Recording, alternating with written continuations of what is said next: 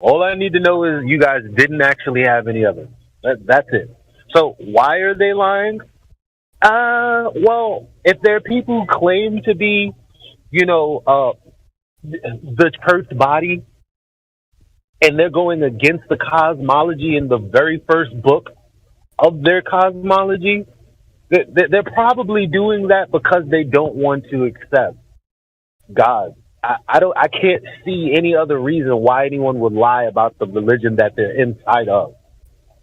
You see what I'm saying? So it's like, well, why don't you think about that instead of asking why they would lie? So it's so flippantly, it's like you really don't want to know the answer because it's really deep.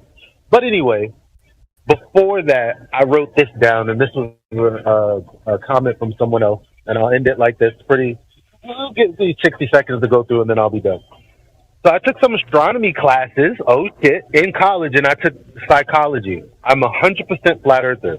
Oh, look, flat earthers go to school. Wow, I didn't know that. Education is not truth. Being taught something for 10 years and making 90,000, so it's 90,000, to teach it doesn't make it true. Keeping the lies going will keep the funds coming. And unfortunately, academia will continue to be a joke. Academia alone is the main reason they will never tell us the truth. And by the way, we have quotes upon quotes upon quotes of other physicists, scientists, astrophysicists in this field, either in modern times or before, that have literally said, I dare not go against the paradigm. I dare not go against academia. So when people are asking, well, where are the people that are questioning shit? Well, why are there so many people saying I'd rather not go against it? I mean, it's open your eyes. Anyway, unfortunately, academia will continue to be a joke. Academia alone is the main reason they will never tell us the truth. You can ignore you can ignore the spiritual side if you desire, but academia would be destroyed in many aspects, and we would have chaos. Anyone who teaches astronomy out on the streets, an astrophysicist at a university on the streets, I guess they're the same thing. Homeless and no more, $90,000 check. University libraries gutted, and the books for the college classes tossed. Libraries would be imperiled. The entire educational system, Rockefeller system, it goes twofold. One is for your education, and two is Rockefeller, y'all. Make money. But I'll breeze past that. Libraries will be imperiled. The entire educational system for teaching of the globe, space, astronomy, and so forth is basically destroyed by the truth. So, state doesn't matter. Need more of a motive? Isn't that enough? Want more? How about NASA is finally shut down and the biggest court case ever would ensue? No more $58 million a day for green screen, harness videos, and stories of water on other planets. No more fake tragedies. Every tragedy that happened would have to be accepted as a fraud. Imagine the chaos of reaction from the American people. It would be genocide for the government. Every government on the face of the earth would be questioned, and the people with torches and pitchforks would be on the street. So when someone says, why keep the lie going, think about this. It doesn't take much effort on your part to just open your eyes. All right, listen. If I was to tell you 3 simple questions, would you be able to answer them about the globe? Do you think? Potentially, yeah. Okay, 3 simple questions. How have they measured the curvature of the Earth from ancient times up until today? They said that was established to be a globe at least 1,000 years. For at least 1,000 years. Yeah. Well, I couldn't tell you the scientists because I haven't got anything up in front of me. But there's some scientists who used a mountain and also a lighthouse. It was somewhere in Egypt or something. And he basically went up. He knew the difference between these 2 points, went through them to sort of figure out the distance between the top points, the bottom points, and then sort of work out the curvature of the Earth. Alright, so what I'd like to ask you is that the method that you're speaking of right now, do you know it fully, or are you just kind of vaguely responding to what you think it was? Vaguely responding. Okay. Yeah, it's good that you're honest in this conversation, because that is key, right? Yeah. For us to have a good discourse. Yeah, Alright, so since you are vague, I would say that, well, you just believe that that's how they measured it, right? I mean, because of the information that you received and how you're telling us, right? Yeah. Okay, so now up until this point, is there any time in recent times that they've measured the curvature of the Earth that you know of? Well, I'd use this may not be a good answer in your book, but you use the ISS as an example, as when they go up whatever distance they are from the surface of the sphere that we live on, well, they can see that it is in fact spherical. Okay, it's just like your own eyes. You can sort of believe it. Right, your own eyes, but not your own eyes, right? At the same time, because it's not your own eyes; it's their own eyes. They're telling you the story from that place that they're at. They are telling you the story. Right. So you're basically believing what they're saying. Once again, you're believing what some. Right. So we're just establishing, that as much as we're not going to get into any details right now in this conversation.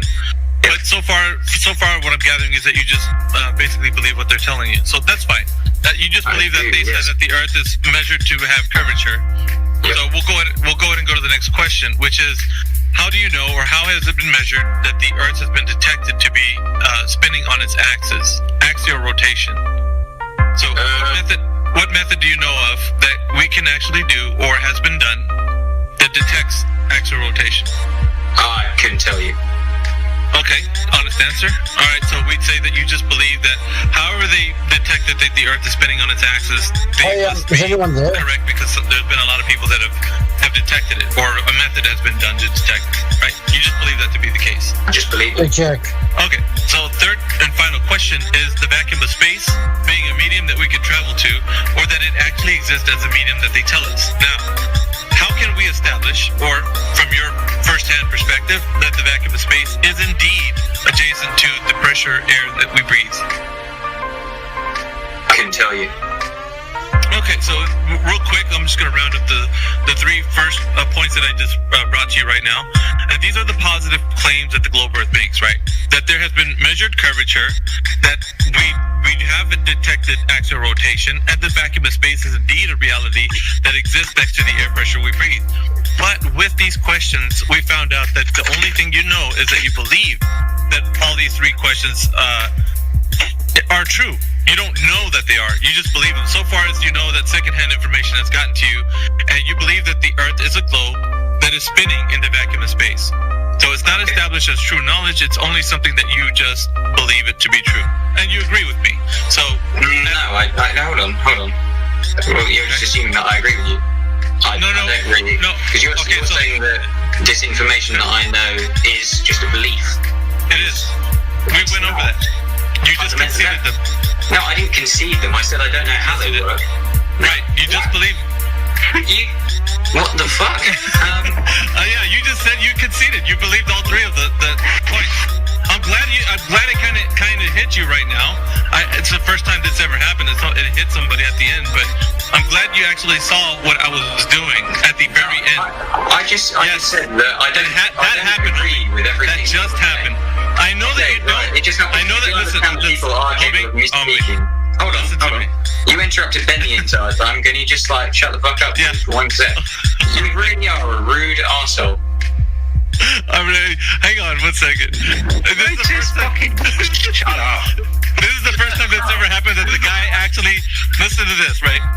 He actually conceded the 3 points all the way through. Now he's backtracking and saying, hold on, what the hell just happened? This is amazing, right? It was specifically done. I just believe that it was been done. So yeah, we lose that in a point that it's just a belief, because you don't know. So you do understand the power of my kung fu now, right? You just got beat on and didn't even know it. So here's the thing though, homie, and I know you're not gonna like this because I have you muted, but I have to because you were being very disrespectful. So you just believe that the Earth is a globe spinning in outer space, and you conceded to all 3 points, mind you, and it was live streamed. Everybody heard you concede those points. So it's not only that you conceded it, but we have tons of witnesses right now. About 50 people listening on the Discord, and about maybe 60 or 70 on the 2 live streams that we have running. So thank you very much for your participation, but it seems like you're not going to be very good to have a conversation with because of the way you were being. So unless you're going to say that you're sorry in a DM, then I'm probably just going to leave you muted for now. And let's get to some other new people that are in here.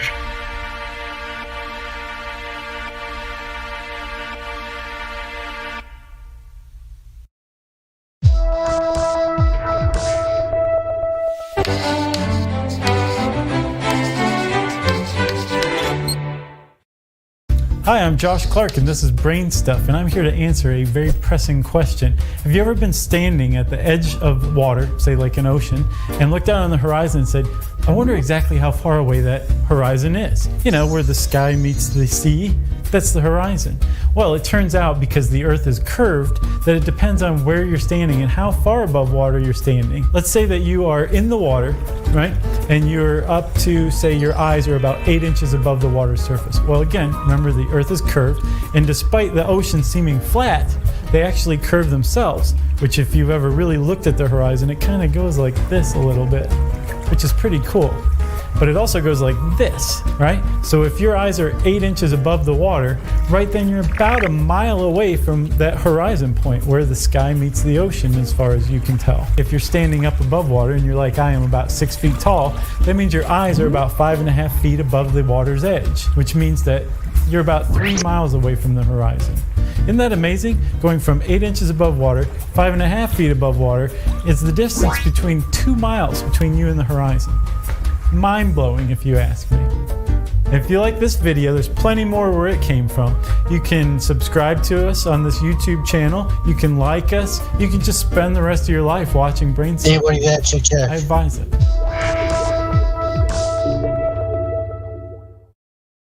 This size, the International Space Station would be orbiting about a half an inch above the surface. And that dude who jumped out of a perfectly good balloon, what's his name? Felix Baumgartner. He would have been about 2 millimeters above the surface of this globe. That's his edge of space jump.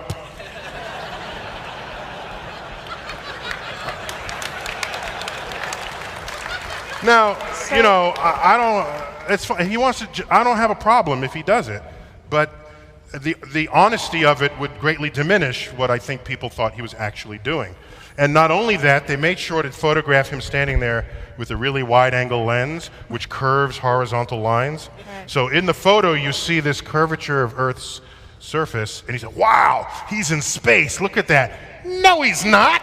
At that height, you don't see the curvature of the Earth if you are 2 millimeters above this beach ball. You just don't. That stuff is flat. Hello. I'm going to do a super fast presentation on how curve calculators work. So to start off, this is not how they work. There is not a curve path. They're not calculating this curve path of light around the globe. No, they're not. What they're doing is they're expanding this globe, flattening it, and then calculating as if there's straight rays of light.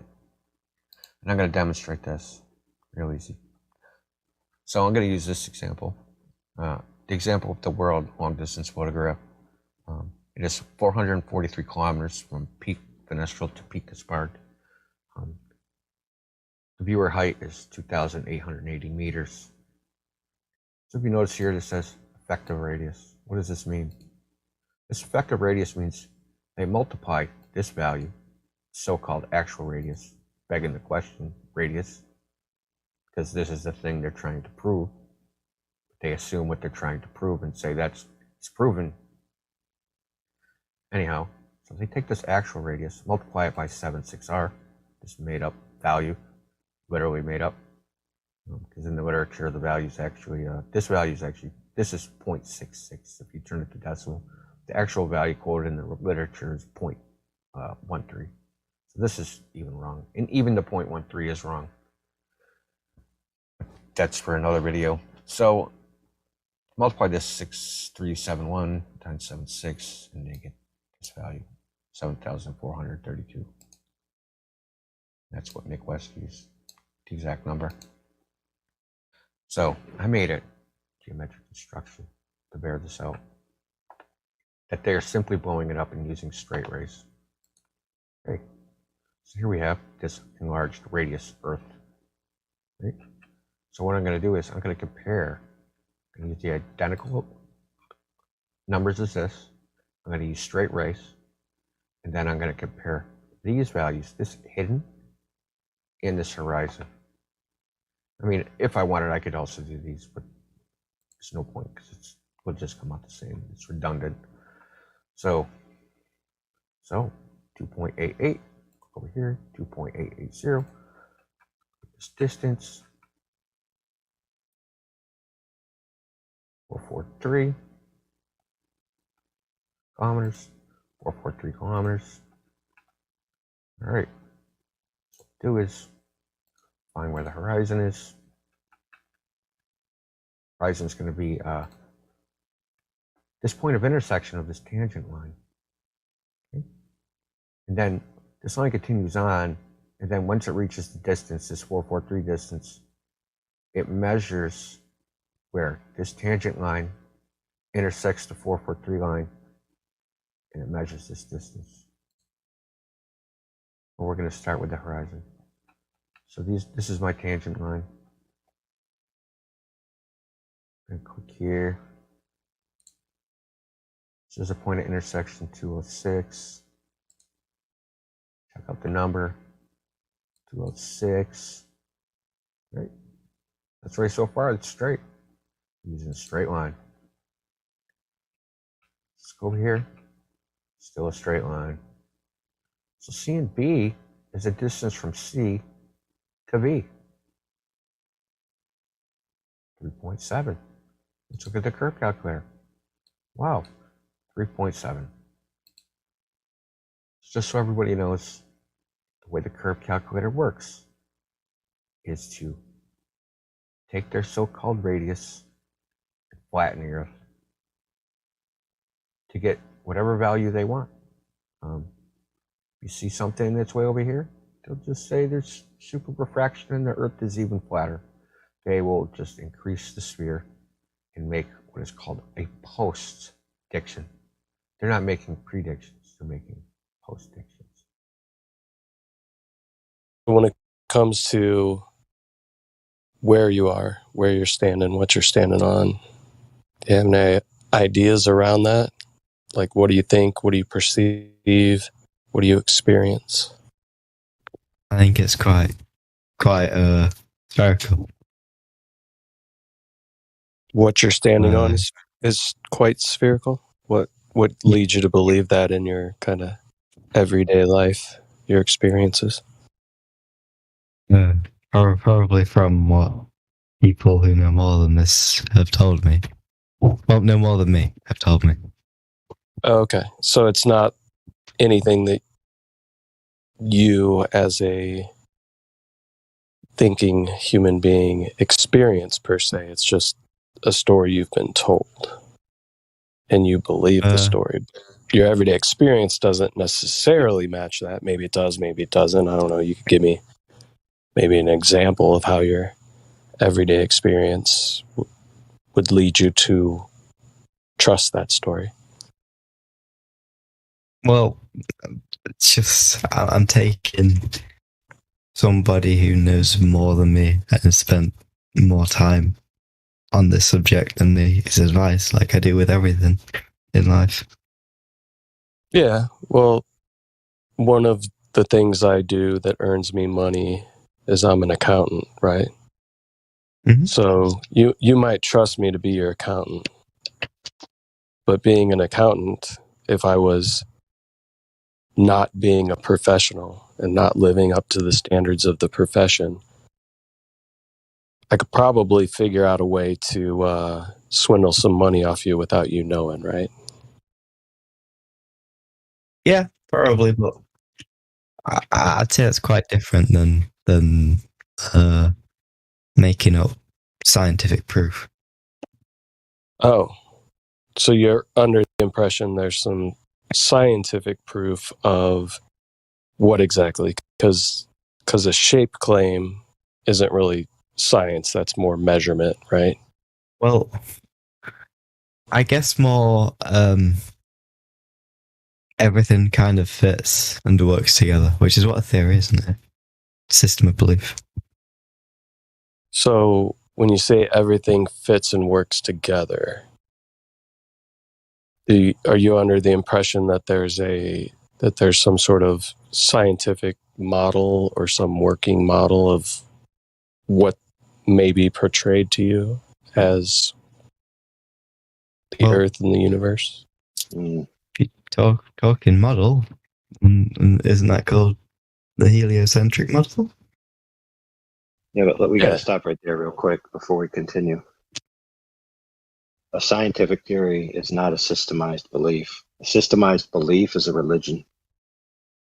So if you're claiming that the globe is a system of beliefs, then you're basically saying it's a religion or a philosophy at best.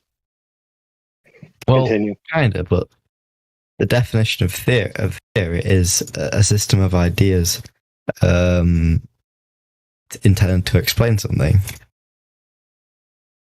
Could religions be theories, right? Could we take any religion you want to pick, and could we say that religion is a theory as to God, a creator, a prophet, certain theological beliefs? Yeah, I guess that makes sense if it's a system of ideas. Yeah. Fair point. The problem is we're now all confused. Because you're starting by talking about science. And then you use the word theory. And then you give a definition that it doesn't have to do with science.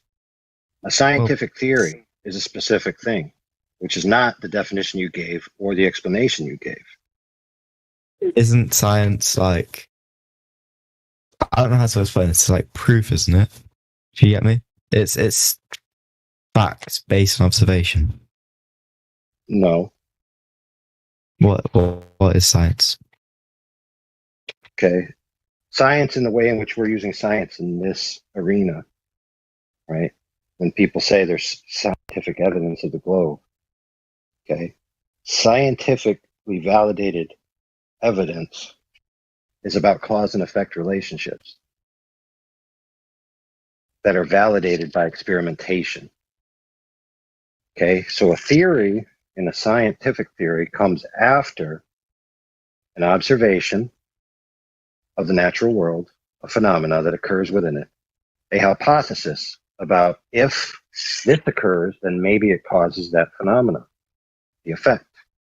You then have a rigorous, you then have a rigorous experimental phase of validation that will either validate your hypothesis or nullify your hypothesis. Once all that is complete, then you can start having a scientific theory. So that being said, since you use the word science, where is any of that for the idea that the Earth is a globe? Okay, so first of all, I apologize for saying science is... I mean, sorry, as far as a religion is a theory, I'd say it's more of a hypothesis then, isn't it? No. Because if it's... So with that, why is... I'm a bit confused with that, because like, wouldn't it be a hypothesis because it's what you think is happen, like what you think, but you haven't observed it yet. It hasn't been tested. Not in a scientific sense. Same thing you're talking about. It's just an idea. Yeah, exactly. Hypothesis.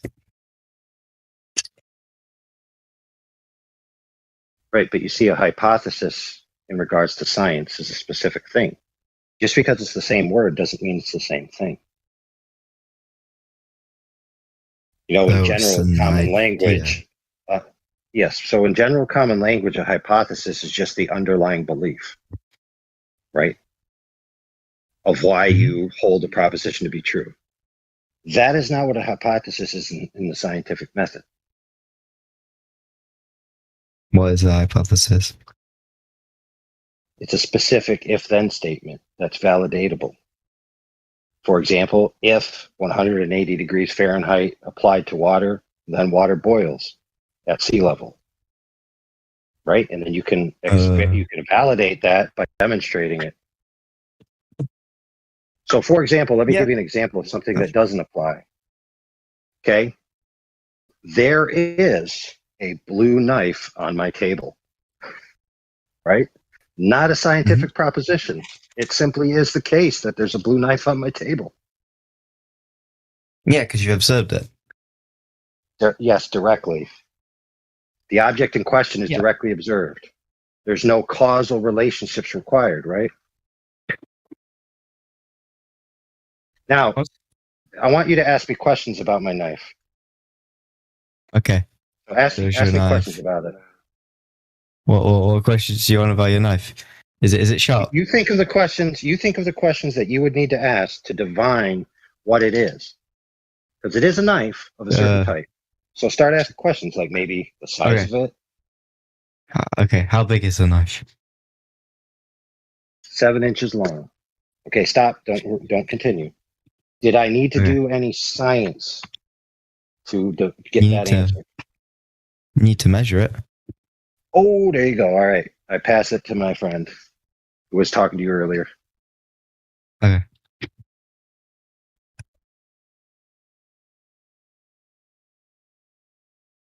Is that my cue? I think so. You can take a nap home. Sure. So, yeah, the measurement isn't science, right? Is that what we were just talking about? Yeah. I thought it was a part of science. It's not. Measurement is just measuring something. Yeah, it can be a tool used in science, but it wouldn't be science itself, right? So it's to measure. I'm a bit confused. So it's part of science, but it's not scientific. Yeah, so like AI was saying, in this realm, right, in this arena, we talk about science, natural science, which is the study of the natural world through experimentation, right? So we observed something in nature. We observe an effect, right? So let's go back to when he was talking about water and heat. So you and I are walking along and we come upon a boiling pool of water.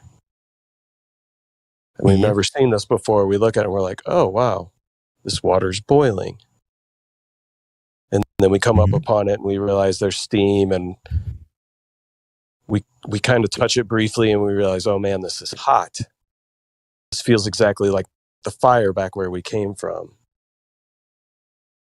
I'm wondering what's going on here, right? I feel heat within the water and I see it boil. So maybe we could form some sort of hypothesis as to why the water is boiling. Maybe it's because of the heat. So we go back to our campsite and we try this. We take some water, we put it over the fire, and it hits a certain temperature over time, and it starts to boil. So we can do this over and over again, and it's repeatable. So we have a variable that we're manipulating, which is the heat. We're putting the water on top of the heat, taking the water off the heat, stops boiling. So we're manipulating a variable that we think is the cause of the effect that we're seeing, which is the water boiling. So then we come to the scientific theory that heat causes water to boil. And we've demonstrated this through experimentation, right? So the key to all of this.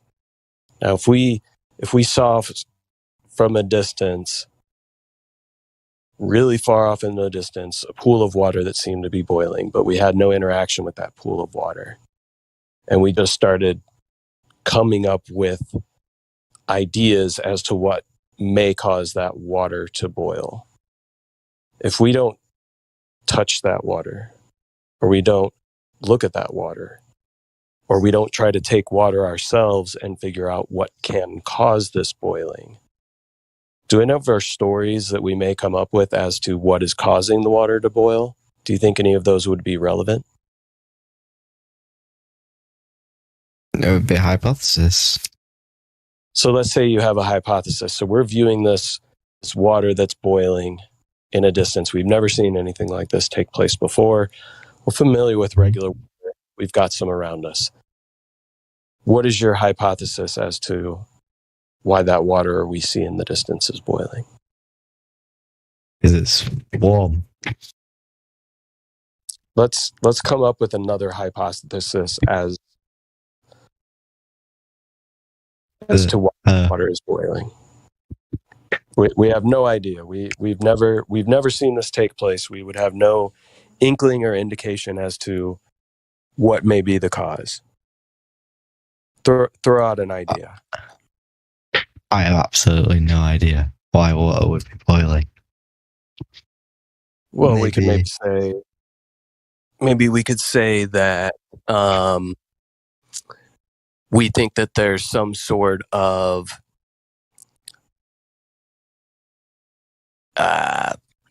entity or being that lives within this water that is somehow below the surface, which is causing this thing to take place, right? Yeah. Well, we'll make up a name for it. You pick the name. It's unicorns. Okay, so unicorns.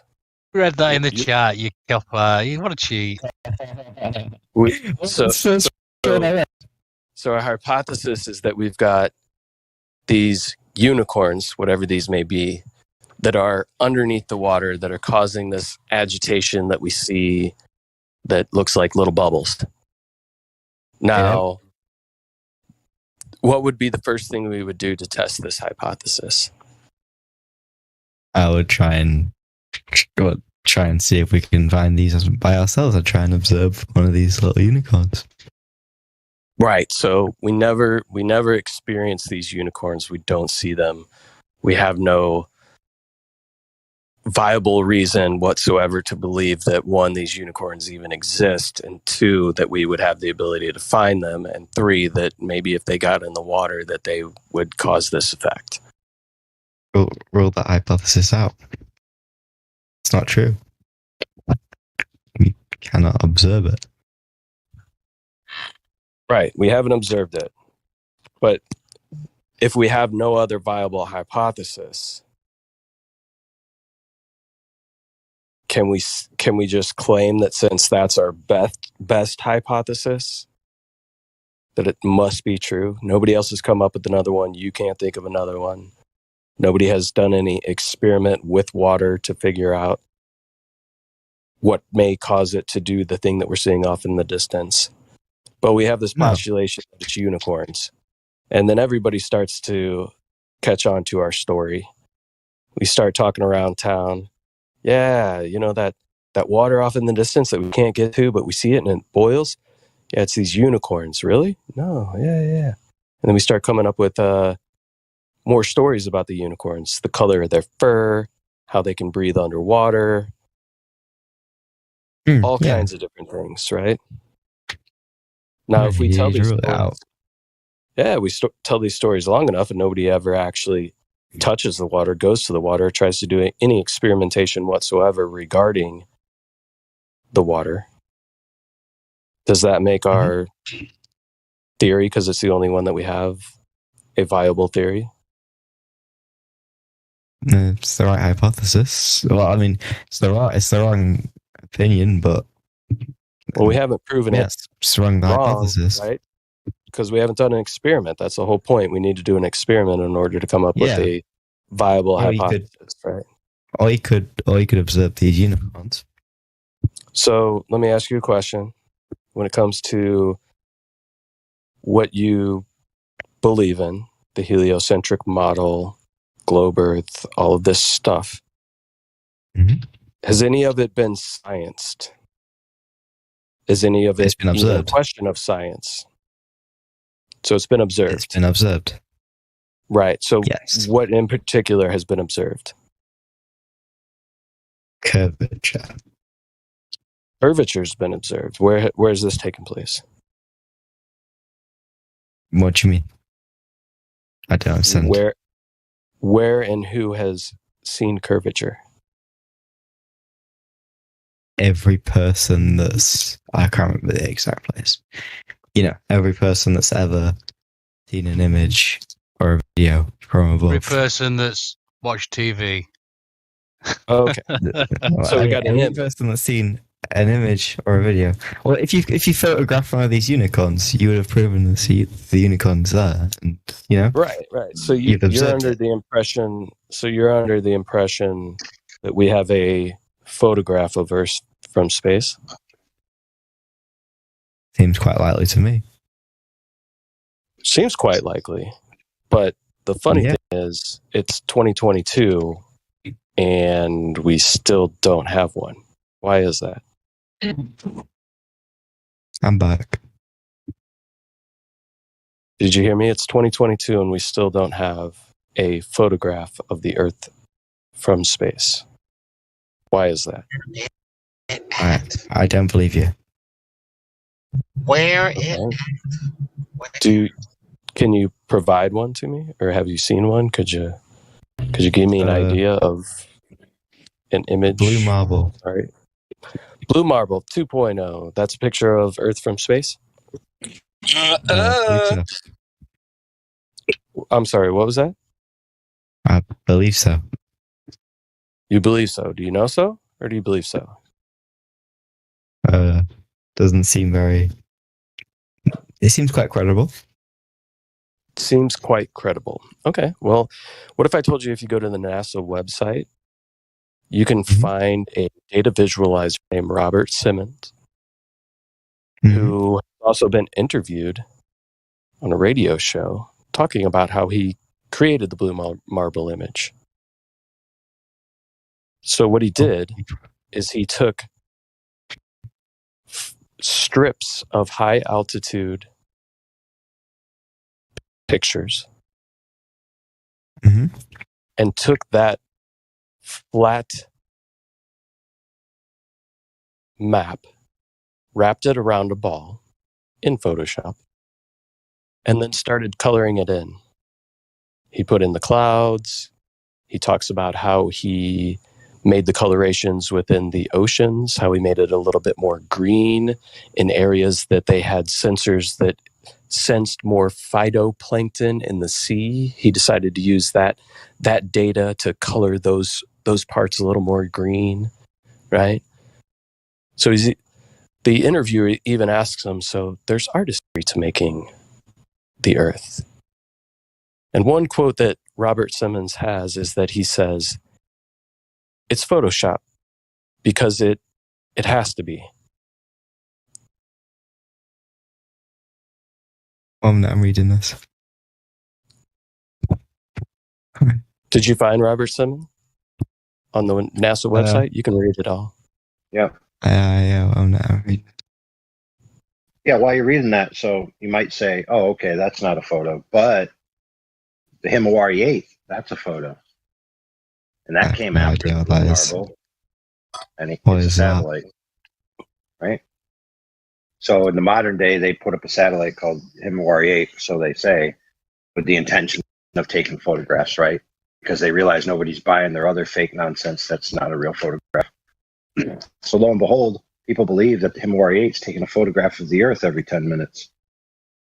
Come to find out, the Himawari 8 is just overlaying the blue marble data set that Simmons created with NOAA data, which is weather data. So it's a simulation. It's not a photograph. So again, like my friend said, where's this alleged photograph that everyone has seen? It says here that in 1972, during Apollo 17, that was the last time someone took a photograph from above low Earth orbit. 1972. That's the only alleged photograph. From what this is saying, whenever this interview was out, 2004. So it's 2022, and the only photograph that's ever been taken of the Earth from space is from 1972. Do you believe that? From low Earth orbit. According to it shows the entire hemisphere. It's from them. They were going to the moon, they claim, and that's when they claim to have taken the picture. But NASA admits today that they cannot cross through the Van Allen radiation belt. They would kill anyone who would try.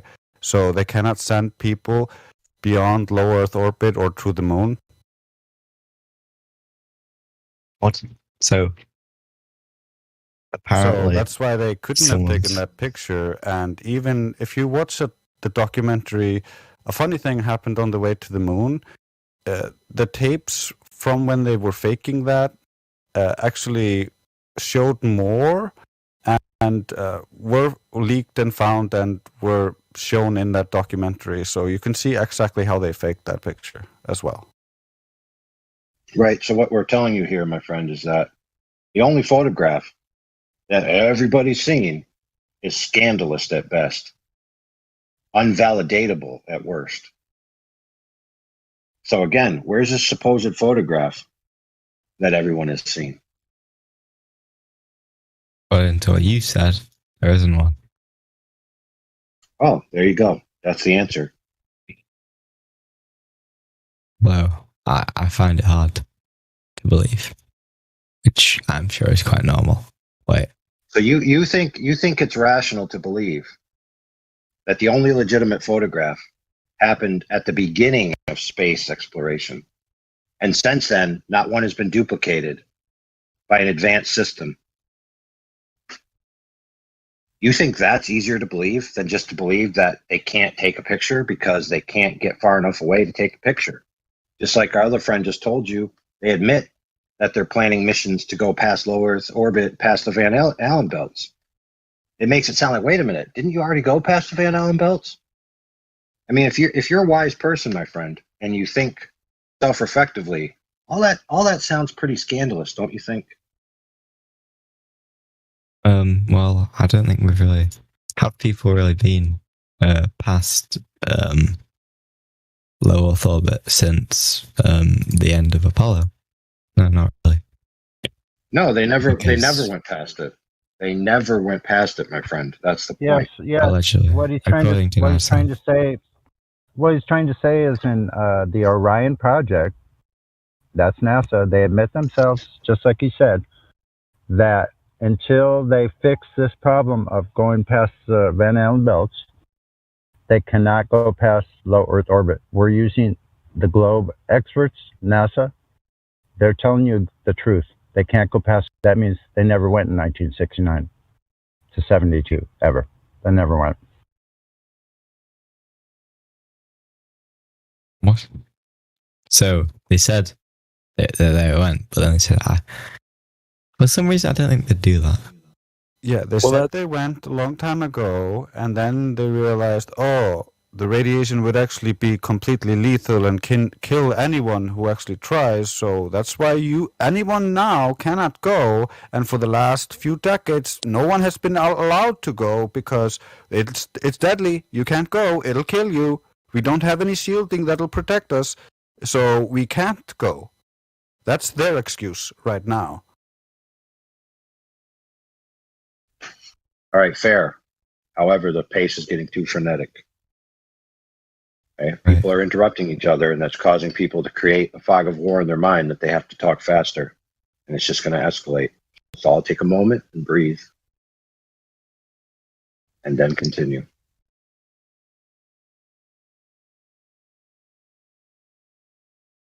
So laundry. Yes? Is this new information to you that the Blue Marble 2.0 is not an actual picture, right? The only claimed pictures from 72.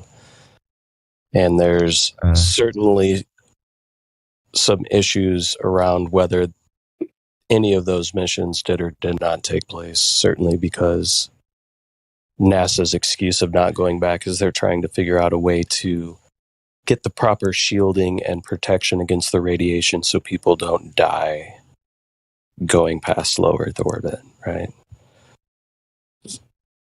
So you said something not too long ago where you said something along the lines of this information was hard to believe, right? It's hard to believe that maybe what you thought were real pictures actually aren't. Are you just kind of trying to process that? Are you coming into the realization that maybe what you thought you believed before was proof Yeah, is I'm not not reading up on actually. it. It says here that the last photo taken from above low Earth orbit was the pale blue dot, right? Taken in 1990, which Voyager? would make more sense. Yeah. So Voyager which isn't a manned spacecraft, so that makes a lot of sense. No, it's an alleged space probe, which, if you believe it or not, is still up until, I don't know, when was the last transmission we allegedly got from Voyager? Within the past 5 years, I think. We're still allegedly receiving photographs from this alleged space probe that was sent into orbit. I don't think we're receiving photographs, and I think we have since. What is it? Wait.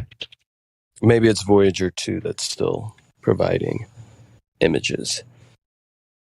The last photo from Voyager was 1990, pale blue dot. Okay. Voyager So 2. take a look at that. What does that tell you? What's that? Does that give you any indication as to what you're even looking at in that picture? Have you seen the pale blue dot? I don't think the quality of the image is very, I don't think it's like why does the quality of the image matter? Do you know what I mean? No, like if I handed you a photo that looks similar to that, right?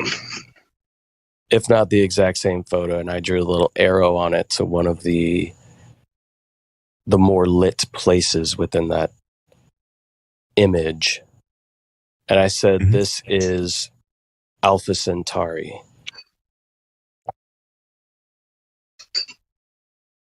Would you just automatically believe that? If I drew the same arrow to the same pale blue dot and I said, this is Alpha Centauri, how would you know or verify, or what would give you any indication, even looking at that photograph, that that's Earth? Well, I wouldn't see a reason for you to say that it's Alpha Centauri. And surely if you did, you would try and make it a bit more believable by maybe putting some sparkles or something around it. Yeah? I don't know if sparkles would make it more believable. It actually would make it look more fake. But either way, man, looking at this pale blue dot image, does that make you think that that's where you live? That that's a picture of where you live? Yeah, I don't see why they wouldn't. So what on earth itself, aside from you believing pictures that are shown to you, which we've already proven, the main one you thought was proof of where you live and the shape of where you live, was a utter fabrication. So what on earth here, the ground that you and I are both currently standing on, indicates that you live on a globe? Because that has no reason. Like what? So, wait a minute. Say that again. Sorry, I'm tired. Yeah. So what here on Earth gives you any indication, you personally, any feeling, any observation, or anything that you see in your daily life looking around you would give you any indication that you live on a ball? Well, that's spinning. Nothing, but it's the same for the other way around. There's nothing that gives me an indication that it's flat as well, because it's quite hard to observe that. Sure, I mean, I observe it all the time. I live near water, right? So I see very far. Looks very flat.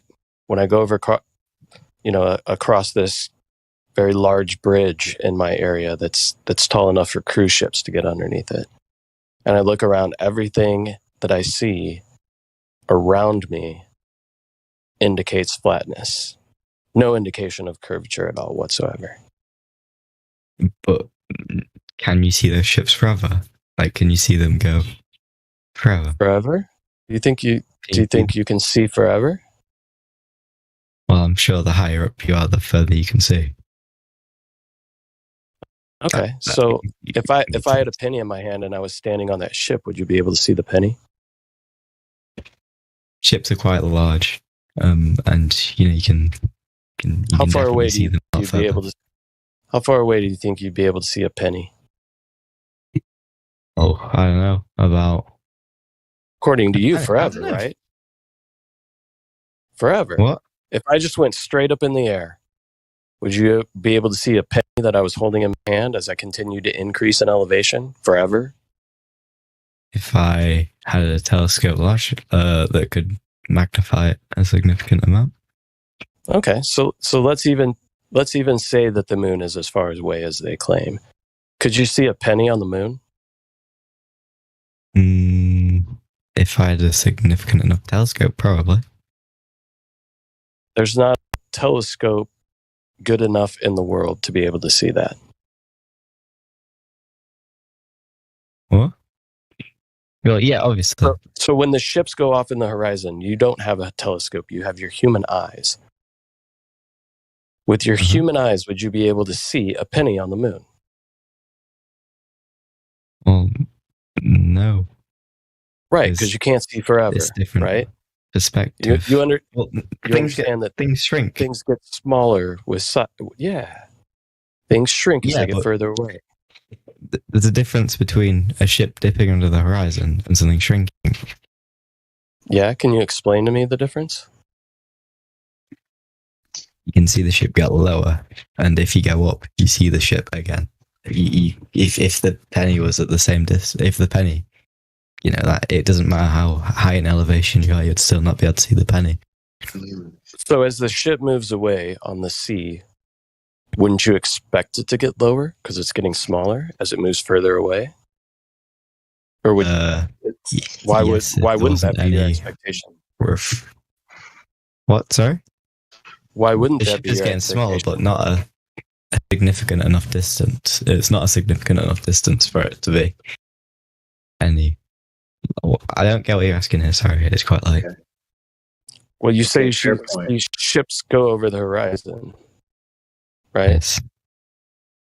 Yes. So ships get further away, they get smaller and harder to see. But there's also a ton of different things that take place in the atmosphere. Yeah, so I have a question. Because he's saying if things get lower in your field of view, I guess the insinuation is that they're going over a curve. So I'm in my house and my ceiling is getting lower. Is it going over a curve? What do you mean? Well, I'm looking at my house, and for some strange reason I just can't understand, rather than my ceiling being straight, it seems to be angled down in my field of view, as if it's going downwards. So I can't fathom it. I guess my house is built on a curve. It could be. I don't understand the question. Like, is the yes, that's ceiling the actually point, my friend. The statement's incoherent. I know that my ceiling is straight and flat because I can measure the entire thing. So I know that the effect of it going down is not because of anything physical. It's all to do with optics. So why would you just jump to the assumption that if I can't see something or if something is appearing to go down, that it must be because of a curved Earth?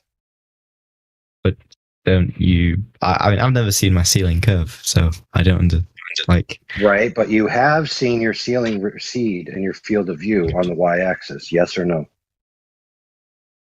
Can you word that a bit more? Let me give you a visual here that visual. Yeah, let me give you a visual you might comprehend. So let's say you ever been to a hotel. Mm-hmm. Okay. So imagine a hotel with a very long hallway, right? We know it's flat, straight, because they don't build buildings that aren't straight, right? So we're looking down this long hallway and there's lights on the ceiling. Yep. When you look down that hallway, does the floor appear to ramp up towards your eye level? And does the ceiling appear to ramp downwards towards your eye level as it gets further away? Yeah, to a point. Yeah. So in reality, is that ceiling that's above you physically going downward? Or is it just a matter of your perception due to perspective? No, but I don't think that's a large enough scale to see. Like the hallway would have to be quite long, wouldn't it?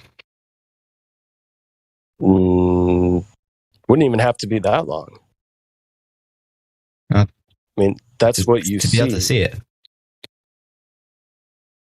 Well, yes, because... Have you ever been in a hallway where you don't see the ceiling appear to come towards your center view and the floor appear to go up towards your center view? That's how you view everything. Always. It's perspective.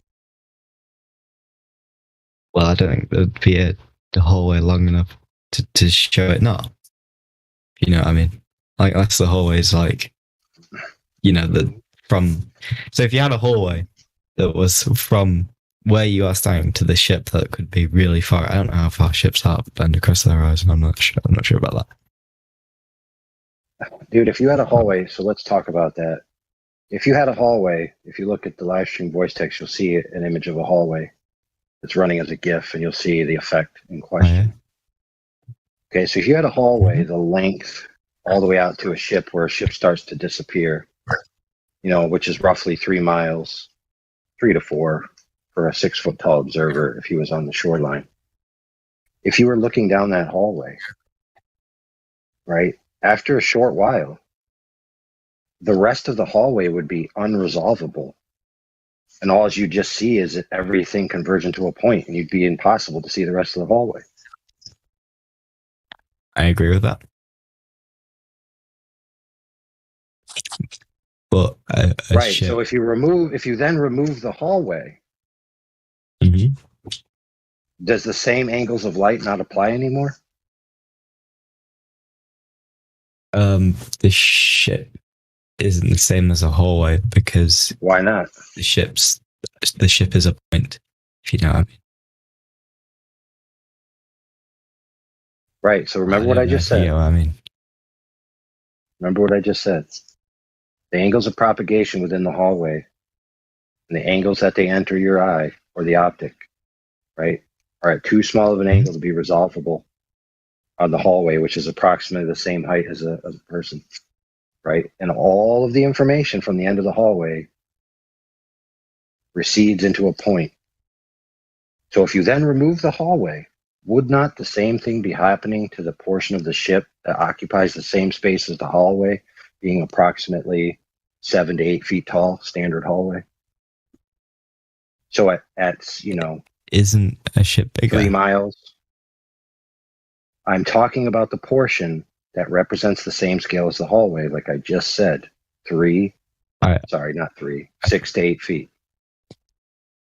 But how am I supposed to see that point from a ship that's far away? I wouldn't be able to see that. You got it. So what you would see by what you just admitted is you wouldn't see the portion of the ship that represents the same scale as the hallway, but you would see the portion of the ship that is much bigger, being the top.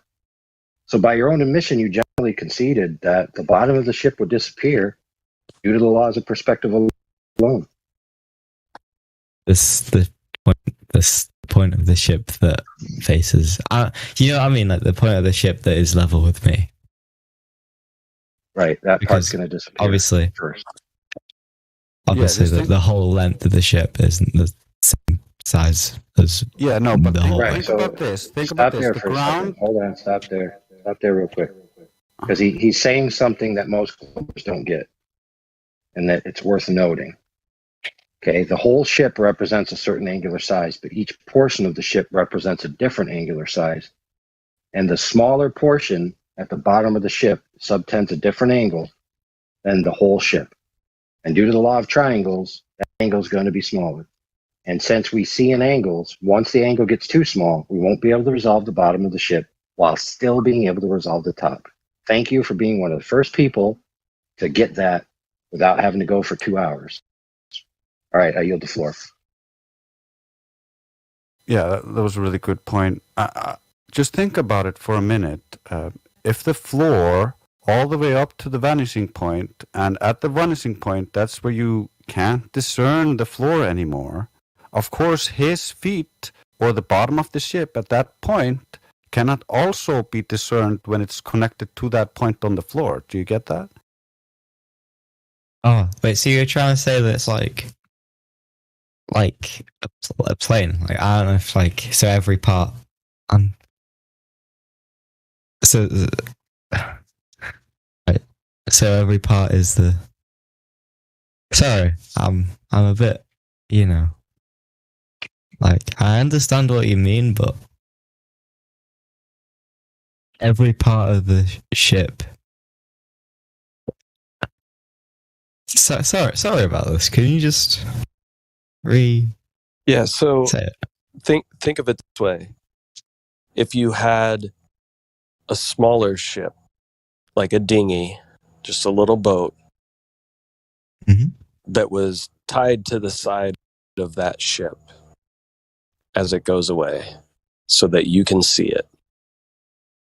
And you see this little ship.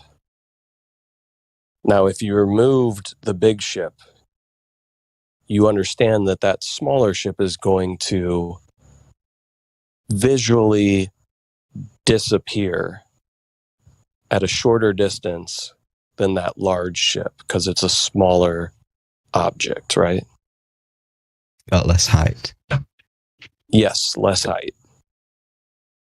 So you would expect the little dinghy to disappear before the large ship, solely just based off of its height, right? Because you understand perspective works. The angle is going to be too small for you to resolve that small ship first. Now imagine tying that dinghy to the large ship and sending it out. It would stand to reason that that small ship is still going to be unresolvable at the same distance, regardless of whether it's tied to the ship or not tied to the ship, right? Agreed. So as that little dinghy disappears because we can no longer see it due to angular resolution limits of our eye, it's tied to the ship. Wouldn't it stand to reason that the whole entire portion of the ship that is that height would also be unresolvable? Yes, because in my opinion, it's gone under the horizon, but I understand what you said. Okay, perfect. So your claim would then be that the only reason that things disappear from view is because they're being physically obstructed by Earth curve. Would you agree with that? Yes, on long enough distances. Okay, perfect. So now I do this on the regular. I go to my little lake, 333 meters across, from the observation point to the observation, which is a yellow floaty boaty on the other side. Okay. Now you put that into the math of the alleged curvature of the Earth, and you will find that the heights that I observed at, there is no way that the Earth curve, if it existed at all, could be precluding that boat in totality. Okay. So this means that it's not geometrically possible for the curve of the Earth to obstruct that boat. Yet, okay, 9 out of 10 times I go, pretty much consistently, the entire yellow boat disappears. So, my friend, what is causing that to happen? Sorry, so it's 333 meters, right? How big is the boat? About how tall is the boat? 1.5 feet. It's about 1.5 feet tall. Okay, well, let me do some maths.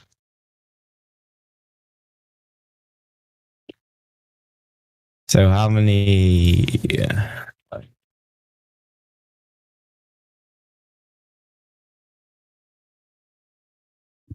Sorry about this.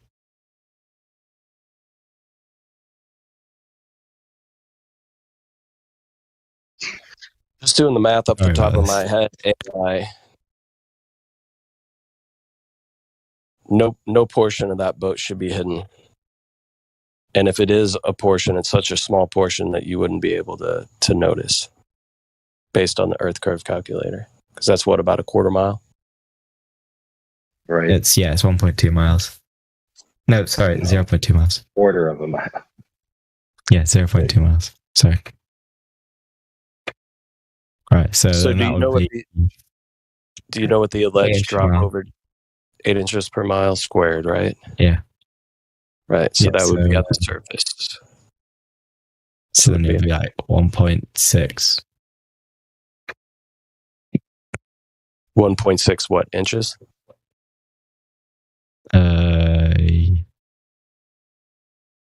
Would be the alleged hidden height due to the curvature of the Earth, allegedly. Mm-hmm. So when AI said he goes out, and 9 times out of 10, the whole entire boat disappears. Why? Is that Earth curvature? Do we have a tiny Earth? Smaller Earth? That'd be funny. Probably not. I'm so glad you said that. There's no reason. Right, so then what must be the reason? Okay, so it looks like it's happening. So what must be the reason?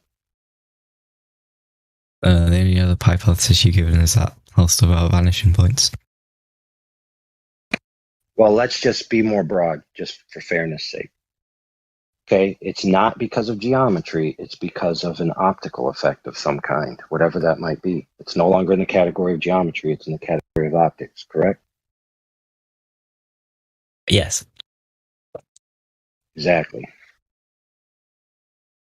So now that we've agreed that the bottom of things can be missing, or an entire object itself can be obstructed without the necessity of Earth curvature in the way, we can now make progress.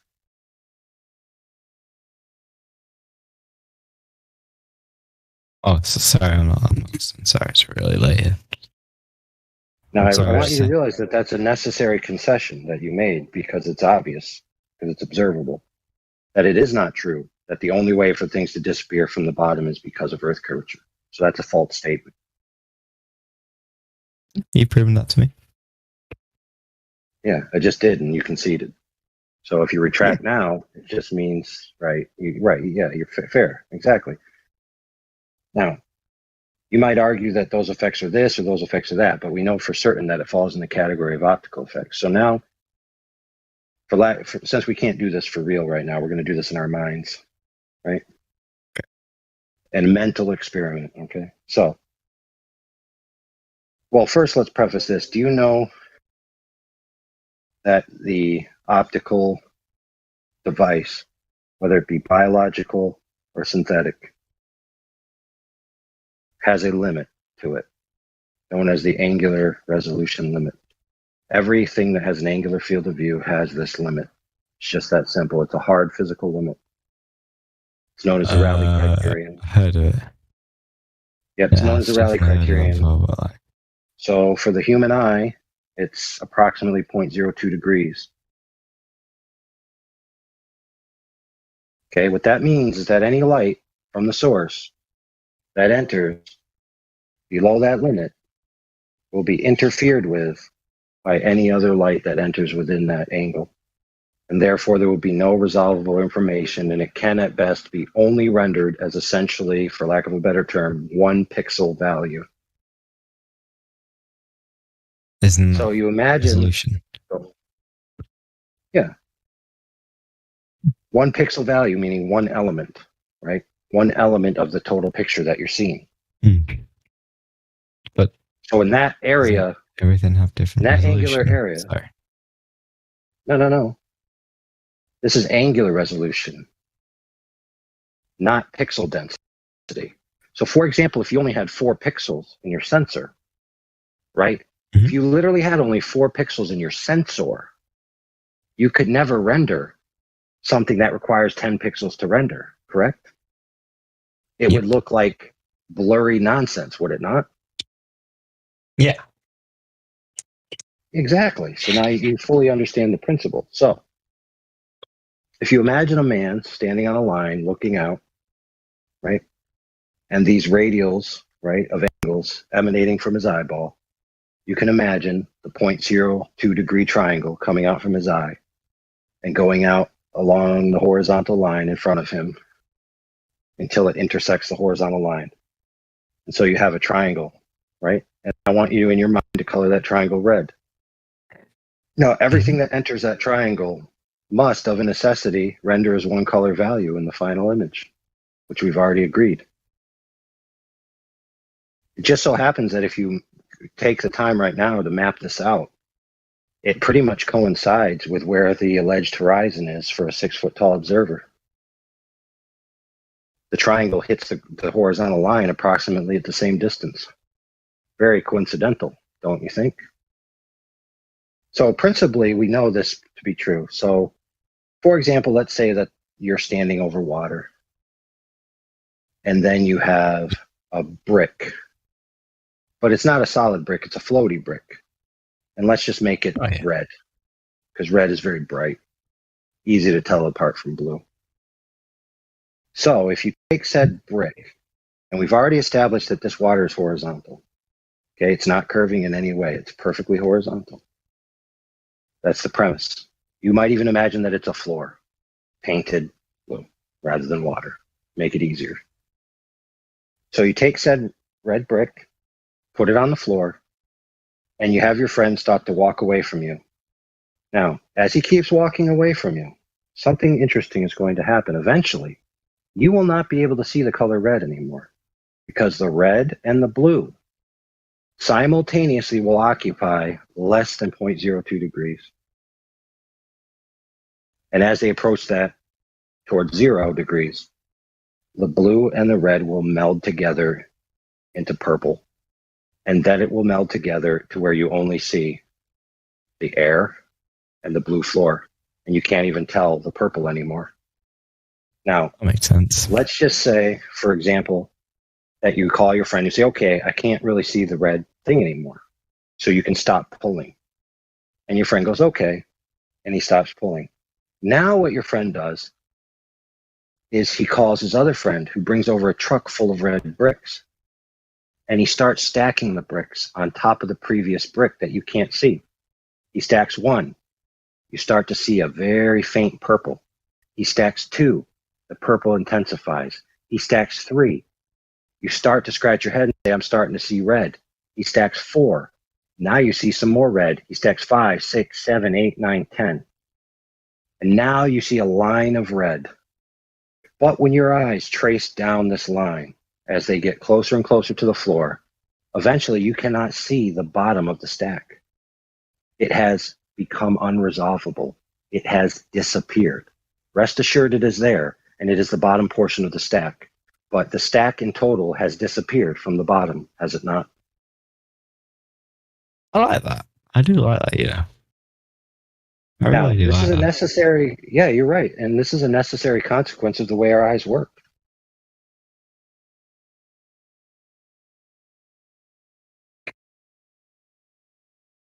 And and all optics with an angular field of view, by the way. In order to see without perspective, truly, you need to have a lens the exact size with all available propagation angles to a parallel rate to the target source from the object. So if you want to observe a 100-meter building, you need a 100-meter lens, not an angular lens, but a straight lens that only allows the light to pass collimated, parallel, and horizontal to the sensor. So you need a 100-story tall sensor and a 100-story tall collimated lens. Okay, these types of optics don't exist. So every observation that we make is through an angular field of view with these limitations, in which we already have said that because of optical phenomenon, the bottoms of things can disappear. And that's just the facts.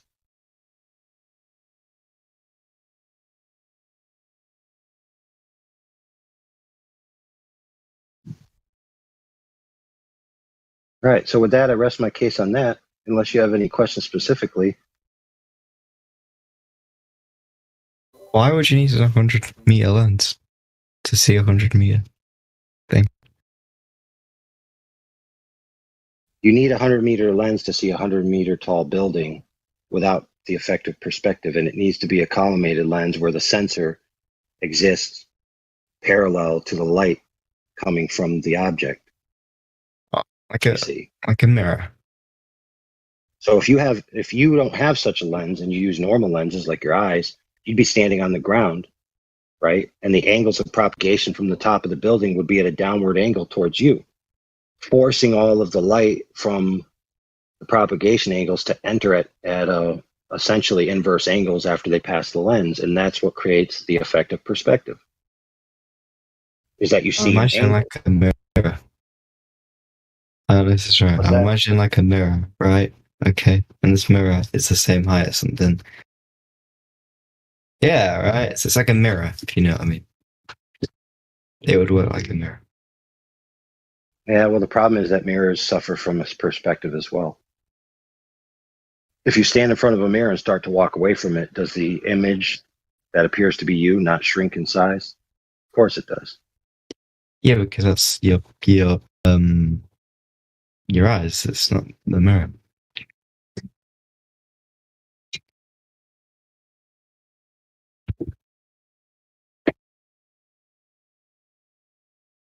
Right, because your eyes are getting the angled light, not the straight light, not the direct one-for-one parallel reflection that's going back in on itself. So now you get it. Mm-hmm. There's also another way to show it. The ancient Greeks, of course, didn't have any fantastic telescopes or anything. They just looked at the horizon with their eyes, and they drew on a piece of paper and used orthographic view to assume that the horizon was Earth curve. So in orthographic view, things don't get smaller with distance. So the mountain is just as tall angularly in their idea, in their math, but that's not how it is in reality. It's actually tiny in reality. And so when they compare these pictures from reality to their math or orthographic side view, which they got from the Greeks, they're actually just taking perspective and turning it into Earth curve and assuming that the horizon is this start of this Earth curve. But there's no evidence to actually substantiate that.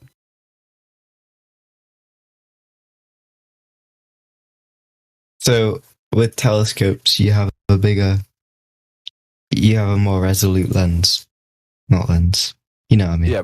With a bigger aperture, you can see further, like in the Black Swan images and other such things. That's why we use telescopes, to see further. And then if you use a very small aperture, like we did with the pond tests and other stuff, such things, we can see that the horizon appears much closer and things disappear over what should be a flat surface. According to the globe mechanics, these bodies of water should not have enough convexity to hide these objects, but it does happen on the smaller aperture cameras. But on the bigger cameras, you can actually see the boat still. So it is optical. There's no Earth curve here.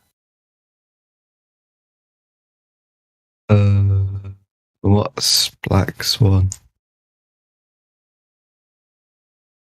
I know what a Black Swan is, but what is Black Swan experiment?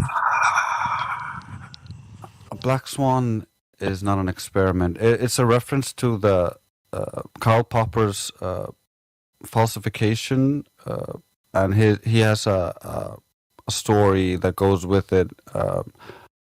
You can say that all swans are white, and people can just accept that. But if you find a black swan, you know that all swans are white is just wrong. There are black swans. So that's what we find. We find black swans that show that all swans are not white. And so the black swan image is just what this image was called. It's two oil rigs taken. A snapshot taken from a video where he lowers the camera 1 foot off the surface of the water. So the horizon should be only 1.22 miles away on the globe, but we can see the horizon way past the second oil rig. So that's over 10 miles. The size of that globe is completely unsustainable, so it just doesn't work. Black Swan.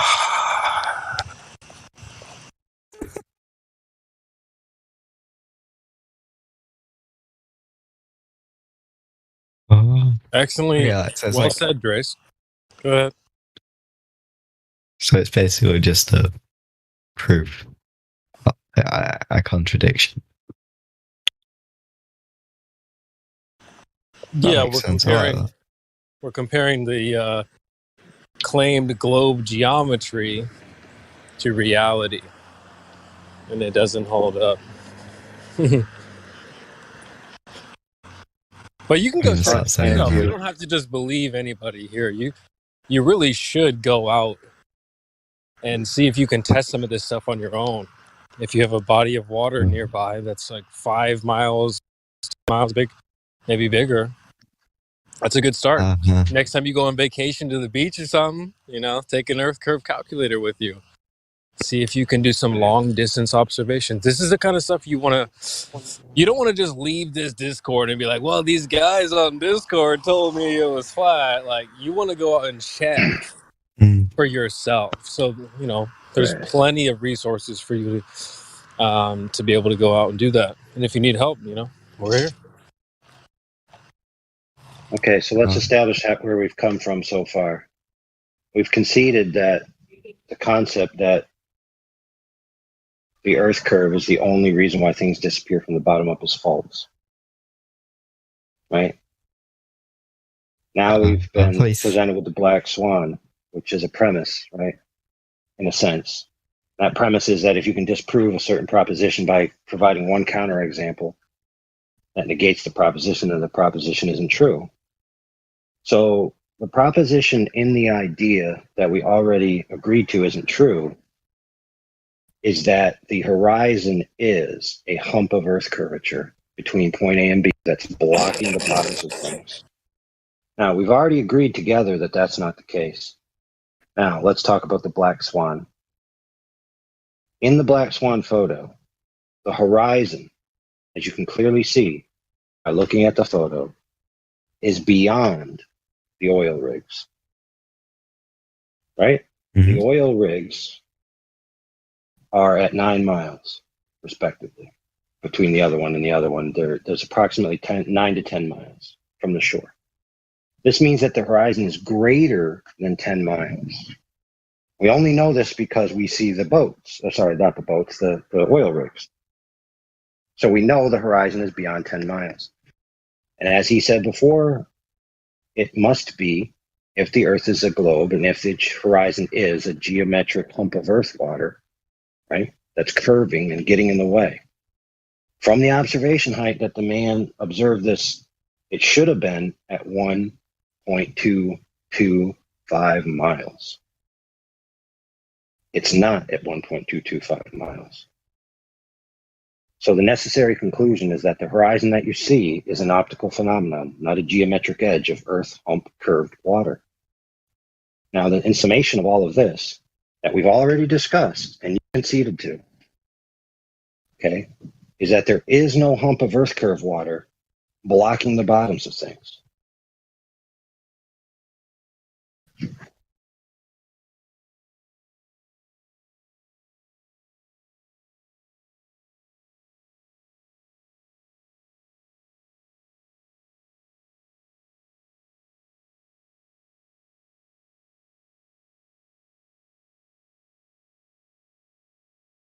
Now you might say, okay, that's compelling.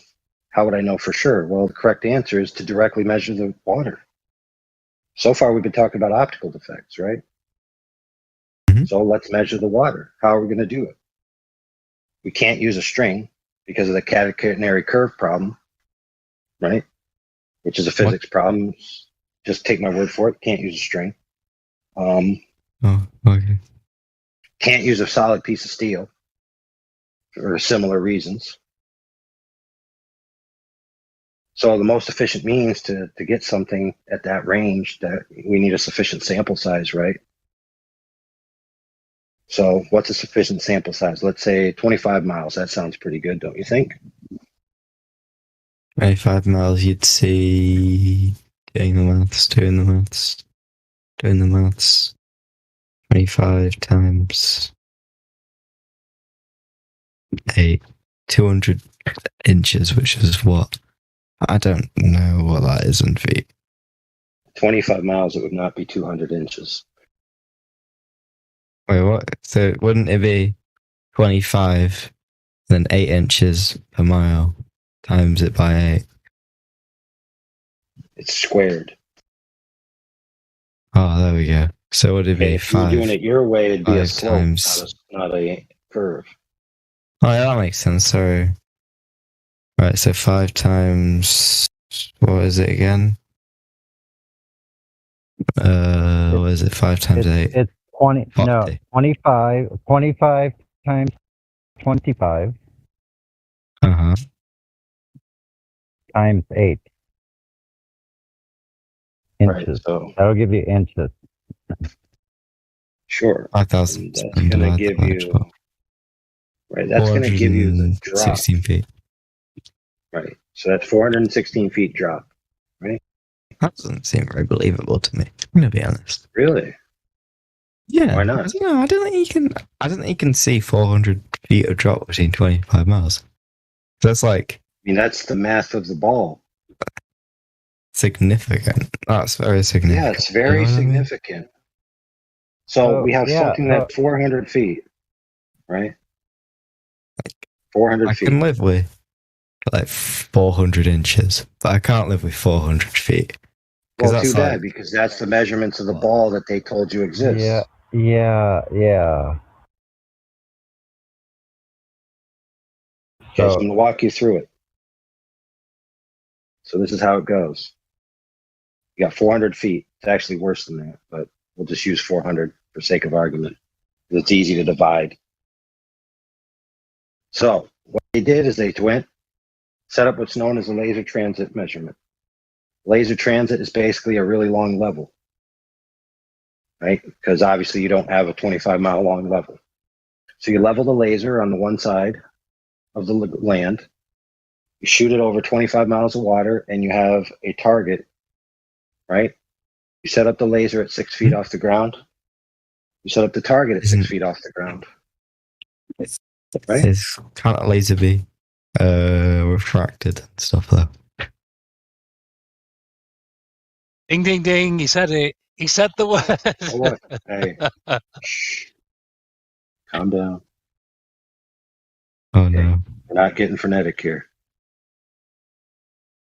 Yes. The correct answer is lasers can deviate due to refraction. Okay? So, I want to ask you this before we start. You already have heard this is a 400-foot differential, right? Between the drop. Mm-hmm. Now, yeah, we're going to measure this. We're going to measure this to see if that drop is there by setting up a laser transit level. Now, I'm going to continue with how this works, okay? So we'll set a baseline for how this thing's supposed to function. So in construction, let's say you have a foundation, so you have a piece of land. You set up the laser on one side, you set up the storyboard on the other, which is what the laser hits, and it tells you the differential between a level laser and the ground. So for example, if I set up my laser at 4 feet tall and the storyboard says 6 feet, right? Then that means I have to add some dirt to level the ground, right? And transversely, if it says in the other direction, I have to take some dirt away. So what this tells me is over my foundation that I'm trying to lay, whether or not I'm laying it flat. Because I can go with that storyboard and get 4 feet here, 4 feet here, 4 feet here, 4.5. Uh-oh, I got to change something. Right? Yep. Now, of course, there's tolerances, right?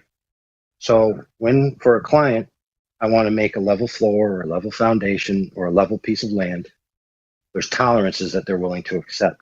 Now, dirt has a different tolerance that someone's willing to accept in concrete, has a different tolerance that someone's willing to accept for their tile in their kitchen floor. Right? They want that floor flat. They don't want it curved, they want it flat. So I want to ask you this question. If they hired me to make a flat floor, and I got my measurements so off that I was 2 orders of magnitude off level, Is that acceptable? No, it isn't, is it? In fact, one order of magnitude is not acceptable. So, for example, if the differential is supposed to be 0.4, and I have 0.40, right? Those are the same, are they not? Yeah. Okay, but what if I have 4? I'm off by 4. Yeah. That is not a flat floor anymore, is it? No, it's what's the word? Sloped. Right. I've done screwed up. Now, what if it's off by 40? Whoa. Yeah, you wouldn't even be able to walk. It'd be so steep. Right? So not acceptable. Mm-hmm. Okay, so if we take this laser transit and we want to know whether this Earth curve hump is there, and we can measure by getting the laser to hit a target of equal height, and it's off by 2 orders of magnitude, we've already agreed that that's not acceptable. So if the laser is at 6 feet, right, which is in the single digits, then the double digits, right, the tens is not acceptable. And the hundreds is definitely not acceptable, correct? So lo and behold, that would be a slope. Lo and behold, this test was conducted. The ambient conditions were measured. The refraction was taken into account. The millirad beam divergence for the laser in question that was used on this day was taken into account. The laser hit the target.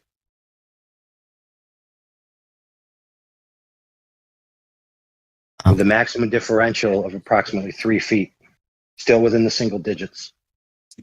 And they're supposed to be 400 feet.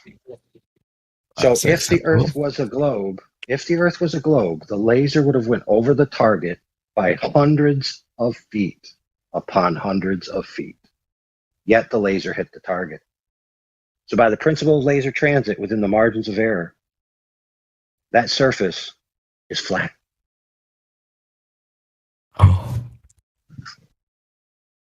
Now, what say you should be, I'd like to see that evidence. Lo and behold, we have it for you. We have a documentary of the people doing it. We have a short version of it if you don't want to watch the long version, just to get your, appetite satiated. We have a document, 120 pages, with all the information, the sites, the equipment, everything.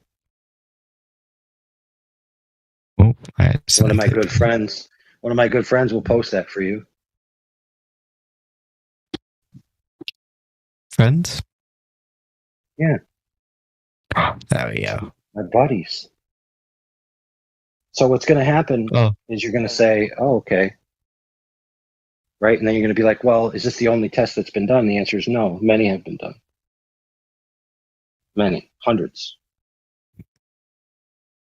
With all different kinds of methodologies. All demonstrating no big hump of Earth curve in the way. Observations as well in excess of 255 miles, to which the target object should not only be 400 feet below the curve, but should be a mile below the curve. Yet the object in question is clearly visible.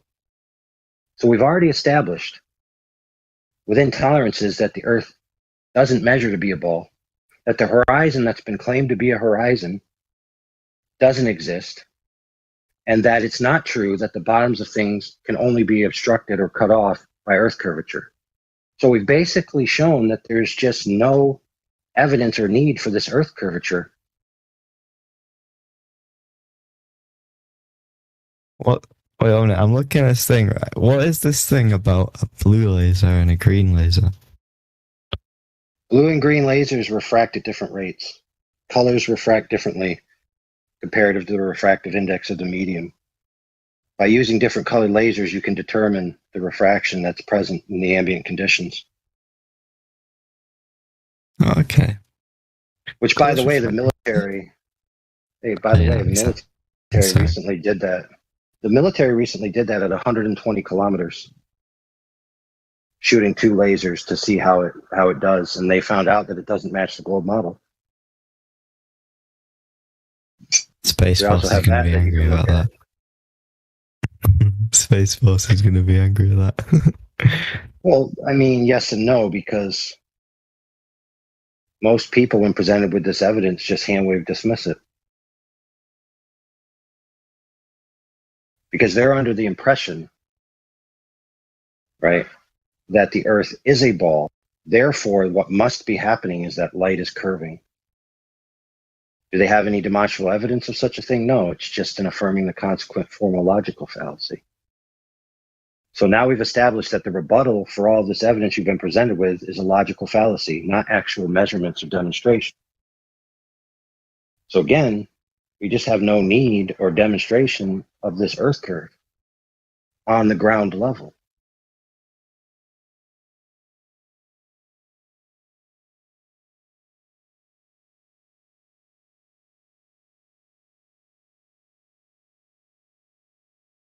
So, if you have direct evidence of Earth curve measurements, that is what is necessary to rebut these points. Makes sense. Unless you have that, the proposition stands. And the reason why it stands is because we all experience the Earth as flat and stationary. That's agreed upon by both camps, by flat earthers and globe earthers alike, that our present day experience of the Earth is a flat stationary plane. That's how we experience it. That's the base axiom of our human interaction and experience.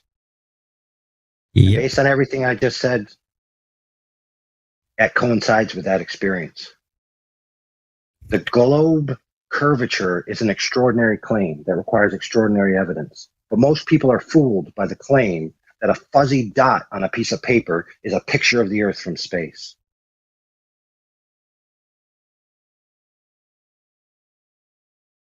Given to you by a government, no less, who we know lies on the regular.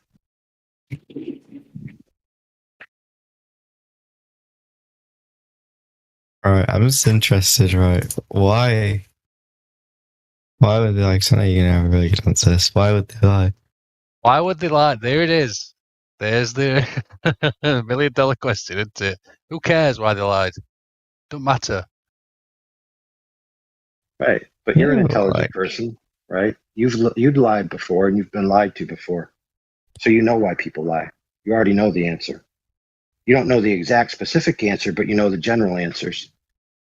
To gain power, to gain resources, to gain fame, to gain women, all kinds of things people lie for. The government doesn't gain anything from anything. So like says that you. from that, though. Really? So It doesn't. So if I can post you, power. okay, cool story. Cool Doesn't story. gain prestige. It doesn't. You sure about gain that? You sure about money. It doesn't. Yeah, quite. Really? So, okay, so let me ask you this question. Why does North Korea lie to its people about the status of its weapon systems? Why did Iraq, when I was there, lie to its people about the capacities of the U.S. forces?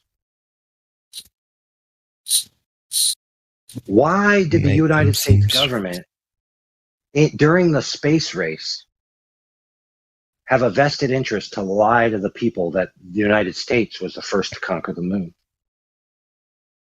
And you're trying to tell me that there's no prestige or power or world presence to be gained from a proposition that you've conquered space? Yeah, because they just wouldn't make the claim that they could go to the moon in the first place.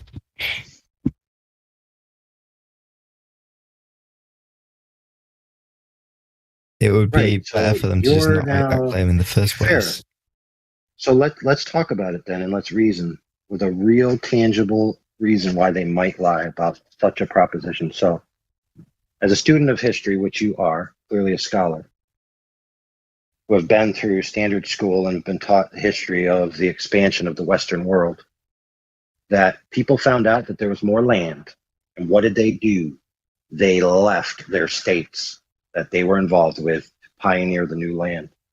So we've already experienced in our history a time when new land was told to be given and people uprooted themselves from their governments, even had revolutionary wars against their governments in order to create new territories and new civilizations. So if the Earth is not a globe, then that means that the boundaries are unknown. And that means that there possibly could be more land. Now that, my friend, is a very good reason to lie. But aren't they also saying there's more land to go to if you can go to the moon? Yes, but think about this, my friend. To get to new land that's connected by water, you need a boat that you can literally build yourself.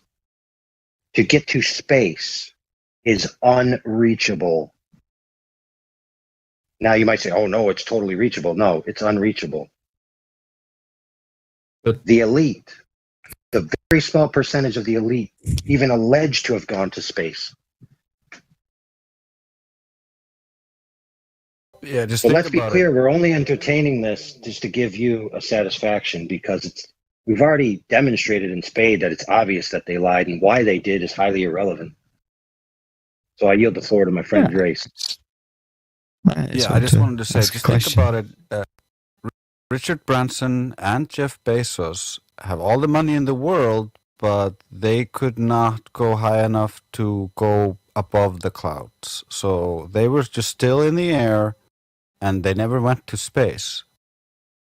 So even with all of their money and power and influence, you can't go there. Well, where is this other land? Because everyone sailed to every part of the ocean. So if you say there's, like past Antarctica, you've also said that it's really hard to reach there. So what? How could an ordinary person ever expect to cross Antarctica? Oh, there's more than that. When you think about the globe and you try to unpack it, there could be more lands on and within the area heated up by the sun that is still hidden due to the way they map the globe. So we don't know the full extent of our world, and we're limited how far we can actually explore south due to the Antarctic Treaty. So we can't sail all those seas, and even just sailing willy-nilly, the coast guards of the specific countries will contact you and escort you back if you're sailing somewhere you're not allowed to sail. What? You can sail wherever you want, as long as it isn't in the nation's waters. What are you talking Right? about, dude? You can't go to the middle. You can can't do go to that. the edge. That's a fact. You can't go to the middle. You can't go to the extreme edges either. You will be brought back. Because of ice. So if your proposition is true, my friend, that you can, then that means that there would never exist a story of a sailor freely roaming who was turned around by any military or shot at, correct? No, because that would probably be in the nation's waters, or they were doing something illegal. Right. So there's a guy called Jarl Anderhoy, right? Who tried to go to Antarctica in different manners. Okay, he lost a crewman being shot at by the government. So it's not the case that you can just go where you want, especially in regards to Antarctica. Not only that, but the logistics of doing so is very hard because of the nature of the temperatures and all of that. But again, keep in mind, we're only entertaining this for your satisfaction because we already understand logically why someone would lie is irrelevant. That they lied is the matter of the day. So you're just to be fair, no disrespect to you. You're trying to think these things through to make peace with it. But the problem is that you've already arrived at the bargaining stage. So your brain is already processing this information. Gil, Was it the 7-stage track? Yeah, but yes, for example, my grandfather's is dead. Why would he die? Why would God do such a thing? It's like, he's dead. It's just a simple fact. He's dead. So now you have to go through that process of trying to understand why and come to peace with the reason that you may never know. Once you accept that you may never know, then you can have peace with the fact that the lie is just a lie. I don't think it's possible to patrol that big of an area, though. Definitely. Can I just say this though, real quick? Like, have you been living under a rock for the last like 2-3 years, dude? Well, I don't know where people get this idea that you can just go wherever you want. You can't even fly a drone wherever you want. They have perms and rules and stuff like that, man. I mean, you can't even get in a car and just go wherever you want. You can't walk wherever you want. So why can you get in a boat and go wherever you want? Why can you get in a plane? You can't. I just think it's goofy that people have this idea that you have. But then again, look at the last 3 years. You couldn't even go to the grocery store, dude. That's like, dude, I just don't know where people get this idea that, oh no, you could just do whatever you want. Like, no, you can't. Because it's a big place. Okay, like, and? I don't think it'd be possible, even if everyone was on board with go it. to the grocery store. Everyone knows where that is. Come on, dude. Oh, so you're trying to say that you could do it? You could do it because there's nobody there to monitor you because it's so big they couldn't possibly know what you're doing? Is that It's your like claim? saying I can just do whatever I want on the highway. Who's gonna catch me? Yeah, so they don't have radar That's anymore the or thing. anything like that they don't track ships now? If you were on Antarctica, no. What? It's like saying, like, dude, well, if I'm in the boonies, who's gonna catch me? I'll just do whatever I want. I'll just drive as fast as I want on this highway. No one's gonna get. Who's gonna get me? So guess how they caught Mr. Yarrow? Information that was acquired at land, because you have to plan and do all the logistics at land before you depart. It's like you don't just magically arrive in the middle of an ocean where there's nobody there to catch you. You can get a boat. Like, there's nothing stopping you from getting a boat and then going and sailing. Illegally, as you're saying. And, going there. Like... Dude, you know what, You dude? get me? To be fair, guys make excuses about all the logistics of how their girlfriend isn't cheating on them. Because why would she? There's no way a car can go from here to there with that much gas. Of course, somebody would have noticed she was at the store. And all these excuses upon excuses upon excuses because they don't want to accept that one of their friends gave them the stone cold brass tacks truth of what their girlfriend was up to the other day. But why would she lie? There's no way she. And you may die. You may die without her ever telling you the reason. Reporting back in after sunset here, great looking sky. You can see the tail end of the Big Dipper. Ooh. And is one of you using some kind of machine tool, like a drill motor or anything like that? No? Yeah, I'm doing my own teeth. No, seriously, I'm asking a serious question. No one's using anything? Because I thought for sure that I was approached by, this is going to sound strange, by a mechanical dog.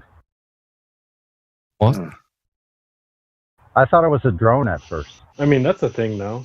So, Could be. But wait a minute. Whenever one of you opens your mic, it sounds like that. So I'm going to leave it to say the most logical thing is to say that it sounds coming from the Discord.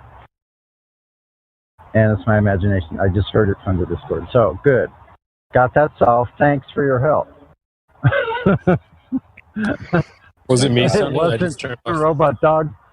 Yeah, I'm glad it wasn't a robot dog. That would have freaked the shit out of me, but that's okay. I fucking fought him off if it was.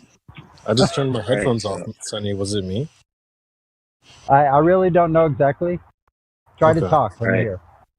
You sound like you're on You some can headphones. solve. You listen. You two guys can solve that in another room. We're going to continue with the conversation. All right, my bad. Right. Exactly. Let's continue with the conversation. Forget about all that.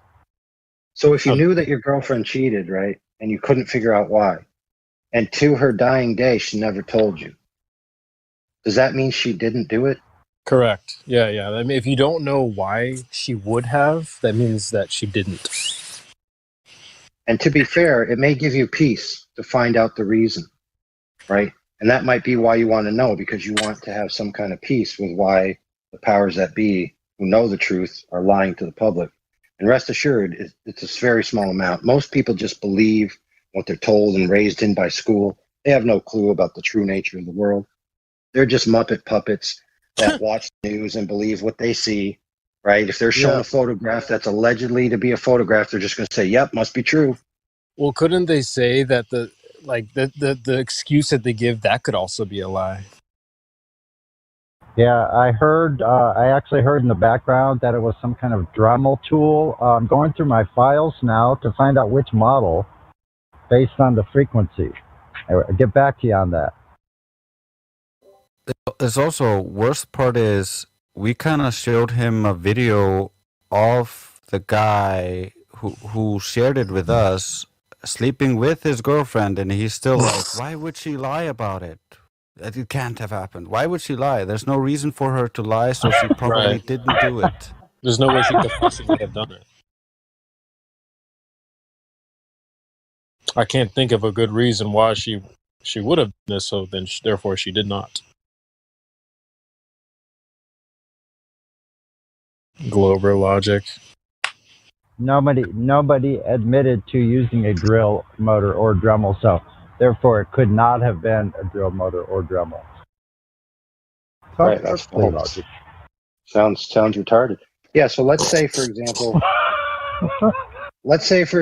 that we know, or that you know. All right, let's say, for example, that you know that not only have you been presented with recent evidence that your girlfriend's lying, but in the past she's lied to you. Like, at one time she said there's weapons of mass destruction in the closet. At another time she said, no, I totally didn't give those black guys syphilis. At another time she says, oh no, that's totally the reason why we went to war with Vietnam. Right? So the powers that be at the elite level have a track record of lying to the public. Right? So they're untrustworthy in a general sense. So they need specific evidence. Wait, hold on a second there, because like Santa Claus, when it brings joy, then it's not a lie. So it's okay to tell a lie as long as it brings joy, like Santa Claus. Oh, I understand now. So if they have a good enough reason to lie, then it's okay. I get it. Yeah, and then it's not even at that point. It's not even a lie at that point. So what you're trying to say is S&M, sadist, and masochistic. Yeah. I get it. Okay. Mm-hmm. Okay. Awesome. That's kind of like Christmas. Yeah. Oh, just like it. Oh, holy mackerel. Yeah. Yes. Like, it's okay to for lie example, as long as it brings joy. Yeah. For example, in this context, if the Earth was flat, that would have huge philosophical implications. A lot of the scientists who came up with these ideas in the past, who philosophically chose to disregard the Earth as having a central position in the cosmos for philosophical reasons, would cry at night. Therefore, we must continue this lie. And then you're like, oh, that's such a good reason. We wouldn't want the scientists to be scared. Wow.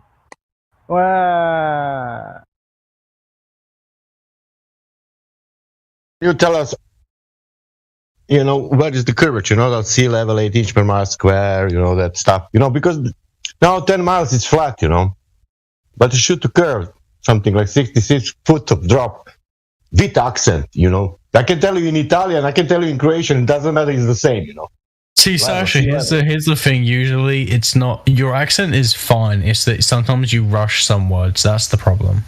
Oh, I rush. Let's talk about the Earth rather than rushing to sea level, Mm-hmm. Russian. I've dated many foreign girls. I understand accents. You are living on UK, you know, like me. That's island. All around, it's sea level. Yeah, I've also lived near the Thames River. I know how fog affects how things look. Yeah, can you live with that? Mm-hmm. You can live with that. Because, you know, people saying that water is curving. The only problem is because water doesn't care what people say. No, you're completely right. Water doesn't curve, but tides and waves do exist. Yeah. Yep. That's not what we're talking about. We're not talking about elevation change. We're talking about curvature. Awesome. Being as water doesn't curve. Water doesn't curve without an applied force. You guys are absolutely correct. The thing about that is, forces are applying to water all the time. Awesome. Are you going to talk about gravity again? I said forces, not just gravity. Yeah, not just gravity. Oh, not just gravity, kinetic forces as well. Awesome. Yeah. So being as water is level upon the surface, observed, measured, practically used to be as such. Where's the curve of the water of the Earth? Where is it? I can give you many explanations. You just won't accept any of them. Here we go, many. We want one. Absolutely. We want one proof that you can prove the horizon in the picture. In the picture. We're using an example. Of the picture. Show us the curve in the picture. Where is the horizon at 1.225 miles? Show it to us. Calm down, Uncle fucking... Okay. Calm down, Uncle. Go back home. Honestly, you've outstayed the family gathering event. Back to what I was saying. No, just you try to address the actual argument here instead of waffling away like a weasel. A weasel? What do you guys have against weasels? They're beautiful. Talk about weasels instead of the lack of curvature. Good idea. Let's just avoid that at all costs. Weasels are great. Anyway, to point out the forces that are applied to water, there's more than just gravity. You guys know this, right? Gravity is one of them. Yeah. Gravity is not a force, is it? Guys, stop fucking spurging out, okay? Do you guys need to go to care homes? You guys need somebody to fucking look after you and give you your meds? Excuse me. Gravity is not a force. We had this conversation earlier. Would you? I know gravity is an apparent force. Gravity is not an actual force. It's a phenomena that produces effects very similar to a force. Yes, we can agree on that. That's the bending and warping of space-time, non-Euclidean geometry. You're going to apply to your curved surface. The bending and warping of space-time produces an apparent phenomenon that is an apparent force. Yes. So where is the curvature of the Earth then? Pardon? Where is the curvature of the Earth then? Where is it observed? Where is it measured? Where is the curvature of the Earth? Everywhere on Earth. Awesome. Can you point to it, please? I can just point to the Earth. Awesome. So underneath me, that's flat. That's curving, is it? It's not flat. No, is it not? Have you got a direct measurement of that? I don't have the direct measurement, but it sure as fuck isn't flat. What can I say? Well, being it is observed, measured, and practically used to be flat, that's not a problem. And I'm also talking to somebody who couldn't point to the horizon in a picture earlier, so most definitely wouldn't be able to point to the curvature of the Earth now, would you? No, I can't point to the curvature of the Earth because it's apparent. It's not a real thing that actually exists in the universe. You're absolutely right. Like the horizon? You don't say. Guys, you understand? Curvature is an aspect of something. It's not an actual physical thing that exists on its own. Yeah. So wait. What does apparent mean again? Apparent is. Something seen. You know what? No, I'm going to go for the Google definition because I know what you guys are fucking like. Yeah. Hold on, sorry. Okay, guys. So, apparent, clearly visible, or understood to be obvious. 5 seconds. The next time somebody comes in and asks a question, like Heretic, please don't jump in and start making comments.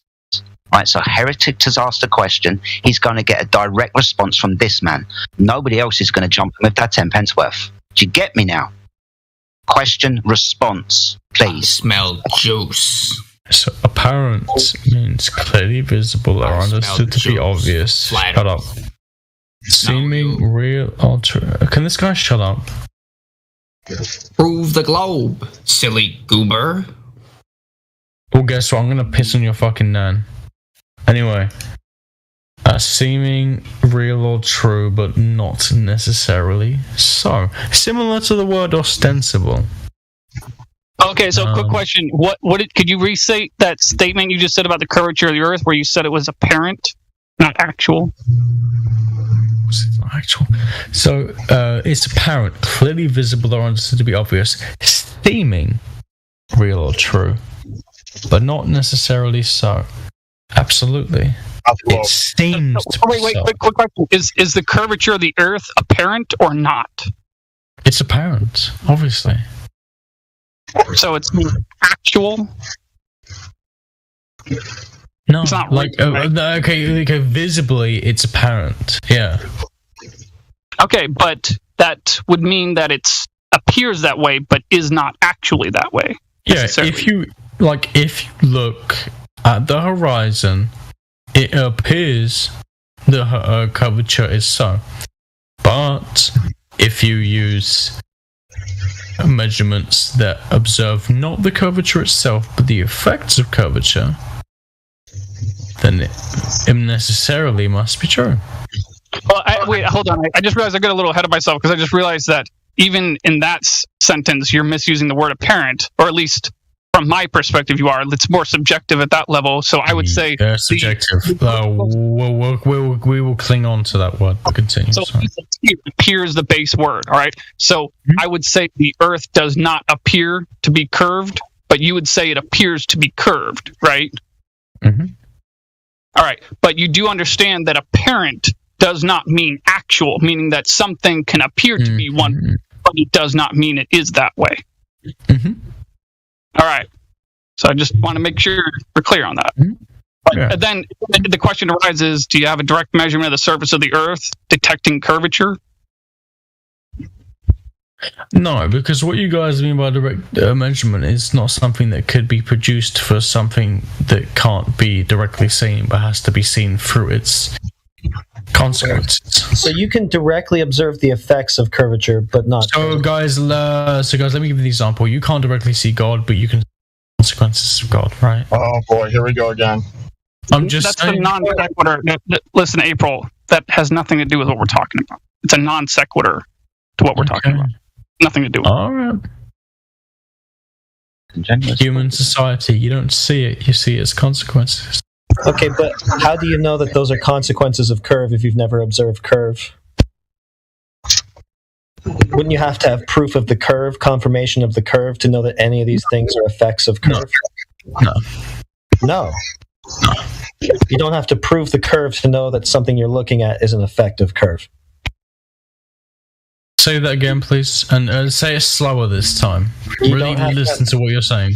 You don't have to have proof of the curve to know whether something you're looking at is an effect of that curve you don't have proof of. Do you realize what you just said? Yes. Can you say it again, this time slower. This time I want you to stress the A's and R's. Twice is enough. No, you're just going to answer now. You're not going to ask him to repeat it slower. You're not going to troll him like that, my motherfucker. You're just going to answer the question. Yeah. How do you know that any of these are effects of curve if you can't directly confirm the curve? You don't know the curve is there, so how do you know you're looking at an effect of it? Do you guys know proof by contradiction? By any chance? Proof by contradiction. Can't answer? You can't answer. You can't answer? No, I'm asking you guys. He asked you the kind of question where you're not supposed to answer with another question. I can't answer. I'm just asking you a question. You can't answer. Okay. Yeah, so you don't know that you're actually looking at the effect of any curve. You just imagine that to be, the case. Because you don't know there's any curve there to know that there's any curve having any effect on anything. You just a follow-up question: is it possible that you're only assuming that to be the case because you were raised to believe that? Is that possible? No, I'm an extremely open-minded person. Most of the beliefs I was raised with, I don't currently have. I often have beliefs in opposition to the things I was raised to believe, actually. So I'm very much a person who can change their mind. Well, that's good, but that doesn't answer my question, technically. Well, no, it's not good, because most of the things that I believe in are not things you would agree with, so you would say, oh, it's disgusting, you change your mind, but, anyway. I get that, but the question, you still didn't answer the question, technically. The question is it possible that you're only assuming this or that effect or whatever to be an effect of curvature because you were raised to believe that? Is it possible that you only believe that because you were raised to believe that? No. It's not possible? No. You're going to say that? Really? Mm-hmm. Well, that doesn't sound very intellectually honest to me, but whatever. Oh, it sounds quite intellectually honest. How do you validate curve as the cause of any of these effects? By having a basic understanding of non-Euclidean geometry. Okay, someone else is gonna have to take this. I got a call, 1 sec. So you mean you affirm the consequent then? No, here's the thing. I understand that the universe has geometries that aren't Euclidean, and the universe also has geometries where results are based on things being literally light years away. And I also understand the universe has some effects based on geometries that are based on vector spaces. These are just begging the question fallacies. This has nothing to do with trying to prove the curve. Say that again? These are just begging the question fallacies. You're just begging the question because your whole religion is nestled in your cosmos that you believe in. Therefore, your religion is true and your Earth is curved. Okay, can you explain begging the question fallacy? I know what it is, but I need you to explain it because I don't believe you fully understand it. And I want to explain when your conclusion is in your premises. It is called the begging the question fallacy. He does know it. That's good. So your worldview just got destroyed. So why is your conclusion within your cosmological paradigm? Explain that one for me, please. Why you is were just saying how you know about the non-Euclidean geometry and the cosmos and all this bullshit? Like... This has nothing to do with proving the curve on the Earth. It absolutely is. No, this is you talking about. Oh no, you're begging the question by assuming that the Earth doesn't require proof because your beliefs contain the Earth as a globe. That's not logical. It is. You just misunderstand what logic is. It's called being irrational. It's called the begging the question fallacy. It's not logical. No, it's not. No, it's not. You just fundamentally try to make a coherent argument for your side, or you're just going to waffle here with sophistry all day? I'm not waffling. I'm not a sophist. I'm quite. You are a sophist. That's pretty obvious for all to see. You have used nothing but sophistry since you got here. Try to make a coherent, logical argument, and we will go from there. His worldview is based on belief, and when shown evidence contrary to his belief... for what? Logical argument instead of the sophistry you say you don't. Arguments about what? I'm so, like, you guys have me so disorientated all the time. Yeah, we gave you a modus tollens argument, and you said you couldn't see the horizon. You don't know where the ground and the sky are. You're retarded. Yeah, we know. You call me retarded? That's not very nice. I know it's not very nice, but that's just my opinion of you after having listened to you using nothing but sophistry and not a single ounce of fucking logic. I'm actually mentally disabled. You're being very mean to me. You're a bully. Well, maybe you should go then. No, I shouldn't go. I'm speaking about your disabilities. I'm still very intelligent. I am mentally disabled. I'm not saying anything about that. I clearly specified No, you're a bully. I clearly specify. You bully disabled people. Why anyway, I call you a sophist. The subject is done. You're a bully. Why I called you a retard, because you're a sophist, and only because of that. That has nothing to do with anything else. Well, no, that's but just what I call sophists. Sophists have been some of the smartest people I know. If they've been so smart, they've managed to fool the masses.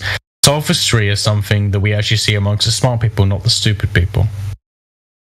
No, you see it mostly from Machiavellian types and narcissists. Exactly, and, the smart people who have the intelligence to manipulate people, not stupid people.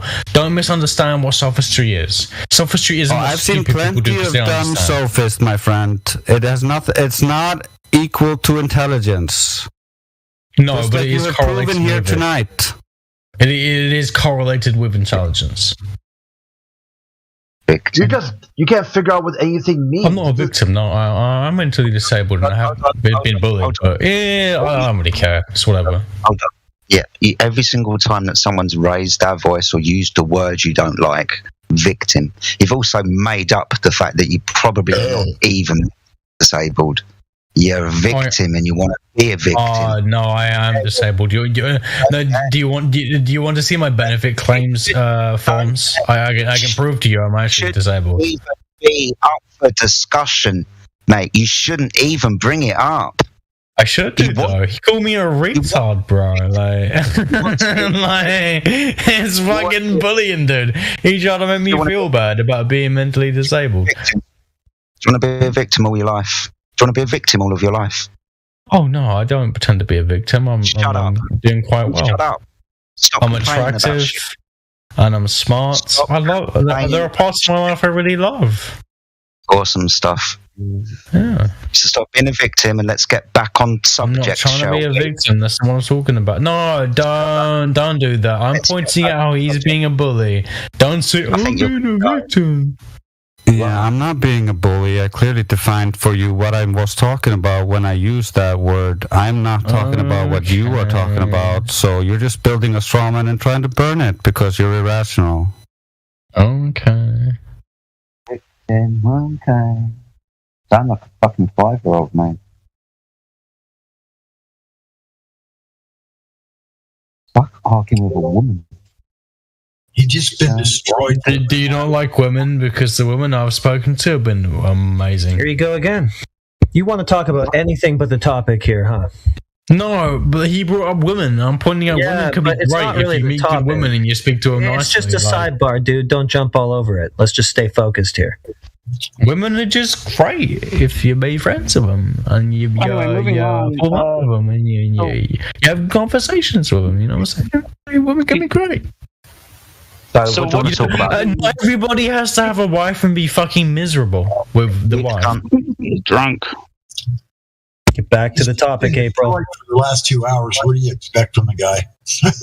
Guys, seriously, you can have a wonderful time with your wife. Just saying. Hey, April. Can you hear me? Yeah, I can hear you.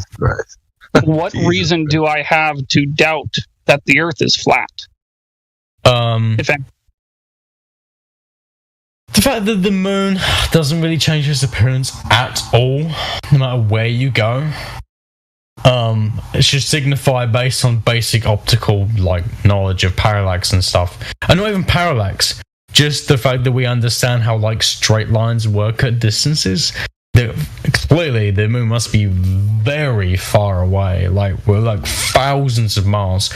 Because when you see things even miles away, they don't. April, did you see ever in your life lake or body of water?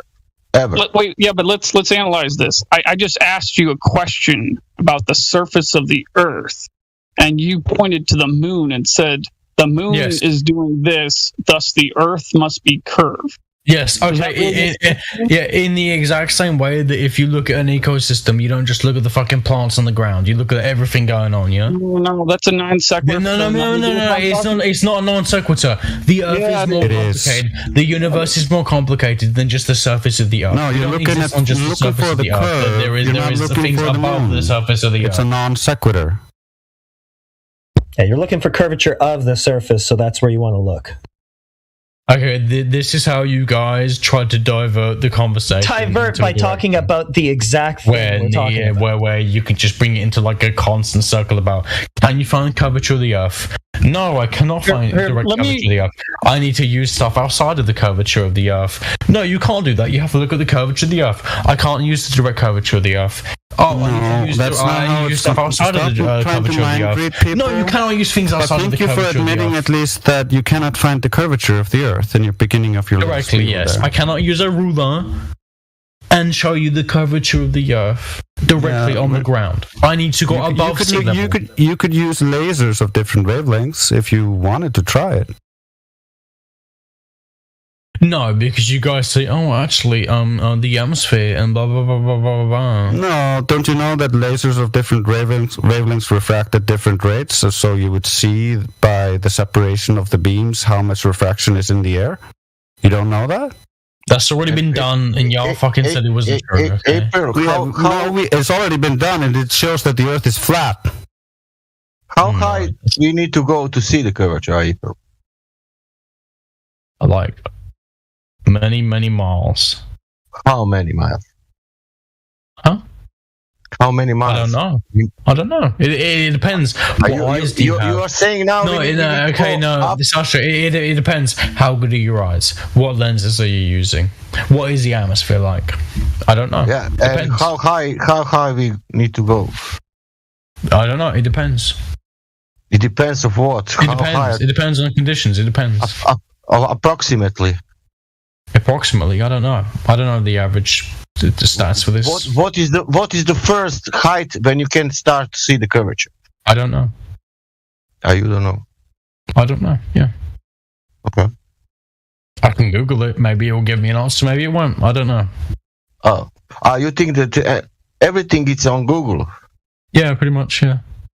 Does Google saying also how it's curving in reality? Yeah, there were plenty of wiki pages on it. Yeah. Okay, there are plenty of non-wiki pages on it. Okay, April. That means that you will Google and believe that what some people saying about that lake, or you will believe that lake. Go to that lake and see yourself. Maybe it's not curving. Do I believe what lake?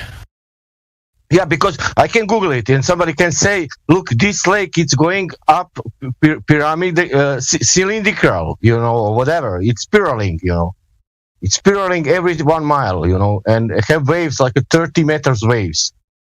And I say, oh, fuck, let's see that. And I go to that lake, and that lake doesn't have like a wave, not even like 20 centimeters.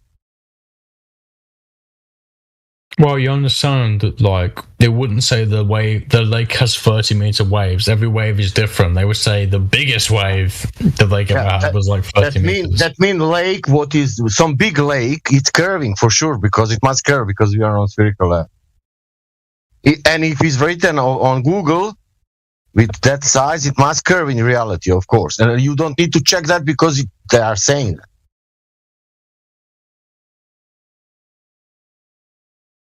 The problem is you need to live with reality now. You have this information, and you can live with that. You can believe that what Google's saying, or you can believe that nature, how it's presenting itself. And that's on you now. It's not, nobody wants that you... Well, you guys don't even believe in nature. You guys don't even believe in evolution. No, I believe in nature. I believe that lake doesn't curve and the ocean doesn't curve. Do you believe in evolution? No, you don't. You don't believe what nature shows you. How people... That's a false equivalence. Man-made theory is not nature.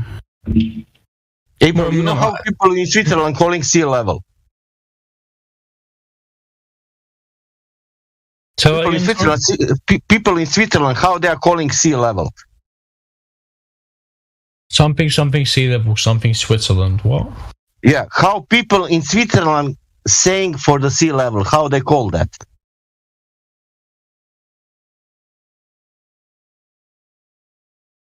Good morning, everybody.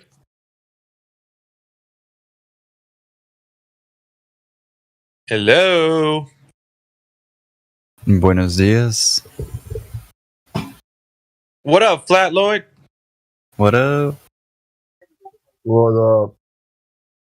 What up, Creed? What's up, Crit? Hey. Good morning. John, what's going on, man? Jedi, you in the house?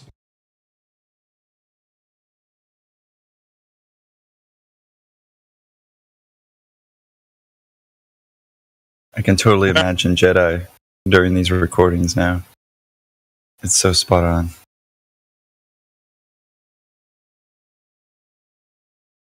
Oh yeah. Yeah, April Tool brings back memories. Oof. I wasn't in that fight, but yeah, he was an awful guy, wasn't he? He played the victim. He tried reverse burden of proof, reversal fallacy. I mean, he was pulling on all the stops. Tried to claim sophistry was intelligence. This guy. Yeah, that was crazy.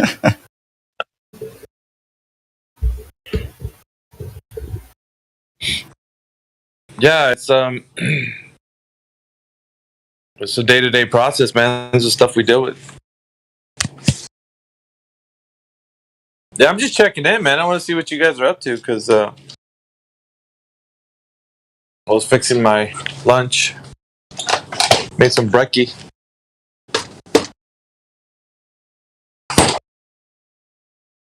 Yeah, I'm just waking up, getting ready for a meeting with a client, and gonna talk some products. Should be fun. But yeah, it's been popping this week. You know, a lot of in the panel, a lot online. It's exciting. I'm excited about Rumble, man. It was such a great success for us to move over there with my account. Oh yeah, dude! The first video I saw was like 1.2 thousand already. Yeah. I was like, man. I was like, damn. What's the deal on YouTube? No, but they're restricting us. That's all I know about them. Oh, big time. I was like, the proof's in the pudding right there. Look. And I don't know, man. Rumble lets you get off and running right away. I think all you need is 5 subscribers, and then you can start live streaming. It used to be 100, no? I guess so. I guess they have to compete with all the the other video platforms. And there's packages too. I think you get unlimited. Like a pro. I don't know what that unlimited's about. Is it unlimited streaming? Because does it cap you? I think so. I think I gotta go to my workstation. I gotta find out. I think it caps me, which is what I was gonna look into today. Because I was like, if it caps me, that's gonna suck, bro. Because then that means that it would be kind of nuts. Yeah. What's up, like a whole new concept. You don't even have to cut it off every 12 hours or anything. It would just keep going, I guess. Yeah, I'm at my workstation here. Let me log in.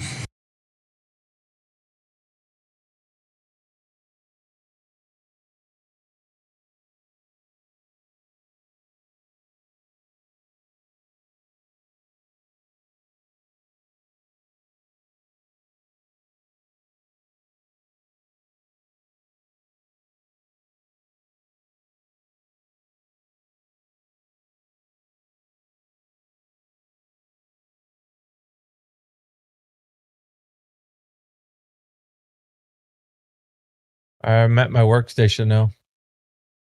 Man, the mic is night and day.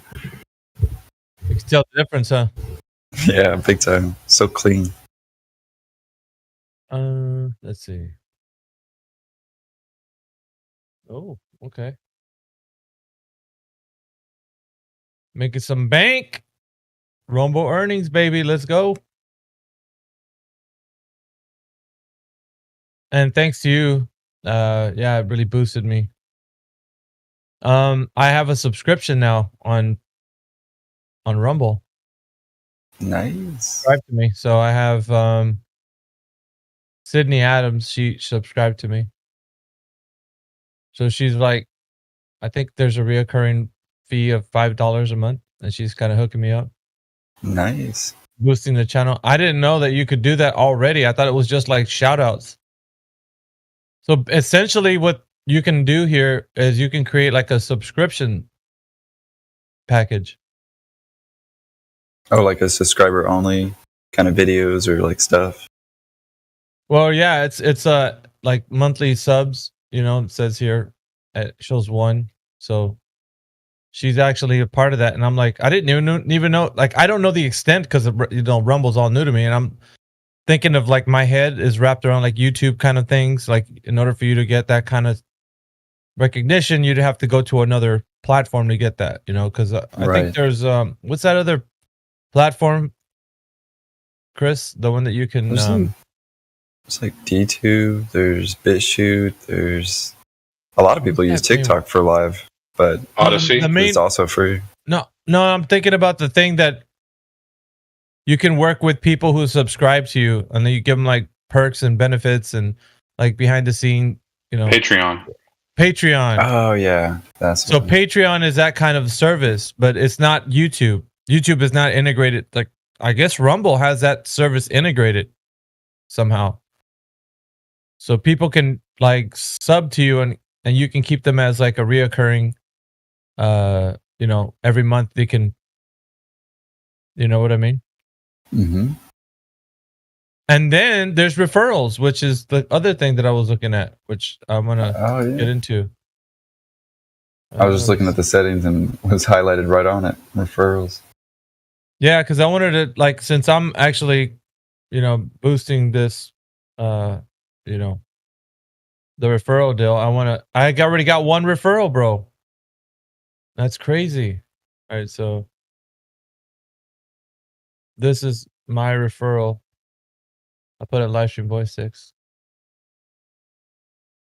So anybody that does sign up to Rumble, just use that. I don't know. I'm thinking that's, that'll get you right to Rumble there when you register. Yeah, it just brought me to my account, but I guess it's because I'm already signed in. You already signed up? Yeah. Dude, this is crazy. No, that's great, man. Because it's just, at least in the back of my head, I've always been like, man, I wish Mayhem could do this, 24/7. Oh, me too. Trust me. If because I'm between jobs right now, I'm actually I have a couple of irons in the fire. So I got applications out because we're planning on, because we want to move near the grandchildren because they're about an hour away from us. So me and the wife have been discussing plans to move. So I've been like right now just looking for, because the big city is like where we want to be at because there's more things to do and it's more diverse, for us. So diversity and just hanging with the children and all that kind of stuff. So yeah, it's been kind of cool. And so in the middle of all that, I'm looking at like the options, right? But I'll be honest, man, if I could work from home and do something like this, I wouldn't leave. I'll just be giving this my full attention, which I could imagine what I could do if this was it, I'd be doing live podcasts. Yeah, that's what I'm thinking. Yeah, bro. Like, I would just be, I'd dress this thing up. So, I take you guys with me flat smacking in the big city and, just whatever. Oh, that'd be great. I push out good content. Like, because with my, with the way I am, like, I have no problems talking to people on the street. Like, that's who I am, bro. Like, my wife gets mad at me too. She's like, stop. She's the entire opposite of what I am. You know what I'm saying? Yeah, me and my wife are kind of the same way. I always make conversation with the cashier. And she's like, leave him alone. Yeah, that's what my wife tells me too. They don't have to know your whole life history, she tells me. I was like, I'm just telling them I'm a happy person. Come on. Like, just asking them if they're okay. They're cool. Nah, bro, I have a lot of fun with it. Let me start. You know what? Let me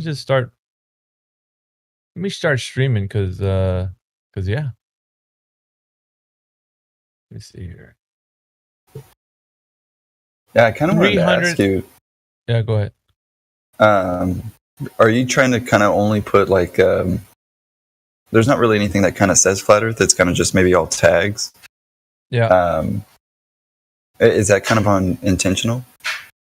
Well, yes and no. I guess I was playing both. I'm trying to.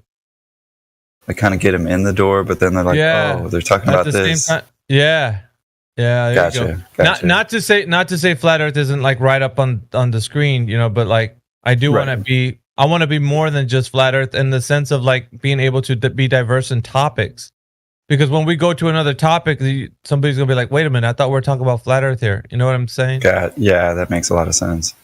So if they know it's a wig snatcher club, it's like wig snatcher. What is that? And then they would ask, and then I would tell them it's diverse topics. Because originally that's what I wanted to do, but I don't mind having tags like the way I have now to get into the flat Earth topic. Like the tags are great for me, but I think when I expand, I'm gonna add tags. Like I don't know, health information or whatever. Just like I can't do that on YouTube. I can do it on Rumble though. Oh, it was a great conversation last night. I thought, as sporadic as it was. I like that though. That's an organic conversation, even though it's fucked up the way it was. It's still like organic, right? Like it's not fake people. It's real people trying to figure out what's going on. And in the middle of all that, there's people upset and shit, and that's real people. So it's starting to become a pet peeve for me. People who don't understand QE. Because I'm like, come on, he's actually said it every time. He says, I'm just here to call out the bullshit. It's like, he's not mad. Stop calling him mad. I take the same approach. So I get passionate. My passion gets mistaken for like, you're just an angry person screaming on the mic. So it's like people don't realize what we're having to deal with. And it's like, can you ease up a little bit? It's just like, it's just too much. It's like, no, I don't think so. But also, this is who I am, right? So it's tough shit if you don't like it. Yeah. And so that's why I'm creating myself on Rumble, because when I get out there, I'm going to be out there. Like there's no holds bars. There'll be a lot of upset stomachs once I'm out there. Be like, oh, I can't deal with this. He's too much. I'm fucking mayhem, dude. That's just what it is. You know what I mean? Like, and within that paradigm, people can't take it because you heard April Tool. Imagine that kind of guy getting away with what he did for as long as he did in the conversation. Why? Because everybody was trying to talk to him in a way that, was a civil discussion. It was like, we're trying to get somewhere with him. And like, I think Run Boston JT was talking about it yesterday. He's like, well, I'm a nice guy. I like to have a conversation this way. Well, that's great for the Mickey Mouse crowd, right? You can have all those kind of civil discussions and, sofa conversations, or like in his case, his dad, right? He talked about how he has some trouble with his dad, and it's like, okay, well, that might be great for your dad, but here's a different place, and you said it well, right? This is a different arena. Yep. But we got those who are still the people who don't understand the vision, right? You have to see the scope of where we're at. Okay, so you got the people like Run Boston JT who want to have those conversations, and within the arena, there's room for that, right? You can have people like that. But on the outer shell, the people who are the guardians, that's me. You have to come through me to come inside to have those conversations. So once you pass inside, then you've already been pacified. You don't have to, the guy who's already inside who wants to have the civil discussion can do so with Run Boston JT because they've already came through me. And they've already been like vetted, let's say. Because they don't have to be, you know what I'm saying? Like there's the guardian, right? The old guard, the people who have been standing for the truth ever since, the creator has given people the truth. So you have that, and then you have the ones who pass those guys and into the inner sanctum, I guess you want to call it. And inside here, we have our group of people who are very diverse. Some are very soft-spoken. Some don't like to have confrontations. That's fine because you're inside now. You didn't have to go through you know what I mean? But if there is no buffer, let's say if I wasn't here, those fucking sophists would run all over Run Boston JT. They would drag him around by his short hairs, like QE says. And he would just be like, he would be looking like the villain and he would be looking like the village idiot and they would be laughing their asses off. So this is what people don't get, bro. Like, that's what I'm saying, flat. Like, I hate to have to explain it to the people who are on my team. They should already know this. But it seems like they're lost when they hear me or they hear QE or they hear somebody like Jedi because they're like, why must we be so mean? And how many F-bombs? It's like, bro, do you really understand? Like, these guys are coming through the wall. They're filtered, they're vetted. And once they're defang, declawed coming in here, then guess what happens? Then Run Boston JT can have his civil discussions because they're not anymore visceral. That whole visceral side of them has fallen away. You know, so it's because they understand, they pass through the process. This is kind of like what I've been trying to show people within the arena. It's like, if there was no QE, if there was no mayhem, if there was no Jedi, if there was like none of us here, and we only had civil discussions, what do you think would happen for the rest of the people that were inside? They would get torn to shreds, man, with these idiots. Mm-hmm. Like the Koshos and the Xanax. And I mean, in the beginning, we used to have those types of conversations, and it was a mess, bro. It would frustrate people. People would just get all upset, and it was bad. I learned the hard way with Dean. He was the same way, quick to reverse everything. I've known Dean in the past, so I understand his character type and I know what he was all about. And I kind of wanted the panel to experience that. Excuse me, I'm gonna have to sneeze. Gazunta.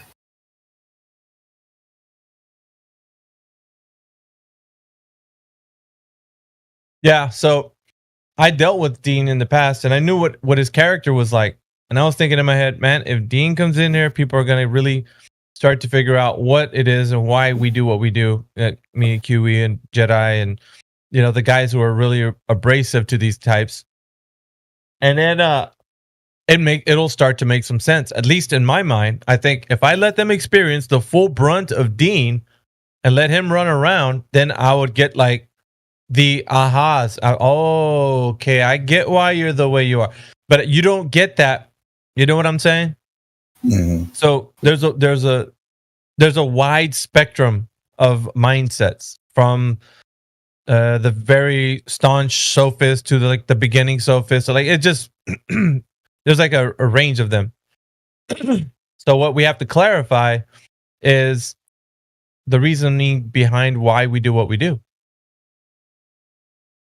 It sucks. Now, don't get me. I wish that we didn't have to, but we sometimes we do. I think the tough love is necessary too for some of these guys too, because people like Dean, they seem like just counter opposition, right? Like they're getting paid to be this kind of guy or something. So you got to call him out. You got to completely stop it in its tracks, because the community here is. Like you were saying, there's this hierarchy of guardianship, and sort of taking care of the flock, if you will, as they're growing, even, or to experience, letting Dean run around, mess with all the sheep real quick, and then see, letting them kind of taste the wrath of that. But a newcomer is like, what's going on, and I get that too, but I don't know. I had a different experience. It's kind of funny. I think I'm actually I've been in here for 2 years today. But that first 6 months, I was like, oh man, this is a way different month than last month, and you start to realize how diverse and universal this place really is, and that there's so many flavors of people, so many flavors that need to be responded to, and it it's never a dull day.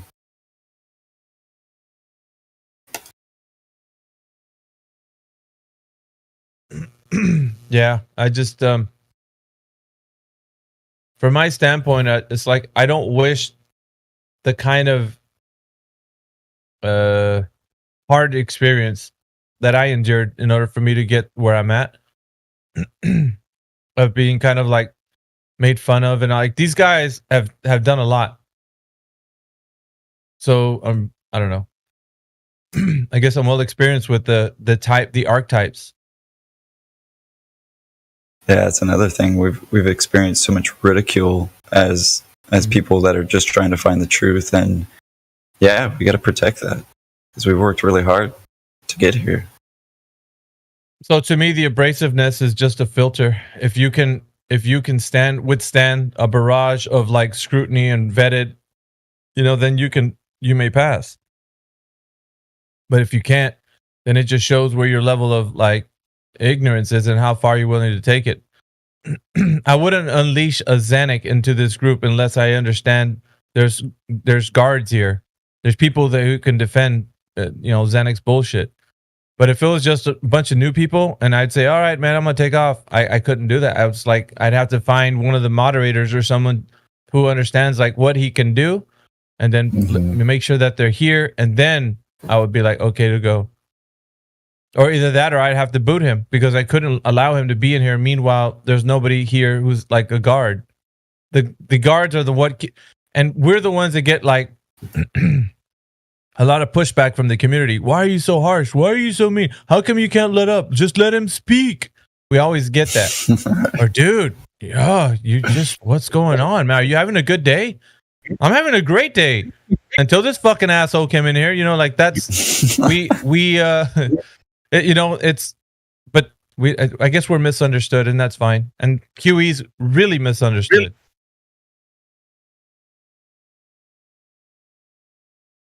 I mean, especially maybe at first glance. But yeah, was that you, Jetta? Yeah, but I didn't say anything, mate. It's just my microphone rattling around. That's all. Just enjoying the conversation. I wanted to say hi to you guys anyway, so it's a good segue in. Morning, Mayhem. Morning, Chris. Hope you're doing well, guys. Morning, everybody else as well. What up? Even though it's 41 minutes past 2 in the afternoon for me, I don't know why I'm calling it morning. I am sorry. But yeah, it's probably morning for you guys. It's afternoon for me. What up, you sexy beats from the east? Yes, I definitely win Flat Earth Beard of the Year competition, don't I? Yeah, for good looks and everything. You're the Chad of the year in this Discord, bro. Yeah, I'm the Chad of the Year, just without a height and the muscles. Yep, I just got the beard for it. I didn't realize I was talking to a model the whole time, man. Yeah, he's a good looking man. Fuck off. Fuck off. I don't believe you. Shut up. Not according to the women folk, man. Come on, man. Anyway, we won't go there, Jedi. We won't go there. Fucking hell, dude. Yeah, no, it's good to see you, bro. It really is. Absolutely. Yeah, it was good to see you. It was good to see all you guys last night as well. I'm Sonny, man. Jesus. Sonny has got the longest grey hair in the world. He is now Flat Earth Gandalf, as far as I'm concerned. Yeah, he's Gandalf, bro. Oh, actually, no, he can't. No, he can't be Gandalf because we used to have a Gandalf in here and he was a convex Earth or whatever it is. Yeah, so no, not Gandalf. Another fucking Flat Earth wizard anyway. Definitely looks like a wizard. Yeah. Love you, Sonny, man. Looks like I'm going to go live here because we're not live at the moment. So let me see here. Get my stream up. Ain't nothing but a thing. Let me see. Use template.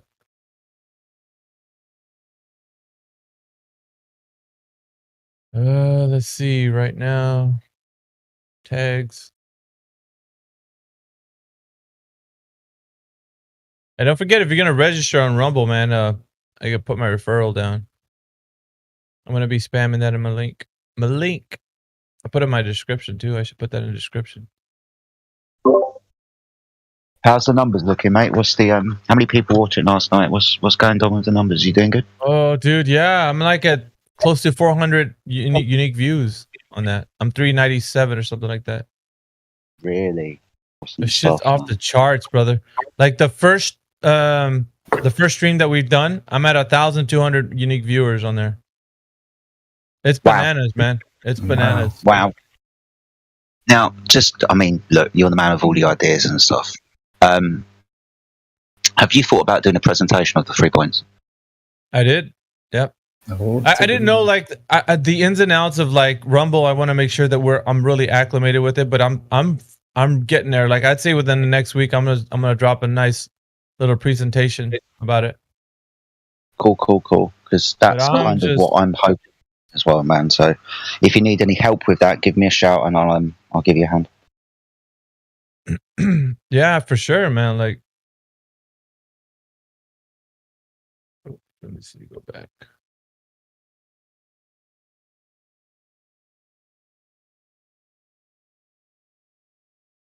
Let's see.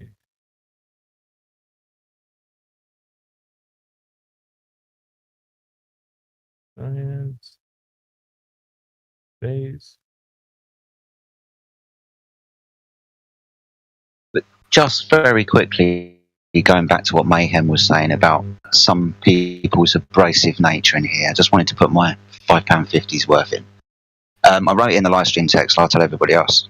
We all want that nice conversation where we have that information received well and people are happy and smiling and come to the understanding that the earth is flat through our conversations. But that is not the world we live in. We're flat earthers, for fuck's sake. The most highly and ridiculed topic on the internet, right? But kind of forever.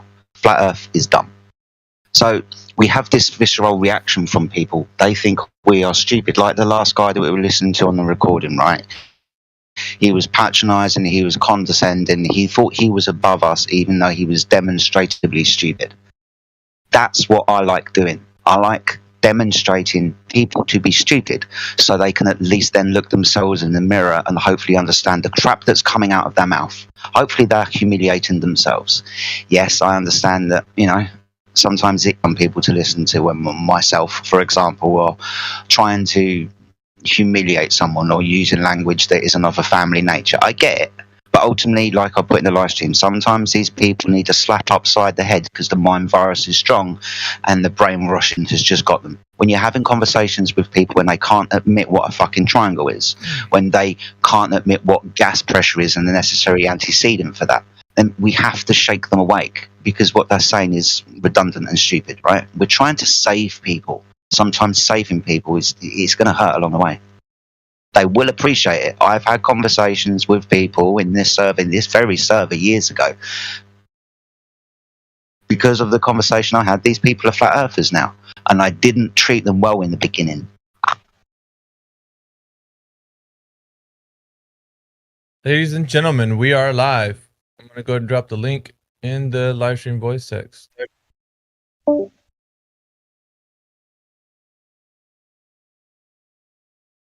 You can be listener and you can listen all the conversation and you can then make a conclusion. Is this guy really swearing because of person of this guy is swearing and saying the bad words because of arguments? That's By all. the way, guys, I'm going to put my referral underneath there because I should have been doing this from the very beginning. I didn't know that they had a referral system. But if you log into Rumble, use my referral. That way we can all benefit from that and just, you know, pay it forward as well. What does the referral do, mate? Basically just if you sign in with that, how many people I can get signed in through my referral, then they'll give me like a percentage, I think, of all those people that sign in. Right, pressing that button now, pressing that button 5 times. All right, mate, I'm there.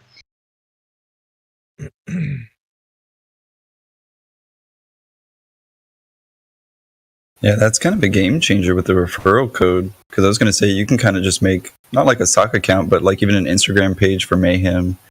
Put the referral code on there. You can kind of boost post if, you know, in time. And now, you know, you have another platform to go, hey, come to Rumble. And bam, referral. Exactly. Because I've been kind of getting into TikTok myself, especially with like some of the products I design. I'll just kind of put them on there and how they're being used. And one of them got 856,000 views. And it's been great for business.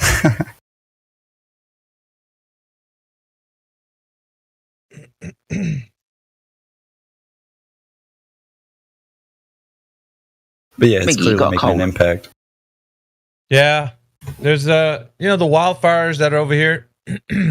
They got like bunch of bad air that's floating around, so it got to my sinuses. And when I get that, it's like ugh.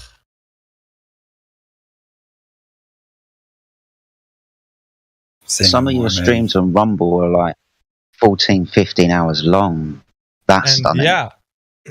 I was even gonna comment on that because I'm like, dude, I've already done 2 streams because I wanted to push the limits, right? 2 streams at 15 hours. Well, one of them at 15 hours, the other one at 14 hours, but they're giving up the goods, man. So it's like, because it's a brand new platform, it's 3 years old. It's like, we need to strike while the iron's hot, man, with this whole thing. And everybody seems to be moving over to Rumble. It's just right now seems to be a good time to start something up on Rumble.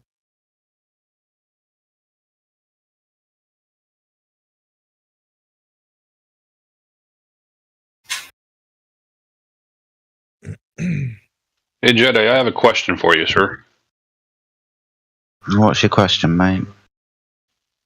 Can you review the supposed straw man that Globies are claiming regarding the modus tollens of the Black Swan?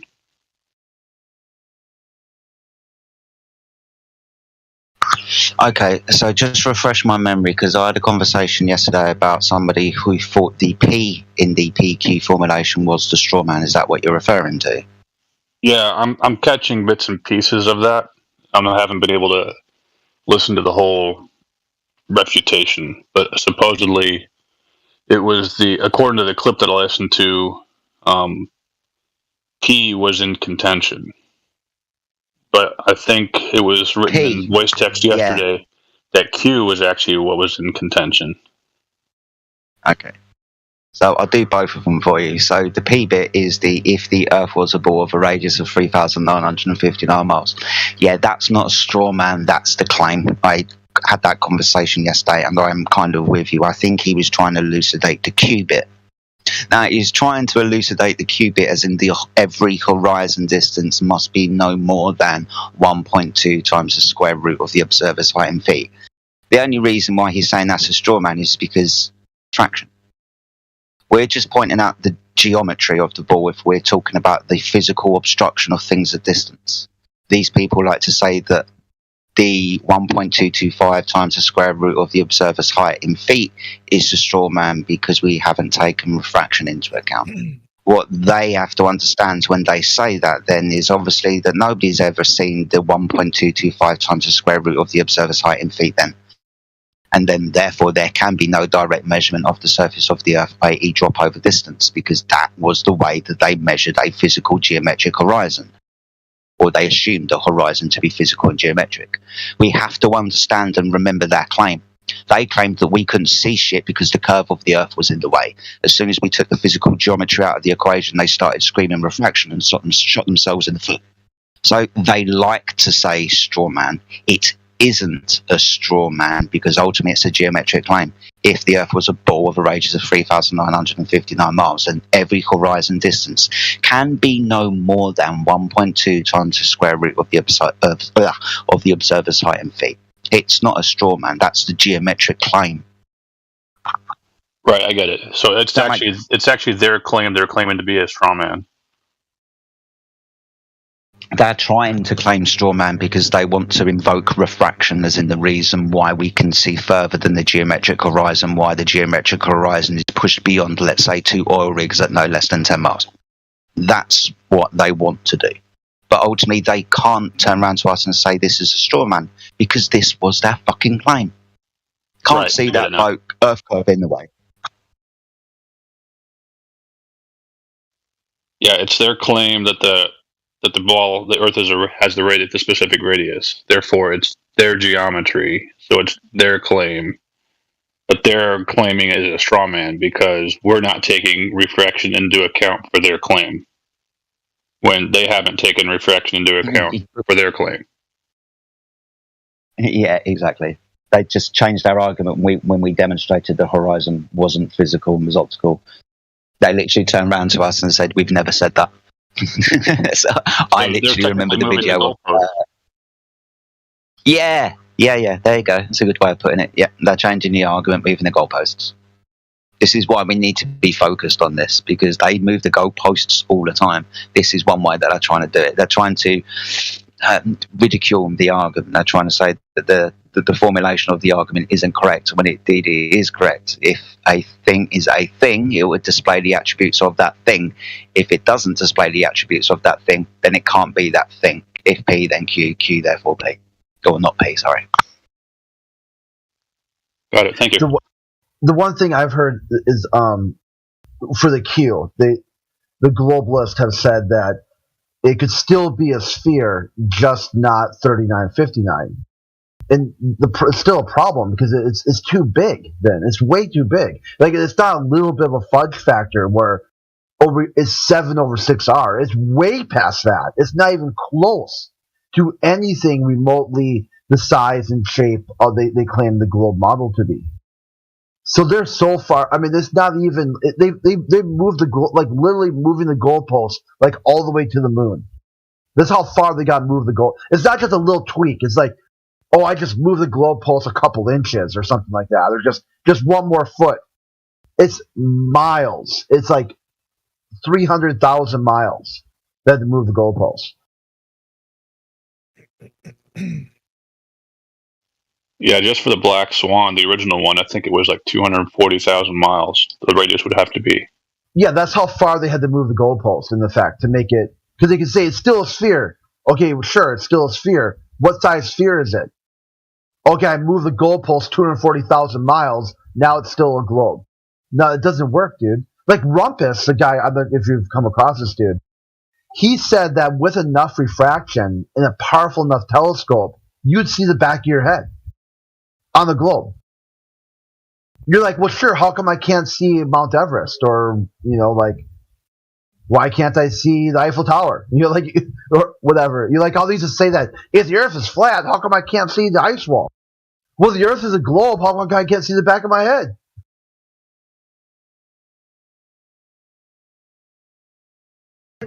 They've moved the goalpost so far to try to stay within Black Swan that now they just got to start throwing shit against the wall and seeing what will stick. Oh, it's a straw man. Oh, it's a red herring. Oh, it's a refraction. Oh, it's the oil rigs. It's everything but the horizon. They want to make it about anything other than that because they're done. It's over. It's now just seeing how it's like an IQ test. How long will it take for them to at least understand it, and then say, okay, they've got no counter argument. I mean, the guy, now the Professor Dave said, well, yeah, you never see the curvature of the Earth at the ground level. You will always see a flat horizon. And then it's like, okay, well, sure, then how do you get something to be not that and that at the same time? So it's flat and it's also not flat at the same time. And that's when he goes into just like, oh, you're an insult to all of science and all of humanity. And he's an atheist, so which one is a bigger insult?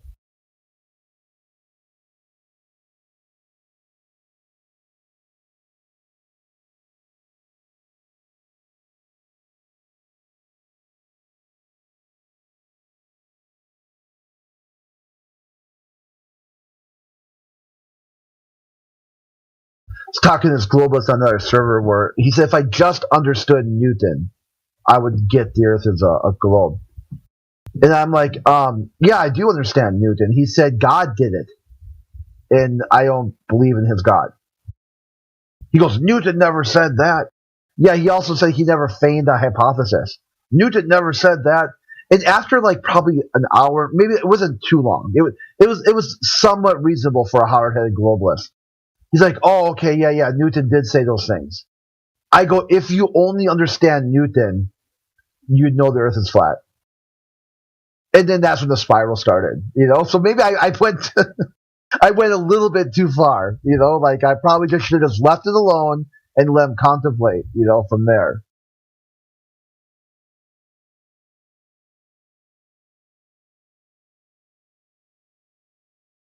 It's like sometimes let them know you snatch your wig, but don't actually snatch it. Let them walk away with a little bit of a. Don't go for the full. Oh crap! What's that called? With the Native Americans would scalping. Scalp. Yeah, scalp. You'll do for like the whole victory dance, and you're running around the circle with their scalp in your hand. That's in their spaces. Here, do that all day long, right? Just like Jedi was saying. They're going to have to learn and let them know, because they came here, So if they came here, they're here because they want to be here. Well, then like gun port's open. But when you're there, it's kind of like implied you're supposed to be a good. They're supposed to be a good host, but you're also supposed to be a good guest too. Like you don't put your feet up on the table, and piss all over the toilet seat. Yeah, don't mind being a good host, but you don't piss on my fucking floor.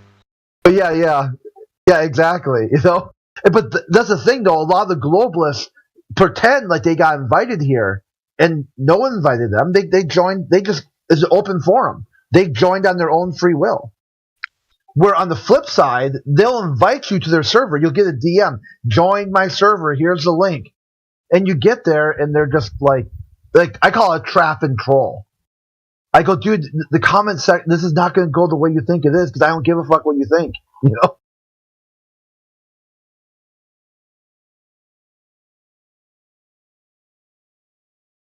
Quad has a good one. I don't know if you guys saw that. If you posted in the locker room yet.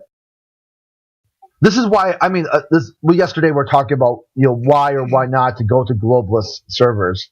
This is why, because every once in a while, they feel comfortable and they feel safe in their servers, because a concept called Maslow's hierarchy of needs. And sometimes you see the real them. And basically this guy just, I'm not going to say the word, I'm sure he posted in locker room for a reason. He basically confessed to something, a crime.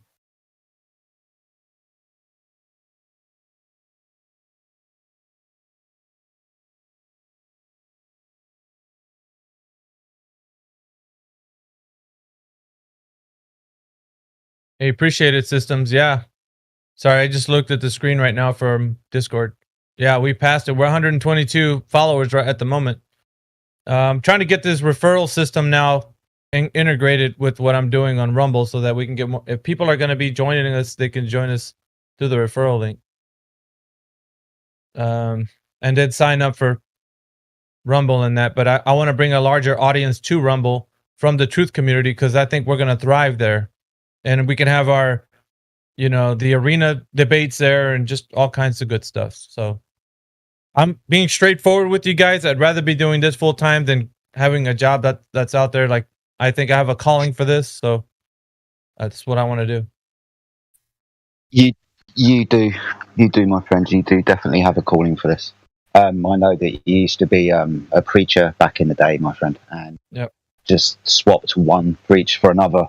Basically, that skill set that you've got is phenomenal and inspirational, mate. So you definitely need to keep it up for sure. I do understand the necessary need to get a job and so on, mate. I've got 3 at the moment. I've had a load of job interviews recently, and I've been offered a few, but they're not quite the ones that I want. But ultimately, I would like to spend more time, with you and everybody else on the server, destroying people's belief in the heliocentric model, because we are most definitely not living on a spinning ball in the vacuum of space. Oh, no doubt. Yeah, there's a lot of work to be done, Jedi. So what it is like, okay, if I make it up there with all the followers and all the revenue, and I'm able to like sustain myself consistently month to month, I would want to pull everybody up in this community, like one by one. We're gonna, whoever's next in line is gonna get pulled up with the views and work their channel, and you know what I mean. So one by one, we're all gonna pull each other up. So. Yeah, you know that you want me, and I know Alex wants me to start up my own YouTube/Rumble channel. That is happening, man. It is going to be happening. So I do need that extra revenue stream, definitely, for sure. Yeah, absolutely. And I think that it can be done because people like to hear your voice and they like to see your sexy face. So, like, I think, why not, man? Like, we do need to get some like ball caps made, Jedi, with "fuck off" on the top of it, and 24/7 flat Earth Discord. Like, just right, absolutely, man, absolutely. Like they have the MAGA hats, for Trump. We'll have one for 24/7 flat Earth Discord. I think that would be kind of cool. We should probably look into that because I can wear the apparel. I already have a shirt for 24/7 flat Earth Discord. I think we should start getting our brand name out there. The brand name for 24/7 Flat Earth Discord, because we're much more than just the Flat Earth Discord. We want to cover a bit more topics and just kind of be a little bit diverse in that. So I was talking to the panel here just a while ago about that. Of course, we're a little bit freer on the older Rumble, aren't we, to speak about anything and everything, where we are quite restricted on the old YouTubes. So I get it. Yeah. But I mean, it's not bad to have a YouTube. I mean, you can still have a YouTube. Hell no. Actually, be as many platforms as possible. Yeah, as many platforms as possible, of course, yeah.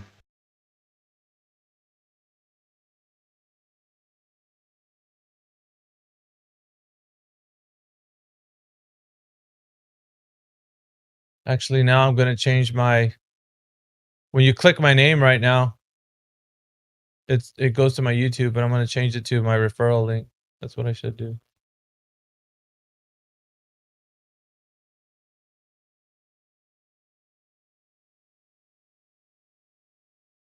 Now that I think about it.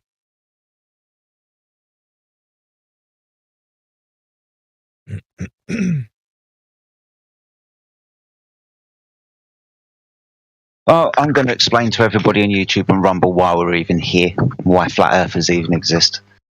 So the reason why we're here and flat earthers exist is because they, whoever they fucking are, I don't know, but we're told that the earth is a ball that spins in the vacuum of space. That's 3 physical claims that they make about our reality. The reason, like I said, why we're here and why flat earthers even exist today is when we're looking for that curvature of the earth, that R value, that measurement of drop over distance.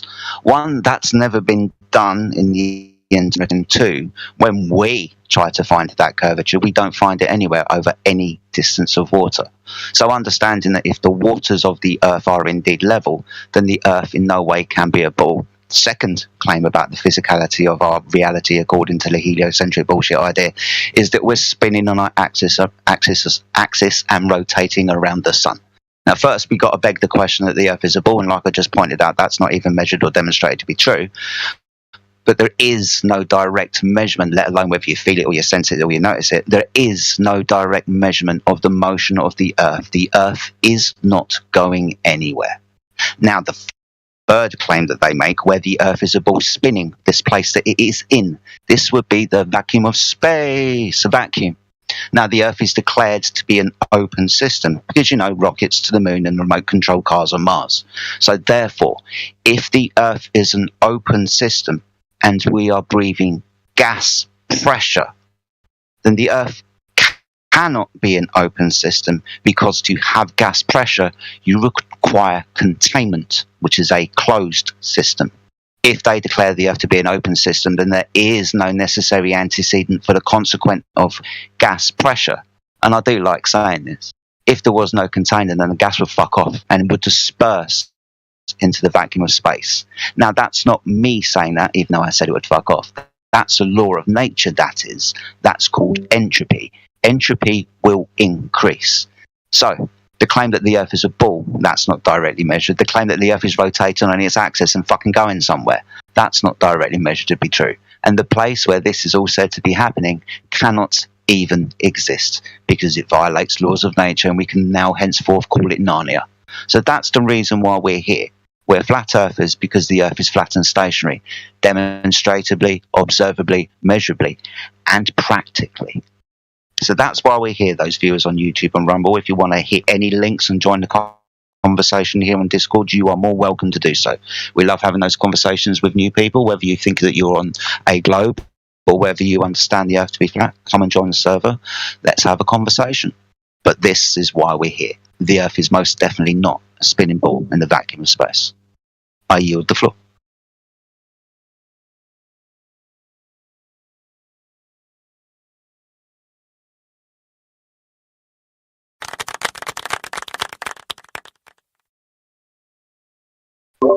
Oh, that was sweet. Thank you very much. Yeah, thank you very much, Jedi. Yeah, no worries, man. It's always nice to bring things down on point, just in case somebody's just, you know, jumped into the channel or just switched on YouTube or Rumble and wants to know what's going on and why flat earthers even exist. And that's why we exist, because the Earth's flat. See, I think I should have changed it by now. Oh, cool. So yeah, now if you click on my name, I have my Rumble referral system code, link, whatever you want to call it. It's there.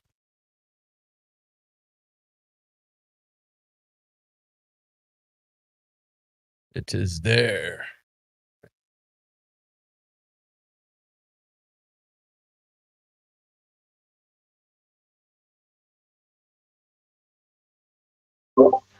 Good stuff, Mayhem, mate. Good stuff.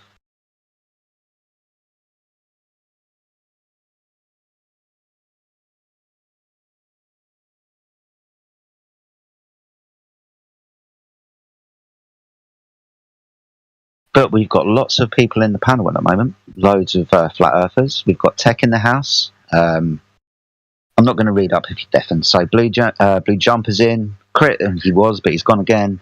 Batman. Flat Lloyd Wright. Chris, good to see you, my friend. Jonas. KFE. PH, hello, my friend. How are you? Obviously, Mayhem 100 is in the house. Quickly followed by Sasha, Systems. The Get In, Ethergress, and Car. I don't know who's it underneath Car. If anybody, I can't see that low, but welcome everybody to the server. It's another beautiful day on this flat stationary plane we call the Earth. Sunny here in the southeast of the UK. And when I mean sunny, there's not even a cloud in the sky, and I can't even see any other straight clouds in the sky. So it's a beautiful day on this flat stationary Earth. Welcome everybody to the server. Lots of familiar faces in here. Like I said, if you want to hit any of the links provided by Nightbot on YouTube or one that Mig is providing on Rumble, then come and join the server, get involved with the conversation. Good morning, Jedi. Good morning. What's up, my friend? How are you? Hanging in there. Same stuff, different day. I'm glad to hear that you guys are doing good, though. We're doing brilliant, my friend. I'll just be chilling. Life is trialing, but I know God's got me, so I'm all right, my friend. Yeah, everything's all right. You can just tell if I'm not feeling my best, if I'm not at my max, if I haven't been here in a while. I can't afford to talk much anymore right now. Mate, it's always a pleasure when you do grace us with your presence, man. So I hope you're having a good day today. Same to you, bro. I think Miggy's getting hungry. It hasn't been a baller around for a while. I think he's starting to salivate. He's chomping at the bit. I get it, man. I'm starving too. Yeah, we need somebody with some meat on their bones. Somebody needs to go to the baller bank and pick one up and fire up the grill, man. Yeah, all these wishy-washy types just ain't cutting it, man. I'm telling you. I think what brought my hopes up is a guy the other day said he's 100% sure the Earth's a globe. Oh my God. I do like that. I like me somebody who thinks they know what's going on. At least they've got that certainty for the courage of their convictions, but evidence and proof? Shit.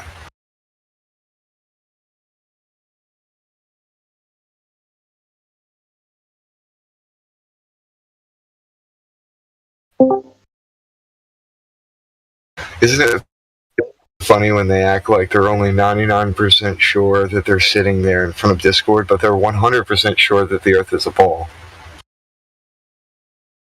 Yeah, that's fucking hilarious to me. Yeah, the Earth is most definitely 100% a ball, but I'm not quite sure if I'm talking to you on Discord right now. Brilliant. Yeah.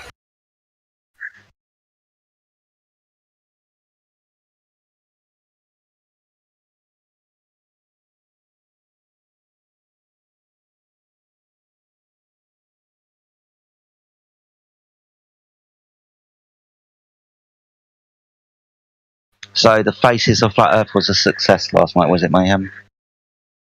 Yeah, we had a great time, man. It got a little wild though. So people started coming against QE, so we had to kind of. Oh, really? Deal with that, yeah. I can only imagine that was a lot of feelings. To be honest, yeah. Just feelings. A lot of feelings, definitely.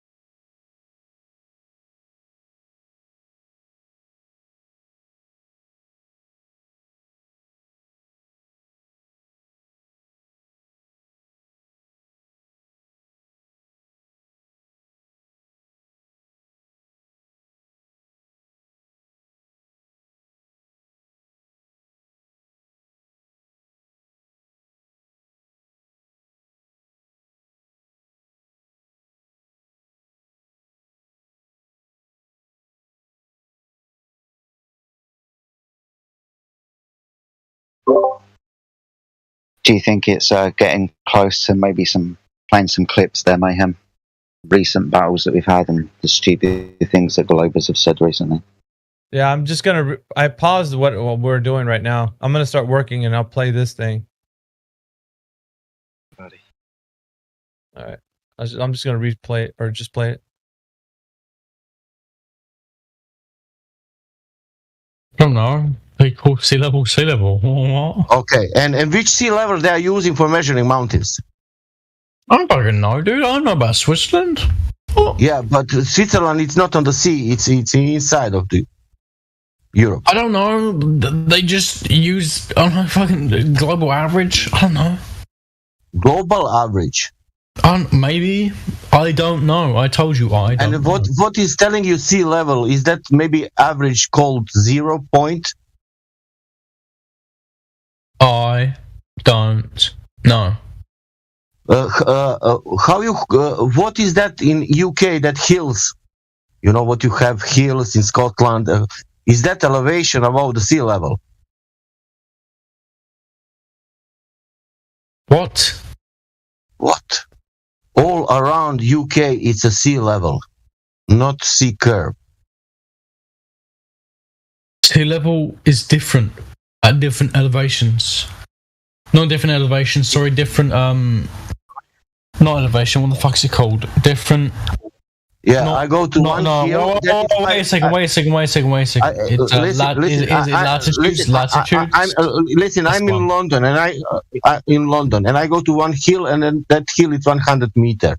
And now I go to Birmingham, you know, and I go to another hill that is 200 meter hill, you know.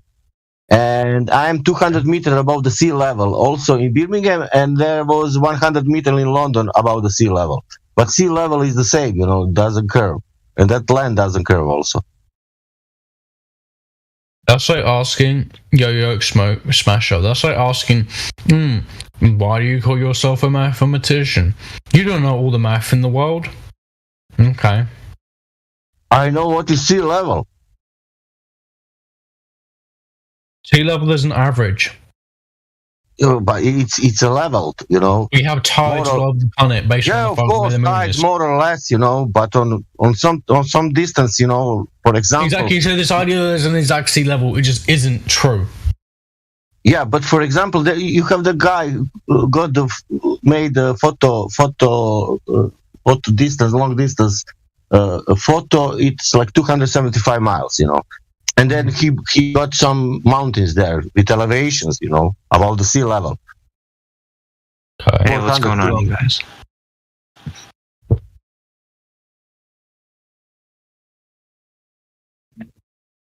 This is going to blow your guys' minds. Did you know what's on my mind? That they actually don't reach the same heights every single day. Wait, are you guys talking about flat Earth or anything right now? Yep, I'm talking about tides. The tides? Yep, tides never reach the same height twice. Never. I don't believe in flat Earth. I didn't know that. So there are actually so many bodies affecting the gravitation that produces tides in the first place. Oh, really? Yeah, you guys know about like how chaotic bodies work. This idea, you have a system and small changes in the beginning affect big changes in the end. Stories. If you want to present I'm just gonna something to support your belief system, then you're welcome to try to do so. It's just true. We are not here to listen to your nonsensical stories and your belief system and your rants. But nothing curves. That's the point. I like ranting. Well, that's not true because booties curve. What are you on about? So, if gravity is affecting the oceans, right, then it must be curving, right? The ocean must be curving if it's being affected. Yes. No. Okay. Okay. Yes, no. It depends on what you mean by curving. If you mean curving in reference to the surface, then no. If you mean curving in gravity doesn't cause curving in reference to the surface. So it's not causing the ocean to conform to a ball. You're not listening to what I'm saying. Did you know it's not? I'm getting some clarification on what you're saying. Hold on, whoever you are. So I'm just getting some clarification on what you're saying. So, for example, if the Earth was a perfect sphere, then gravity Irrelevant. I didn't ask about the shape of the sphere or whether it's perfect. Given the explanation I asked about whether oceans are conforming to it, meaning that they would It's like curve talking around to its children. surface. See, this is why I educate people who are 18. Okay, educate me then. I'm asking for you to do that. Do the oceans conform to the surface of a sphere, imperfect or otherwise? Doesn't matter. That's the question. Okay, go.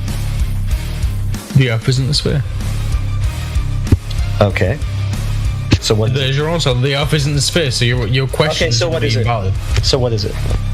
The Earth is approximately an oblate spheroid. It's an oblate spheroid. So approximately. Okay, great. Approximately an oblate spheroid. So are oceans conforming to an approximate oblate spheroid? Yes. Yes, they are. Okay, so there should be observable, measurable curvature over the surface of an ocean then, since it's conforming to an oblate spheroid, which is a curved object, right?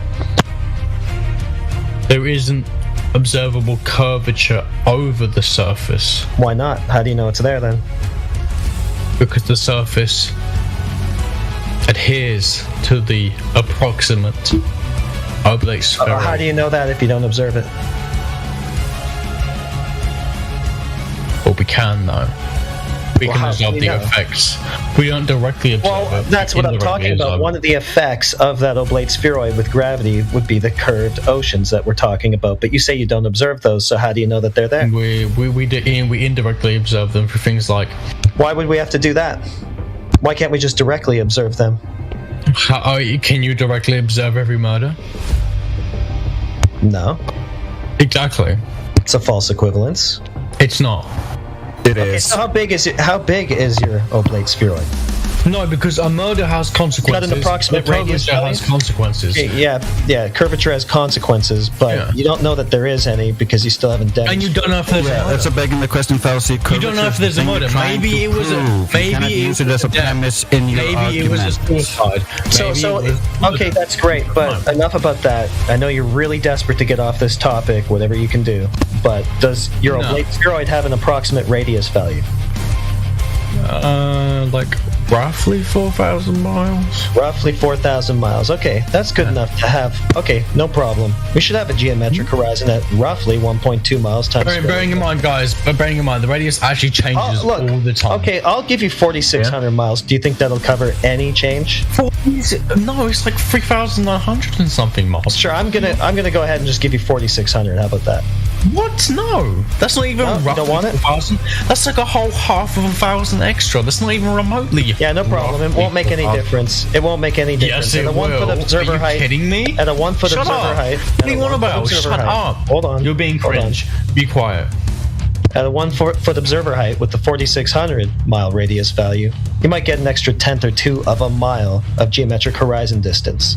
So, big deal, doesn't really matter. Your variable radius and your oblate spheroid doesn't really do anything to affect the rate of curvature we should be seeing over the surface, so it's a red herring, it's a non sequitur, and it doesn't matter. So where is this curvature, and how do you know it's there if we don't observe it? Because it should be observable given the dimensions that you just claimed. Who keeps muting me? I do, because you won't shut up when I'm talking. Show me your balls. I'm done, though. I stopped talking, so you can go now. Do you have balls? That's also off topic. Okay. I won't mention it again then. I'm yeah, I know you have ball envy because you're in desperate search of a ball. You don't have any, so you can only imagine them, obviously. That's why you're here doing this. But anyways, try to stay focused on the topic. I have wonderful. Yeah, see, I shouldn't have even said that because now you're completely distracted. So let's go back to the topic, right? Given the radius that you've claimed, right, there should be a pretty observable amount of curvature. We've just talked about the formulas, right? We're not observing it. Why not? Where is it? How do you know it's there if we don't observe it?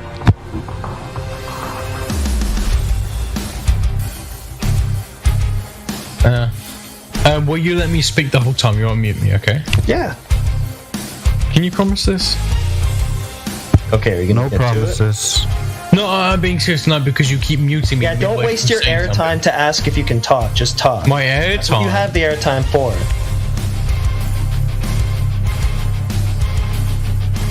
Okay, now you're gonna waste it on not talking. So you're either gonna not talk about the topic or you're not gonna talk. Not a lot of glow proof to be found there. What's the question? Sorry, I forgot. I was too busy. Well, yeah, you gave me the approximate radius value. From that, we get the approximate rate of curvature, the geometric horizon distance we should be seeing, right? So we have all of that now because you've given us the radius, right? We're not observing it. You've said yourself that we can't observe it, even though it should be observable, given the geometry that you've claimed. So the question becomes, how do we observe it? How do we know it's there if you don't observe it? Can you observe the entire border of Spain? Okay, it's another non sequitur. No, seriously, can you observe the whole border of Spain? No, yes, seriously, that it was a non sequitur. Try to answer the question. It's not you guys don't understand what non sequitur means. Yeah, it doesn't follow. It has nothing to do with what I just said. That's not what non sequitur means. Yeah, it is. No, non sequitur means of the logical. It doesn't logically follow. Okay, so start again. We're trying to find this curve. You say it's there, but you also say it can't be observed. That doesn't logically follow either. How do you know it's there if it can't be observed if you haven't observed it? What are you talking about?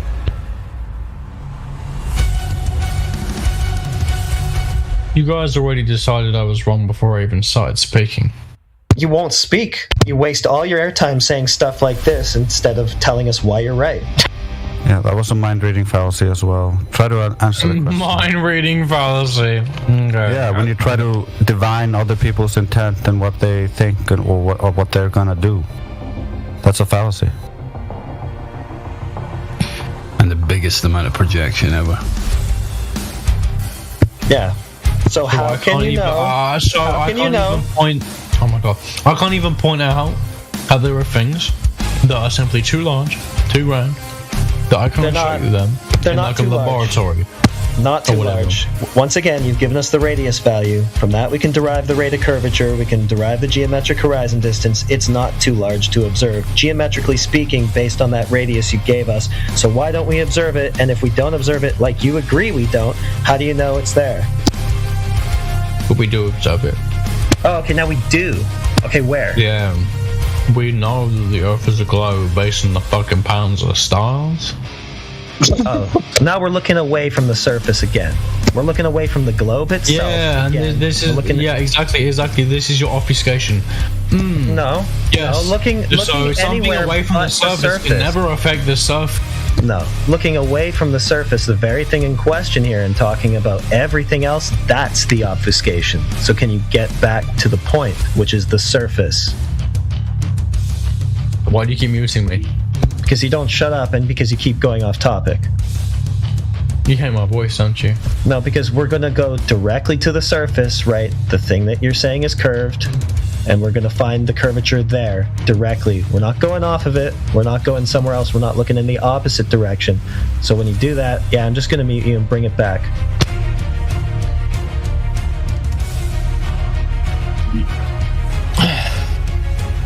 Yeah, we're not going to look in the wrong direction. We are going to look at the thing you are claiming by looking in the wrong direction. So how can we directly observe it, given the dimensions you've claimed we should? It's not that big. It's not too big. Tell me, what does directly observing curvature mean? What? Looking at it. Looking at it. Seeing curvature. Yeah. What if the curvature... What if the curvature can be shown to exist, but is too small for you to see with the naked eye at the surface of the beach? Right, well, like you say, we should see the effects of it, the main one being a geometric horizon. That should be the main effect. I never said you had to see it with the naked eye. Well, we should see a geometric horizon. If not with the naked eye, then for example, bacteria exist. You believe this, yes? Okay, it's another irrelevant thing. Because it's not irrelevant. It's not irrelevant at all. It's not irrelevant at all. You can say it's a non sequitur. You can say it's not irrelevant. It's not irrelevant. That doesn't mean that you're right. Right, but now you're just talking about why. If you want to go into some kind of asking us a question, first establish your point, and then ask us a question. So the point I'm making is don't try to answer a question with a question. Answer the question first, and then you can ask us the question based on your answer. Okay. there are many facts about the real world you cannot see. Okay, so once again, you're just going to tell us why we can't see the thing that you're claiming. So how do you know it's there if you can't see it? It's kind of self-defeating, don't you think? Magnetism. Magnetism? You cannot see magnetic fields. Okay, yeah, but that's irrelevant because we should be able to see the thing. It's not irrelevant because you it is irrelevant. See, it's a false equivalency. You cannot see directly. Okay, gotta meet you again. It is irrelevant because it's a false equivalency. Yeah, it's false equivalence, right? Because we should be able to see it given the dimensions and given the radius value that you just claimed. 1.2 miles at a 1 foot height is not too far to see because as you can see, we have a picture of a horizon that's 10 times further than that, right? The camera can resolve that far, so we can see things that are further than that. It's a false equivalence. Try again. Just because the camera can see it doesn't mean you can notice the curvature. Simple geometry. I'm very good at geometry, and I know that you don't know fully what geometry is. So. Okay. You know what? I literally get paid to teach people geometry. I know geometry. I know that you guys think you know geometry. You clearly don't, bro. I clearly do. Yeah, you're going off topic again. We should be able to resolve this horizon. Given the telescope, the telephoto lens, good camera, we should be able to resolve this 1.2 mile horizon and confirm its existence. No problem. You can resolve it. Does that mean the human eye can distinguish it? No. That's irrelevant. The human eye looks through a camera. The human eye looks at a picture. The human eye looks at a picture that was taken with a zoom lens. That's irrelevant. We don't need to see it with our naked eye. We can use tools to resolve it. You have to be able to resolve it for the human eye to see it. We did, using a camera. Okay. Yeah. Okay.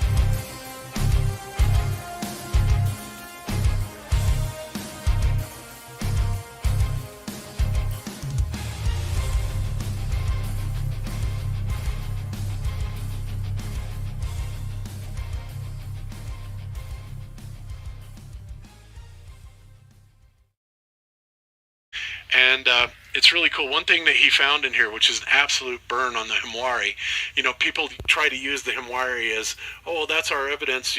We've got these live feeds all the time.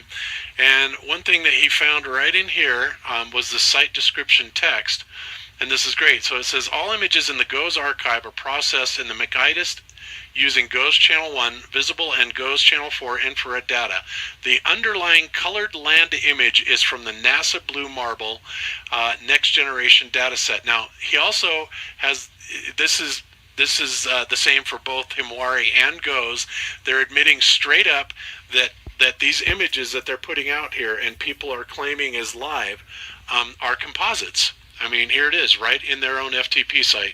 So, again, Jaron, that was a great find that you found on this, and Archer Sage just took it further. He did several videos on this, so if you haven't seen it, guys, yet, check out Archer Sage's channel and check this out. So were you aware of this, Jaron? Had you seen this yet?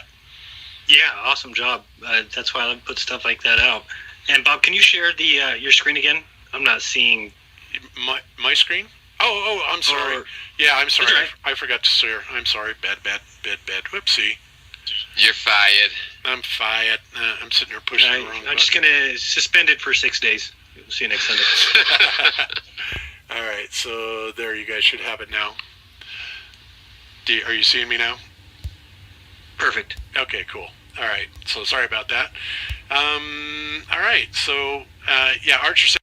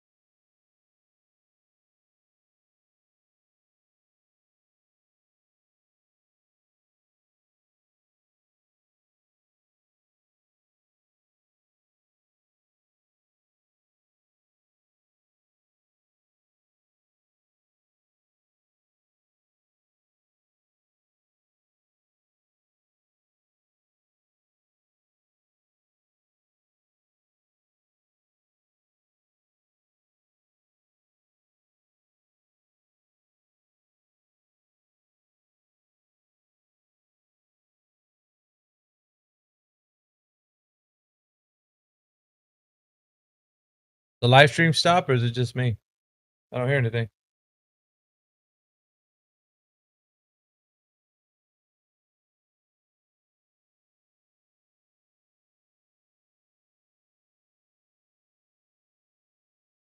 Yeah, I think it's done.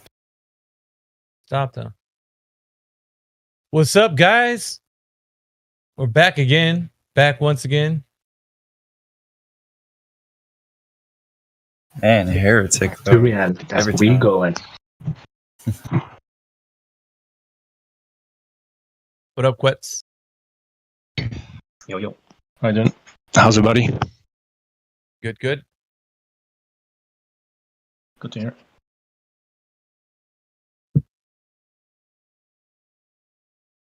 Be right back. Gotta check on something.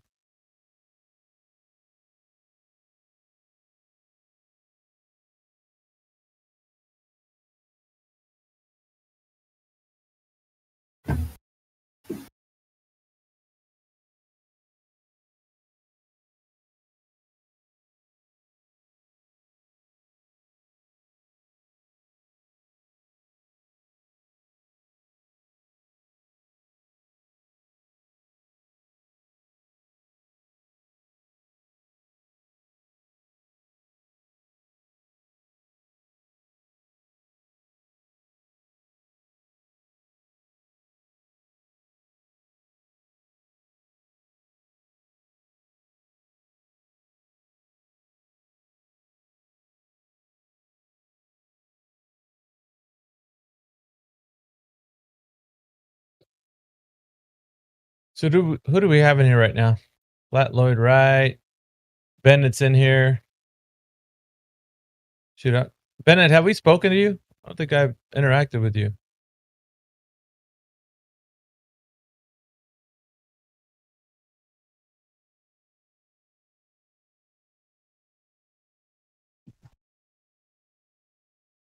Who else is in here? I want to Blue know if Jumper. Bennett, sorry.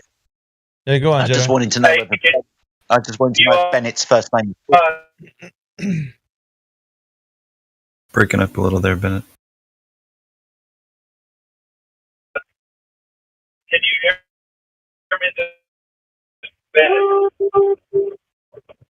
Can you hear me? Just Now I about can, Gordon yeah. Bennett. Hey. Yeah, we've spoken before. I can't remember. I had another name before that, but I'm saying updates and stuff. But been around for about a year. Hablo español, hemos hablado español juntos, and that's part of it.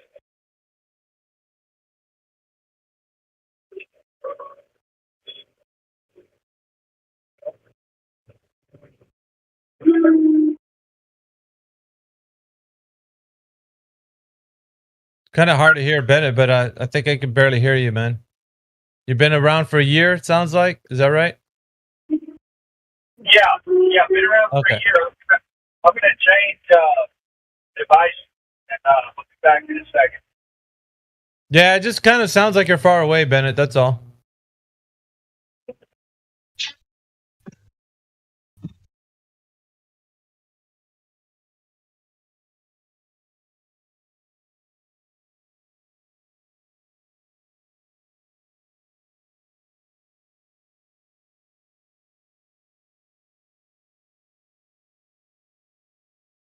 So yeah, we're just hanging out. Glue's in the house. Humble H. What's going on, guys?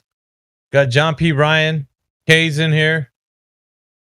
I don't think we've interacted much with you, K. Are you there? Just want to see if you're there. See, Morvis is joining us this morning.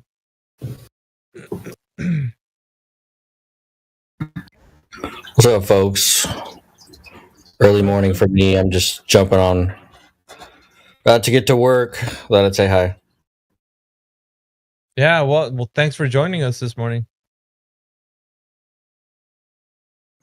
Yeah, I just sit here. Like, I work from home. So, like, my work computer is just right next to this one. So I pop in and out. Yeah, we our interactions throughout the day are kind of just like sporadical. You know, sometimes we're talking with each other, other times we're engaging with the baller. It just depends. Yeah, that's what I'm looking for. I'm looking for someone to bring some proof, like a different argument or from some baller showing up. Or like sometimes there's some interesting conversations going on, right? But for the most part, I just want to hear their logic.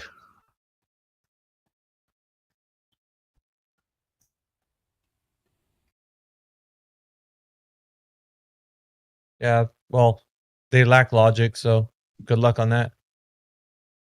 Right, that's a conclusion you come to. You're like, all right, like the last one you guys just played. Like, so where's the curve? He's like, you can't see all of Spain's border. What? Imagine that being the answer instead of answering it directly. How crazy is that? Yeah, it's that meme where that lady's looking at all those equations in front of her face, like, and it's just total disaster happens in their brain, and they say something like that, and then they can't take it back. Like it happens every day on here. It seems like.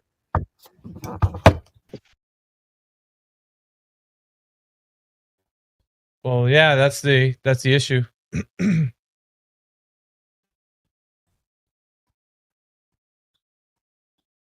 Yeah, and then like you can't see the curve, but then you can. But then you can't. And water is flat. But not really.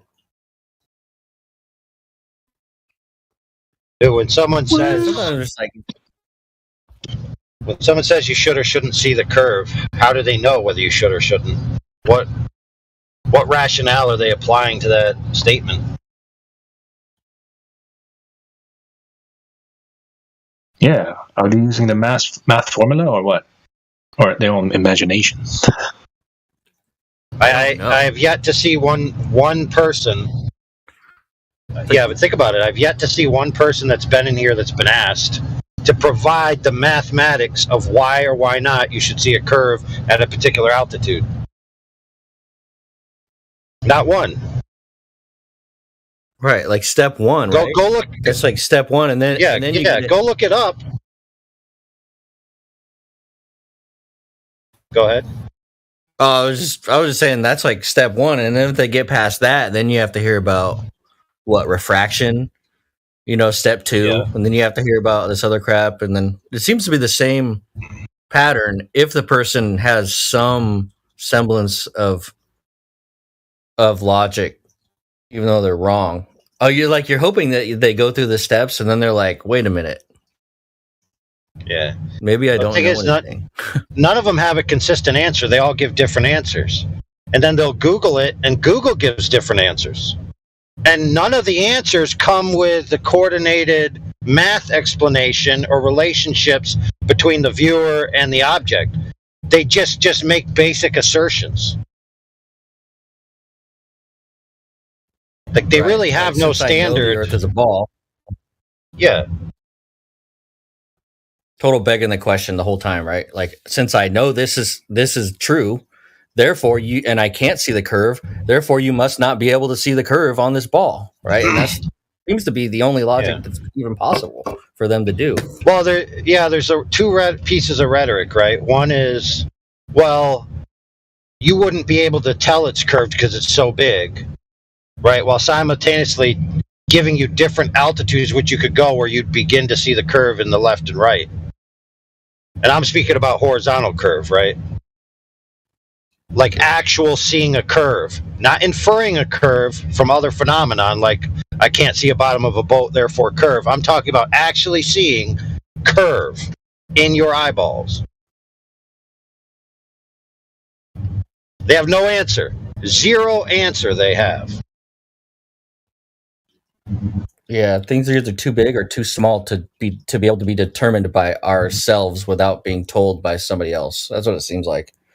Or it's too big, or these are too small, or there's only a minute wobble, or there's only a this in the wobble, or like Yep. Yeah, but there are people. Look, it's not the case that there's zero answer out there. It's just that no one presents it here, and like that, because there are people out there that try to do the math and the principles, and they come up with greater than 700 to 1,200 miles away from the Earth you need to be able to see curvature. And all the things that they represent to you that appear to show curvature are less than that.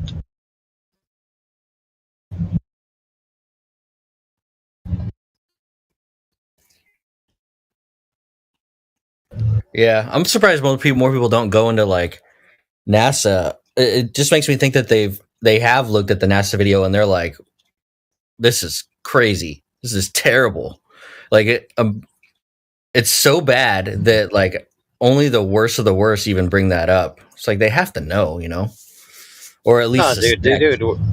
We had a guy in here the other night that showed us a picture from the ISS, right, where essentially a small portion of the Earth was taking up like a sixth of the Earth, right? So you'd have an Earth that was a sixth the size based on the curvature shown in the image. And he was trying to say that looked real, like he's never seen a map of the Earth before, and you know, remembers the scale of the different continents. It's like, dude, that's obviously not the curve of the Earth that they claim the size it is. It's obvious. Yeah, and even like the sometimes the metal on the space station or whatever is bending with the lens, and that's not even a clue. Right. Or one space agency gives you a flat horizon and the other one gives you a curved horizon. Yeah. I think the best part about the moon landing was, or whatever you want to call it, was they locked themselves into that image of the Earth. Like they doubled, tripled, quadrupled down on that image, the blue marble. And now you're kind of stuck with that. You have to ride with that forever. So they can't really change it. This is what it looks like. We know this is what it looks like. And now they kind of like, you can't really go back on that. But they might try to. That's the funny part, is they may even try to do that and then say, we just didn't really have good technology. And now this is what it looks like. We'll see.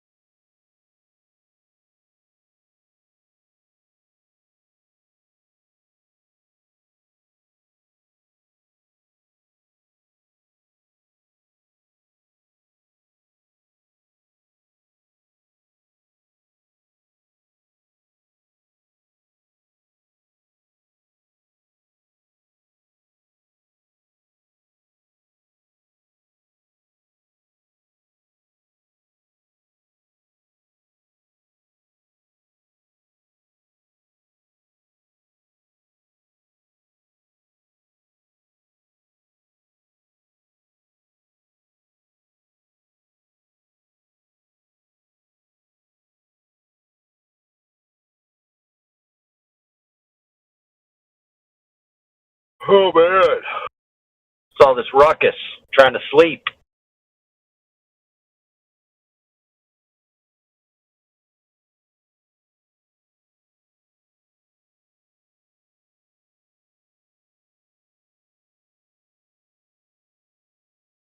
Was in the store. Anybody bring that math while I was gone?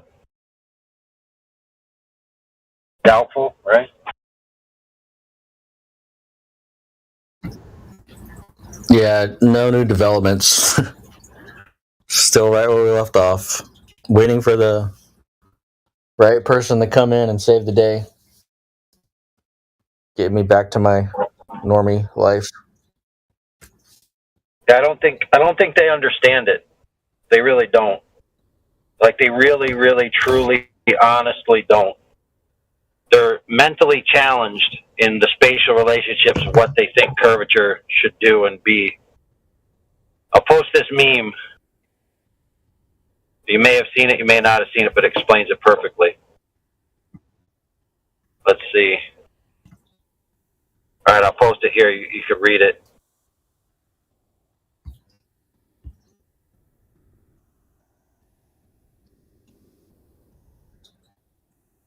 All right, there you go. I'll read it out loud for the eyesight impaired. The horizon cannot curve on a globe. Well, it can't. Look at the horizon. Now turn to the right. Did it drop? Now turn more to the right. Now did it drop? Continue turning to the right. After turning 360 degrees, what happens? It meets up exactly where it started. How could it have curved down? Anybody who thinks the horizon on a globe can curve is nuts. Now, this is a glober speaking, not a flat earther, that understands that if you see what appears to you to be a curve in the edges of your peripheral vision, and you turn 360 degrees around, and the center of the horizon is back where it started, then it didn't physically curve down in your view. Right? It's pretty simple. I mean, think about it. If you're looking out in different directions and the edges are curved and they meet back up when you do a 360 degree turn, you'd have to be living on like an egg carton Earth. You know, where the bump goes up and down, up and down, up and down, up and down, up and down.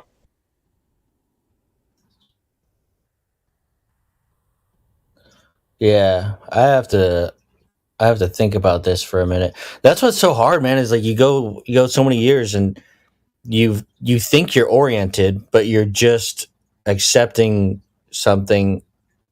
Like it's so obvious to you when you're younger that the earth is round, therefore whatever is must be because the earth is round. And then when you try and reorient yourself to it not being it takes me a minute.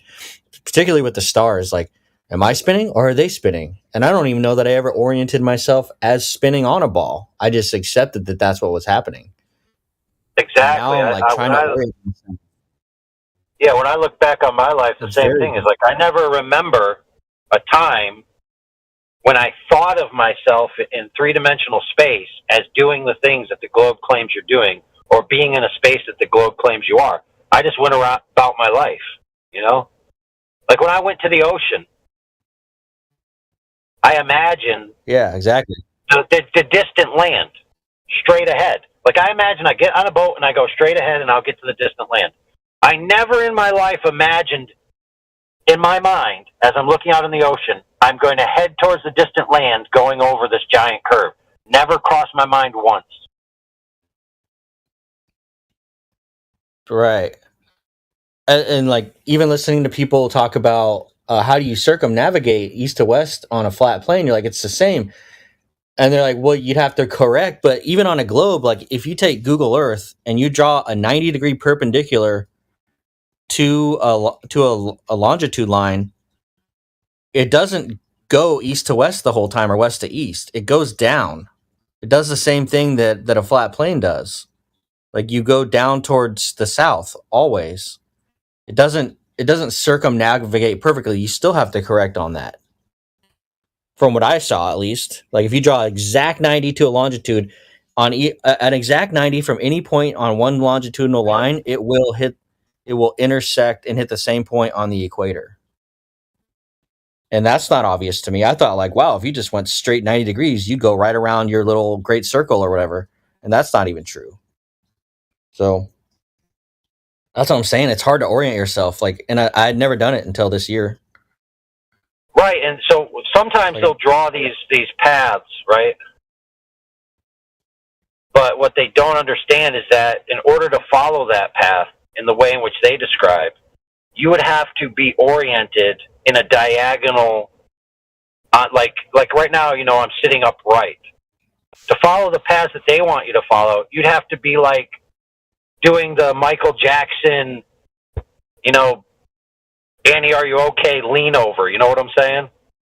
Where he leans over and he looks like he's about to fall, and then he gets back up again. It's like that's how they think you navigate around the Earth.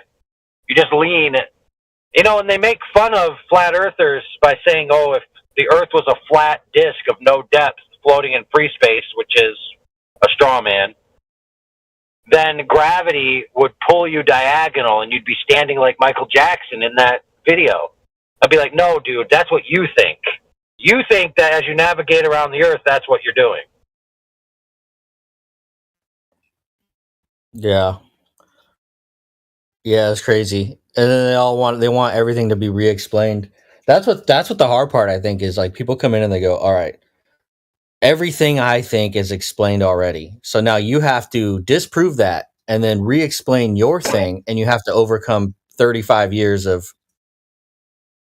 someone else being right this whole time, you know. And that's a tough. You have to have someone who's intellectually honest and believes that that someone does have incentive to pull it off and stuff like that.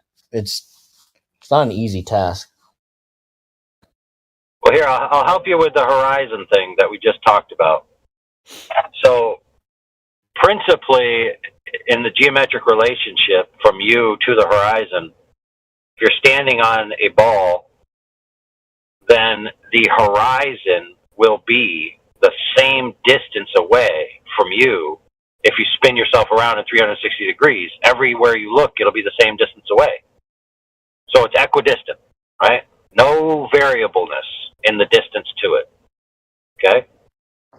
Simultaneously, it will be a particular angle below your level line of sight, right? That angle will be equal 360 degrees around you. So you have two pieces of information which are identical at all times. No variation. Now, if there's no variation in the information, how can you see anything different no matter which direction you're looking? You can't. So, based on those principles, that drop down that you think you see at the extreme left or right of your vision can't possibly be the horizon dropping down, because there is no differential in drop, because it's the same distance and the same angle. No variance. It's really not that hard to comprehend. So you put that principle together with what we talked about earlier, which is, by the way, just a different expression of that same principle, and it's very easy to understand. Just as our friend Caddy used to say, if you think the horizon can curve, you're crazy.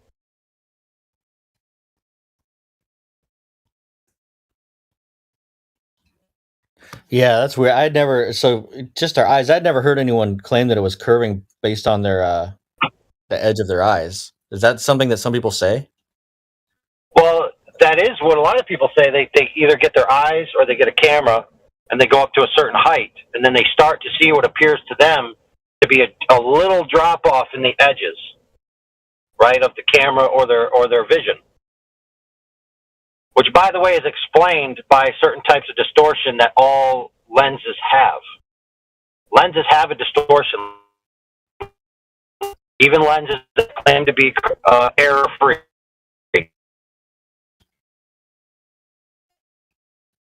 Yeah, like I said, and also like there's too many optical illusions I can see just on the internet that make my eye that like can make things look bigger, longer, can make things look curved, can make things like there's a lot of things your eyes can do that can mess up what you see. So I don't know why you would. Well, like you see a gnome in the side of your eyes, and like you look over and it's gone. Like doesn't mean it was there. That's a weird thing for someone to say. That might be. I haven't heard anyone say that yet, but I can see how they would say something like that. Just like they can see the curve from an airplane.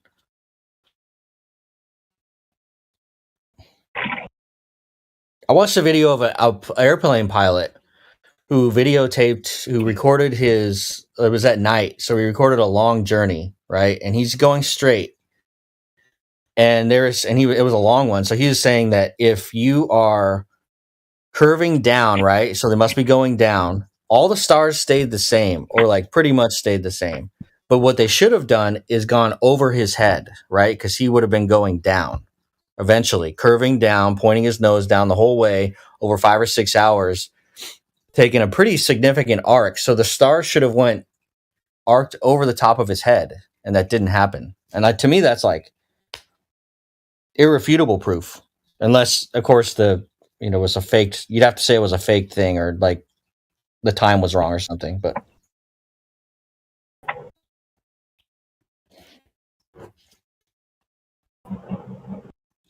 Yeah, there's a lot of simple things that once you realize how simple they are and what the implications are,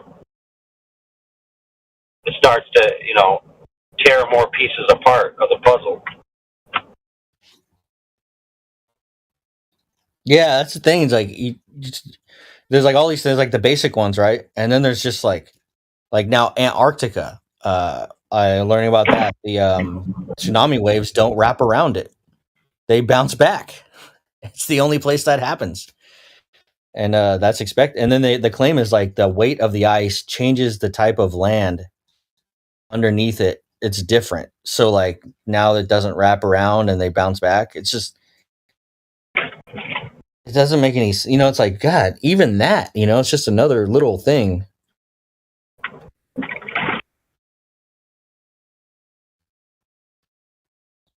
It's time zones. So time zones are another one. It's like not a definitive proof, but time zones in Antarctica's tsunami waves are like two, little icings on the cake. How about this? Look at this one. I mean, wrap around what? It just right, exactly. Yeah, and it presupposes the idea that it's a ice cap on the bottom of a sphere. Exactly. So that's what they're saying is like it's the only place that doesn't happen. It happens on like all other islands or land masses. They go around, and it doesn't happen there. And they have to come up with an explanation, which is now there's ice and it compacts the ground, the crust so much that it changes the. I don't know. It was Witsit debated some PhD geologists, and they went over this, and it was like it was really interesting because it was just another little thing, little icing on the cake. What do you think about this? It makes perfect sense here, but you just have to come up with this weird explanation that doesn't happen anywhere else. Dude, is he trying to claim like the base of Antarctica is like a non-Newtonian force field? Yeah. It like absorbs all the kinetic energy and redistributes it like, a piece of tech armor.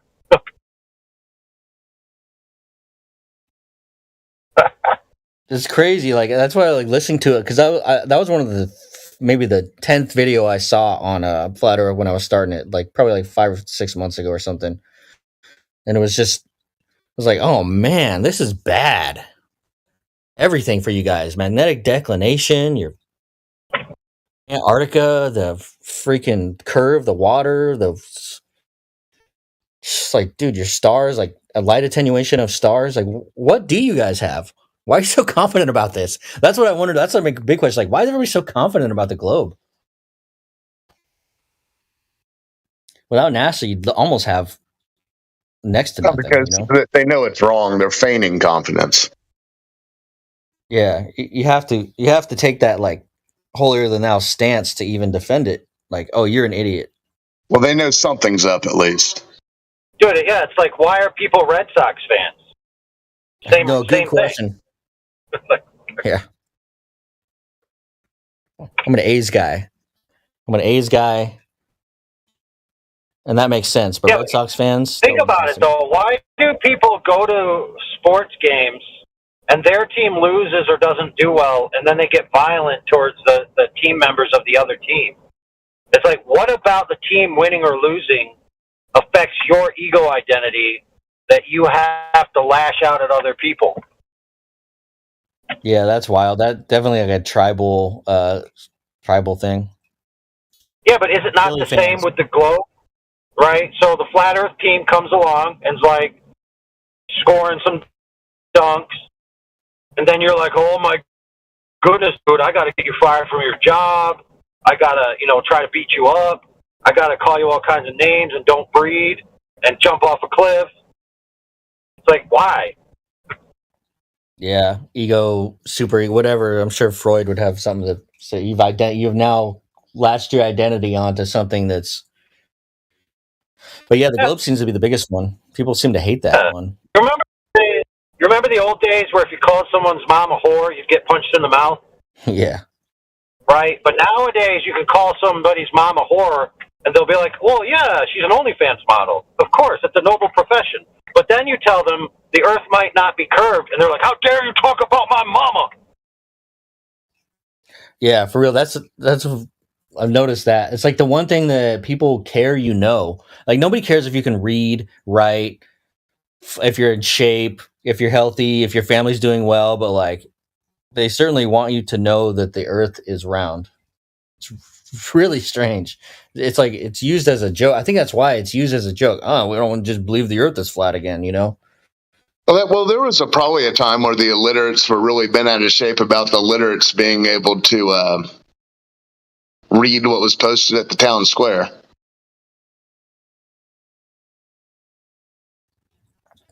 Yeah, but yeah. Now it would be funny nowadays if someone were angry at you for reading. Well, I guess they are in a way.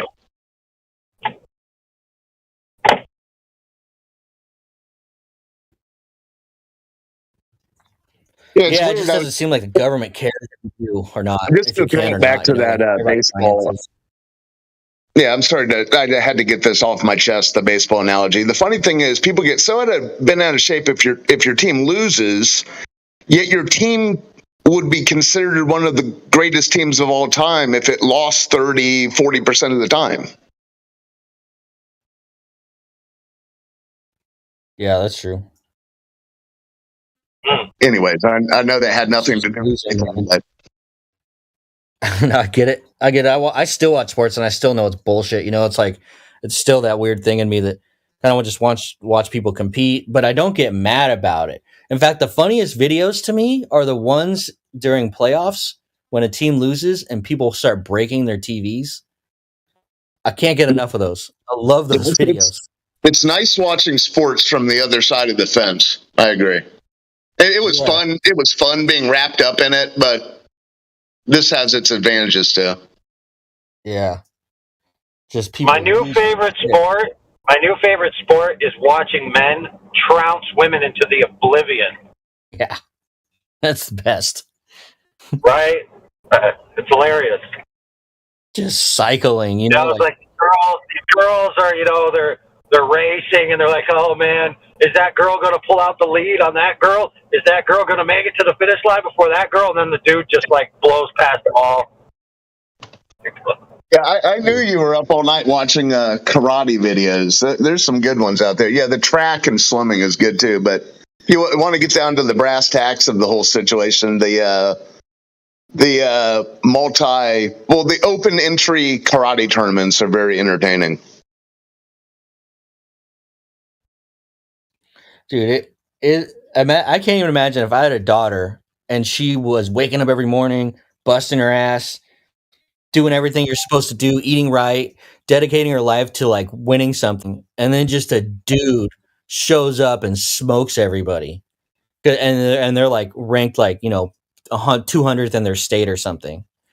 I would be so pissed off for The my funny car. thing is, these big marathon events, there's always been two categories: open,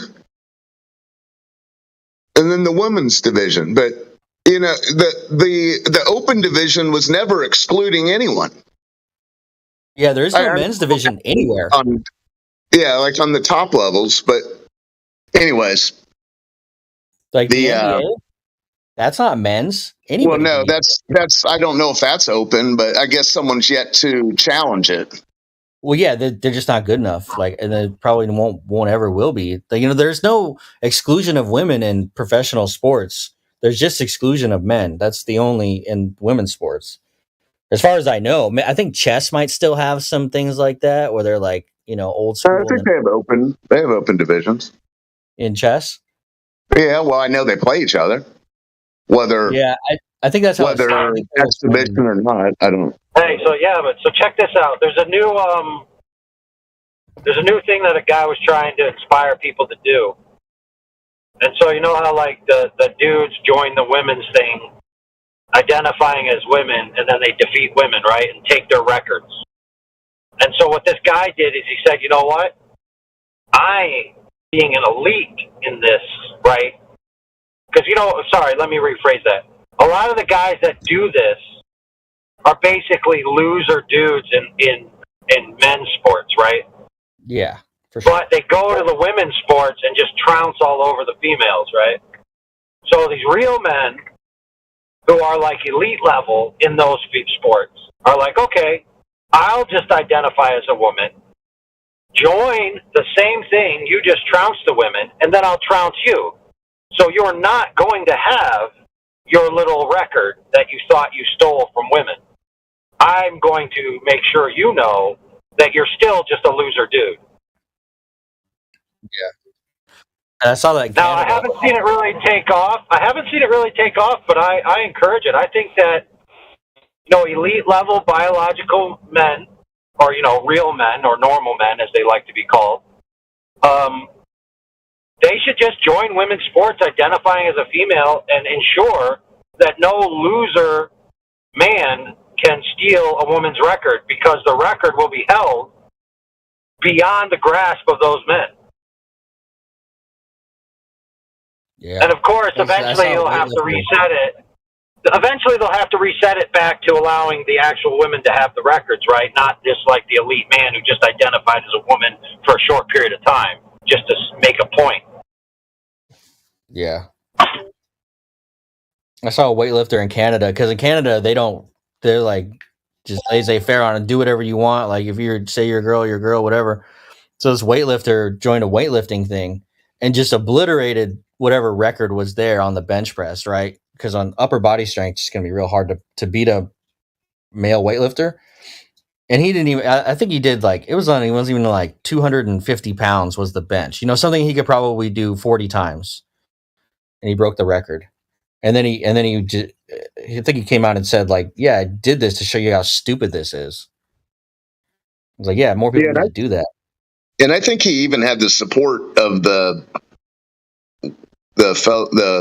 women that had the record taken from him prior to him doing it. Yeah, because he took it from the other one. Yeah. So this is the problem with a lot of men today. They don't understand that women want the real men to stand up and put an end to this nonsense. They're waiting for the men to come forward and do exactly what that guy did. Trounce the people that are abusing and taking advantage of the real women. No, well, the women have to protest. Just not show up. Let the guy race by himself. That's the only way it will stop. Yeah, that's funny you said that. Because I thought... Once you have no competitors, you have no competition. Well, also in the track events, they could just turn around and run the other way. That'd be interesting. Another suggestion is just make your own trophies. So like the women together, work on a trophy. Yeah, that's a good idea. The day that the trophies are given out, they just completely walk past the pedestal where the fake women are getting the awards, and they go over to their own thing and hand each other the medals and trophies that they made.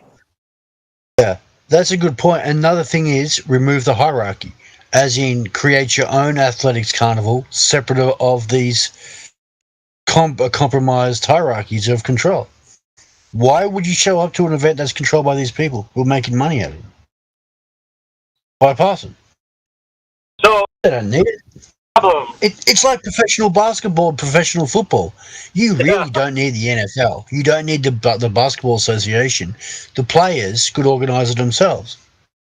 You know, it's all a con, yeah. Well, like boxing has pound per pound, they can do bone density for bone density. Right, lung capacity, hips. How about intern hips, non-birthing hips versus birthing hips? It's a big, it's a big deal. Lots of things, man. Like so many different physiological differences. And I would say most of these women are whooping my ass at almost everything if they're practicing. But like men practicing as much as them is pretty much they're going to be just dominated. I don't understand why this is even an argument. This is crazy to me. Well, dude, a lot of women grow up without ever experiencing the strength of a man compared to them. They live in la la land.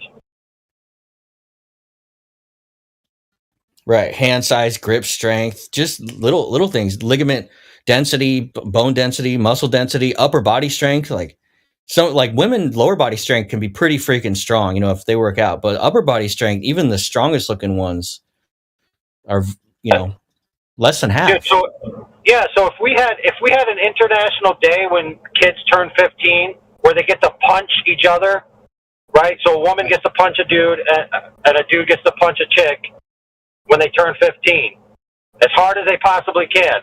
Then there would be a whole different understanding. Right. Welcome to reality.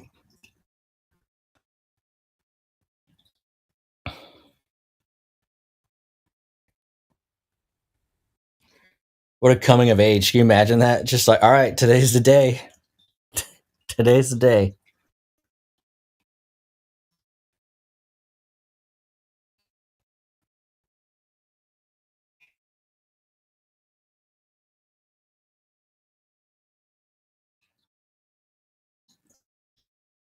There are some cyclist things where they're boycotting this person because cycling is a huge advantage because it's just lung capacity and muscle, and it's a pretty big advantage for the men.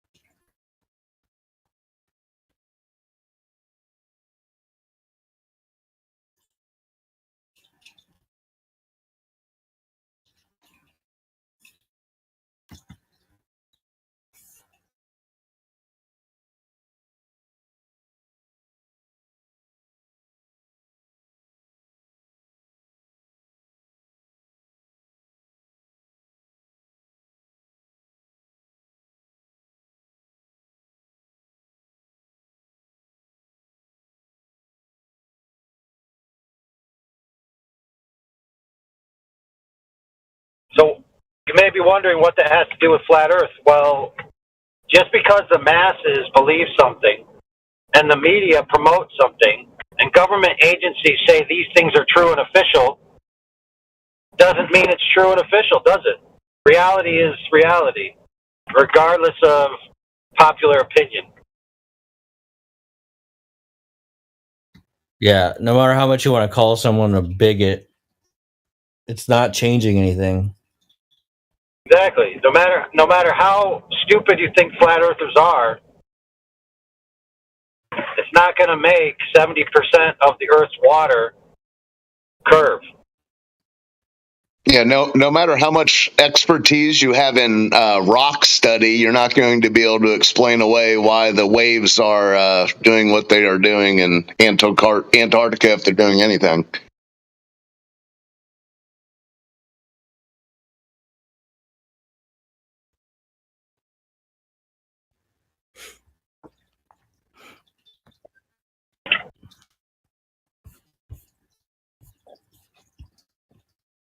Dut Sob has joined. Looks like a dove in the PFP. What's up, guys? How are you guys doing today? Yo, what's up? It's a pigeon. Oh yeah, you guys know it, bro. How dare you disgrace his heritage by calling it a dove? Oh, that's a pigeon. I'm sorry. I'm trying to zoom in on it. I'm sorry. No, it's okay, man. It's like a symbol of freedom. The pigeon symbolizes peace, and it's flying. You know, the wings is upright, so it's flying. So it's like you're getting out of this matrix. It's like a symbol. Yeah, I love birds. That's a good logo, brother. It's for my channel, so I'm trying to get this flat Earth education in my own country too. Well, in every text, if you look at it in every temple, you'll see the flat Earth truth. But people are so much indoctrinated because of the Rockefellers and the other education system, and we have taken out the financial system so much. Nobody wants to go and read the old scriptures, and every modified books or modern books have twisted, roughly translated everything. So I wanna be that person from my country that I'm gonna do my own research too. I'm gonna look for my homies, my brothers out there in this infinite like plane, and I'm gonna put some videos, illustrations, so that for this globetards that hey, look, this is how it is, and this is how it's been told. So I made a comment to you the other night that your logo there, your logo kind of looks like the Resistance logo from Star Wars, and the bird is flying out of it in resistance to the stars and the wars that are done on the mind. In a way, yeah, So I'm on that one, yeah. Praising your logo. Yep. In the same way, I have the same psychology. I want to have a bird that represents freedom, meaning bird can fly, and I want to have it, flying kind of thing. I want to make it not sitting somewhere, but flying in action. And the red symbolizes like the violence, aggression. Red means the aggression. The red around it meaning he is fiery up. He has the energy, the aura. And the white symbolizes peace. It just means like whatever he's flying, he's just flying off for white peace.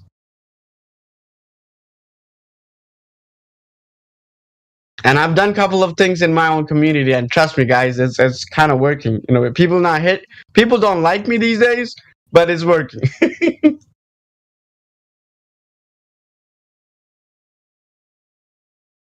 But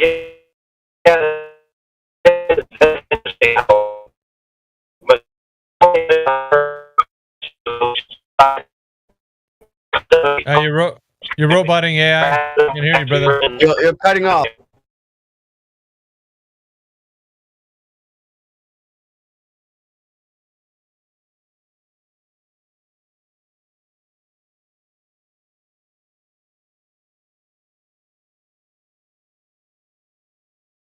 Yeah, what's going on, Sab?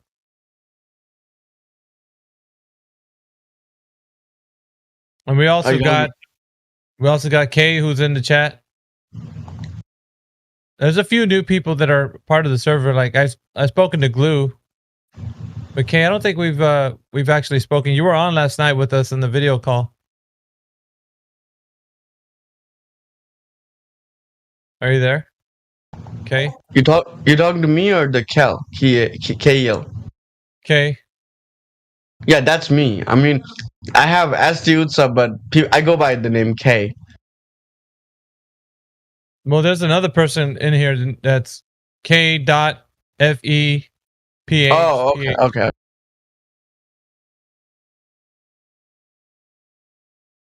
Latex here as well.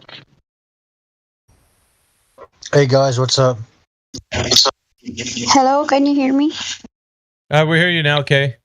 Yep. I'm new here. It's my second day, actually. Okay. Second day, so... I'm also new to this platform. You're new to the platform. Okay. Well, welcome to the platform, and I mean, how was your journey into flat Earth? I don't know. I haven't spoken to you, Kay, so I don't know much about like who you are or anything. I've been into the movement for about a year and a half. My name is Kay from the Philippines. Just to be honest, I'm not really a good English speaker, so just bear with me. Sure. To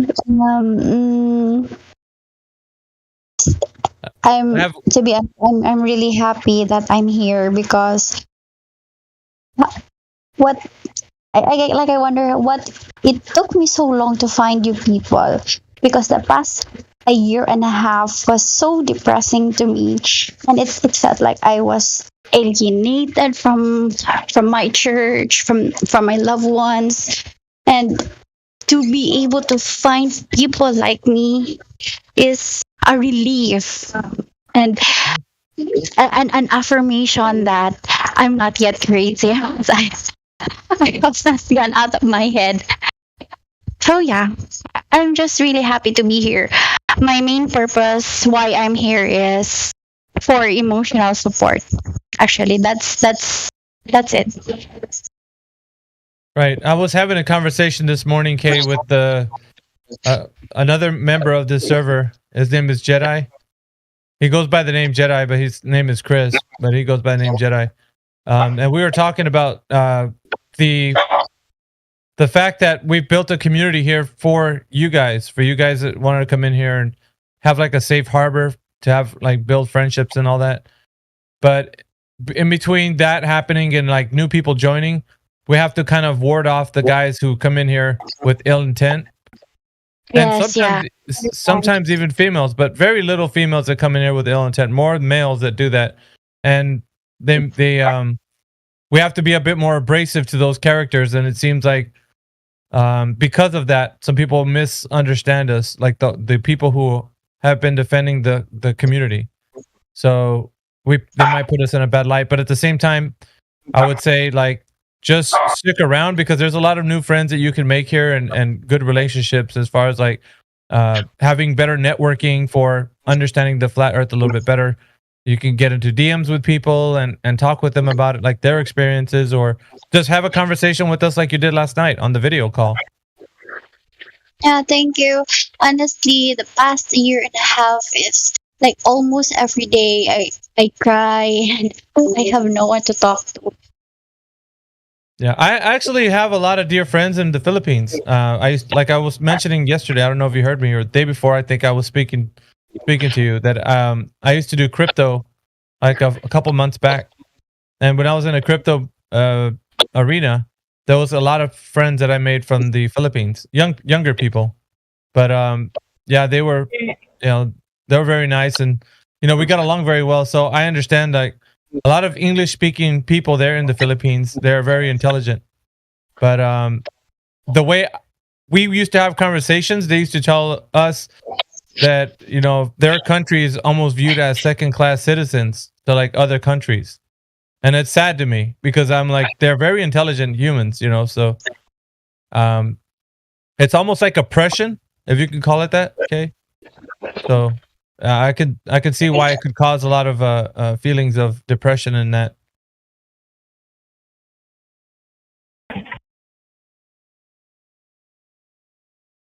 But the fact that you found flutter this, yeah, go on.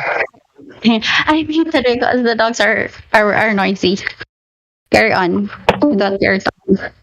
Yeah, as we welcome people from every nation under the sun in here, and so long as we can communicate about our experiences, their journey through flat earth, that's great.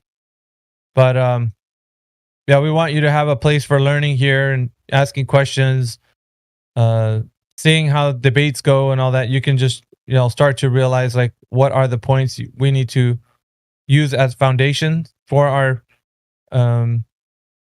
our discussions. So when you have a discussion with somebody, you have like a foundation of where you want to start. And then you can glean some of that from the people that have been doing this a while in this server, such as AI, myself, Jedi, Elijah. There's some other names, Indio, Crypto. And so you can go on and just like look at some of the people, click on their names. And in their names, it should tell you what tags they have, and the tags that they're applied to their name, that's probably of like the rank that they would have in this server. That's kind of like a value system, right? So we value the members that are here, and we appreciate each other in the way that we kind of like, okay, say like you're in this Discord a while, and you know how to articulate yourself in the conversation, you can debate really well, all these things, then you get a different tag. Like you'll have a rank system, you start moving up and so forth. And it's all about interaction, right? So we want to hear new people kind of interacting with the platform is really the thing. Thank you, but for now, Entropy and listeners first. Yeah, best thing to do is just kind of like sit back and listen, maybe ask a few questions, that sort of thing. Okay, I will. Thank you. Yeah.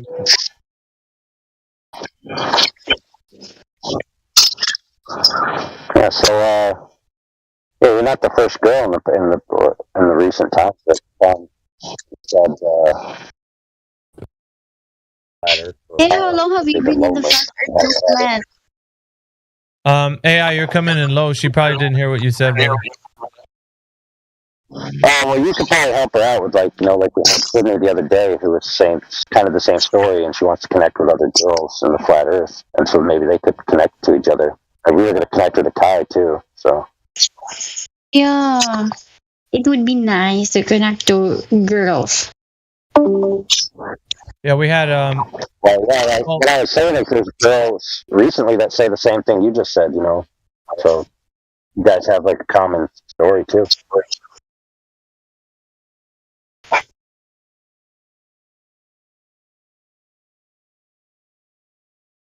How long have you been in the movement? Are you talking to AI? Okay. To AI or you? Oh, no, I've been doing this for like 8 years. Well, 9 years this year. Yeah, it's about 9 years. So you knew all this for many years now. Well, I feel like it's changed. Yeah, it's actually changed. Okay, like I started very new.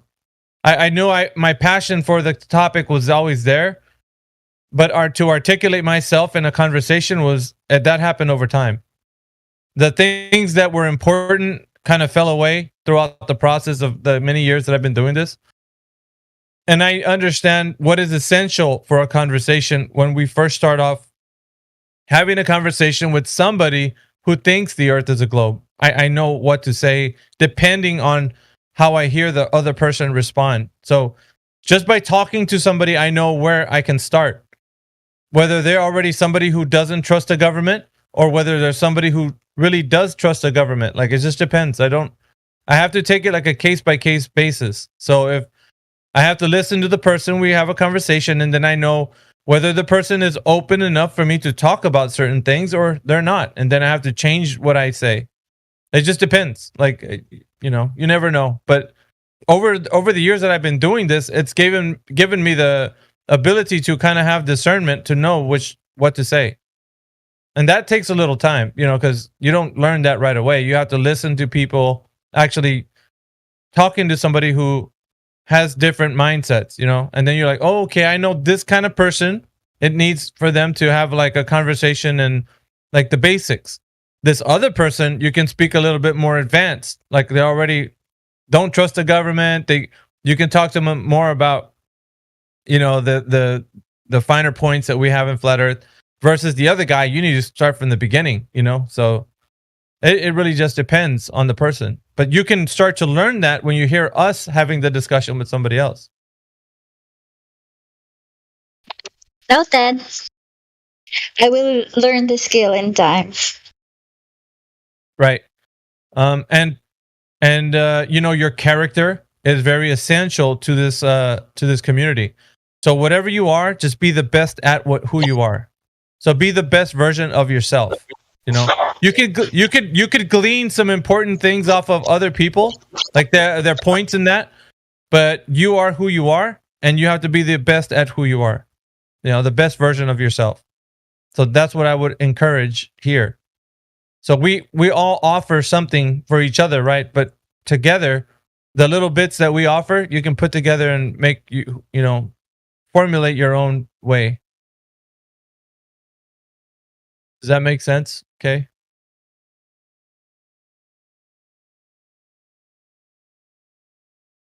Yes. It's just like the body of Christ for me.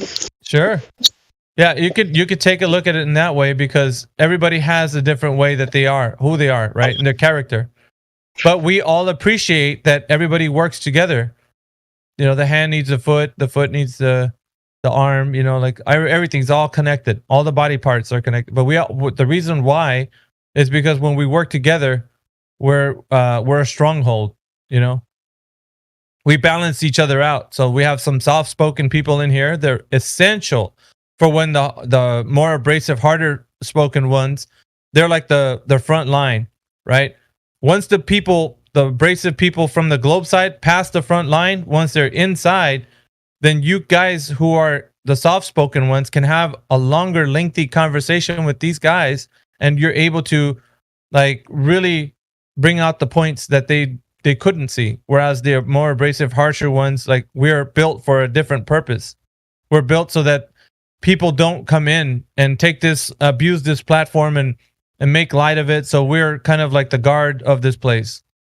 And that's how we are. Some of us are wired that way. The other, kind of people are doing what they do very, very well, in the fact that they are just, they're more soft-spoken, and that's not their approach, and so on. But they can do that within the community, and we can all benefit from that. Everyone can benefit from that. Hopefully that makes sense, because I'm trying to shed light on how all of it works, Thank you.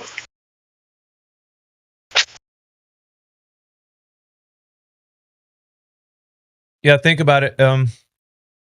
I guess a practical way to look at it is like, if a place, wherever country or whatever, doesn't have a military, and there's another country who does, they could easily look at that other place as a vulnerable place that you can take over, because they don't have armed guards and a force to stop them, so they could easily conquer that other place.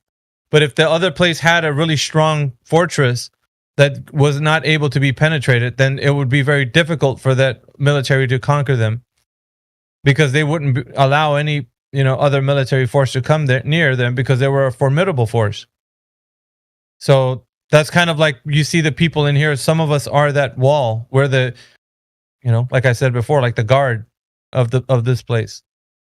And then again, in the inside, you have all the members who are here, who we care very much about. The most essential thing I think is important in this whole arena is that we foster critical thinking. That's the most important thing. So we want there to be a kind of an arena for people to come in and think deeply about certain topics that get pushed onto them, like agendas and so forth. And I think that's where we're going to really be able to benefit future generations beyond us. Like, when we're long gone and the next generation then succeeds us, then they will be able to be the next critical thinkers in this arena. But they can't get there unless we have a fertile ground for them to grow, which is kind of like what we're here trying to like get everybody on the same page. Is like, that's what this place is for. It's so that you guys can come in here and really talk about the things about how the world has been turned upside down with this information, this agenda of the globe.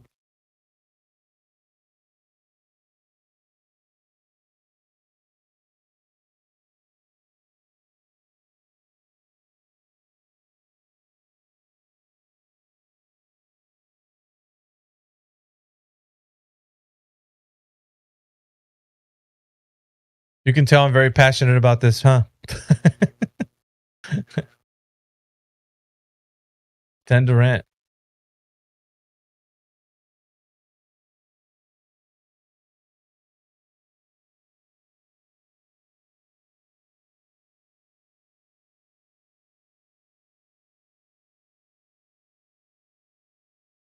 There's a lot of globalist mentality people out there. They're very confused. They don't know their way here. If we ask them how do they know the Earth's a globe, they tell us one word answers like science and so on. It's very disturbing.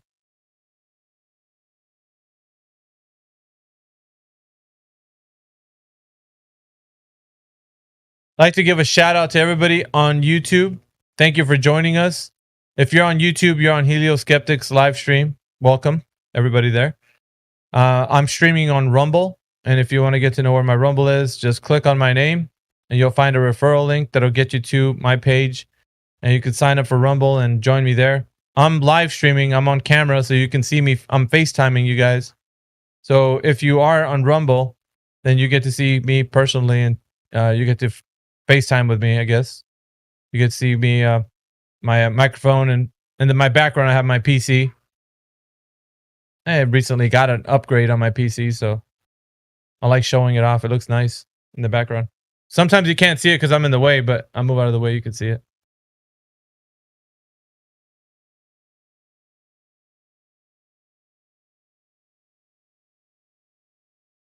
But I also like to talk to people about the topic of the shape of the Earth. I think it's very curious when we have different people come in here from every part of the Earth, you know, so they come in here and talk to us about it. I'm excited to know that now we got some people from the Philippines that are joining us, like Kay. We got some people from Iceland, from the UK, from Africa, Australia. I think we even have some people from Hong Kong. There was a guy that came in here. I think Brain Shape Investigator, if I'm not mistaken, is from Asia. Who else? We got, it's just people from everywhere. Canada, South America. I haven't seen people from Mexico. That'd be interesting to see someone from Mexico come in here. Have you ever met a flat earther from China? Yes. I think Brain Shape Investigator. Well, not met him in person, but just in the Discord. It's good to know there's one. Well, you know, they're suppressed over there with their information of what they receive because their governments are not allowing them to. They don't have the same apps that we do. Like the reach of their apps is not, they can't connect to the things that we connect in, like the other parts of the world. They're restricted, let's say. They can't, they're cut off from the rest of the world, so they don't receive this information like we do.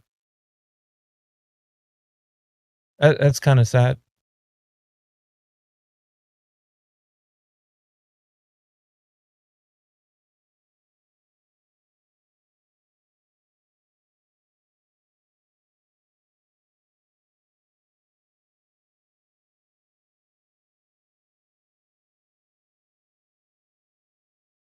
So yeah, just a shout out. We got like 20 people on Rumble at the moment that are joining us.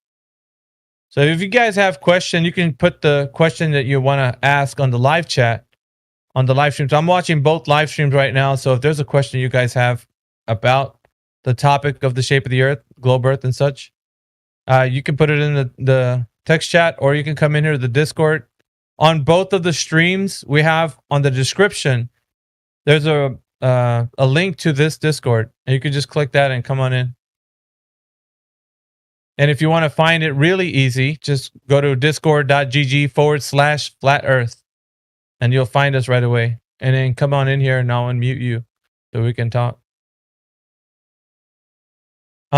Nightly, usually we'll get on the Rumble chat and we'll do a live stream, like video share, so you can see all the people that of this Discord. You know, the moderators, the gold pluses, and all them. It's a fun time.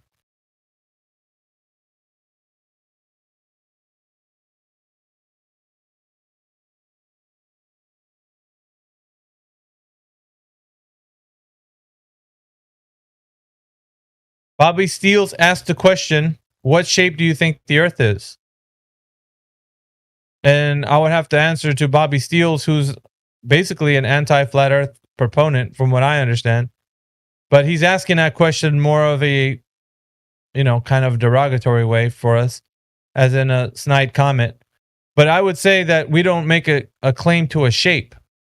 I think the people who are thinking that the Earth is a globe, they're the ones who make the claim to the shape, right?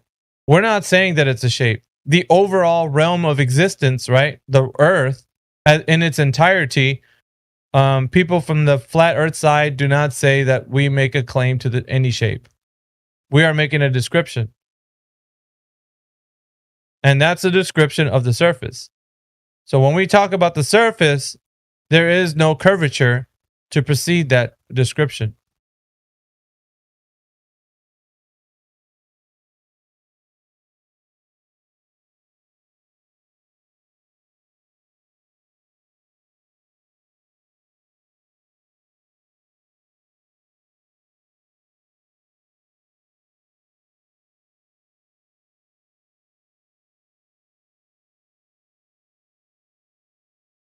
So Bobby Steels asks another question. So you don't care about the truth? And I'm not sure why he usually...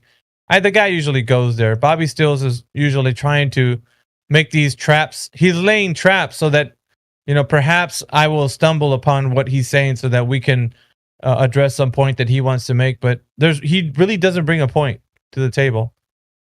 I don't know why people like him, that are so against Flat Earth come into these channels and they act like they're genuine. They're asking genuine questions.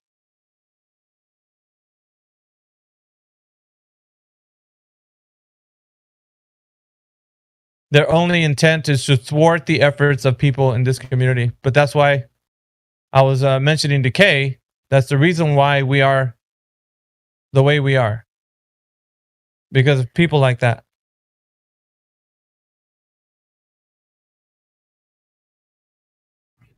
Where's Bobby Steels at? He's in my text channel on Rumble. He's on the text chat because I'm responding to the text chat from Rumble and from YouTube at the moment since it's kind of quiet in here. Yeah, if you want to see what he's typing, go to Rumble and you can see him right there. But for him, he lives. Bobby Steels. He lives in the text chat. Now this is the kind of character that's too afraid to come in and have a conversation because we said it before. This is an open platform. We can come if he wanted to come and discuss this, he can do so in here. Why he does not want to when the door is open for him to come and have a conversation with us, I don't have an idea of why. You actually have a little respect for people who present their case in voice chat. Like all the odds are against them. You're in hostile territory, and they still do it, and they try and do it in like a respectful way. I have respect for those people. The people who just sit and chat and like, I don't even know if they're real. Could be like a 12-year-old who just is mad at his mom or something.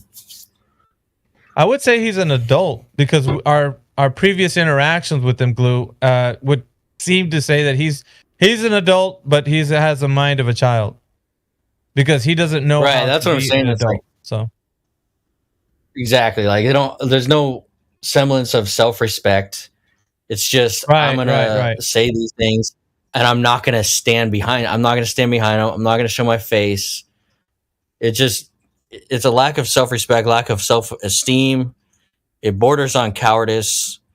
Just stay out of it. If you don't want to be involved, don't be involved. But if you want to be involved, then involve yourself. You should see what you should see what he's posting to me right now. He's been on a rant.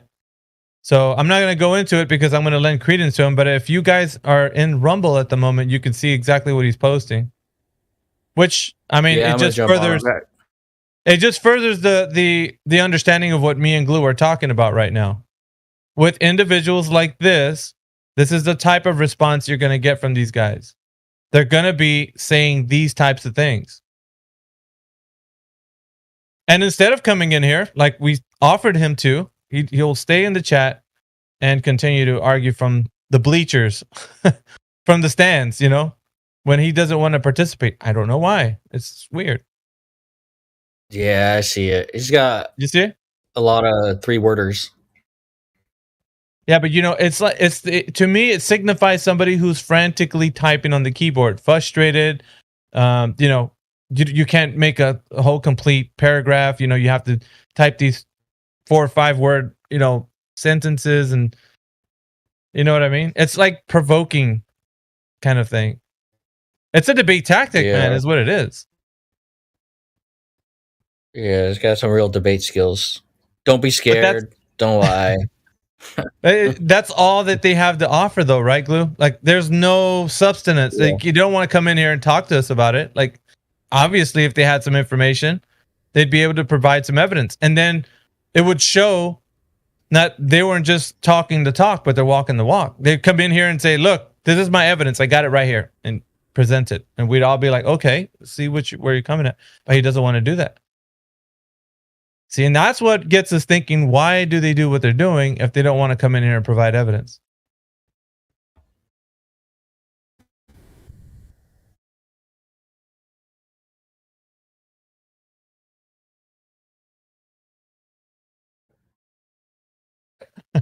See? It's all debate tactics. Where's the evidence? There isn't any. It's a gimmick. He's trying to run a gimmick and then expecting everybody to be like, "Oh man, we're going to take you seriously now." No, not going to happen. Who's this? Bobby Steels. Yeah. Well, he's a known anti-flat earther.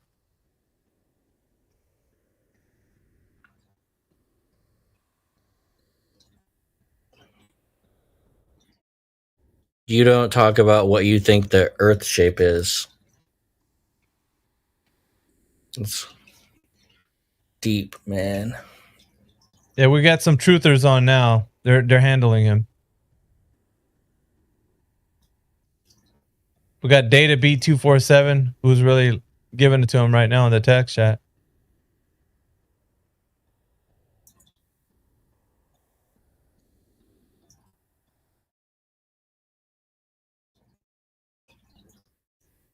I was just waiting for Bobby Steels to say something worth saying, but might be waiting forever.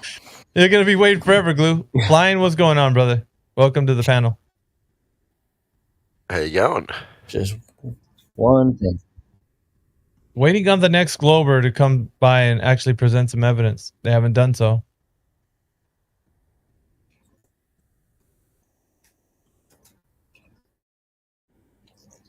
Looks like I got another follower. Appreciate you, whoever just signed up to my channel. Thank you for following me.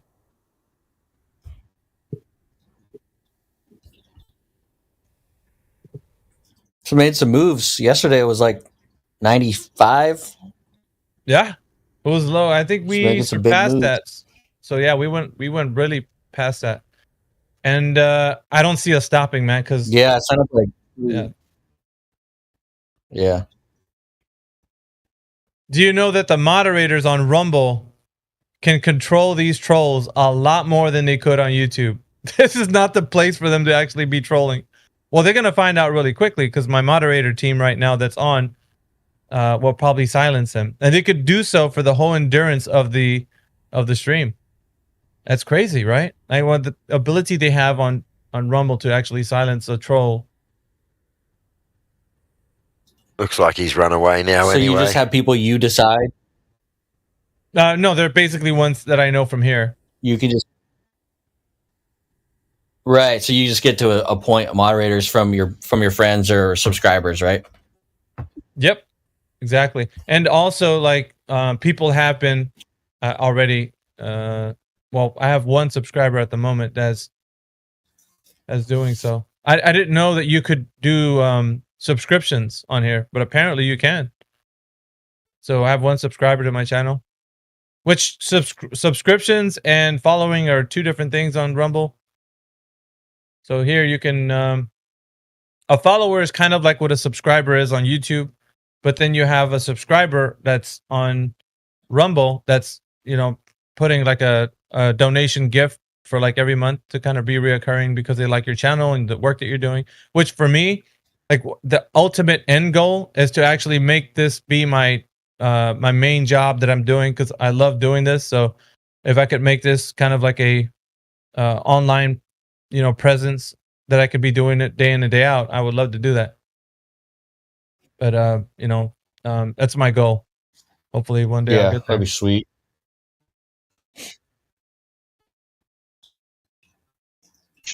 I hear mic check. Coming in loud and clear, Dave. Really? while it's working, I want to say congrats on doing this Rumble. It feels good. Everybody support it, and I hope it grows. I hope you go through the roof, man. Well, look at the viewership right now. It just shot up to 36. Just right now, it shot up to 36 from like 15. It was. Yeah, the truth will come to light, and you definitely helping speed it along. So continue. Yeah, I do want to drop truth bombs. You guys already know how I am, so you're getting nothing but the best from me. I'm gonna bringing it to the table every single time. These globers, just look. I would say like this. I'm gonna make an all call.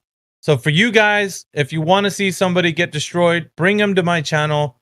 Have them come in here. If they want to debate with me, they can do so.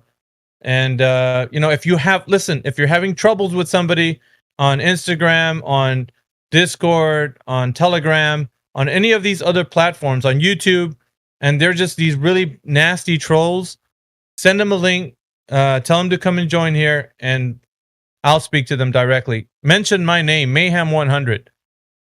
You could start mentioning my name in your platforms. You tell them that I'm coming for them. Every once in a while, I don't throw a link just because Instagram's so damn hard to pain in the ass to do it. But I just call it 24/7 flatter. I'm like, why don't you just go present your case, man? So you seem to think you know everything. They point these stupid things out that don't even make sense, and they're like, that's proof. I'm like, no, it isn't. They put the stupid windmill picture up. I'm like, I got 100 of those for every one of those ones that the windmill one looks fake. First of all, to me, it's like too much curve. But I throw that in every once in a while. But I try not to get mad. I try to that's really my goal is to not get mad at Instagram for 1 month in a row. So I'd say if there's some hard cases, Glue, like I was talking to the rest of the people that are on the Rumble platform. If you have trouble with anybody, just send them my way. Send them to the channel. Send them to Mayhem100. Have them jump in the text chat if that's the fastest way you want them to get a hold of me. And then I'll see what they're posting, and then I'll invite them to the Discord, and then I'll have a debate with them if they want to. It doesn't matter who they are. I've debated all intellectual types, from the most redundant to the most intellectual, and the PhDs, astrophysicists, cosmologists. It doesn't matter. If you think that they're worth their weight in gold on the globe side, have them come in here and talk to me. So I want to prove some evidence to you that there's not a single glober right now who thinks the Earth's a globe that has any evidence, and I'm going to show you. I will demonstrate that to you. If there's a hard case that you know of right now that you're debating currently, give them a link to this Rumble account and have them come here. And it's just look in the description, and I'll have the referral link right there. The referral link, you could have them register to Rumble, and once they're on, then they can come in here and talk to me. For sure.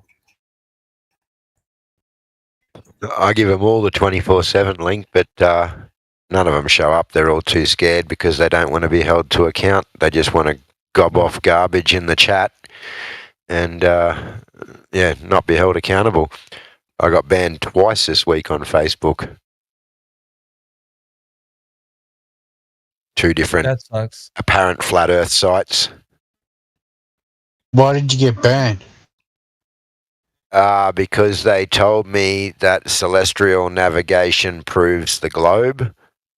I asked them how it was done. They said with zenith angles and elevation angles. I then asked them to define an angle. They told me that I was a dickhead. They told me that I was stupid. What a fucking stupid question. I said, I don't care. Define an angle. And it kept going and going. And in the end, they said, if you ask us to define an angle one more time, we're going to block you. So I said, no worries, block me, define an angle. But they've been going in their chat, tagging me, carrying on now for the week. I actually just messaged the guy and said, hey, dude, far out. Nice draw, man, but ease up. I'm not here. Yeah, so they use it for clout. They use that for clout afterwards, yeah. Yeah, they make out they've won, tell everyone, oh, look, he's run away, won't answer. Meanwhile, they've blocked me.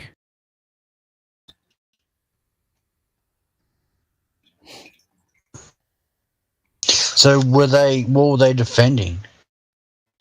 A globe, yeah. What point were they defending? Flying?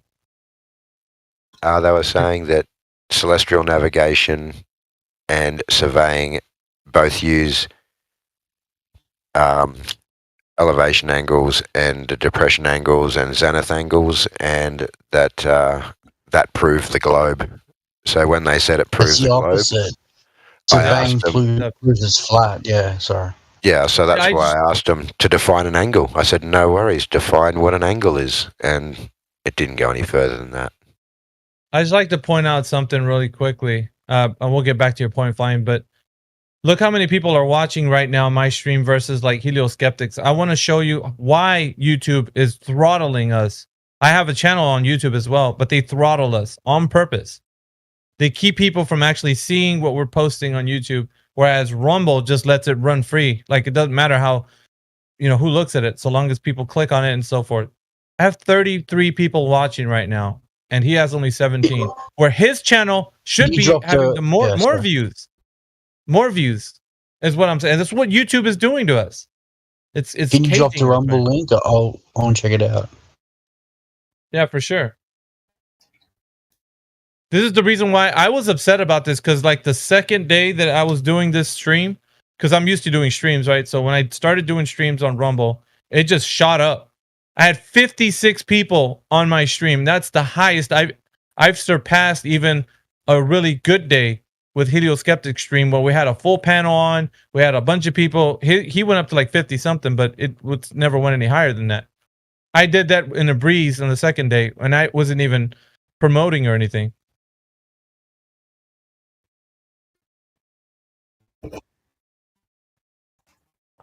So yeah, what can I say? It's proof. The proof is in the pudding. We're being throttled on YouTube, and that's why it shows small numbers there. And I was pretty upset about it when I was actually making a comparison, because I have less followers than Helioskeptic's channel, and yet he's getting throttled. So let's just say if he was unleashed, if he had the potential that he does, like with the people that are subscribed to him on YouTube, he would have been blowing me out of he would have been in the hundreds, if not, maybe like 500 views, like at watching.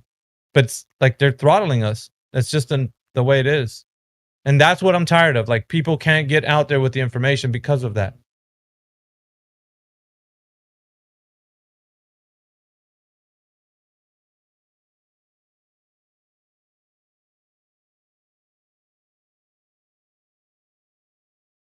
I'm not saying the censorship, but what I would consider it to be like, it's not allowing the algorithm to do what it's supposed to, like other channels get. So it's messed up. But we're gonna break away one way or another. So if I talk now, does it go through to Rumble? Both. Goes right now when you're talking, it goes to both.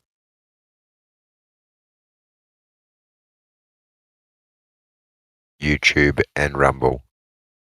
Yep. Both audiences are listening to you. And they're different audiences. Well, maybe slightly different.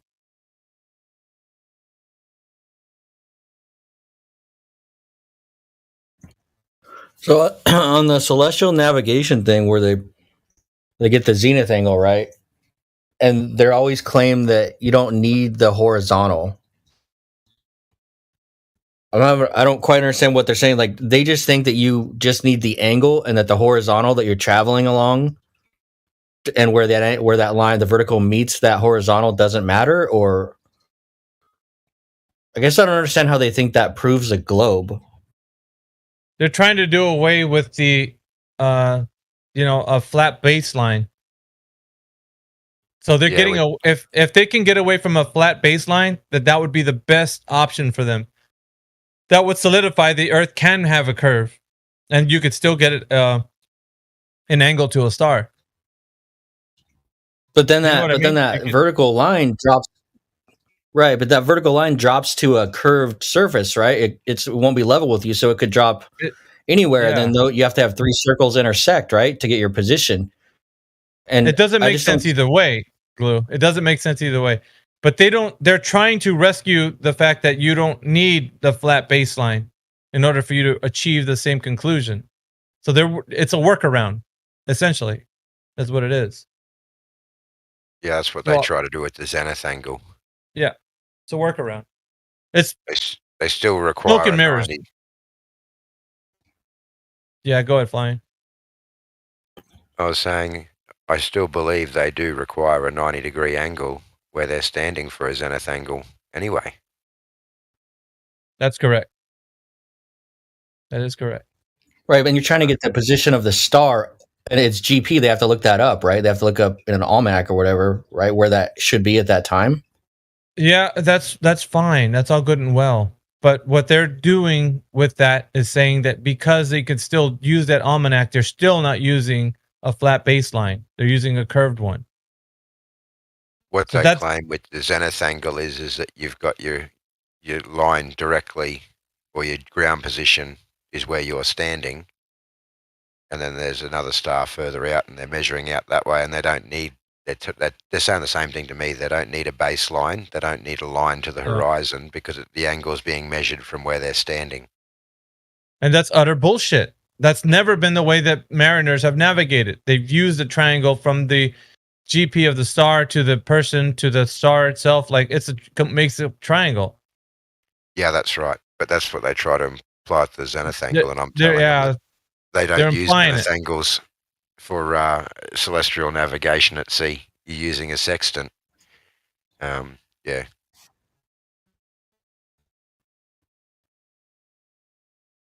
They're just so rude.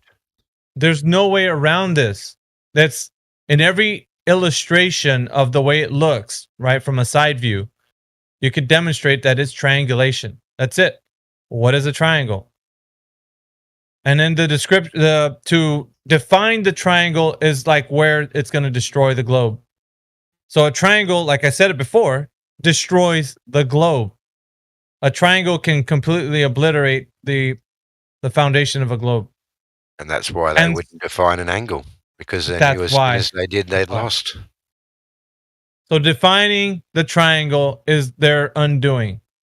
That's all it is. It's their undoing. Whenever they define that triangle, they're going to know that's it. So what let's say you did try and do it on a sphere. What sort of problems would you run into? Like you would be the elevation would be off, right? Like you drop a straight line down to the side of the earth and not the flat part of it, right? Well, no, yeah. So now think about, so you could look up the definition of a triangle if you want to right now, right? Glue. Or an angle. Yeah. Oh, yeah. No, what a triangle. Yeah. So right, 180 degree. It's 3 sides. Right. Then you got an angle, which is straight lines meeting at a vertex. So without that curve, if you've got a curved baseline, you have no angle. But so that's what still, happens on the globe, they got nothing. Yeah, but here's the thing, right? We need a triangle.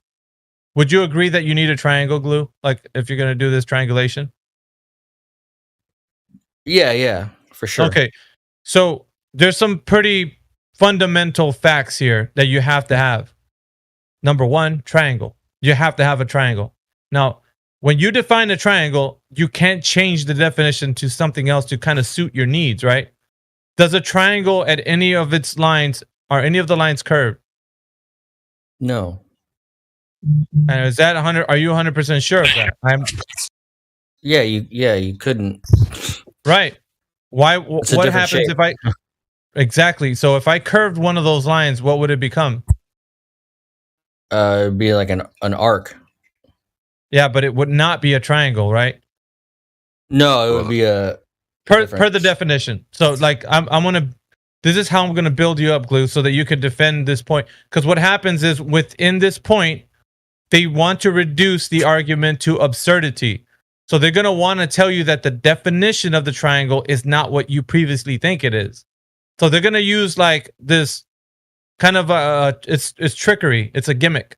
So if you fall for it, you're gonna then change the definition of what you understand a triangle to be. And if you go outside of those parameters of the definition, then they could make it malleable to what a curved adjacent would have to. You know, like of course, if they're using a triangle with a curved adjacent, then they're saying that's a triangle, and they're gonna make you believe it. Do you see what I'm saying? It's far more than just the fundamental. It's the art of deception.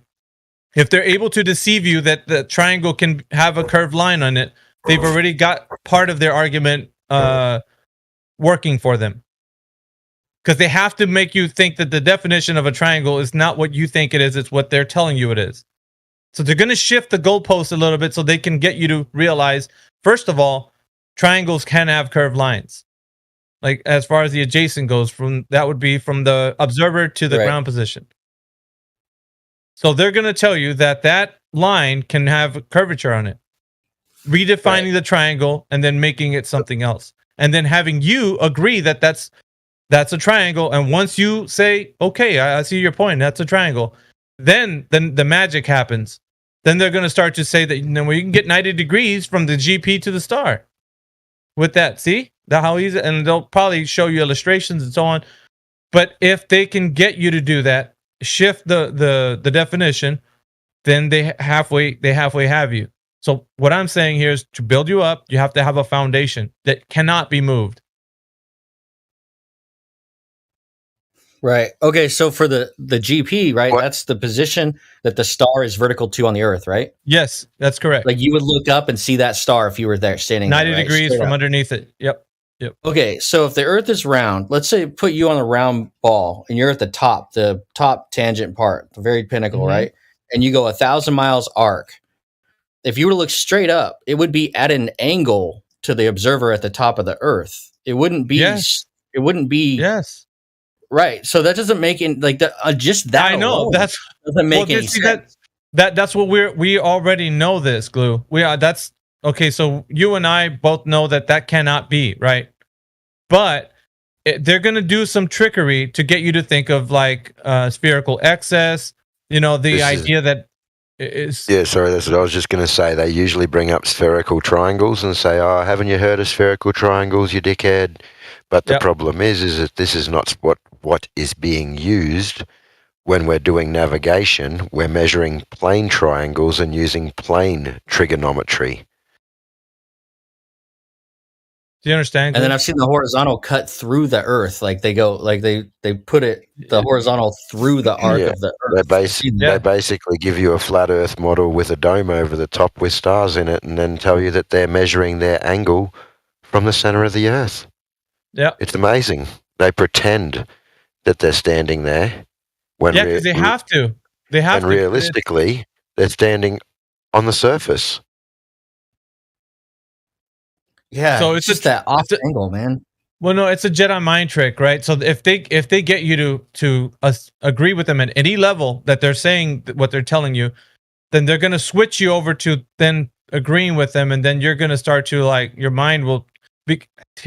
What I'm saying is, if at any point they get you to kind of start to think the way they do, then they'll take you in. Like it's like a current; it'll just sweep you away.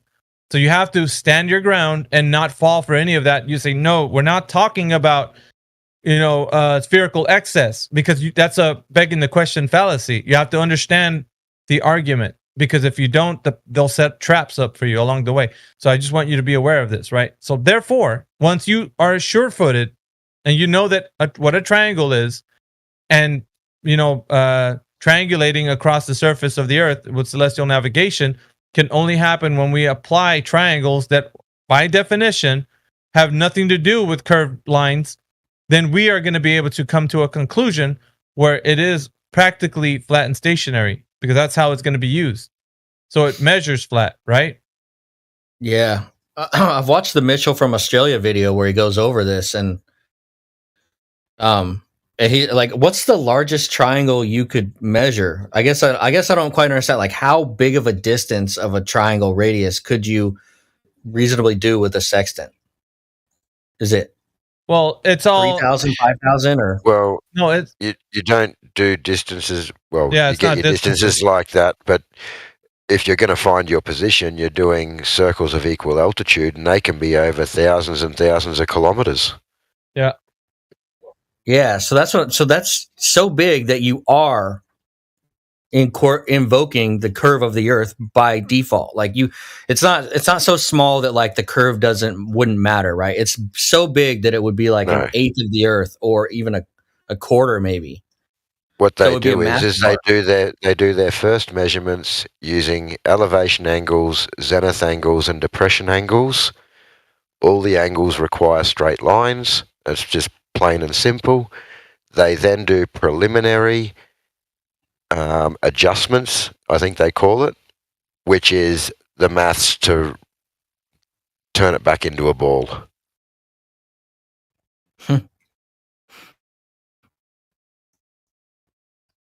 Yeah, that's crazy. I was watching a lot of the sex and stuff because that's another thing I haven't oriented myself to. You know, I don't or navigation in water or like basically the stars at all in my life. I always just took them for granted. So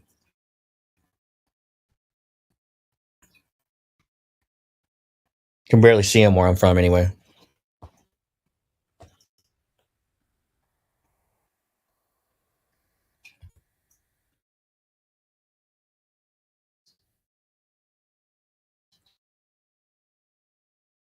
Just don't get all tied up. And when I first started in all this, and I started debating on Facebook, and you'd get these messages back where, I don't know, I suppose they seem legit, and you're reading them and you're going, oh man, like this guy's got me stuffed. But if you actually sit down and carefully read what they've written and then go and look into it, you'll find that they're never correct. You never sort of have to feel that way to be worried or, oh, geez, what do they come back with now or anything like that, because there is no facts that support them. You just got to read through the garbage and read the actual points, and you'll pull it apart every time.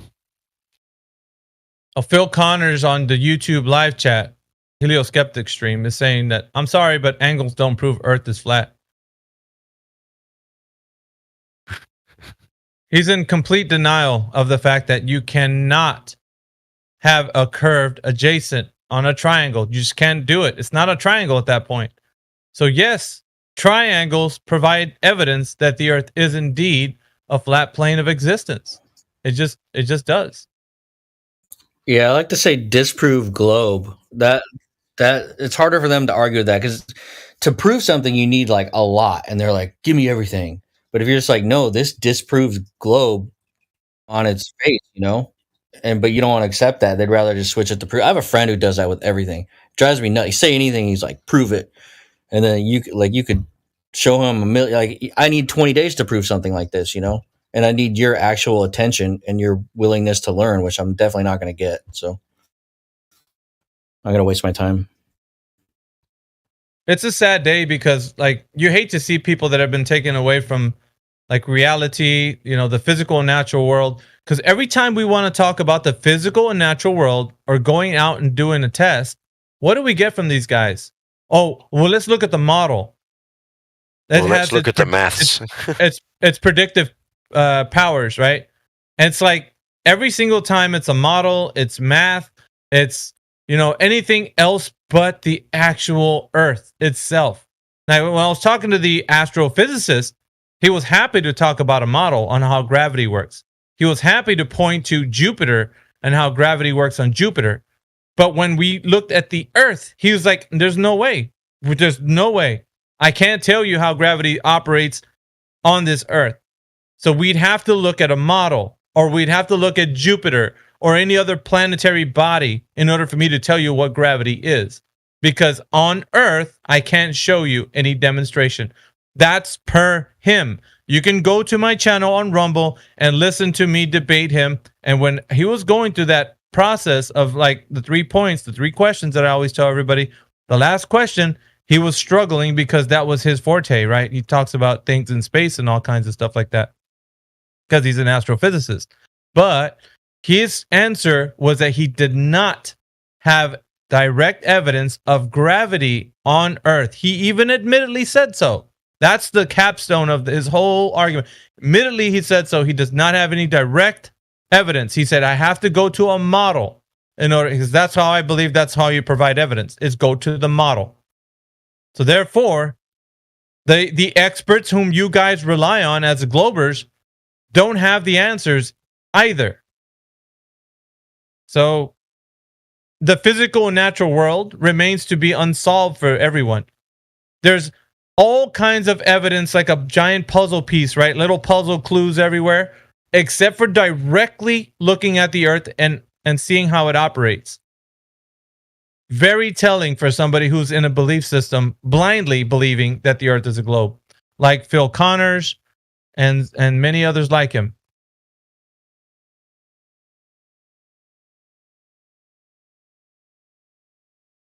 Oh, Radwin, the registration for the Rumble that I put in my channel, it's a referral code. So if you join through Mayhem, the referral system, then I get a bonus on that just by you logging into Rumble and making an account and so forth. So it's really helping me, Radwin. That's all. Because I do want more people to join Rumble, so I was like, well, why not just use a referral system? That'd be great. So I already joined, right? Yeah, that's all it's for, though. If you already joined, then I mean, you went through another means, but yeah, okay.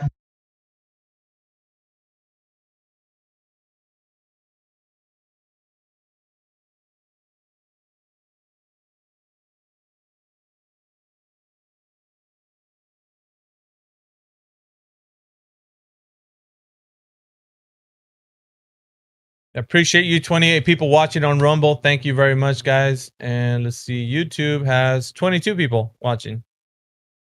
22 live stream on YouTube and 28 on Rumble. Just saying welcome to the panel. Radwin just joined us right now. We got Resolve in the house. Warrior, Ethergrass. Glue's been talking with us. Flying High also. Flat Lloyd Wright is probably hanging out doing his job. Godrex here. We got Effie Batman. We got Blue Jumper, Bloodsticker, Bennett, Amish, AI, and who else is above AI? No one, just a bot. Welcome to the panel, guys. And, we're just having a nice chat about just the mentality of these globalists, guys.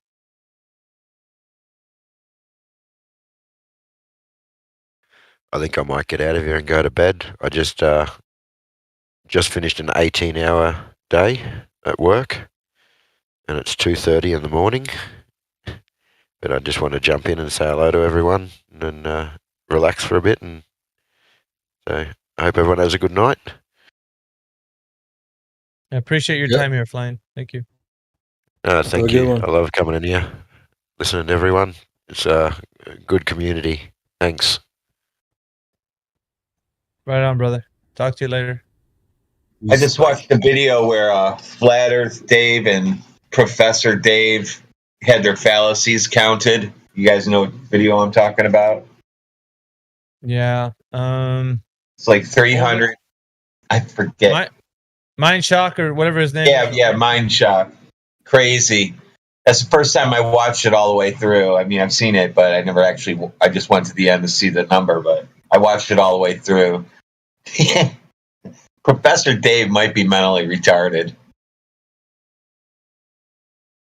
Well, the video evidence seems to support that.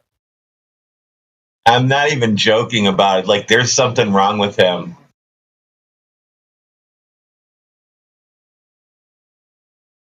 Well, we got people who are biased for the globe, like Phil Connors. We got Random in the YouTube live stream chat. They're biased for the globe, so they're going to be saying things that are always for the globe without any understanding of what the physical and natural world is.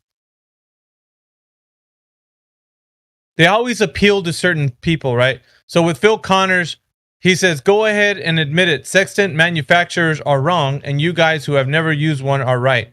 So he's appealing to the manufacturers of the sextant, saying that because manufacturers of the sextant make sextants, then obviously the Earth is a globe. The Earth is a globe, therefore the manufacturers of the sextants are making these tools for navigating. That's a nice little affirming the consequent. Thanks for that, Phil. I mean, if you count just the ad homs, it's probably like 200 of them with that Professor Dave. I don't even think he gets a complete sentence out without launching 3 or 4 of them off. He's not even he sucks. He's even admitted that he pays people to make his content for him and so-called experts to write it for him. Wow.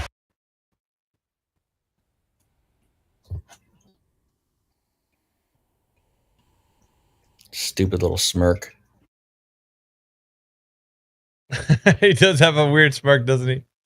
We were talking about he looks like he has a punchable face. A big old potato for a nose. Like, I don't know. I don't know. His debate with David Weiss, man, was really cringe. Really cringe.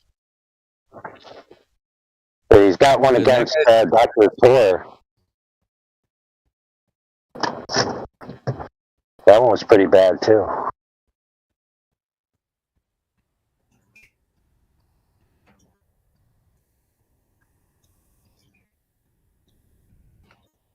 I didn't see Yeah, that. Dave White is like so nice, man, like and patient, and just he was like 3-on-1.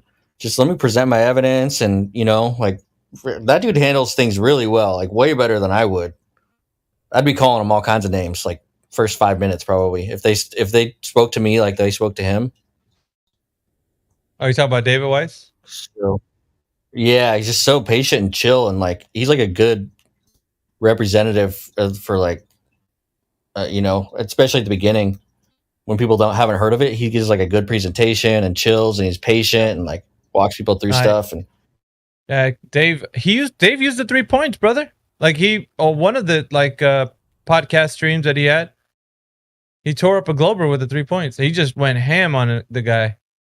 But of course, the guy I think he was speaking to he does comedy. He's a comedian, so he was just kind of making a joke about it. Meanwhile, he was getting roasted.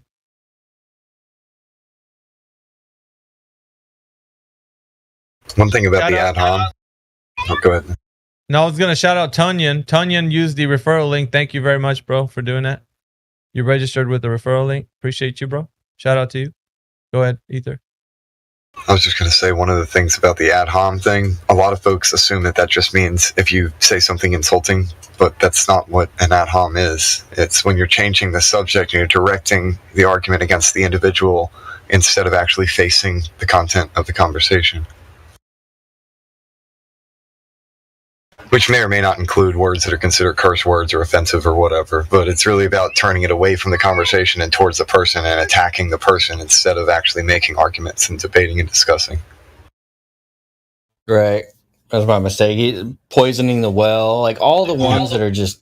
Oh, I wasn't saying it was a mistake or anything, man. I was just kind of, for any listeners, like an ad hom goes well beyond just saying an insulting word. It means changing the conversation and redirecting it. It's a form of manipulation.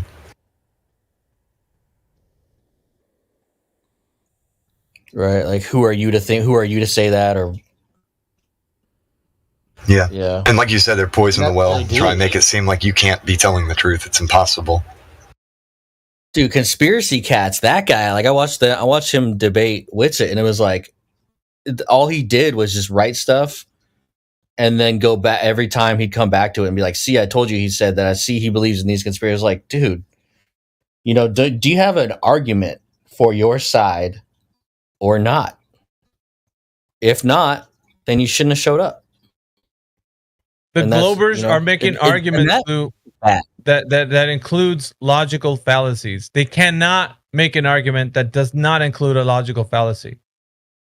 Everybody has to know this. Like, it's either begging the question, right, or affirming the consequent. That's one of the two. They usually fall in one of those camps. Because if they start with the derivative topic, it's begging the question. Right? Like if they start off with gravity or make an argument for Coriolis or something, it's already begging the question. How do you know what the Earth is so that the physics on the Earth can work as you declare they do? Do you follow me? Yeah, exactly. So, they've assumed so much already just to say what they said that it's right. So here's the quick way to actually get to the meat. So whenever you're in a debate with somebody, you always got to remember those logical fallacies, right? Look up to what affirming the consequent is and also what begging the question is. Usually when they start off, they're going to do one of those two. Usually. Those are one of the two camps that they'll say. There's something. It might be another logical fallacy, but those are the two main ones you're going to hear. And so whenever they start with a derivative topic like gravity, Coriolis or any other thing, they use Foucault's pendulum to talk about something. It doesn't matter. They're already begging the question, and sometimes they might even use both. They'll beg the question and then use an affirming the consequent within that argument. So you can actually stop them in their argument and say, just a second. You want to talk about your topic? We haven't even addressed how the foundation for the physics of the globe to be operating. You haven't demonstrated that the Earth is a globe in the first instance. So we got to go back there. You could do that. You could stop the argument and say there's an error here. It's a logical fallacy. This is begging the question. And you can tell them that and describe what begging the question is so they can understand when you take them back to saying, look, you're talking about gravity. How do you have the physics working on your ball if you don't have the ball in the first instance? You got to have that if you want to have the physics working on the ball.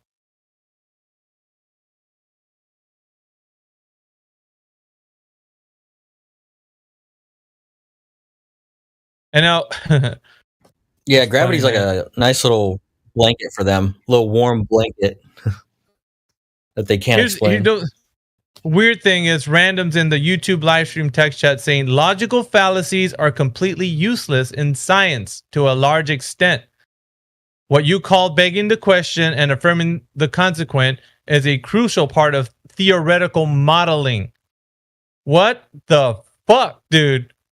You ransacked the globe in that one paragraph that you just put up there. Because, number one, you're in a category error. How is what is questions like what is the Earth considered science? Like you're claiming right now in your paragraph, random. How is that science? Or what is question? Isn't it a how-why question?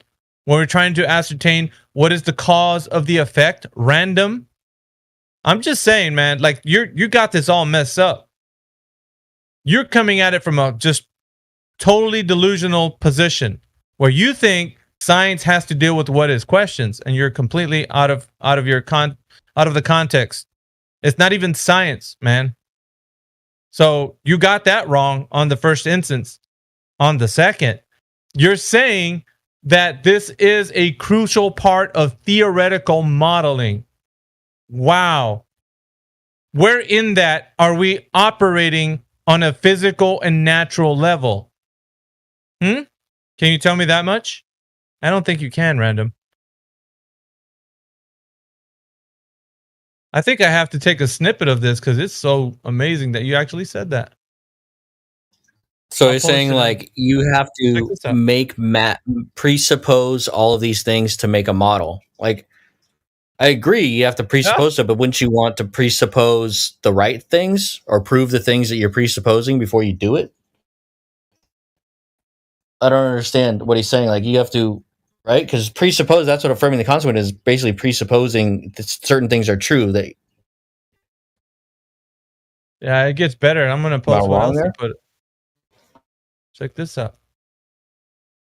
I'm putting this in the live stream voice text for you guys to see what he's been posting. But I'm going to remove 3D. I'm going to remove that image. You can post it a little bit. I'm going to put all the stuff that he's putting together. Let me see if he's got something else. Check this out. He's using this as an argument. Does he have any direct measurements of curve? Watch this. I'm putting all the stuff that... Hang on.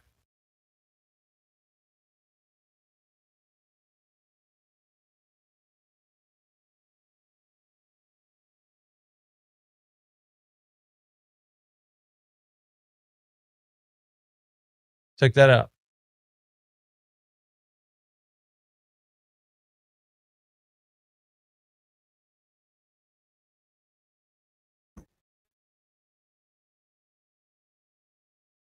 Yeah, he's making this it's problem. He's saying that you're assuming so many things to get through life, right? Like our brain does that, but why would you assume something that you can directly measure?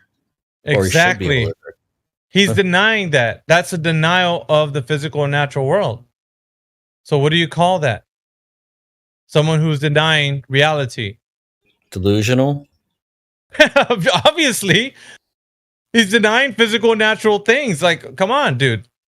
We're not even talking about models and that, but what he's claiming here is that is a crucial part of theoretical modeling. So in order for theoretical modeling to exist, you need to affirm the consequent and beg the question. I mean, if you want to reverse what he's saying there, but that's essentially what it, yeah, I know. That's like, we already knew that. That's what we're exposing day in and day out. That's all it is. Yeah. Hey, he just basically stated his own undoing, man, in the text chat. How amazing is that? You're like, dude, we all agree. Everyone's agreeing on this point. He's basically telling us the no duh point of it all, right? Like, we're just like, yeah, no duh. What do you think we're doing this day in and day out to expose this mentality? We have to assume falsities, make calculations, and then call people idiots, and then we get to what we want, which is not to have to deal with reality. Check this out. But he also doubles down.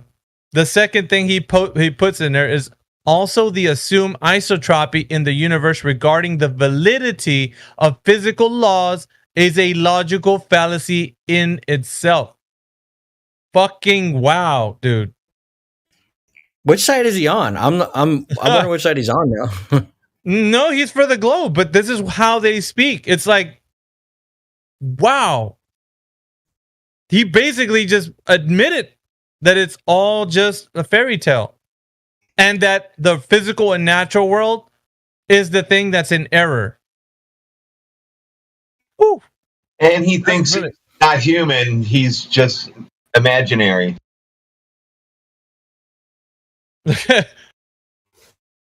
I have to expose Random because obviously he's been running around in the chat and, you know, people haven't spanked him yet, but he's getting a thorough thrashing right now. Check this out.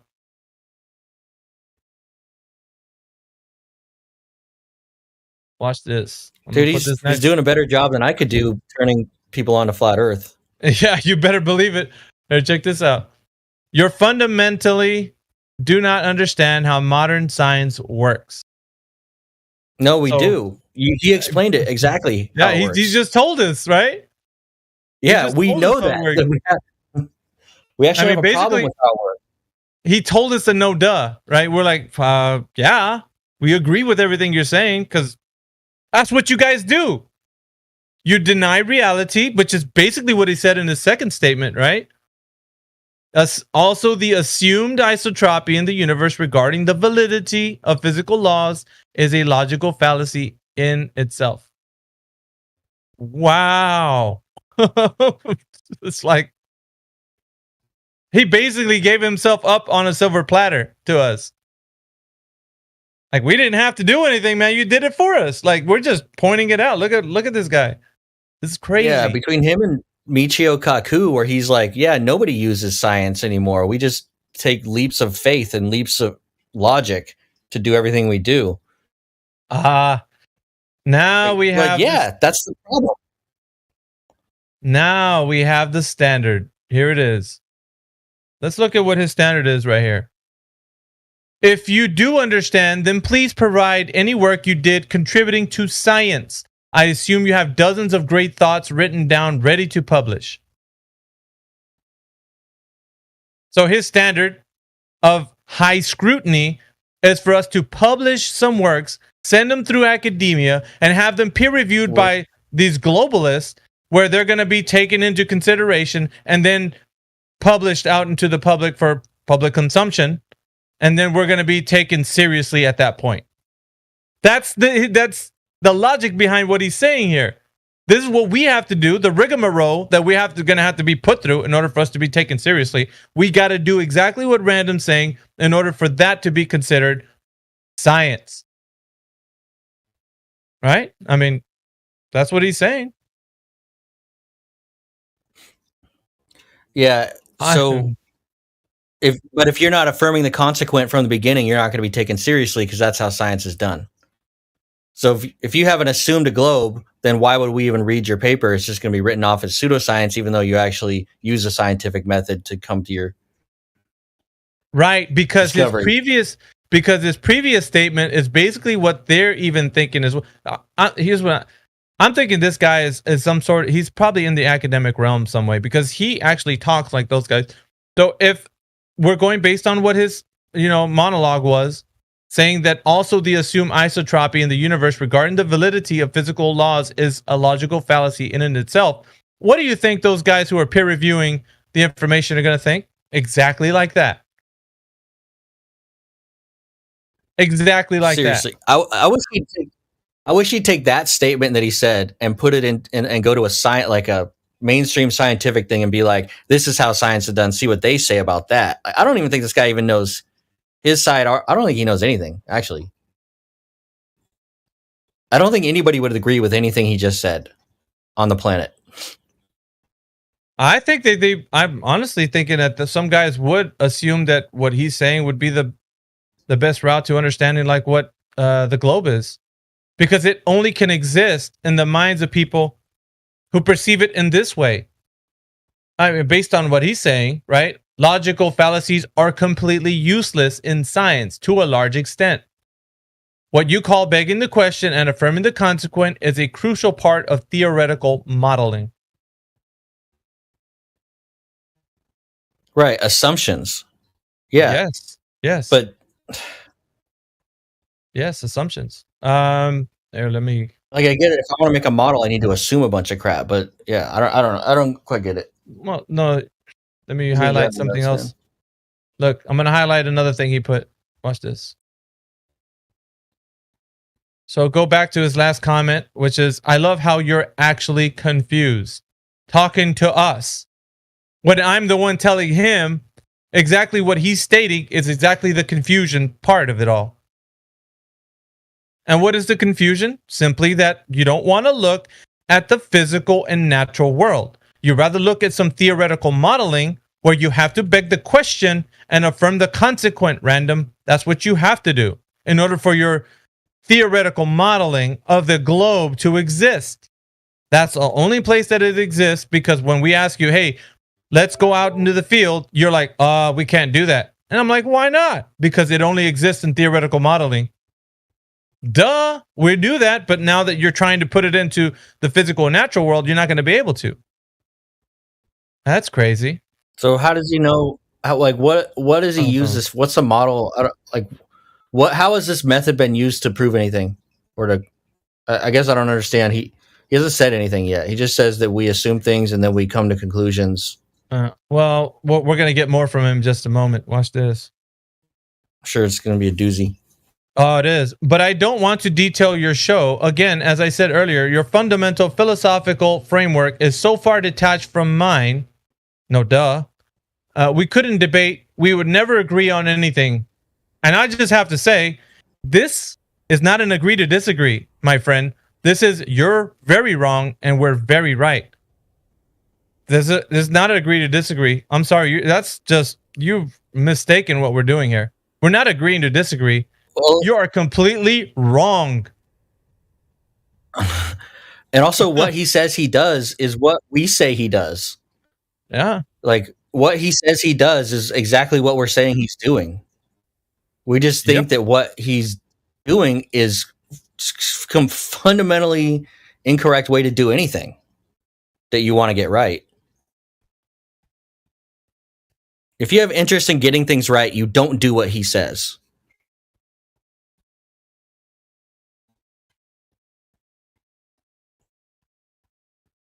Okay, so his last statement was, and for me personally, that is fine. It's your VC. You can think you know all you want.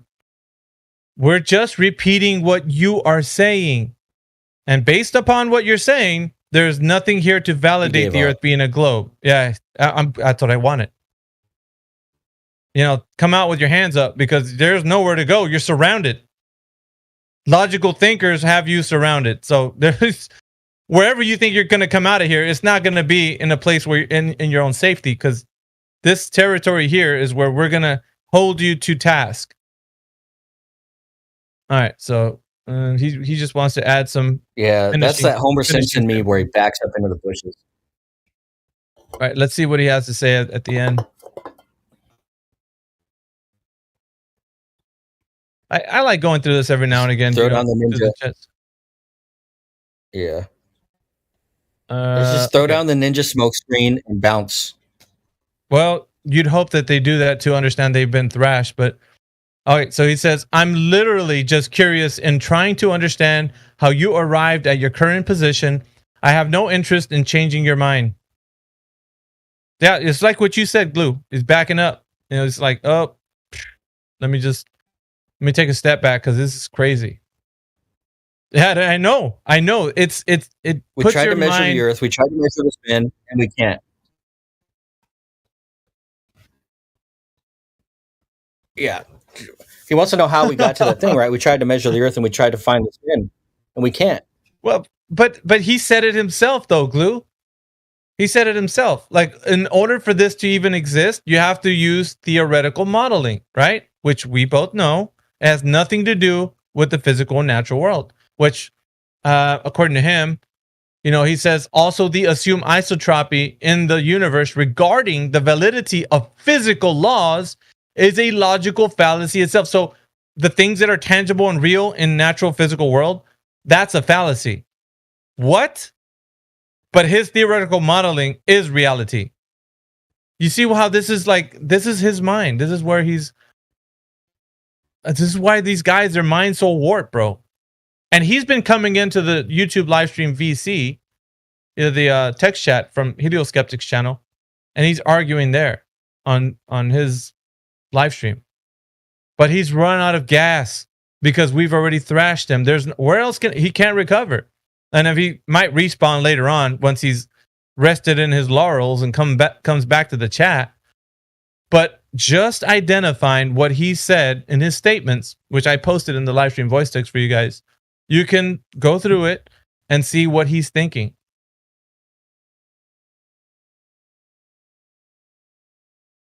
Yeah, he just admitted that his whole it's just they never look at the Earth. They're just looking up and they're looking at theory, and then they're going to show you a picture of a nebula that was drawn by some first year art student, and they're going to act, and it's going to trigger something, and like, oh, there's wondrous things in the universe, and I want to hold on to that. And that's what I was like. I didn't like that space was taken from me, man. It was, and I was a kid with space and dinosaurs and all that crap in his room, and got taken from me. But that's now fine. Here's the save face, you know, because now he's got egg on his face, right? He's trying to save face. He's trying to recover. He's trying to hold on to a slightest bit of intellectual dignity, right? Because he got thrashed right now with how his thought process works. So let's look at what he says here. Honestly, I've lost a lot of interest after you started spiraling out of control. So it's projection, right? We understand that's another process of trying to preserve your intellectual integrity, right? He's projecting onto me what he just went through, which is, of course, his undoing because he posted everything of what he was thinking about in the text chat. Let's see here. Oh, he's got something else. Let's go through it. All right, so now he's got something interesting. Random also put, if you want to talk so bad, I can kick by in VC and have a chat with you and grab a beer. Well, I preferably want you sober, but grabbing a beer, I don't care. But it's just going to make things worse for you because you're going to be inebriated and I'm going to be sober-minded. And it's going to be it's already unfair, Random, as it is now. You getting inebriated, it's going to make it worse for you, bro. I'm just being straight up. He's trying to cripple himself. Yeah. You're basically tying one hand behind your back, and I don't even think it's a fair fight with like 3 of you guys. All right, hang on. I'm gonna copy and paste what he's putting because I think he's coming in here. Just good. I want you to get enough. You know. He should roll through. I mean, I respect that though. Show up. You know, you just got smoked, and now you're gonna come big time. Talk about it. Like, show him a little respect for that. You know, it's gonna be embarrassing. Yeah, please come in here because we're not done yet. If you think that we're not done, come on in. We'll continue. All right, so let's see. I'm posting the rest of this little typing text in there. All right, so he says, but we first have to understand that both of us are humans, okay? And lay some ground rules. You don't know me. I don't know you. You made a bunch of rather rude assumptions, and I don't appreciate that. I wasn't talking about now, by the way. I still have a bunch of work to do. Well, shit, dude. Like, I was just speaking frankly about what you posted in chat. What the fuck are you saying I was being rude to you? Now you're projecting it. Once again, you're projecting, right? You're saying that I'm being rude. I'm pointing out this is your logical reasoning. Random. This is what you think the Earth is understood to be a globe as by your theoretical modeling, right? And now people can look at the text chat if they scroll up on live stream voice text and they can see everything that I've been posting. I've been reading verbatim what you said and then been talking about what you said. So I'm exposing your mindset to the public, which of course you've been coming to the YouTube live stream doing this day in and day out. So I'm picking on you because I can do it to Phil Connors because I don't know, he doesn't interest me. But you, however, you are a bit of someone I think you can sway. So now that you know the gauntlet's thrown down, I do want to talk to you, but don't grab a beer and come in here because you're already hobbled as it is. It's an unfair fight. I'm calling it that way because if there was 3 of you, it would still be unfair. But now that you're going to have a beer, you're just like tying one hand behind your back. And I think that's just, I can't fight that. It's unfair for me to you because I don't want to dominate that much. You're like, please come in sober-minded. At least give you a running chance. Yeah, righteous indignation is that a step?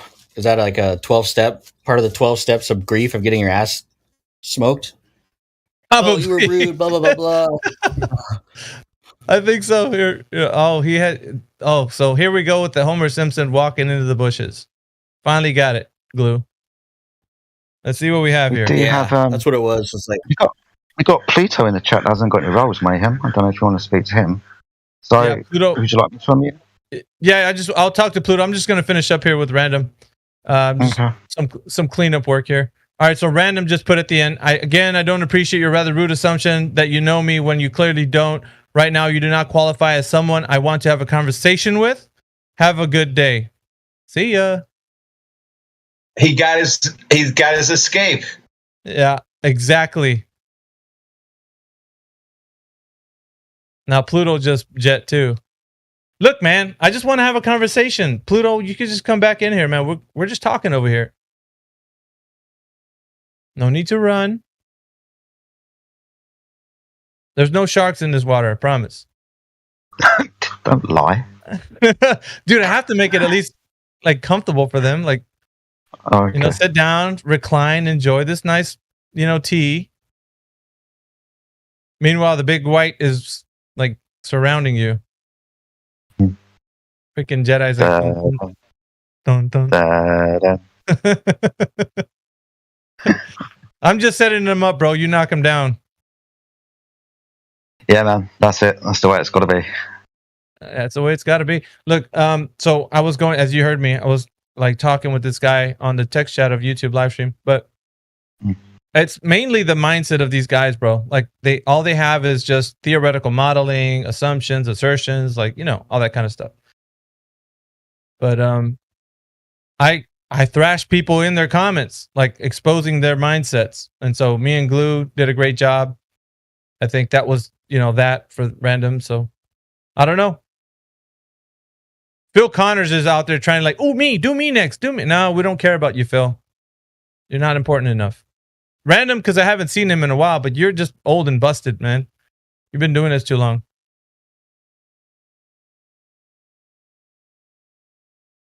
Look at what he puts, dude. Phil Connors. So you have proof God isn't real?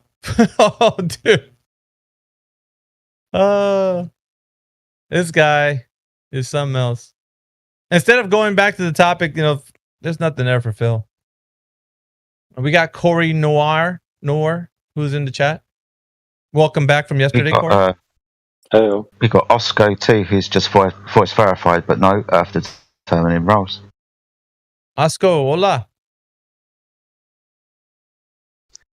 What's going on, guys? Every time I come in here, everyone thinks it's my first time and then asks me if I'm a flat earther, and the answer is yes. Yeah, and we're gonna give we need to sort him out a role because sorry, yeah, sorry. All I was going to say is every time somebody comes in with voice verified and no Earth determining roles, my radar pings and I kind of home in. So I do apologise, buddy, but yeah, we need to get that flat Earth role as soon as possible, and me and you are going to be having combats every single time you walk through the door. So sorry, mate.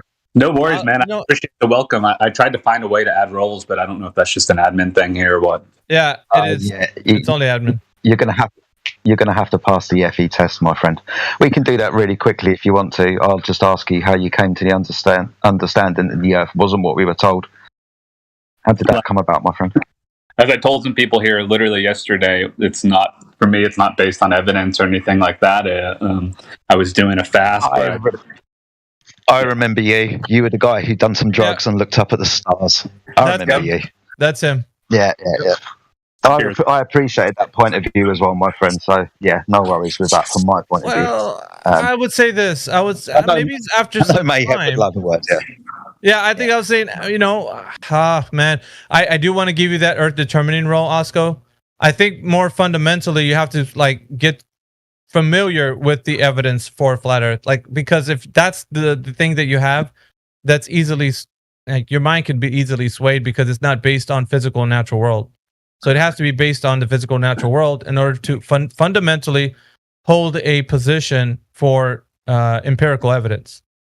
Does that make sense? That does make sense, but what I would say is that everything we observe in common reality is flat and motionless. So the burden of proof isn't on me or on a flat earther. No, I agree, but based on how you articulate yourself from the position of how you know the Earth is flat, that's great. Observation is the first step, but we have to take it to the next level. How do we practically use the Earth flat and stationary? How do we measure the Earth flat and stationary?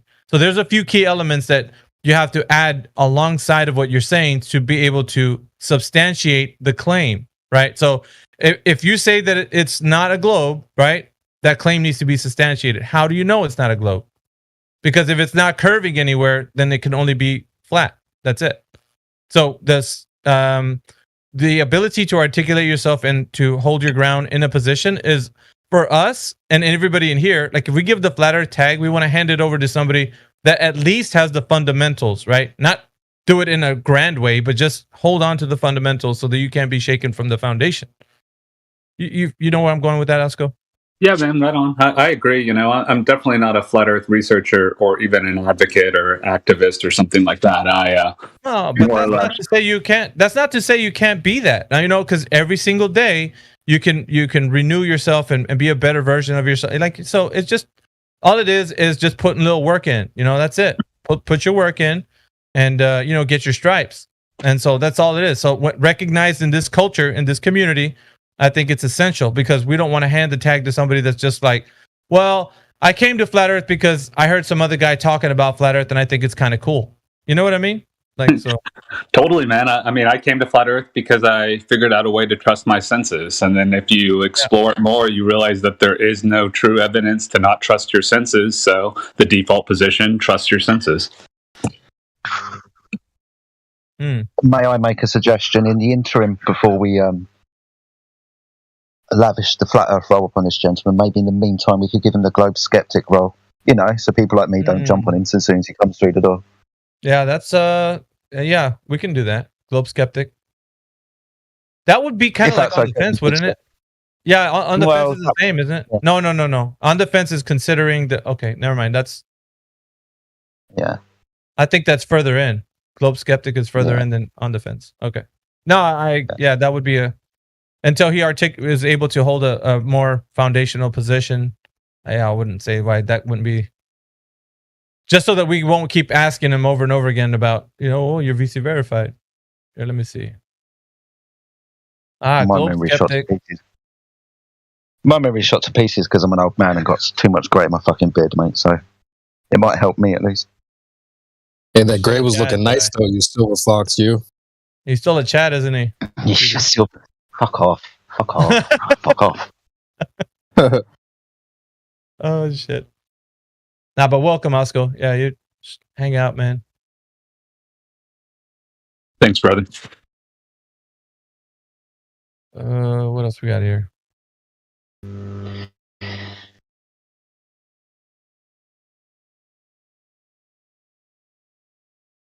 Yeah, cool. Well, we got 31 people watching on the YouTube live stream Helio Skeptics channel, and we got 29 people watching on my Rumble at the moment. So pretty decent crowds, guys. Let's go. Welcome to everybody watching on YouTube and Rumble. We are the Flat Earth 24/7 Discord server. We understand the Earth to be flat and stationary. If you've got any questions, you've got any concerns, you know what link to hit, and you can come and join us within the server and come and speak to Miggy, CB, myself, and some of the other Flat Earthers. Have a conversation about what you think of the Earth to be. Well, we'd welcome all conversations, guys, so hit the link provided by whatever link is being provided and come and join the server. I don't know what you're doing on Rumble these days, mate. I know it's not Nightbot, that's for sure. Yeah, description. Well, it's in the description and both Rumble and YouTube. So just go to the description. It's there. Yeah, I think we need to bother Helio about maybe some bots over there. You might know a thing or two, right? I think so. Here's the. Well, check this out. I'm going to do this way.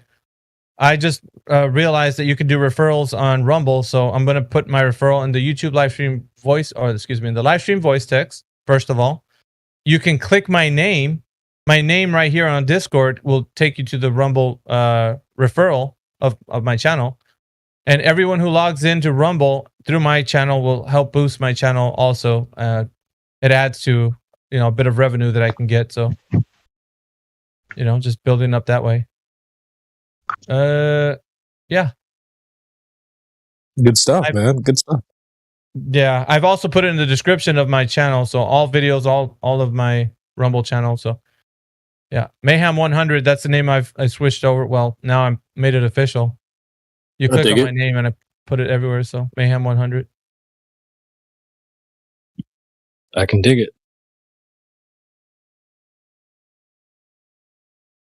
Put some respect on my name.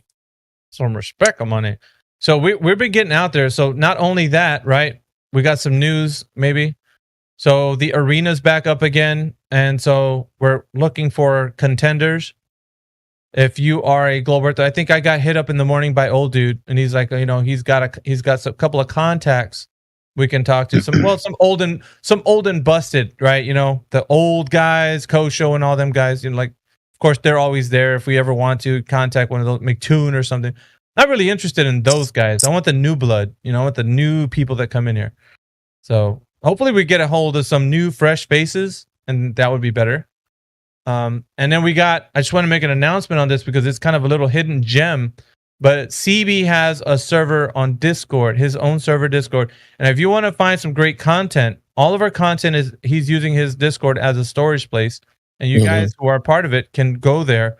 So I recommend that you go check out CB's Discord because that's where we get our clips from.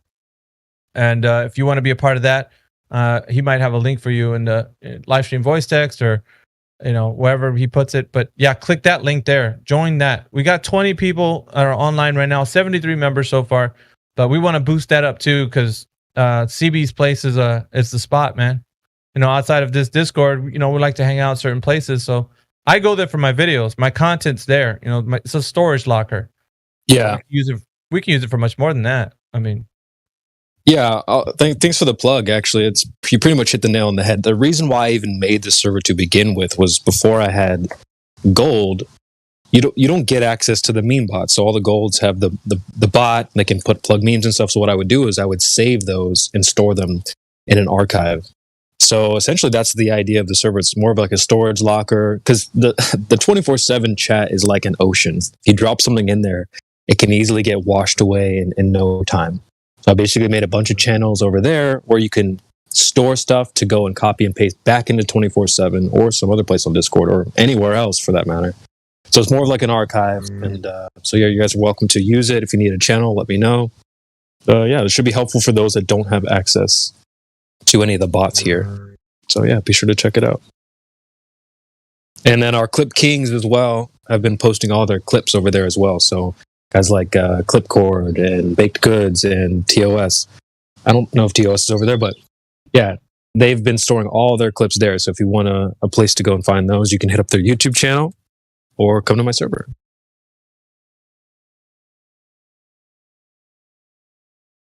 Just a quick shout out to Mayhem. You need to check your DMs, buddy. Just a little bit of administration.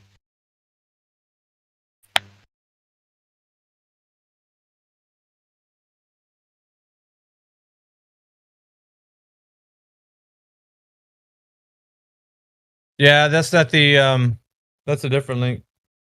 Well, where is that link? Yeah, so that's the link that you've provided, and that's the page that it takes both of us. So the link that I've given you apparently is the right one to use. And this is all coming from my secretary, mate. So. Shout out to my secretary. Oh, it doesn't take me there. That's weird. So it might be because we're logged in. My secretary informs me, but just want you to be doubly sure, my friend. That's all.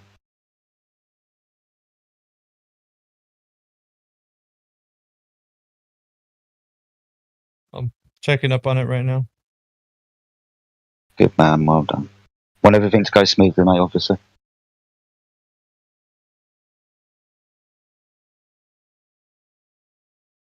Yeah, the other link that I put up, does that one take you the right place? I don't know. Angel, can you figure that out for me, please? The one you put in the link, the register thing? Because I think I'm logged in, so it takes me to, for me, it takes me to an account overview showing me how much money I've made, which is 0. Yeah. That's what it's. Yeah. That's how much money you made, I think. That's not my account page. That's your account page. Yeah, so that's where it takes me when I click on the link, just directly to showing me my earnings. Yep. I think that's right in a way. Because it has nothing to do with my. I think it's not my account that you're logged into. It's your account. So it's. Yeah, it would be for those that aren't logged in yet. So it's like if they registered and logged in, made an account from that link. Yeah. That's what I'm thinking. So apparently the link that I sent you is the one that is correct to you. I get this from a higher authority than myself. Yeah, but that's your account overview, not mine.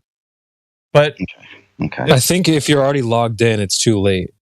It's like a referral thing, right? So it's for those that haven't made an account yet. The link that he shot me in the DM CB is another link. Not okay, my bad. Link. But the one he gave me takes to an account overview, which the account overview is your account overview, not mine. I think that's because you already have an account.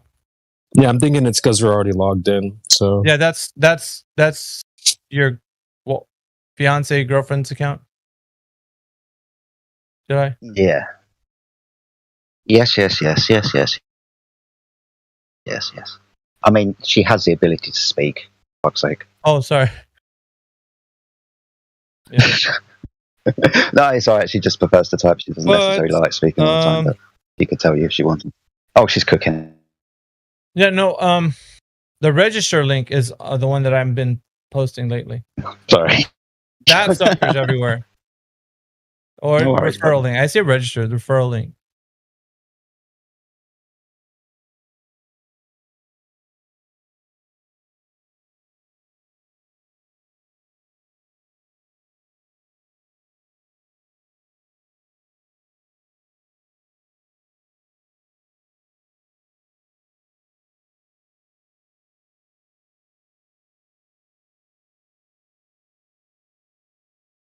Yeah, shout out to the Rumble panel last night. So what? Go ahead. No. It was just a very quick question to my Is it that you want people to register to YouTube, or you want people to go to your page? Which one is it? Register to Rumble or go to your page? Which one is it, mate? Register to Rumble, because fuck YouTube. Okay. Yeah. No, sorry. I said YouTube in the wrong place. Let me say that again. Is it because you wanted people to register to Rumble or go to your page? Which one was it? Well, by registering to Rumble, they'll be able to go to my page. So they have to be registered to Rumble in the first instance. So it's kind of like the first step anyway. Gotcha. Yeah. Gotcha. Yeah, cool. yeah, yeah. No worries, man. No Because even if they did have a Rumble, they wouldn't register. They just get like linked into it. So I'd still Yeah, but have you them. can watch it without registering, so you can spam the watch link as well.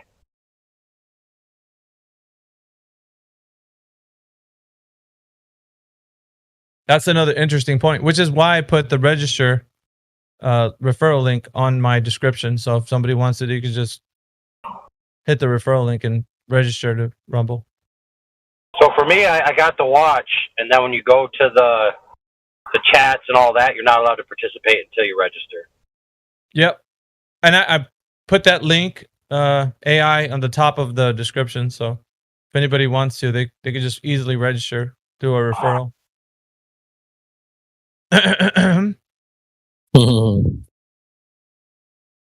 So CB last night, Faces of Earth. That's what you were talking about, mate. I was just gonna shoot the breeze a little bit, but yeah, it was fun. Episode 2. I feel like I was a little unprepared. Maybe I should come with some questions and stuff for the panel, just stuff we can riff off of. So I'm gonna try to come a little bit more prepared next time. We're getting our, we're getting our feet wet, kind of just seeing what the water's like. Yeah. I have to admit though, and I don't know if anybody's with me on this, but CB is a sexy beast as well. I mean, he's got the fresh and fit mate, look. He's fresh mate, and fit, bro. Mate. Seriously, how you're fucking single? I don't know. That's literally going to be. You put me my on the last spot purpose last now. I need to see. Seriously, bro. I don't give a shit. Don't give a shit. I mean, What he's trying to say is, if you were a white guy, he would be gay by now. Oh my! Oh my! Well, I'm colorblind, so. But like I was saying earlier, that's why I don't come on camera, because I don't want to ruin any of your guys' lives. Oh, stop you! I need to see you on cam. By the way, hey, you ain't gotten away from this. Picture. Listen, I was gonna post a picture yesterday. No. So I got off the hook. So you guys can suck it. Nope. At some point, you're gonna have to bust out your camera, man. Some point. It's a heartbreaker. That's the song that's gonna play when he gets a heartbreaker. Oh awesome stuff. But last night was a lot of fun, guys. I didn't stay around for too long. I wasn't feeling necessarily well yesterday, but it was really good to catch up with some of those faces that I'd never seen before. Yeah, I'm glad Indio didn't pop in, because I know he doesn't look like Pai Mei, so that illusion wasn't broken. But yeah, we gotta keep that one going. Yeah. We had Uncle QE come in there, which was a bit difficult for us, because you know how Uncle is when he's around. He's just like yeah, Uncle QE. Oh shit. Yeah, he was was doing his thing, but he got more relaxed as yeah, go ahead. We got to make this point. It is okay when you're in mixed company to not intentionally provoke people. You know what I mean? Yeah. It's like QE's here. Okay, I don't like some of the things he talks about, so I'm going to intentionally provoke him and take over the room with an argument between me and him, rather than a decent discussion we were having. I think after we passed that, it was like, I don't know, I was just like, this weird vibe was happening. I was like, whoa, what's going on? It's just like more people were starting to jump on QE. By the way, man, you need to settle down. I'm like, whoa, what's going on? Like, but that was kind of why we were talking about what we were talking about a couple of hours ago. The necessity for people to lose their shit with these people. Because, my friend, sometimes people need to slap upside the face, because the brainwashing is just saying stupid things. We're not going to get anywhere if we put our arms around them and let them talk their shit, for example. It's those conversations are not always going to happen. So people like QE, myself, Miggy, a few others as well. Sometimes CB. that hard smackdown does need to come. Yeah, oh, absolutely. Heretic, to name but a few. I mean, we've got lots of legends. I've noticed something, Jedi, that if you come in here and start talking about an ant on a beach ball or bacteria on a beach, like you want to piss CB off, he's not going to let you speak. He's going to shut you up. And until you get off of that point, because if you start restating your claim, and when you get unmuted, you're going to get muted again until CB don't play around, man. It's like, look, man, not here to listen to that.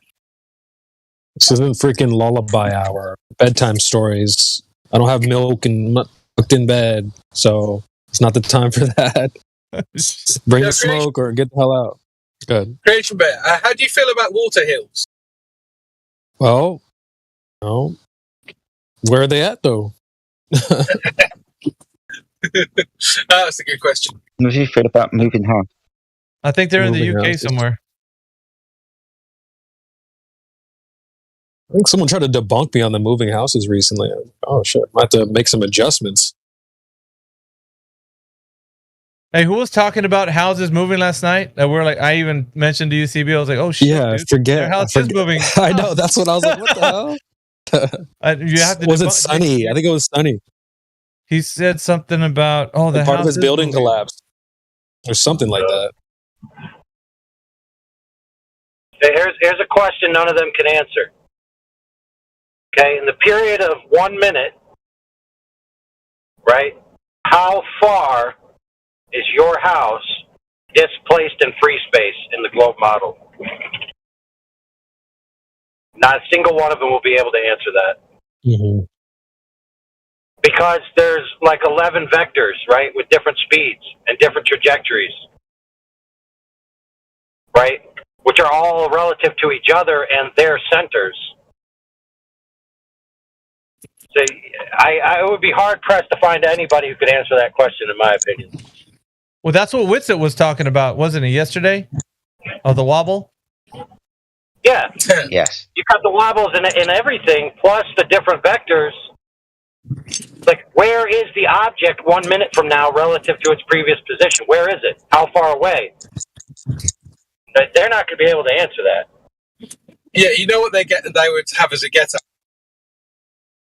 Well, yeah, but their get out would be, well, it depends what reference frame. They would just endlessly talk about reference frames. I guarantee that would be what they would say. Now, don't feed the trolls there, Crypto. You're gonna give them. Shit! Jot that down, guys. I'm saying I've heard these retarded arguments so many times now. It's like, that's what they'd say. 100%. I do miss. Let me just tell you what I miss. When I hear Crypto's voice, I do miss a good fallacy thrashing that used to give these guys. Mm. That's one thing you're really, because obviously they're gonna be, logically fallacious whenever they come in here. So I used to like when you go in there and you would explain to them. It's not even the content of their message. It was like how their reasoning was about. So like they're trying to formulate a logical syllogism that's completely fallacious. And then you'd point that out. It was like, I don't know. I just thought it was awesome. Thanks, man. I appreciate that. We do have somebody new in the server that hasn't got any roles at all. Somebody called GP hasn't got voice verified or anything. Would you like me to do them the honour, Mayhem? Please, sir. Okay, so JP, I have given you control of your microphone. You can take yourself off mute and introduce yourself to the Flat Earth 24/7 Discord server 2.0. My name is Jedi, the Greybeard. How can I help you? Nice. Obviously, That's not how it works. You either stop talking right now or I permanently ban you until you're read the welcome and rules and etc. Then you could be unmuted. All right. And all that stuff. Right. Put your hand on the Bible. Swear to tell the whole truth, nothing but the truth, so help you God. No, Mickey, you've forgotten the really important question. Oh yeah. How do you feel? Do you feel like you're brainwashed? Oh yeah. Anyway, have you read the rules of the server in the welcome page? I've skimmed through it. Yeah. And you agree to the rules? What channel is it? How did you read them? Right at the top. So, welcome page, bro. How did you? Oh, right. The bit you just skimmed through, you've already been there, apparently, according to you. Oh, I have to. Have you read the rules in welcome? Oh yeah, I've read the top Yeah. message. Yeah.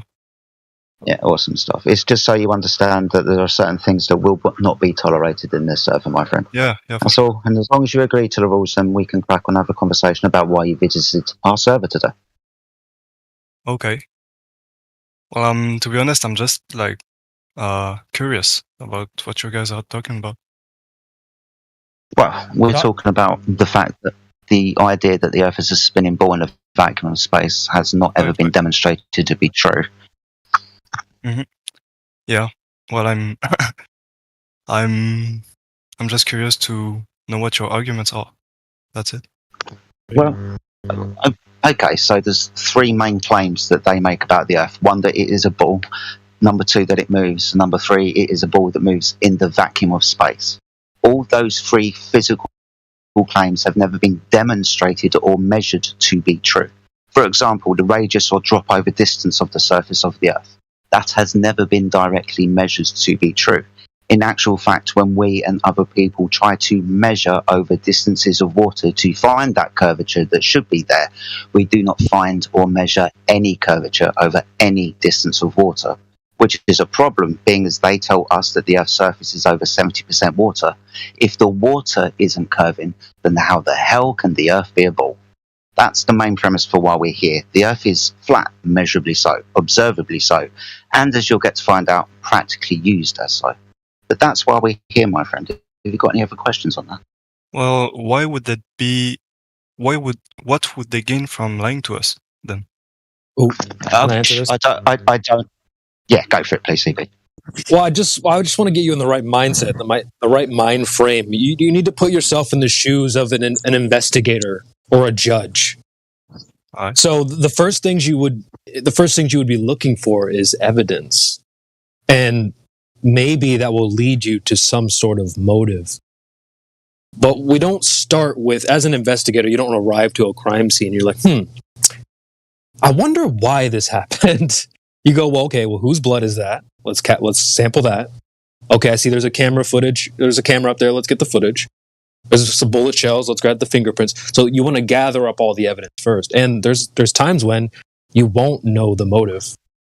But based on the evidence, you can still turn that into a judge. The judge can observe the evidence and make a conviction based off the evidence. So in terms of like, well, why would they do this and how could this possibly have happened? We could probably speculate until the cows come home about why. But the real important stuff is the actual evidence. So just put your investigator hat on, young detective, and we'll start with the evidence. But have you guys arrived at an agreement about the motive? Because I guess you've already went through all of the evidence that you said. Can I go maybe take this a different way? Why is motive relevant to the PI or detective? Well, it would make sense. It would support the hypothesis that the Earth is flat when there is a motive. That's not why it's no. Why is a motive relevant to a private detector or judge or jury or any of that stuff? Why is the motive relevant to them? Well, they're trying to figure out what happened. No, it leads them potentially to evidence. That's literally the only reason they care about motive. Is it? Yes. So they don't need to really know why a thing happened, but if they can understand why it happened, then it will lead them to evidence, which is what CB is talking about, that will then help to make a prosecution. Right? That's the only reason they care about motive. It's the only reason they care. But ultimately, it's the evidence that matters. Here's a quick clip. People like the media asking somebody, an officer, about motive. Just kind of hear his response here. We currently don't truly understand the why. As far as motivation and any type of relationship, we don't know. But the investigators are keeping all options open. Yeah, absolutely. I mean, even if you never know, then you just give up. You just ignore all the evidence if you can't figure out the motive. No, the motive is the key part. So I could give you some speculation, but what does that lead us? Can we cash in our speculation to a judge? Like, well, I'm thinking that it could be this. No, you cash in the evidence. So that's what you got to focus on first. Maybe you'll come to your own conclusions in terms of motivation, but even then, who's going to confirm that? Do you go and ask? Who do you ask? Is it true that you did this for this reason? Asking a liar why they lied. They could just lie. So it's like, that's why the evidence is so important. Cool. I see what you're saying. I was just asking from a personal a personal point of view, you know. Well, I'll give you something to I'm chew on. trying to then. understand. After all that, I'll at least give you something to chew on. Nice. But what do they gain? They gained, well, I'm just going to use you as an example. They gained you. They've gained a lot of people who will just blindly defend something they don't even understand. People come here and they're like, yeah, it's a globe. And you're like, okay, well, do you know that? And they're like, yeah. Okay, so how do you know that? Well, hold on, let me Google it. So they're blindly defending something for someone else that they don't even understand why. So that's something I'd say that's pretty valuable. If you gained a bunch of blind followers. So I don't know. But again, what can you do with that information? What are you going to do? Well, I mean, another way of looking at it is like, if you blindly believe them, then they don't have an incentive to tell the truth. So what they're actually going to do is they're just going to tell you whatever benefits them the most, right? So just think about that. If people just blindly believe them, as 99% of the people do, then why wouldn't you lie? Yeah, but why would they lie about that though? Does it make? Well, I just told you. If people are going to blindly believe them anyway, then they would do whatever benefits them the most. That's what I just told you that, right? So what that benefit is, well, you'd need to know why they're lying in order to know what the benefit is. So Look, bro, we're not mind readers, so we don't know. But we're just pointing out that the question itself it's not actually a valid question in this debate. Okay. Well, let me try to accentuate Crypto's point a little bit. I have a running skit, a little joke about selling people a space junk helmet. So let me just play this quick clip. This is a commercial I heard from an insurance company just recently. Take a listen. They say an asteroid wiped out the dinosaurs. I don't know about that, but I do know if space debris hit my car, it'll be all right. Comprehensive car insurance can cover things that fall from the sky. Hail, trees, golf balls, even meteorites. Okay. So if you can be convinced that things can fall from the sky, potentially crash, maybe hit your car, you might be inclined to maybe purchase some insurance for that. Or maybe you'll purchase one of my space junk helmets. Because every other day it seems like there's something going to be crashing into the earth soon. Prepare. And we saw the last couple years, people were convinced to wear something on their head to protect themselves from incoming things. So I'm just thinking, well, if people will do that, I bet you they'll wear something like a helmet on their head. So I can't sell this product. No one in this community, no flat earther is going to buy a space junk helmet. Why? Because we know that outer space is a fictional setting. It's not a real place. So nothing's going to be falling from space and hitting you in the head. So nobody here is going to buy that. But these blind believers, the ones that were wearing the diaper, I bet you they'd be willing to wear a helmet. So, yeah, they gained those people as well. I can sell you insurance. I can sell you helmets. No flat earther is going to buy space coverage. Well, I don't think outer space is real. So why would I buy space coverage to cover my car? Go ahead. I'd like to add on to what you're saying too. Most people aren't lying; they were lied to, and they believe what was sold to them. So they're passing on what they perceive to be true information. Yeah, Creation Bear, I've just come up with a really good business idea. We should go into Gamma Panda's server and try and sell them alien invasion insurance. Issa goes there to sell them Coriolis insurance. Coriolis insurance, brilliant. Yeah, he's like, just if you refer friends, you get a discount. He's got like a whole sales pitch for Coriolis insurance. So notice, though, for our new friend here, we've given you some speculation on why and stuff like that. But notice how this isn't proving anything. This doesn't say anything about the Earth. I've told you that outer space isn't real, but we don't have any evidence for that, just based off of my speculation of people would purchase space insurance and stuff like that. So this is all into speculation zone. and we're not really getting anywhere that leads us to the evidence, like Crypto was talking about. So we can't cash in speculation, but we can cash in evidence. So that's what we're trying to get new people to start with, the evidence, not the motive, because it doesn't lead anywhere. But he can see if he wants to start from that point. He can say, okay, if they have no motive to lie, that means there is no lie outside. That means the Earth is spherical and everything is okay. He really wants to start from that point. I believe them. Now you check the reality and see if they're lying or not lying. Because if they have no motive to lie, that means the Earth must be spherical. Yeah, I actually really like the court setting. You almost you got to put yourself. You're almost like a lawyer sometimes as well. So you'll hear people say things like, "Oh, well, Your Honor, I just can't fathom why my client would lie about such a thing. They've been in business for this many years, and I've trusted them. I just can't think of why they would lie." So meanwhile, we're over here like, well, here's their blood, here's them at the crime scene. Here's the bullet. Like, we've got all the evidence. What more do you need? And they're like, well, do you really think that's possible? Like, they've been credentialed for so many years.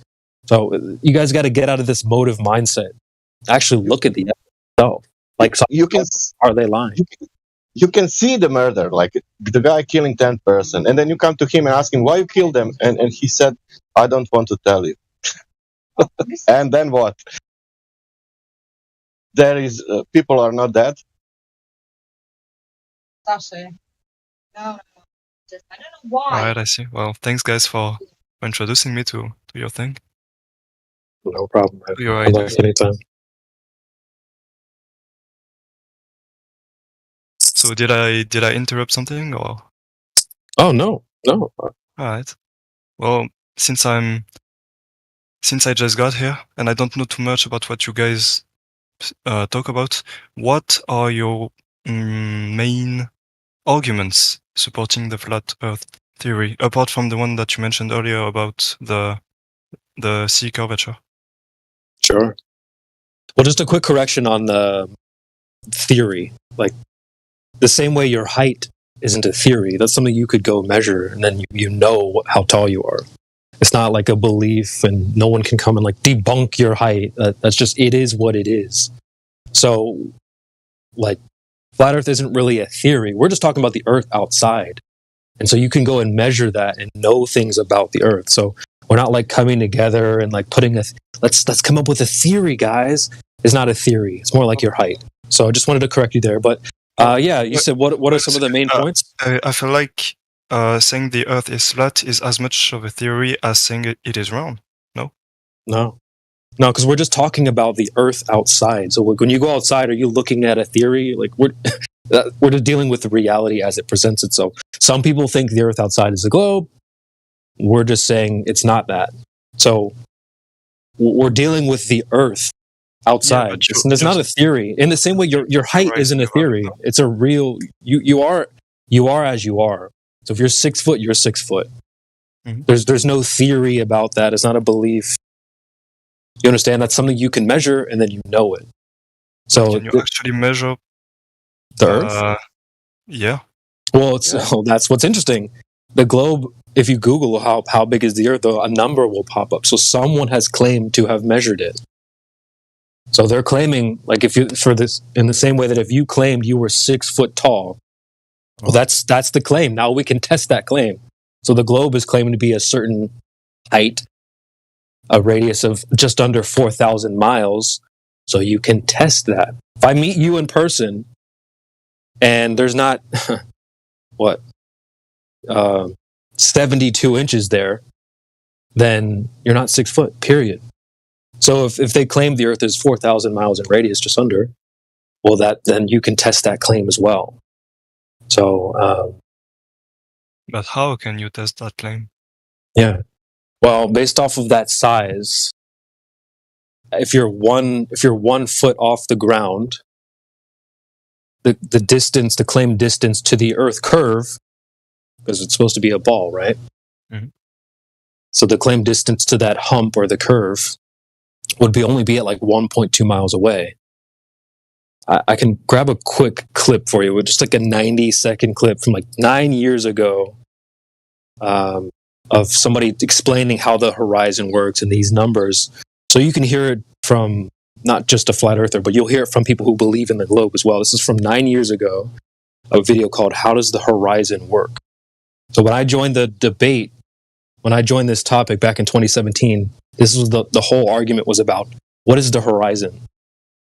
The Team Globe was claiming that the horizon is the curve of the Earth, the thing that boats go over. The reason why you can't see China, because there's a curve in the way. Okay? All right. So here's the clip. I'm just going to play it in the bot. It's 90 seconds. You hear a little bit of music at first, but I'll stop it after the end. Sure.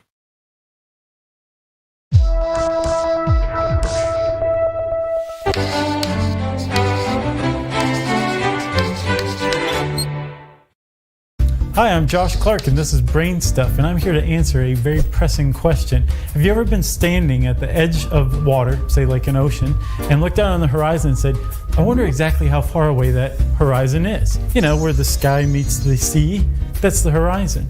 Well, it turns out because the Earth is curved that it depends on where you're standing and how far above water you're standing. Let's say that you are in the water, right? And you're up to, say, your eyes are about 8 inches above the water surface. Well, again, remember the Earth is curved, and despite the ocean seeming flat, they actually curve themselves, which if you've ever really looked at the horizon, it kind of goes like this a little bit, which is pretty cool. But it also goes like this, right? So if your eyes are 8 inches above the water, right then you're about a mile away from that horizon point where the sky meets the ocean as far as you can tell. If you're standing up above water and you're like, I am about 6 feet tall, that means your eyes are about 5.5 feet above the water's edge, which means that you're about 3 miles away from the horizon. Isn't that amazing? Going from 8 inches above water, 5.5 feet above water, is the distance between 2 miles between you and the horizon. Mind-blowing, if you ask. Okay. So they're basically just saying, based off the size of the Earth, the distance, and your height off the ground, the curvature will be at a certain distance away from you. So if you're like 6 foot tall, the horizon will be at about 3 miles. If you've got an observer or a camera down at 1 foot, the distance to the horizon will be about 1.2 miles. So how do you test that? Say you had a body of water that's maybe 5-10 miles, or an ocean that's pretty big, and you're looking out across that ocean or that body of water. Say if it's a 5-mile lake and you've got an observer at 1 foot and you're seeing across that whole lake when the horizon is claimed to be bulged up at 1.2 miles. So essentially that's a good way to test the claim, is you can use bodies of water. We look at the space selfies, right? Pictures from space, they show us curved water. The oceans are all curved, the lakes are all curved. So that's what we're doing. We're going into reality to find out if those lakes really are curved. And they have to be at a certain rate based off of the size of the Earth.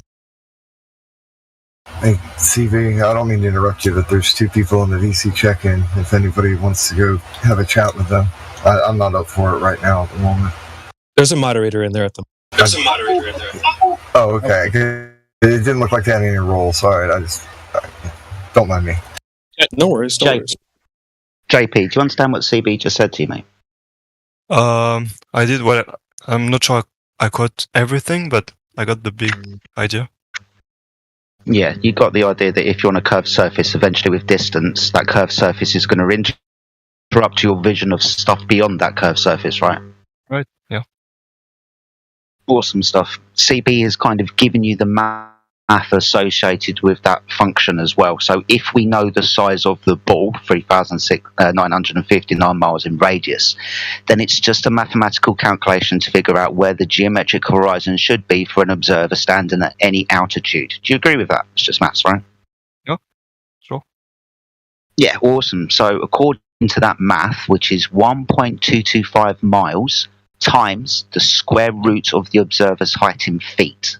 So, for example, if the observer's height was 1 foot, like was elucidated within the small sound clip just a moment ago, then the visible geometric horizon for that 1 foot observer should be, well, the square root of 1 is 1, So 1 times 1.225 is 1.225.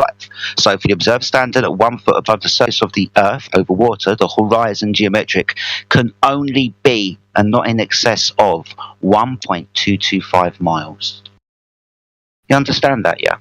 Yeah. Awesome stuff. Guys, has JP got the ability, has he got voice verified so he can jump in the live stream, CB? I'm not sure I have.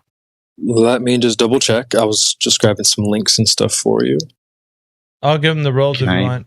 VC verified? Yes, please. Yes, please. Okay. The only reason why I've given you this role, my friend, is because I want you to go into the live stream voice text. That's the text stream that's just above this channel. If you can go in there, that's where we text and post relevant information. When you're in that live stream voice text, can you tell me when you can see the image of the 2 oil rigs? Provided at 47 minutes past the hour by Flatsy. Awesome stuff. So you see at the top there's a little bit of blurb. Basically it says if the Earth is a ball of a set radius, then the maths that I've just said would apply. So this image, these 2 oil rigs, is a still shot that is taken from a video. We can provide you with the video later if you wish. It's not a problem at all. But this observation is taken from 1 foot above the surface of the water. Can you tell me in relation to these 2 oil rigs, and before I continue, I just want to point out that these oil rigs have got distance markers. One's just over 6 miles, one's just over 9. Can you tell me, with reference to those 2 oil rigs, where the horizon appears to be? For example, is the horizon before the oil rigs? Is it between the oil rigs, or is it past the last oil rig? Where's the horizon appear to be, my friend? Behind. Awesome. So we can see on the left. Yeah. So we can see on the left-hand side that oil rig has got a distance of 9.4 miles. So we can safely say, I would assume, that the horizon is no less than 10 miles away. It could be further, but it's not less than 10 miles, right? Yeah. Awesome. So remember the mathematical function, 1.225 miles times the square root of the observer's height in feet. This observation is taken from 1 foot above the surface of the water. So the geometric horizon must be at 1.225 miles. What we're demonstrating to you here, my friend, is the horizon is not where the mathematics geometrically should be. The horizon is indeed further than it should be, and indeed the horizon is an optical phenomena. And I'll explain that to you. What I mean by an optical phenomena, it is basically the limitation of your view depending on the optics technology that you use, eyeballs, binoculars, telescope or higher-powered zoom camera, and the atmospheric conditions of the day. For example, you ain't going to see very far when it's foggy, but when it's a nice clear day, you're going to see a lot further. So basically what we're showing you here is there is no geometric horizon to hide boats, buildings, oil rigs, lighthouses, your mum and friends and family around, because the horizon is optical. It isn't physical to hide things behind. You understand that, yeah? Yeah, I'm following. Yeah, awesome. You'll also understand that the water between the observer and the horizon is level, right? It is not curving, is it? No, but it shouldn't be. No. I mean, even if the Earth were a globe, it shouldn't be curving, I think. Incorrect. What? So, hold on. If the Earth was a ball, that means that all of the surface of the Earth would be curving. You know those pictures from space that they show us of the Earth being a ball? 70% of the surface of the Earth is water. So we should most definitely be able to find curvature of the Earth over distances of water, shouldn't we? Well, yeah, but on that picture, it's way too narrow to see a curvature. Hold on. I've given you the maths. 1.225 times the square root of the observer's height in feet. So for this 1 foot observer, the geometric horizon, if it was physical, can only be 1.225 miles away. We've done the math. The Earth is not too big. The horizon should be at 1.225 miles away, according to the math. So why is the horizon beyond the Oryx then? I wouldn't know. But it's not curving, is it? Yeah, because it would not be curving, right? Yeah, exactly. So if the waters of the Earth are not curving, how can the Earth, 70% of the surface of the Earth being water, be a ball? Because the waters are level, right? Yeah. Yeah. So the waters are level. Therefore, the Earth is level. Right? Just want to make a quick correction, JP. The water is claimed to be curved. I gave you we listened to that short video where the guy said, when you're standing at the beach, you can see it, he says.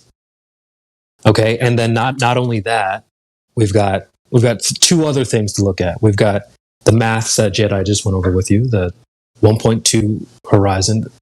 I also posted that in the chat. The water is definitely claimed to be curving.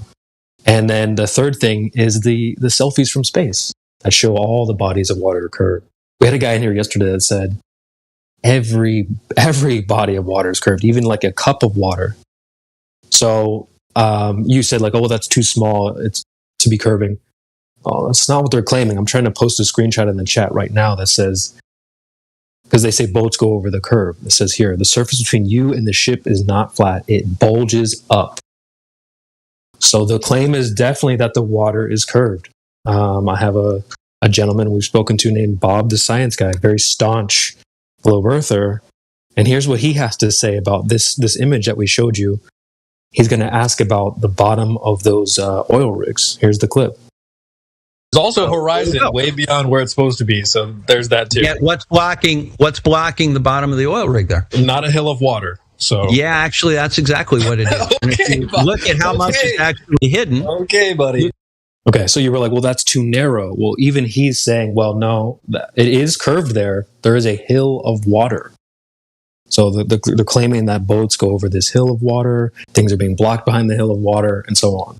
So just wanted to help you correct that there. But what you're calling the hill of water would be an optical thing and not a physical thing. Well, they're saying it's physical. They're saying it's physical. A physical wall of water? Yeah. Hey, Yeah. Creation Bear. Remember the claim? Sorry. Yeah, Go on. I just want to say hi to Creation Bear and ask him if he's got a Pac-Man, like when the ghost eats the Pac-Man, that sound he makes. The sound? I should add it. Yeah, because there was a concession. Jedi got to a concession. Can we hear it again, Jedi? What, my concession? No, the gentleman you were talking to. Optical He or conceded physical? about the waters are level, right? Yeah.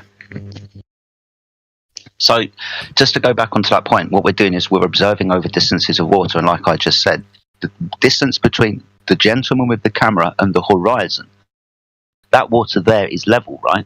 It's level water. You understand that, yeah? If the Earth is a ball, there shouldn't be any level water anywhere. It should all be curving at 1.225 times the square root of your observer's height in feet to find the geometric horizon, or 8 inches per mile squared. That is the drop over distance. We're not observing this over any distance of water, are we? JP? Yeah. I'm thinking about what you're saying. That's absolutely fine, my friend. So this is a direct observation and measurement of the surface of the Earth. It's a measurement because we know the distances between the observer and the two oil rigs, for example, and we can measure that the horizon is beyond those two oil rigs. Right? Yeah. This is just water. Yeah. You understand the dynamics of water when it's contained, like in your coffee in the morning, or when you go and have a bath, or when you go for a swim at your swimming pool, or when you go fishing at your lake, or when you go and observe boats at the seaside. Yeah. That water is level. You'll notice that it also reflects light like a perfectly mirrored surface. For example, a lake, right, reflects the clouds from above like a perfectly mirrored surface. Your bath water will reflect your bathroom light like a perfectly mirrored surface. The oceans, or difference between any of those contained waters, whether it's small or large, that's still reflecting water like a perfectly flat mirrored surface. So observationally and measurably, the Earth doesn't appear to have any curvature over water at all. That's a problem if you're on a ball, because that water should be curving. All of it. Yeah. Where did you derive the formula of the observable distance? That would be an Earth curve calculator. Mathematics associated with a ball of 3,959 miles. This is not my maths. This is not CB's maths. This is just maths. Yeah. Mm-hmm. I can post some stuff in the chat for you just to kind of back, because I know people will be like, "Oh, this is just flat Earth or math." Not really.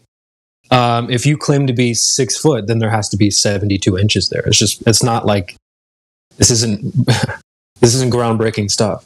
It's just basic, arithmetic Geometry. at this point. Yeah. So look in the chat. Yeah, I'll have to look into it later. 57 minutes past the hour there. But yeah, just so you know, this is just a breakdown from the claim that the Earth is a specific size. So based off of that size, boom, you've got, you can break it down from there. Yeah, thanks. Yep. If it was up to us, there is no horizon. So we wouldn't be saying like, oh, well, the horizon should be at this distance. You know what I'm saying? Yeah, so.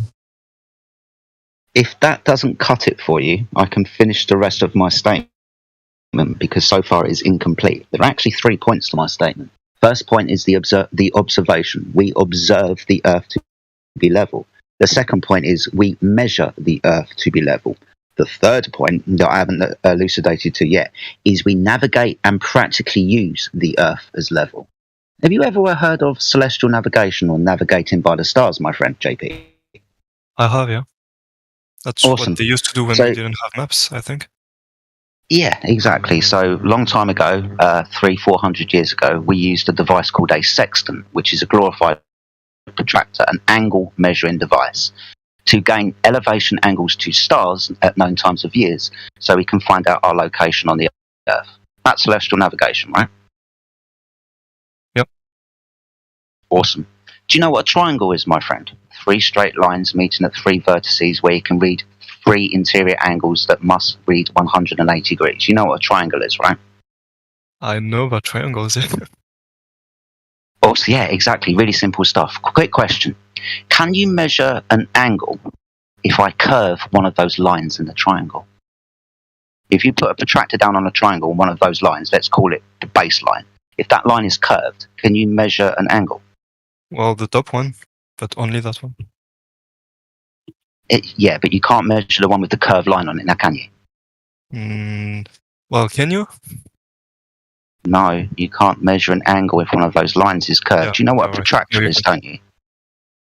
A what? A contractor? A protractor. You find them in stationary sets at school. The half semicircle. I'm gonna Google it. It's an angle measuring device. Oh, yeah, I see what it is.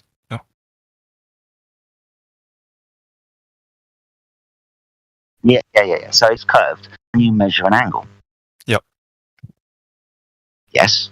How do you measure an angle if one of those lines is curved? And I will point out to you that all of those lines radiating out from the center of the protractor are straight. Yeah, you can't. That's right. Yeah, exactly. You cannot measure an angle if one of those lines is curved. You see, the thing is, if the surface of the Earth was curved, then we wouldn't be using angle measuring devices to navigate across the Earth with the stars, because you can't measure angles if lines are curved, correct? Yeah, I'm gonna play the devil's advocate here and say that the curvature of the Earth was too small to curve the baseline enough to, make the calculus wrong. Okay. Do you know what a GP is? Do you know what a GP is with reference to celestial navigation? If you don't, I'll tell you. JP? GP. GP? It's the ground position. Yeah. It's the ground position of the star that you're looking at. So, for example, we're at sea and we're looking at Polaris. Okay? We all know what Polaris is, North Star. So we're at sea and we've got Polaris in our view. A straight line down from Polaris is Polaris's ground position. Now, underneath Polaris is 90 degrees. Now, Polaris can be in excess of 1 to 3,000 miles beyond the horizon. The GP is beyond the horizon. So being as there's 90 degrees underneath Polaris, and then a straight line from that ground position to you with the sextant, 3,000 miles away, and then you measure up to Polaris and read an angle of, let's say, 45 degrees. You understand that we've just built a triangle there, yes? Yeah. Awesome. If the surface of the Earth was curved, how would you have a 90-degree angle GP underneath Polaris?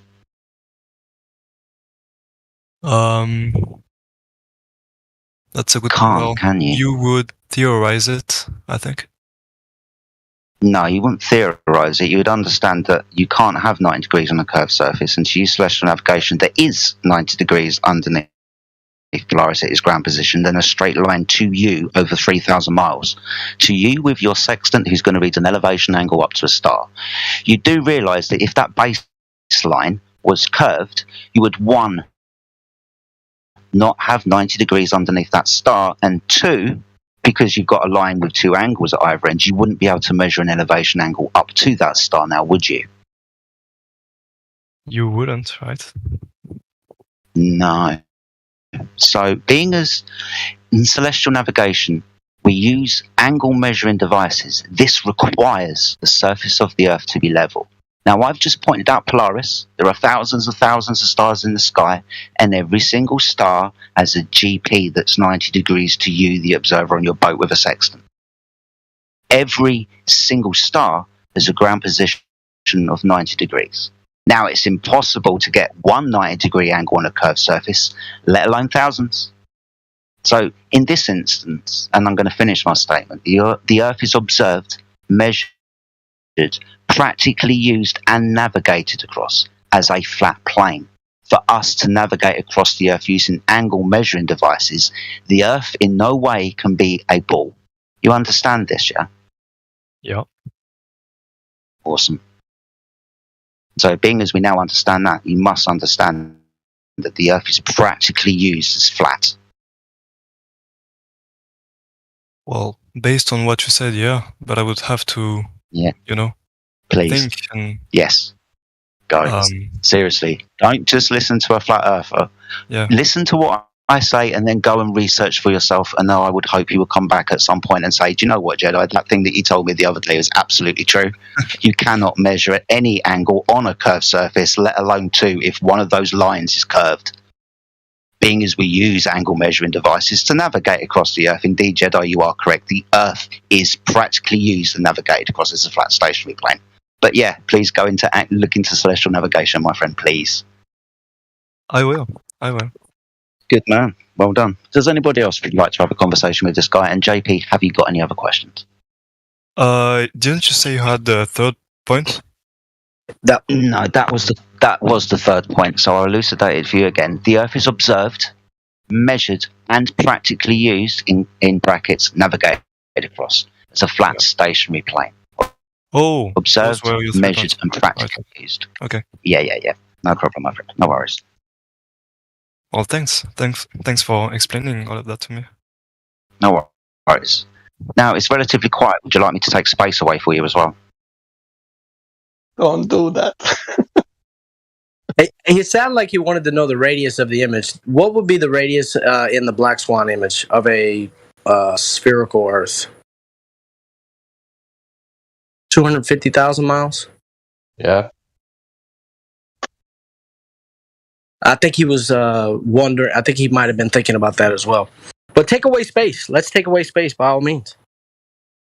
Wait, I wasn't following. You were talking to me? No, JP, 250,000 miles is the radius in that Black Swan image. Which image? That with all rigs. Oh, the old rigs, right? Yeah. If we were to measure to that horizon, then the Earth's radius would be out to the moon.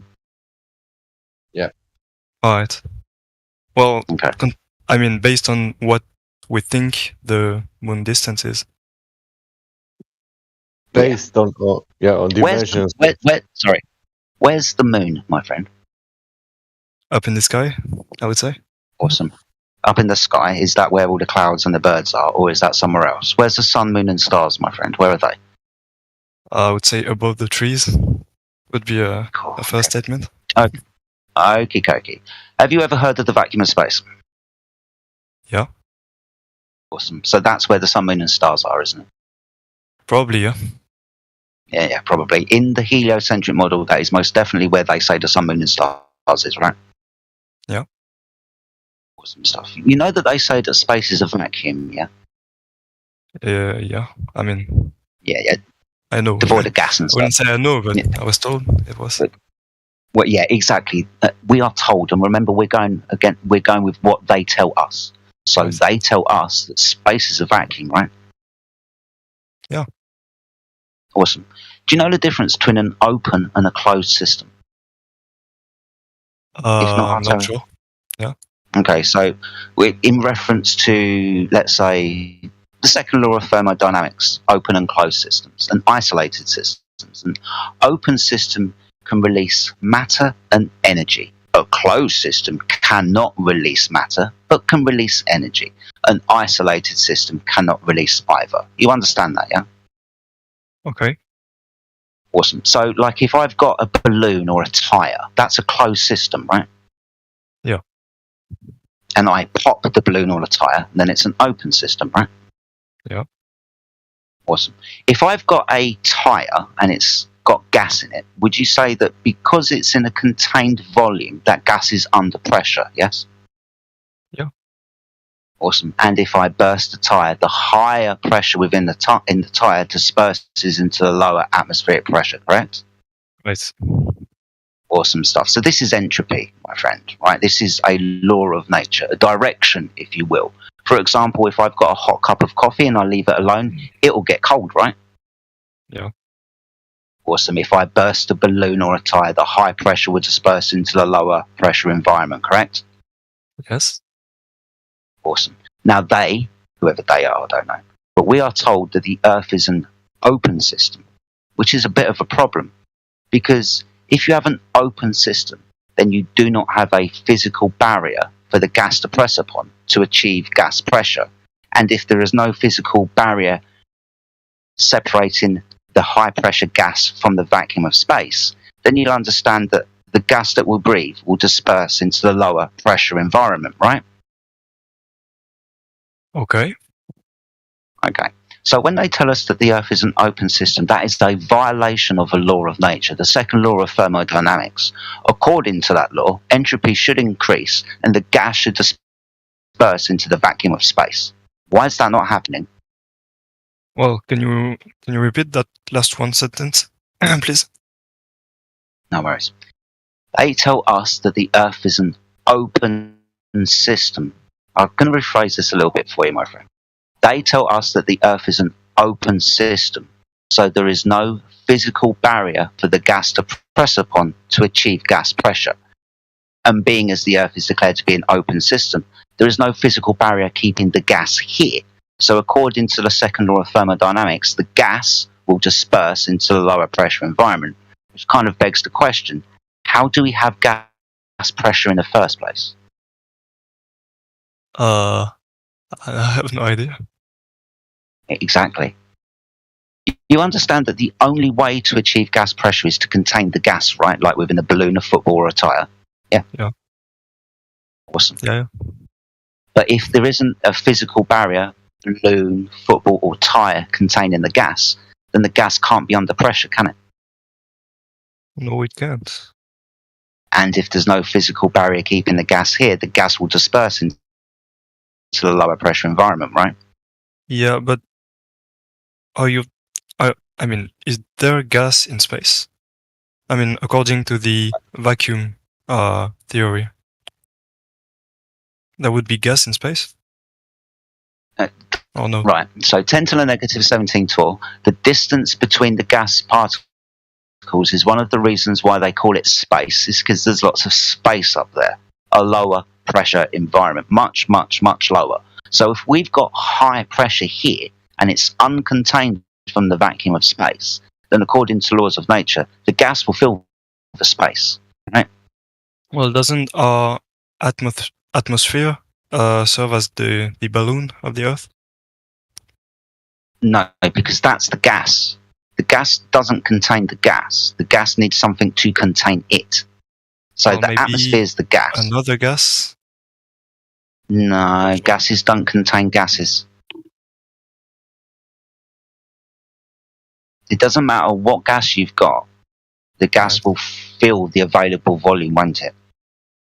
Yeah. Yeah. So understanding this means that, you know, that place up there, the vacuum of space, that can't be real because it violates laws of nature.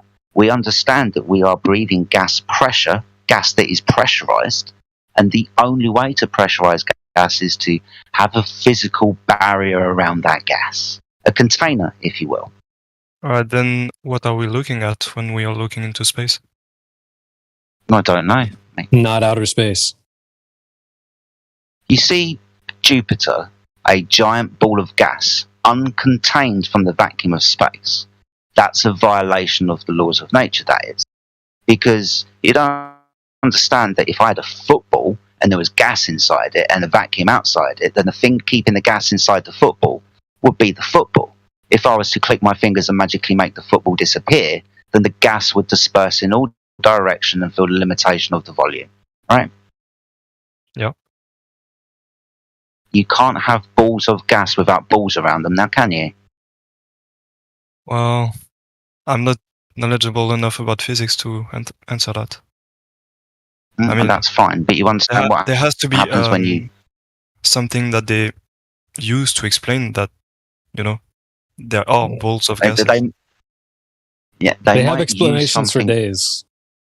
Yeah. They'll never be able to demonstrate this to be true. Well, so do you actually? I mean, yeah. Well, can I leap in quickly?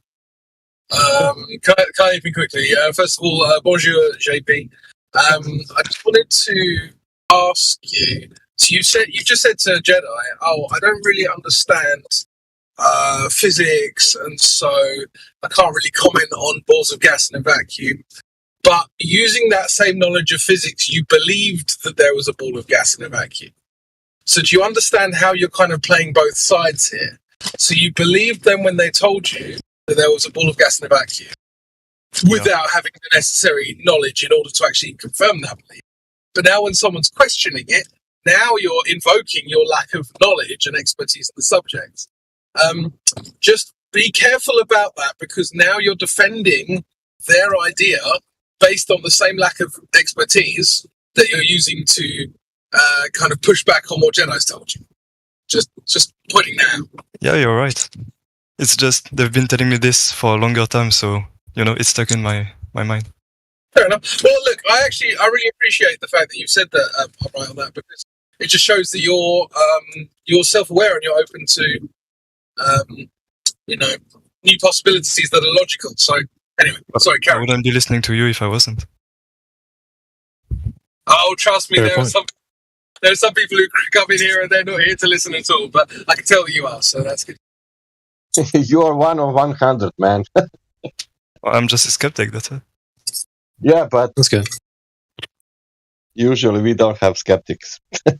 Yeah. I wanted to answer just briefly before Jedi continues. You're like, well, what are we looking at? Well, brother, welcome to the club. Welcome to the club. I mean, we've got questions too. And I'm sure a lot of people who were born and died had the same question. Well, what are we looking at? It's not that we have all the answers. I didn't make the Earth. So I can't tell you what stars are or what the moon is or what the sun is. But there are things that we can test here on Earth. So just looking up in the sky doesn't mean, oh, now we're looking at outer space. But that's a good question, though. We don't have to know what... We don't... Can you hear me? Yeah. Yeah, we got you. Oh, you don't have to know what these things are. You just have to know what they're not. True. Well, that's part of the thing, too, is like, we all look in the sky and see the same things. Team Globe just has stories attached to them. Oh, star, that's a ball of gas. You're calling them We're just Team getting... Globe? Sorry? You're calling them Team Globe? Well, I used to be on that team. I used to be Team Globe. I mean, whatever you want to call it. That's a funny name. So, yeah, I mean, they just have extra stories attached to all these things in the sky. The sun, oh, that's a star. Moon, that's a big rock. Crypto, you got some background noise. And the stars, that they're this and that and the other. So as Jedi was kind of going through, okay, well, they're claiming this is what it is. Can we demonstrate that? Or we're trying to show you that they don't really have demonstrations. You said, well, they can explain things. Yeah, they got explanations for days, part of the story. But we're at this point where we're dealing with what can be demonstrated versus what can't be demonstrated. We can demonstrate gas pressure with containers all day long, and no one, out of all the people we've asked and all the people in history, as far as I'm aware, no one's able to demonstrate gas pressure without a container. So it's kind of just the thing that we were just walking through you with there. If Jedi's still with us. Yeah, I get it. So what do you think is up there? Well, being as we're breathing gas pressure, the necessary antecedent for that would be some kind of physical barrier. We are obviously within a contained system, my friend. Otherwise, we wouldn't be breathing right now. Yeah. And you would be saying that the contained system contains the stars that we see? Well, we don't know what stars are to begin with. So, people are like, well, there must be super far away and big balls of gas. If you take those ideas away, then what are you left with? Unknowns. So we don't know what they are or where they are. You see light, yeah. Some kind of clock for sure. Who's to say what or where or how or why or any of these things? But the way I look at the Earth, if this helps, don't look at the Earth as an object that exists within a larger space. I look at the Earth probably the same way that someone would look at all of outer space. It's this one big place. It's not like an object. Outer space isn't like a big object floating within another place. I would say that outer space is the thing, and then everything exists within that. Black holes, galaxies, stars, all this stuff. So I look at Earth like that. It's the place, the embed, and you exist within that. So I don't look at the Earth as an object or something that you can go outside of and then turn around and take pictures and selfies and all this stuff. So when people ask, like, what shape is the Earth then? I don't know. What shape would you think outer space is as a whole? A big blob, or how would you even know that? Can't go outside of outer space and take a selfie with it to know. So in the same way, you can't leave reality, turn back and go, okay, well, all of reality looks like this. When we say flat Earth, we're talking about the surface, the water. The Earth itself is not curved. It's not curving. But we're not trying to say like, oh, well, I've seen the whole Earth and it looks like this. No one knows what shape this place is. So, I mean, same thing with the stars. We don't even know what those are. So I can't answer that question of like, well, where are they? Or are they here or there? Or what are they? We don't know, dude. There's a lot of mystery. And that's what I meant when I said, welcome to the club. We've got questions too. What are the stars? What is the moon? I got a good question. I like good questions. Does logic require a mind? Is there an objective mind? But, oh star, how I wonder what thou art, right? Mm-hmm. You are.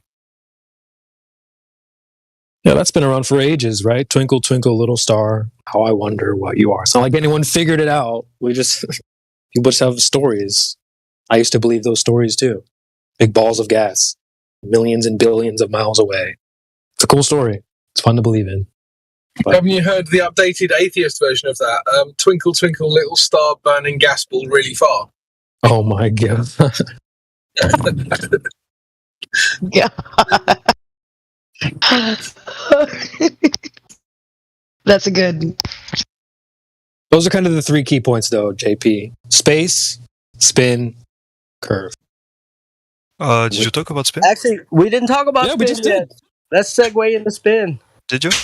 Wait, you said spin or space? I missed your question. Spin. Spin, yeah. Well, I simply just ask people, do you think your house is moving? Yeah. No, I don't think it is. 3-point space spin curve. Yeah. It's flat in a cup of water. Yeah. Water doesn't curve, man. That's retarded. Yeah. Sorry, I just had to get that in there. But yeah, 3 points. Okay, plug yourself, CB, now. Yeah. Plug. Yeah, check out my SoundCloud for more. But yeah, so spin. I just ask people, do you think your house is moving? The room that you're in right now, is it traveling? Is it going somewhere? Is it moving? I got a question. Yeah, I got my hand up. Let them answer. Yeah. Is Coriolis real? Yes. The answer is yes. It's rhetorical. Right? Yes. We just don't observe it in nature. Well, not Earth. Earth Coriolis isn't real. Coriolis is very real. Yes. JP, is that where you want to talk about Coriolis? I'm not sure what that word is. I'm sorry. Oh, well, let's go one step at a time, bro. Just small steps. But We let's just like right off the rip. Do you think the Earth moves? That's kind of what I'm asking. When I'm asking if your house moves or whatever, do you think this place is moving? Well, if it was a globe, it would be moving. Of course. That's why I asked the question, because like people mock me for the question. They're like, "Oh, you're stupid. You think houses move?" Bro, if the Earth was a globe, everything on the surface of the Earth moves with the surface of the Earth, buildings included. So yes, I know that's part of the belief, but I'm just asking you, like deep down, true in your heart of hearts, do you think this place moves? It's okay if you do. Just curious. I have no idea. I mean, what do you call this place? Well, just the place we all live on, the Earth. Like, do you think this place is traveling? When you're in your bed sleeping at night, did you wake up and you just traveled however many miles through outer space or whatever? Usually, I have in mind that the Earth is a globe, so I also have in mind that it's moving. Okay. Well, yeah. That's one of the claims we get into is, like, does this place move or not? But when you go outside, do you feel that you are moving? Of course not. And now my question will be, how would be if people are saying this feeling we are moving now, if Globers say, okay, we are moving now, what is the opposite case when we are not moving? Still? Yeah, and what's that, how that look like? Well, it doesn't look like anything. Does that look like a when I kind of go like right now? outside? Yeah, Like I guess. right now? That's it. That's all. Sasha, this is the funny point. I love when you bring this up, because people say, like, we know they'll be like, well, you wouldn't feel like, they're like, well, you can't feel it moving. It's moving and you can tell because you wouldn't feel it and stuff like that. So Sasha's asking, like, well, if it wasn't moving, like, what then? Like, is it not the same experience that we have? Yeah, but I feel like another question is, if it was moving, would you be able to feel it? Well, they're saying no. They're saying you wouldn't be able to. But it's kind of a weird logic. It's almost like the opposite. It's like opposite day or something. You can tell it's moving because you can't tell it's moving. Yeah. So it's almost like saying, well, you could tell it's not moving because you can feel it moving. Yeah, they try and use the lack of evidence as the evidence, which is just batshit insane. It would be like me saying, well, you can tell that I'm a millionaire because of my lack of Lamborghini and the zero mansions that I own. Yeah. Like, what? But that's just an excuse anyway. Like, well, you wouldn't be able to feel it. It's not even addressing any evidence or anything. It's just an excuse. Yeah. Yeah. For why there is no evidence. You know what I mean? So. Yeah, sure. Well, and like the evidence would be step one. We look like you see the sun moving. If I'm in my house and I'm sitting in front of a window and the sun is going across the window, is it that my house is moving or the sun is moving? The observation is that the sun is moving. So, like, what evidence is there that the Earth or my house is really moving? What is the evidence for that? There is none. Yeah. Well, some people try to say there's like a pendulum. They put a pendulum in. Look, the pendulum swings. So therefore, there's a couple parlor tricks out there. But I'm with you. I don't think there's evidence that the Earth moves. Well, there might be, but not that I know of. Well, they tried to cook up some clever sophistry. Sorry if I cut out. They try and cook up some really clever sophistry. So, like, an argument I heard the other day, which you guys all heard, but JD has.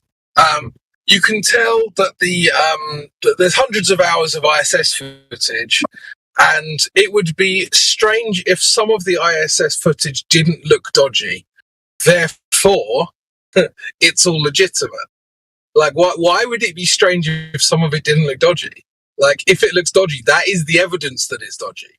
So you can't take the evidence that it is dodgy and use it as evidence that it's not. That doesn't make any sense. But they try and do it. Mm-hmm. They do this with a lot of things. Oh, well, the water looks flat, but that's how you know it's curved.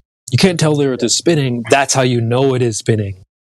They do this all the time, so you have to be really keen to these types of things. Yeah, the dodgy evidence is how you know it's real. Elon Musk said this verbatim. It's like, well, you can tell it's real because it looks so fake. What? What the hell? Did he say that? Yeah, let me get the clip for you. That sounds crazy. This is during the when they claimed they shot a freaking car into Narnia. He was like, "Yeah, man, you can tell it looks. You can tell it's real because it looks so fake." Verbatim, word for word. I'm not even exaggerating. Car that they specific. Yeah, that's exactly what he said, man. And the car was just a regular car. They didn't do anything special. They didn't give it special paint. There ain't no magic leather on that thing for outer space. Nope, it's just an ordinary car. Regular tires that didn't blow up. The only thing they adjusted, they removed the rear view mirror. little suspicious. Yet you can see clouds on the reflection. Dude, watch that video again. Mark my word, look at it. Look at the windshield of that vehicle. And there's like a blue ocean behind. You can see clouds on the windshield of that vehicle. Here's the clip, JP. You can tell it's real because it looks so fake. Yeah, that doesn't make much sense. And then, just, like, here's another one where he's like saying it looks ridiculous and it looks impossible. This is only like 2 seconds. Sorry, let me try to give him the full context first of all, Stephen. Well, it looks so ridiculous and impossible. Sorry, my bad. Go ahead. Yeah, just quickly, JP. What his kind of excuse argument was that if it was CGI, we have better CGI and we'd be able to make it look more convincing. Which, of course, I mean that is the case because they do have CGI that does look convincing. That's what NASA's entire post, I would say, 2010 imagery is all about. It's all about CGI, and probably before, but there were other tricks that they used, before let's just say the year 2000. But I mean, his argument is that you can tell it's real because it looks so fake. The reason that it looks fake is because if it was CGI, it would look real. Which, I mean, all of this is convoluted nonsense. Yeah, here's the clip for that, actually. We'd have way better CGI if it was fake.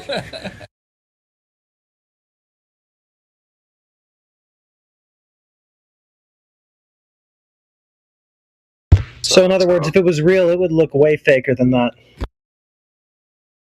Outer space isn't a place that men can travel to and from. If it were, the gas we breathe would fill that available volume.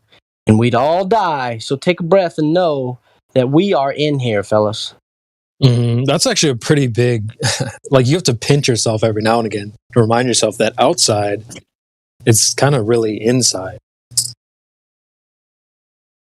Imagine if, like, a really fat guy came up to you and said, well, you can tell I'm shredded because I look so fat. Right. You can tell I'm rich because I look so poor. Right. So you can tell I'm tall because I'm 5'2". Like, come on, man. Like, for fuck's sake, just don't insult my intelligence. That's such a dumb lie. Really? Yeah, when you get out of Team Globe, like, I think that's one of the benefits to being on this side is that we don't have to, like, fake stuff like that. We don't have to say, well, I know the Earth looks curved, but it's really actually flat. You know what I'm saying? They're doing the opposite. They're saying, well, okay, it looks flat, but it's actually curved. You know what I'm saying? So I actually really appreciate that about being on this side of the fence is that we don't have to like fake pictures. We don't have to make CGI and make excuses for things. It's pretty clear cut. You go outside, you see the sun moving. You go outside, you don't see hills of water. So it's like the evidence is all right in front of you. We don't have to like fake reality and change it to something else. Reality is on your side. Water is on your side. Natural law is on your side. Science is on your side. And the Globers have a picture of a freaking... Go ahead. Yes, Sasha, and you can doubt that, but you can't doubt the fact that you're doubting it. Is this the actual picture, like the core picture he was talking about? Yeah, I'm surprised you didn't see this back when they did. This was like 2018. Well, it rings a bell, but yeah, it was quite a long time ago. It does look like shit, though.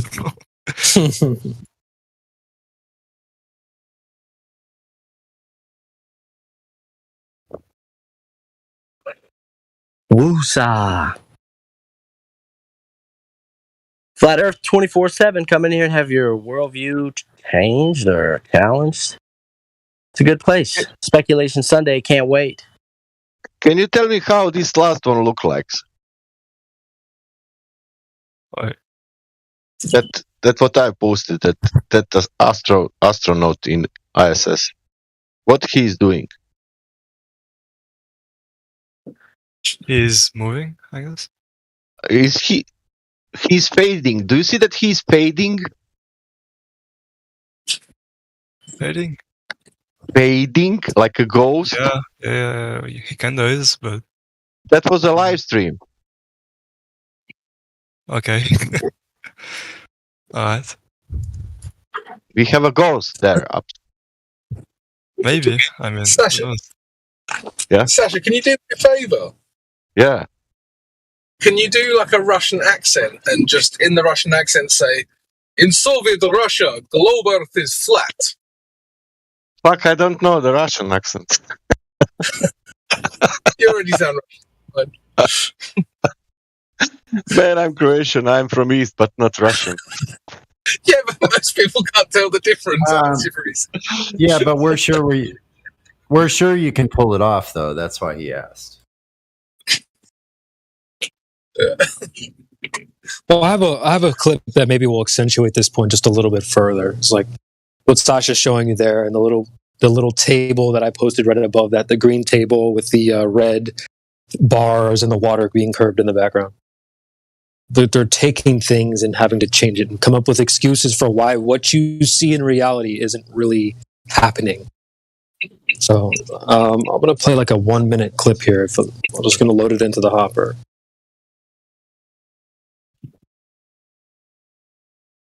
Sasha, you'll like this one here. I thought Sasha was Portuguese. My bad. Oh, did we? I'm British now. Of course you are. It's good to hear you, man. Happy Friday, everybody. What do you got? What do you got in the shotgun, CB?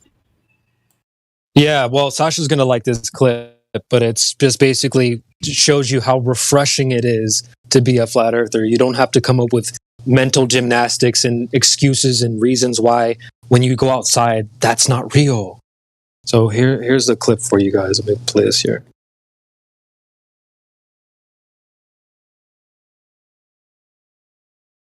I'm doing this all from mobile, so I apologize for the sticky fingers. But here you go. It's a picture of a clock tower at about 20 miles at Barrow-in-Furness, and it's just a picture of a clock.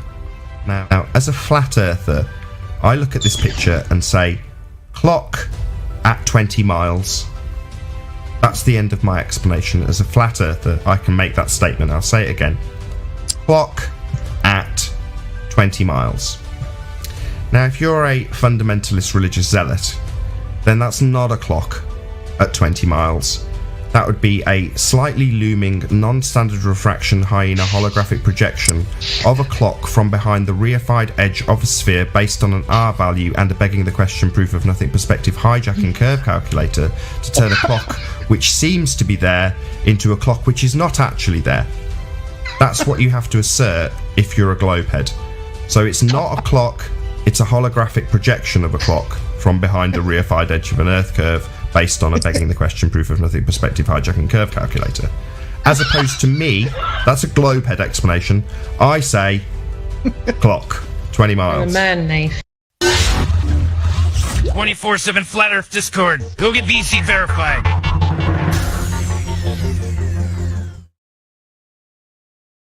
Appreciate the extra boost there from Rick. CB, but yeah, dude, it's simple. It's simple on this side of the fence, bro. When you go outside, that's what reality is. If you're Team Globe, you got to come up with reasons why what you see is not really there, something else. sun's not really moving. Your house is moving. You see what I'm saying? So it's much more refreshing on the side. Go ahead, Sasha. Do you have that one like a video file? Yeah, I can load it in the chat. Maybe in the beginning they thought they could just behead everybody that thought like us, but they decided that that wasn't going to work out so well because some of their own members think the same way in their group. So they had to think of something a little less permanent.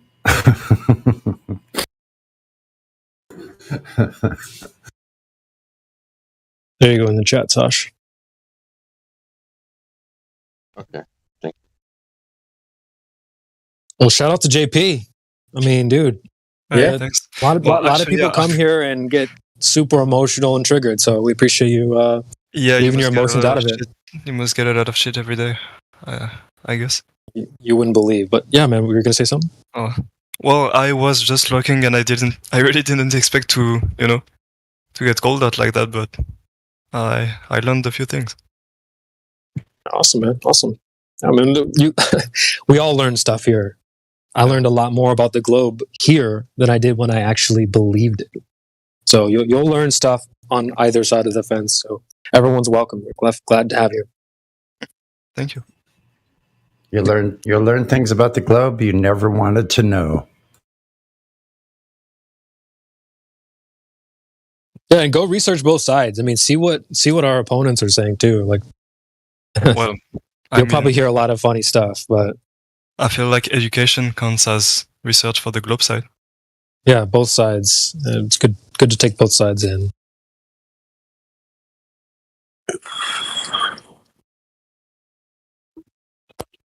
If people say like, "Oh, flat earthers, they don't have a model," blah blah blah, you'll hear that. That's one of the big critiques, I think.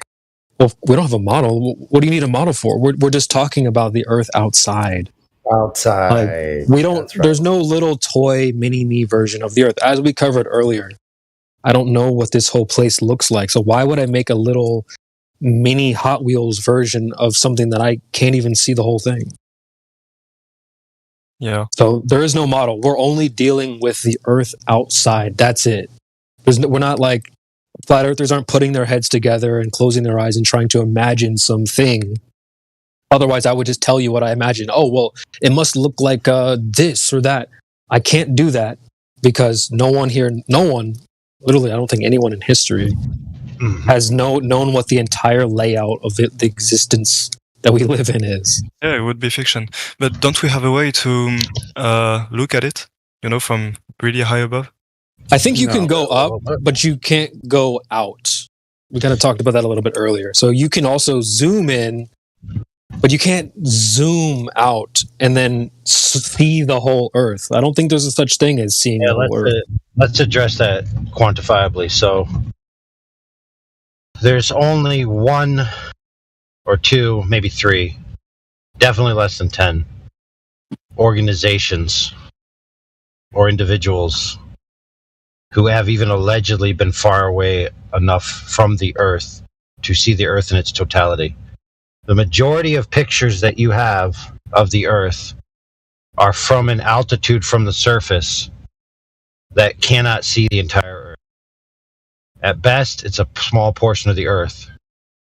Simultaneously, the distances that everything reaches, like balloons, high altitude weather balloons, even the ISS itself, is not at a sufficient distance from the surface to see the Earth as a sphere or not. So basically, the majority of what you've seen gives the impression that the Earth is curved, but it's really just optical distortion. Now, the things that do claim to be far away enough from the Earth, for example, the moon mission, where they turned around and took a picture of the Earth. You can go watch documentaries demonstrating how they faked the photo. Right? It's not conclusive. You might say, well, that documentary is flawed. I believe the photo's real. That's fine, but you have no way to validate it. Okay? So you're taking it on faith. Then we have other things like satellites, allegedly, that allegedly take photos of the Earth every 10 minutes, like the Himawari 8. Now, interestingly enough, you look into the Himawari 8 and how it images. It doesn't take a single photograph of the entire Earth. It's a compilation of data sets. Now it takes its data sets and overlays them on what's known as the Blue Marble data set, which was created by Robert Simmons, who works for NASA, who's a graphic artist. He admitted that he takes flat maps and wrapped them around a ball model, and then he edited it to give the impression of what the Earth should look like based on what he feels it should look like, the expectations. Now that data set was found in the NOAA files on their website, matched with prior images. So meaning that it wasn't live, because what people will tell you is that it's taking live photographs of the Earth. Now they also will tell you that this dude up there in the sky is taking live weather. And so you can look at your local weather and verify that the image is correct by matching the weather. Now here's the problem with that. We already said that the images are stored in the NOAA archives, right? Now, NOAA is the National Organization for Atmospheric whatever the heck, so it has to do with weather. Now, the worldwide system has interconnected weather systems, right, that give you those images that you see on the news channel, right? You see them all the time. Oh, the news lady gets up, or the weatherman, and they say, look, there's a cold front coming in here, and there's a hot front going over there. That data is available and compilable, right? And guess who happens to compile all that data? NOAA. So in the 10 minutes in which the Himawari has before it quote-unquote publishes an alleged photograph of the Earth, it compiles all that data through a simulation, imprints it onto the Blue Marble data set, and then publishes it as an alleged image of the Earth. Now, what it is it's a model interpretation. That's what it is. Now, let's take another example.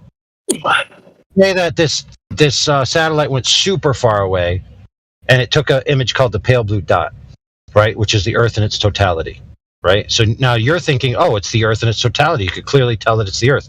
Go look up that image. It's literally a bluish-gray field of color with 2 white streaks and then a dot in it that you cannot tell what the heck it is.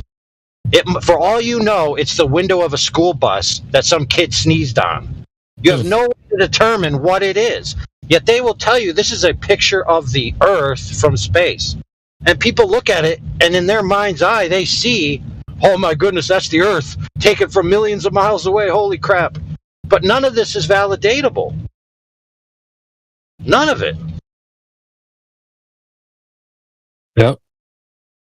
And keep in mind that all these images are essentially making a passive claim that the Earth's surface is curved. Now, it just so happens, coincidentally and fortunately for us, that we're actually standing on the Earth's surface.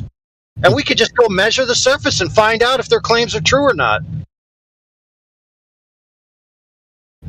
Yep. And we covered how to do that earlier, JP, with the water and the 1.2 miles sort of thing. Yeah, sure. So it's kind of crazy that they have this paradigm that they possibly assumed or presumed, or maybe not, that we would go find out for ourselves. Did they think? I mean, I know this is speculation for Sunday, but you got to wonder what they were thinking at the time. That they, especially as the technology got better, what was going on that that they would keep? I don't know, man. You know what I'm saying? Like, I'm on the same wavelength as you, Sonny, because this kind of goes back into the blind believers. A lot of people see the pictures and they just stop. Right. Oh, no, right. Pictures shows it, we're good. But they wouldn't, like, those same people wouldn't do that with, say, like Bigfoot or the Loch Ness Monster. Pictures aren't enough for those types of things. Or anything else. Yeah, yeah. But so, like, JP, you asked, like, what do they gain? Well, those we talked about those blind believers. They'll see pictures of the Earth and they won't even feel, they're like, I don't even need to go outside and check. Pictures show it. Done. Exactly. I love the logic that Sasha and AI both just put down, man. It's awesome. And we invite all claims, right? We want all claims, right? We're searching for truth. We want objective truth, right? Yeah. Yes, sir. It's weird. Like, a lot of people don't understand who flat earthers are. It's almost like they come in here thinking, oh, these guys must have fell off a truck, hit their head, never even heard of the globe. It's far from the case. A lot of us believed in the globe. So it's like, there's no need to come here and tell us, well, you guys see, the Earth is a globe and it spins and blah, blah, blah, blah, blah. We used to believe that. We're not past the belief stage. We're trying to either prove that stuff to be true or debunk it. So it's important to know who. Go ahead. The logic's awesome, right? What's on my mind is stealing somebody else's worldview to prop up your own. That's essentially what the globe has to do. It's the upside down and inside out. Religious faith is what it is. It's a faith in a presumption. And it works. It's effective. I don't know. There's a real mind wipe. We have a hard time getting people to agree what triangles are. Yeah. Right? What Jedi went through, like, dude, what Jedi did a moment ago was freaking amazing, right? And JP was receptive to it, which is also cool because this never really happened. I don't know, man. It's a lot to chew on. Who are we? Where are we? What are we? What's objective truth? Like the method itself, right? Like scientific method, it requires, like, empirical or objective truth. Does it require an objective mind? It absolutely does. That's rhetorical, right? So, but we all know that, and we wonder together. It's amazing. I actually really like that element. There's a lot of mystery. There's a big element of mystery because, like, if you come from the globe side, they're basically telling you they've got all the answers. We took all the pictures that need to be taken. We've seen the whole Earth. There's nothing else to see. Don't worry. We figured it all out. We know more about outer space than blah, blah, blah, blah, blah. But then you come here and like, well, they're telling me what the sun is, so how come you guys don't know? Well, no one knows. They just gave you stories about that stuff. So that adds to the mystery. There's a lot of things that we don't know. It's not just flat earthers, it's human beings in general. How the hell would you know what the sun is anyway? Are you going to go up there? Where would you go anyway? Yeah, what do you think about this, JP? What do I think about what? Everything that we've discussed. Yeah, just kind of want to hear where you're at, if you how you feel about it. That was a lot of information, so a lot to take in, but yeah, that's true. I don't have convictions. I'm just thinking, listening to everyone, trying to. Good. Yeah, I don't like it when people can flip flop too easily. So you're a very refreshing person to have in here. I will not become a flat earther overnight. I'll show you. Yeah, I don't think it's an overnight process anyway. It's kind of good to hear that. Like, it's a good kind of crazy. It's a good slow cooked meal, good aged wine, if you will. It takes time. I mean, for me, first time I even heard the words flat Earth was in 2017. So it's 2023 now. I feel like I'm still learning, still developing. I joke about how we're in season 9. So yeah, I don't expect people to get it overnight. I think I literally said this in one of my songs. So yeah, don't worry if it's not baked in your head after tonight. No, I just when I got to this server, people had made some songs because there was a really popular song called "Why Would They Lie." People come here all the time. It was almost one of your first questions. Well, why would they do this? A lot of people come and like, well, why would they lie? That's the most exciting question, right? Maybe, I don't know. I think there's other exciting questions, but basically, a couple guys got together, made a little freestyle, a rap song about why would they lie. So that inspired me to make a few songs. Wouldn't consider myself a musician, but I just wanted to add to the discography of flat earth music. That 3 JP, points was me. You want to hear the song, don't you? Wait, what? You want to hear the song he's talking about, don't you? Oh, is it just lagging for me, or? No, all of us. He said, do you want to hear the song? Oh, no. You absolutely do. It's rhetorical. Let me check it out. You're roboting shit, AI. Minutes? That's an EP.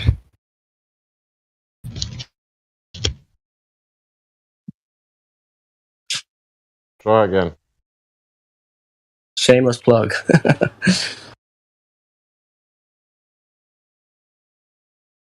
Yeah. What did I say? I know it takes some time and you won't get it in a day. now you at the starting line. I don't even have to get into it, but yeah, there's a lot of flat Earth music is fun. It's a good way to put the information in a couple minutes. Animation too. That's crazy.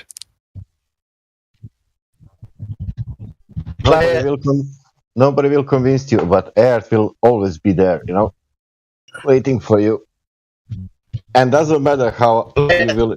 Don't identify yourself like I will not be flat Earth. It doesn't matter, because on the end you will realize what's the truth, not that you will become flat Earther or you will be globe Earther. Yeah, if I ever make up my mind. Whatever your mind do, Earth will be there always. That's true. And sea level, that's not natural law, and that's not. But to be honest, I barely think about those kind of things. Like why? When you got one case for like why would they lie? That's my thing is that I would like to a explanation of one way or the other, so that I'm more informed if I were to be asked for anything else.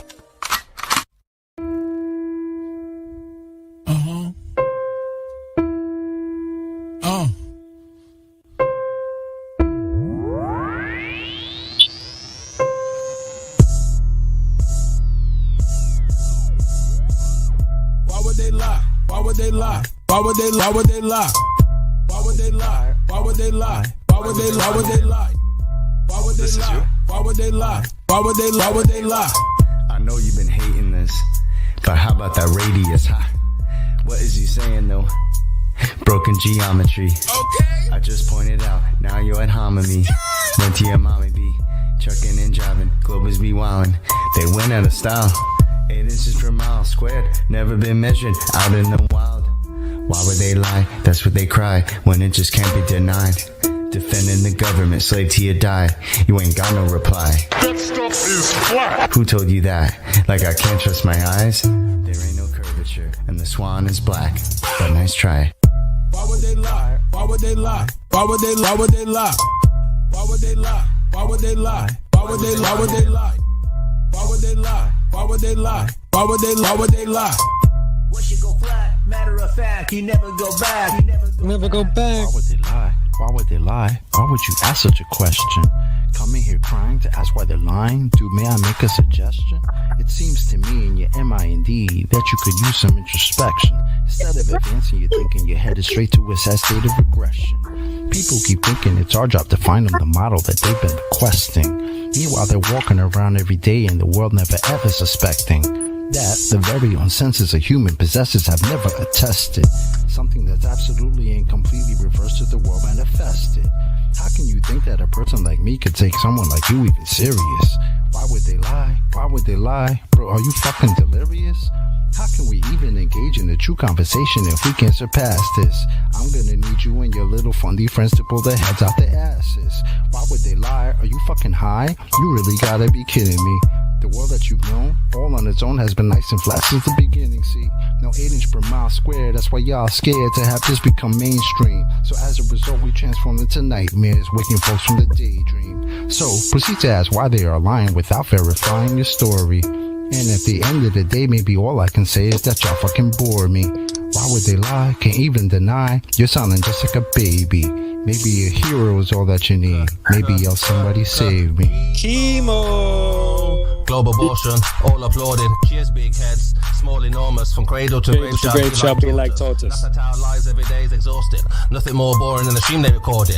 Yeah, that looks real, is that a joker talking? Composite mind nuts is not a bore you foreskin. Ignoring, distorting the facts where they store is. Entering your mind irrespective of warrant. To say levels curve we expect from a zealot. Spherical excess, now we don't want it. Delusional puppet digesting the stomach without any warning. Hick on the shoremen. Are you a moron is not that important? Similar to Karen, always reporting. Endorsing the fraud and effects without cause. Manifest force from a pseudo source. Reversing the curse of what you've been taught. They've been rehearsed in the dirt, but they still fall short. Imaginary planetary alignment coincide with space warp. Astronauts monetary paid for. Submerging the water while they claim that they orb. It's a circus show, clown circle in the globe. Why would they lie? Obvious the creator. If the glove don't fit and the earth don't turn, that's a whole lot of that they have to earn. With the horizon swan, we eliminate the curve. All our eyes are on only what we can observe. Global lies are wrong, what they're hiding flatter. Keep my spies life on hide for the reason. research. You rely upon priest and pirate like a bird. With your lying law, preach religion like a church. How should they die? How should they die? Why would they lie? Why would they lie? Why would they lie? Why would they try? I got the math and science on my side. I'm running circles, it's easy as pie. Your reification is all falsified. The education is all just a lie. Don't need to replace it. All I need is you to face it. All I got is time and you just waste it. This is a gift staring you in the faces. Where you gonna get the truth from? If not from us, then you dumb. Better your demise and chose to sleep to count the sheep since 9-1-1. Never been a fight, a fact of life, a choice of wrong and right that I would never run from. State the truth, defend the youth and stop the coup. It's just a job that got to get done. Why would they lie? Why would they lie? Why would they lie? Santa was real, the fairy was real. Why mama cry? My brother died, healthcare was bad. Why mama cried? The system is broke, your son is woke. I'm setting this shit on fire. Why would they lie? Why would they lie? Why would they lie? Why would they lie? Why would they lie? Why would they lie? Why would they lie? Why would they lie? Why would they lie? Why would they lie? Why would they lie? Why would they lie? Why would they not? The plotting derived by watching the sky and they know it's a clock. They picking both sides and listed with lies. The people pretend that they pick who they got. The people divide and then they disguise and now they devising a plot. You ask why they lying from behind closed eyelids. You disguising an iris that's lifeless. You're denialist, but this lie is why you're a nihilist. Guess you're lying for the pride then. They enticing the brightest to get deprived in contrived confinement. Lie about what the meaning of life is. Get a degree in a 9-to-5 shift. Only way that you'll survive this. What's that mean? They have to bribe them. Yeah, it's tragic. Their only tactic when the model under attack is asking where a map is. If they lied about the earth, what you even asking? Weaving past them, leaving blasting. Everything you believe is backwards. Occult belief is practice. That's what they achieve in masses. Yeah, it matters. You believe what masses. Massive incoherent magnets have a weak attraction. That's electrostatics. They always invert it backwards. Wonder what's the verdict, pastors? Religious zealots preaching, talking past us. Since a blitz right up the middle, who can block the fastest? Nobody. Falsify the radius, you cannot walk right past it. Yeah, they truly think they got the masses, but God's got the backing. They can't always got the pattern. Why would they lie? Why would they lie? Why would they lie? Why would they lie? Why would they lie? Why would they lie? Why would they lie? Why would they lie? Why would they lie? Why would they lie? Why would they lie? Why would they lie? OG. Why would they lie? I tell you why. They don't want to see you survive. They don't want to see you get live. Love on your queen till you have you some kids and provide. They don't want to see you revive. Take an L, then come back harder than ever besides. Packing that hammer on side. How can I help it, bro? Second Amendment on mine. They won't label you a felon. That way you can't get your hands on protection. That way they come in and fake an election. If they want Caesar White sex, you can't stop or arrest them. That way the hood is simply a reflection of the design that they predestined. If you don't like it, they pop off your top like your last name was Kennedy in Dallas, Texas. Kennedy in Dallas, Texas. Damn, son, where'd you find this? And the video ends with the Wu-Tang logo. Good call. Was there orange in the... I'm playing. Who was wearing orange in the video? I'm kidding. I wish I was funny. Very well done.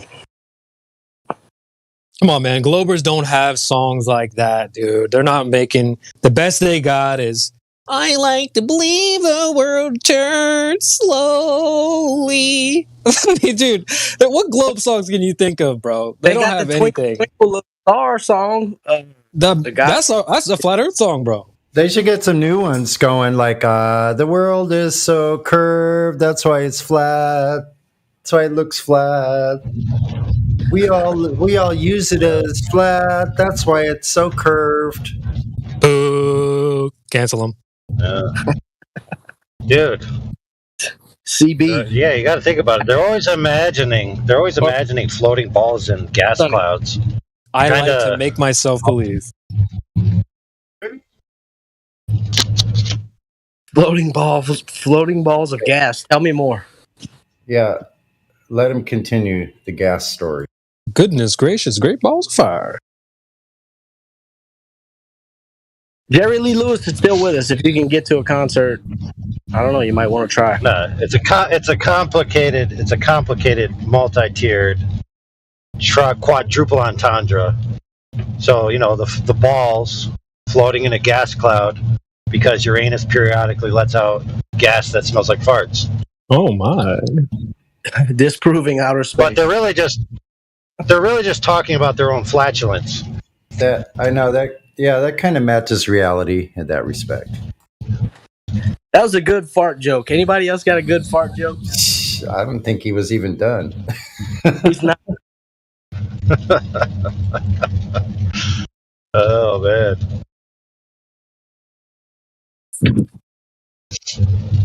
Yeah, no one's having more fun, dude. We got more flat Earth songs than we can count. AI, you got more anything more to memes say about Uranus? Oh my! What?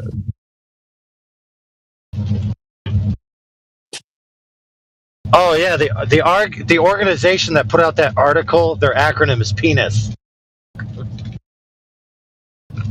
I'm not even joking, dude. It's literally. You can't make this shit up. We got to put that in the live chat. Fuck. So it's actually spelled. So it's actually PNAS, but it's obviously if you read it, it's like this just from penis. Uranus periodically lets out gas clouds that smells like farts. Thank you, penis. Space news. Space. I'm glad I have a penis too. Shit, it's deep. Put on your. Oh my. That's a deep topic. What's the worst part about it is like look, if you pronounce it Uranus, people will say you're vulgar and you should pronounce it correctly by its proper pronunciation, which is pretty much just similarly vulgar because it's just Uranus. So you're either talking about pee or poo, no matter how you slice and dice it. Oh shoot, dude! It's not even us making. We're not even making these jokes. We're just reading what they put on out there. Yeah, exactly. I mean, they're definitely having fun with it. So it does seem like they're almost mocking. Do a season 9, TV. Oh, gotcha. Yeah, there season 9. There you go, Globers. You have your basis in reality. PP poo poo. Season 9, mother. Season 9. If you don't know what the goes on in this show by now, I don't even know what to tell you. What do you not understand about that? What do you fucking not understand about that? What do you fucking not understand about the Earth being flat? What part don't you understand? Come on in and explain to us. If you think that Earth is a globe, or let's say that you know Earth is a globe, like we had recently, 100% confidence, come on in. We want to talk to you. You're here to win the show. Here to win. I understand. Did you come here to win this show? Yeah, I did. But well, you have an opportunity now to get back on another team. You can go home and do push-ups and cartwheels and off and whatever the you want to do. You're wasting his time and my time and your own time. Do cartwheels. Sasha, you got some hot mic.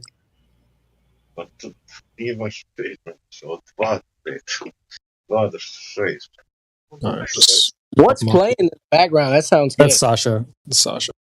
Oh, that sounds good, Sasha. He's on point.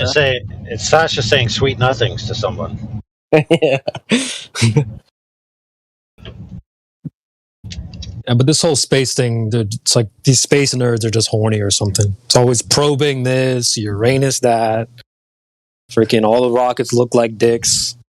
They're horny. Well, do you remember when they were going to raid Area 51 and a lot of the dudes that wanted to raid it thought they were going to liberate the alien females, and in doing so, finally get kissed because they rescued them or something, That's fitting. Hey, did that happen yet? Because I'm going.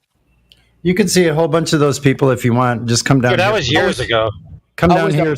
Come down here to San Diego for the Comic-Con they have every year. You got a bunch of freaks down here. You can't even hardly walk. They're so thick. And I mean that literally and figuratively.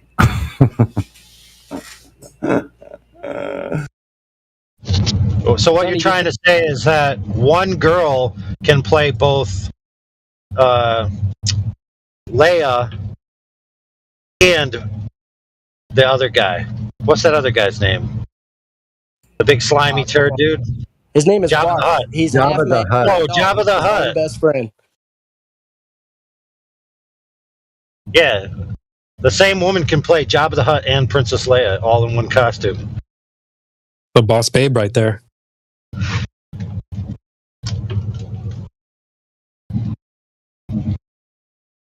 That's okay. Jabba the Hutt and Leia? That's disgusting. I like body Barf. From Star Wars, my favorite character, half man, half dog. He was his own best friend. What was that episode? What episode was that?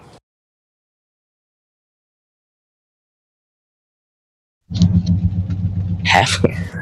I was talking Spaceballs. I was trying to be funny, guys. Sorry, I'm not funny. I wish I was. Be a lot awesome if I was entertaining as well. I got your joke. You're talking about barf, right? Yeah. John Kennedy? Yep, I got it. I'm with you. I can demonstrate. Okay, I'm going to demonstrate. I'm going to disprove gravity with a demonstration, guys. You can do it. You can do this too, right? All you have to do is fart, right? Get somebody to pull your finger. And then the gas, right? It's not going to fall down to the ground, right? It's going to expand in all directions. It's going to fill the available volume. Yep. So in that movie, they had a barrier of the atmosphere, and this destroyer Megamaid came and opened up the barrier of the atmosphere, stuck her vacuum cleaner, and sucked out the atmosphere of the world they were trying to attack. But that makes you wonder, how high up do you have to go theoretically before your vacuum cleaner can't suck up the air below it? Think about it. Because that's the globe claim. The globe claim is that as you get higher from the ground, your vacuum cleaner, when you turn it on, won't be able to suck any air from below it.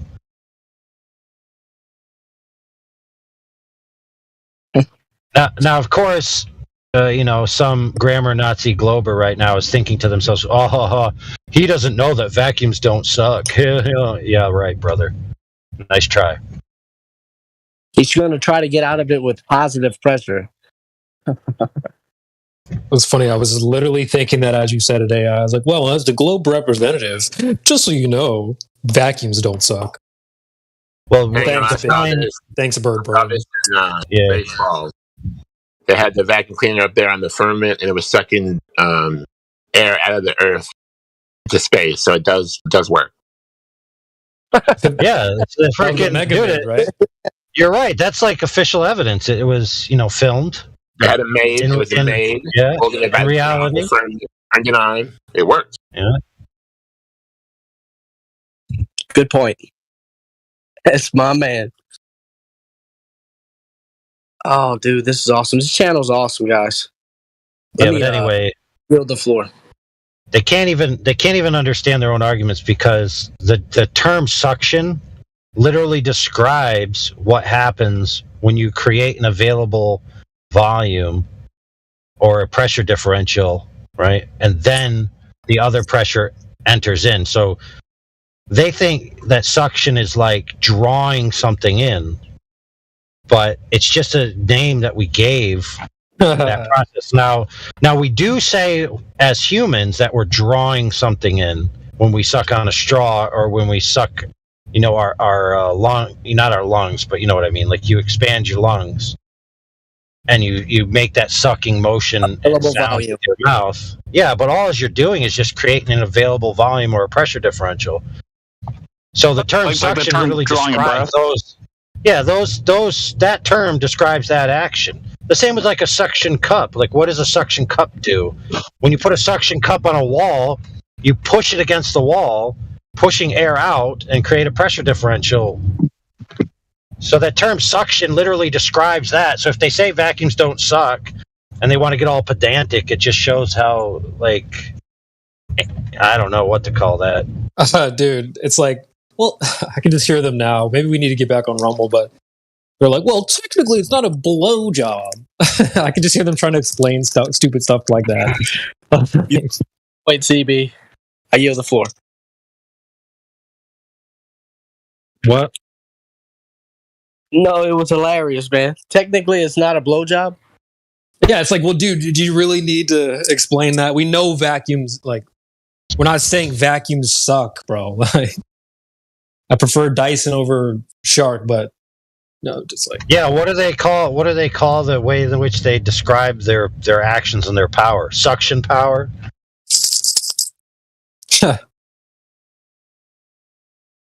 Yeah, we have the best. Our vacuums suck.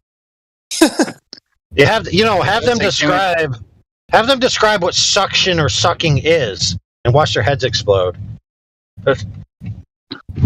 I'm surprised they haven't said like, "Oh, vacuums don't suck. It's just low pressure systemism." Yeah. Available volume. What is it? Go. Dude, available volume is 7 little rectangles.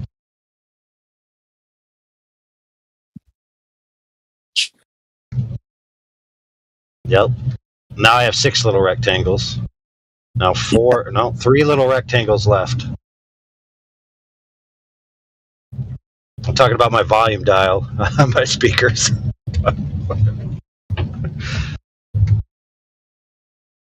Shit, don't do that to me. AI, what are you talking about? 4 little available volumes?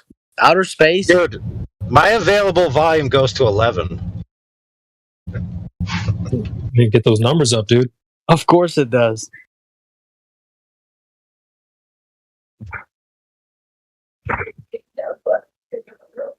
Oh, guys. That was my best fart joke. I don't know. There's a lot of gas in Uranus. That's another good one. Oh, my. Oh, my. Well, I just want to give a shout out to JP. I don't know if you're still with us. I've been cooking for a little bit, but shout out to JP. Oh, I am. I talk about, like... Go ahead. You want to say something? No, I'm just quiet because I'm so hungover. Oh, really? Yeah, no worries. I don't think you drink. Do you drink?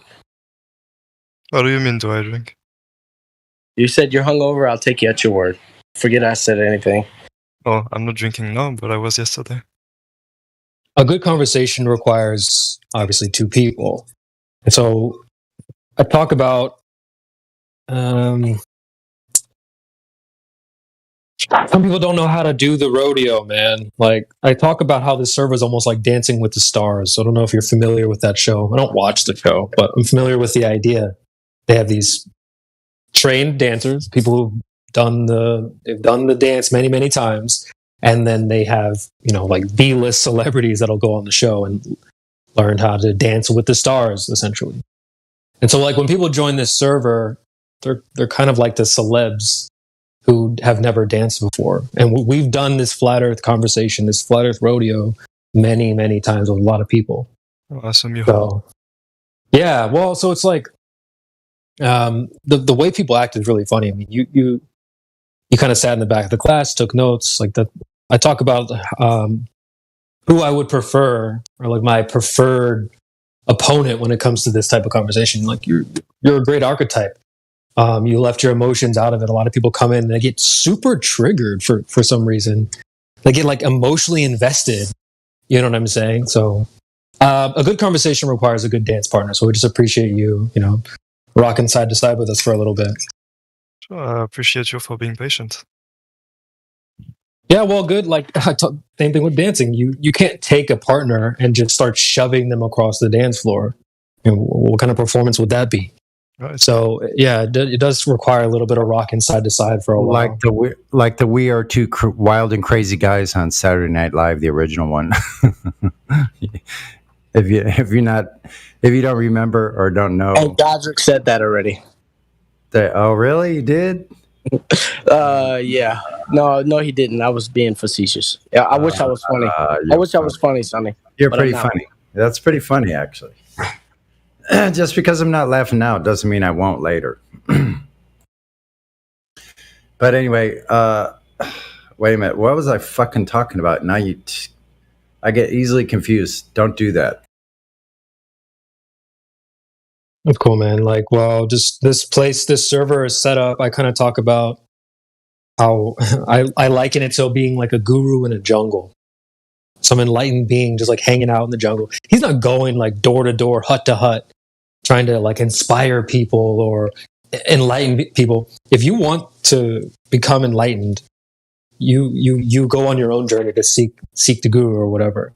So when you arrive to him in the jungle, like, what do you think he's going to do? Whip out a brochure and like tell you to watch a YouTube video? No. He's essentially going to rock side to side with you for a little bit, figure out who you are, and try to unwind you.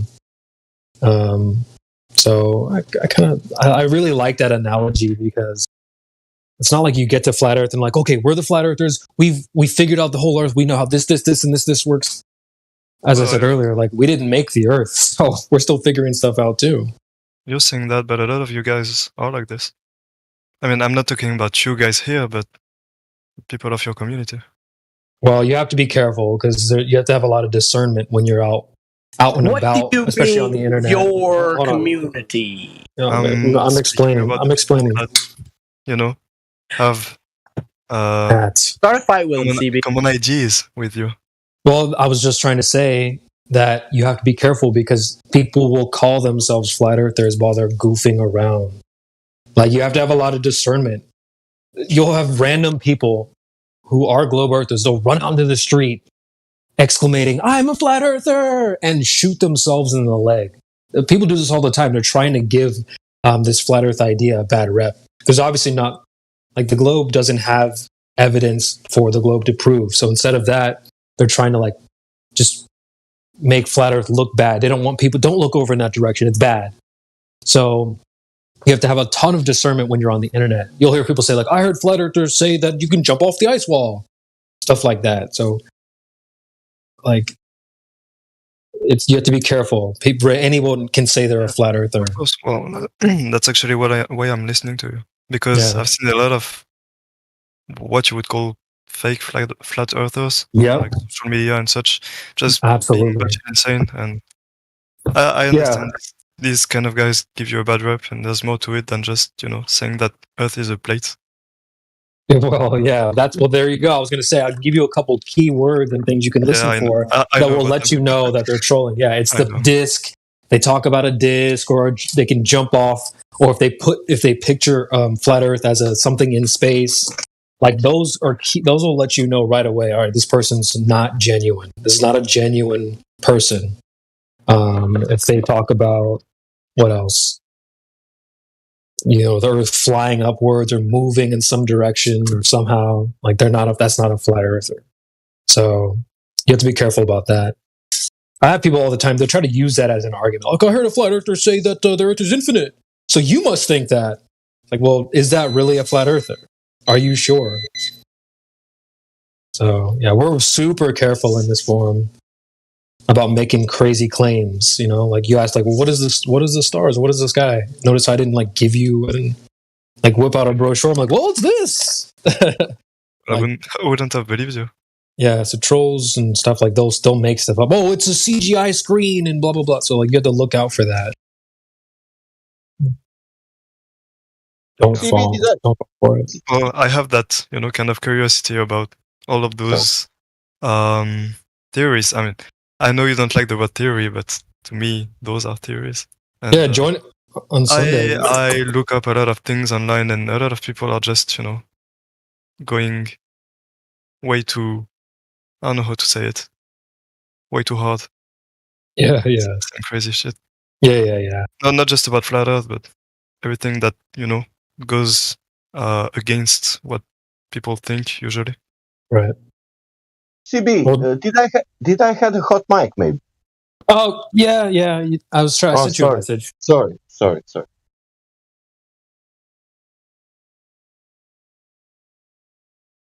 So I watched tons of videos about discs and stuff and screens. Yeah, it's really a lot of fun. Someone made a video about us recently. They were like, "Oh, we're gonna go into this flat Earth server and talk about pancakes and stuff like that." So that's pretty much how I found you. I mean, not the video, but I was on Twitch, and some guy in the chat of the stream I was watching sent the link to your Discord, and he was like, "Yo, you should come check it out. They're talking about some crazy shit," and I joined. Yeah, I would check it later. What's funny, actually, you point that out. Like, I thought it's kind of funny how mainstream will portray flat Earth as this crazy idea, but when you really break it down, let's look at two things here in particular. I brought up how the moving houses thing, right? So if you put two of us side to side, me, flat earther, I don't think houses move. Globe earther, he thinks that buildings move. It's so out of those two ideas, who has the crazy idea? Is it me or them? You can't say, I'm sorry, but you can't say that a flat earther is more crazy by saying that buildings don't move. So that's why one thing I really love about this, you can hit the Uno reverse card on people pretty quickly. Yeah. Look how crazy those flat earthers are. Oh, what are they saying? Oh, well, they're just saying that buildings don't move.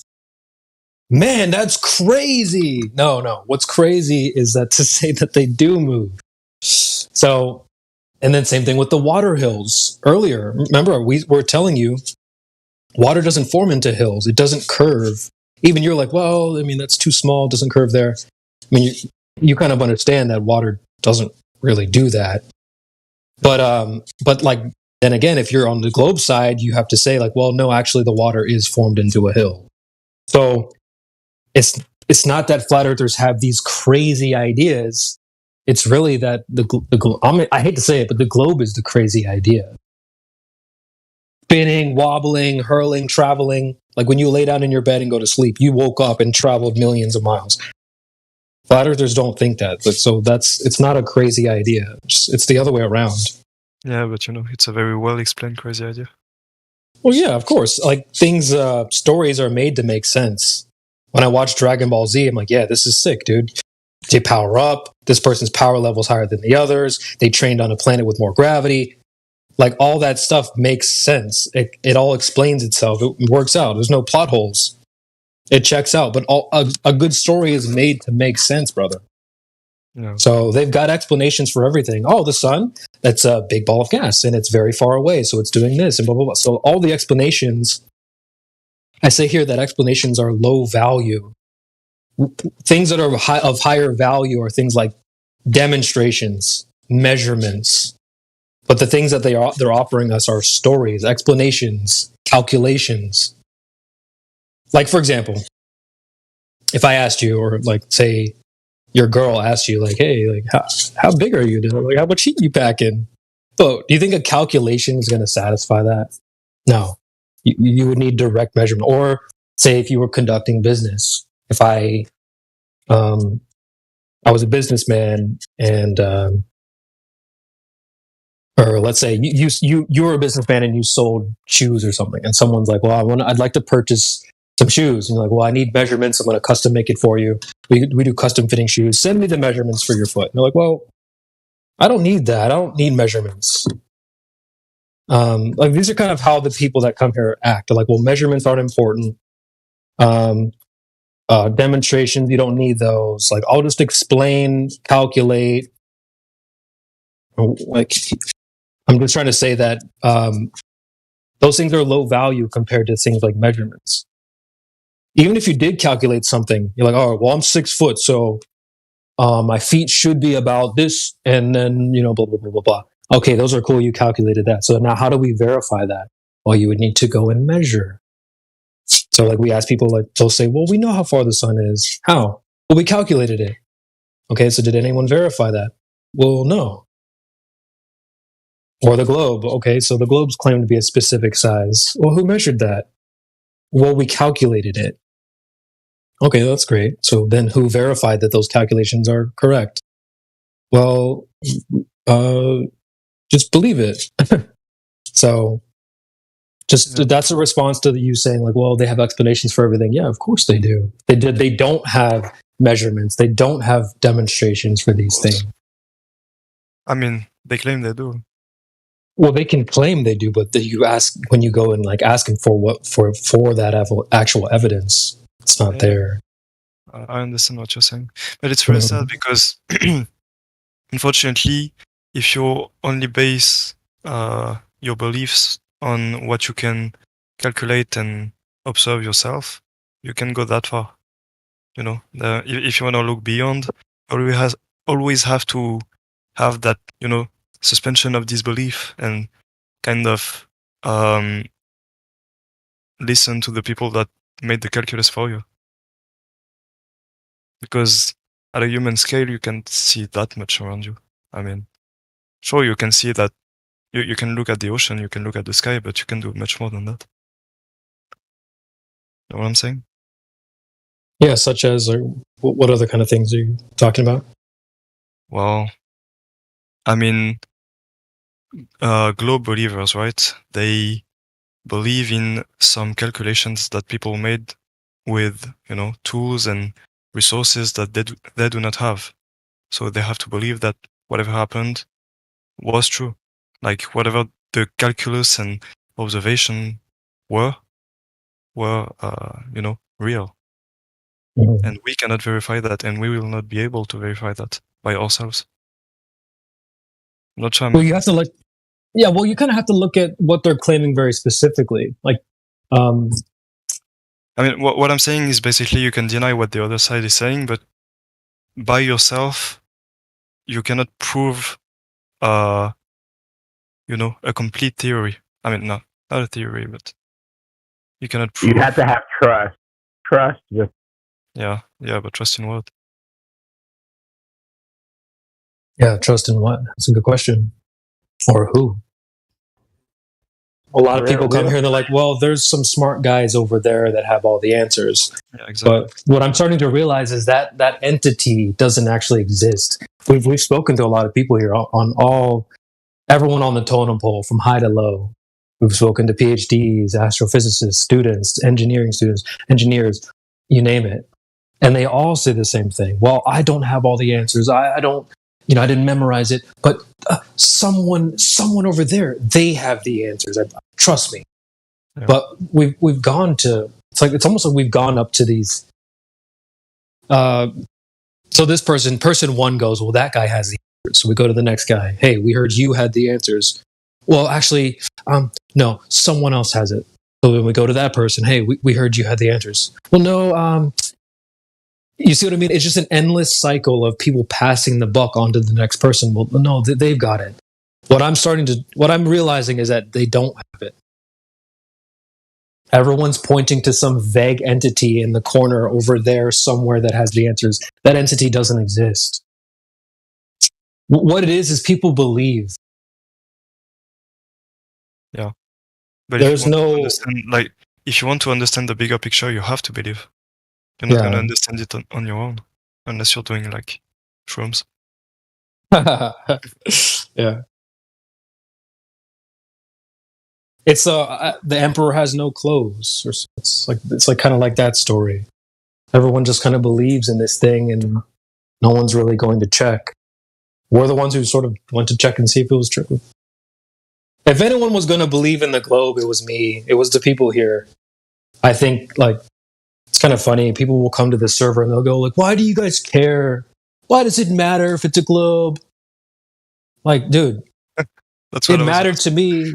That's what I was about to ask, actually. Really? Like, because it mattered to me when I believed it.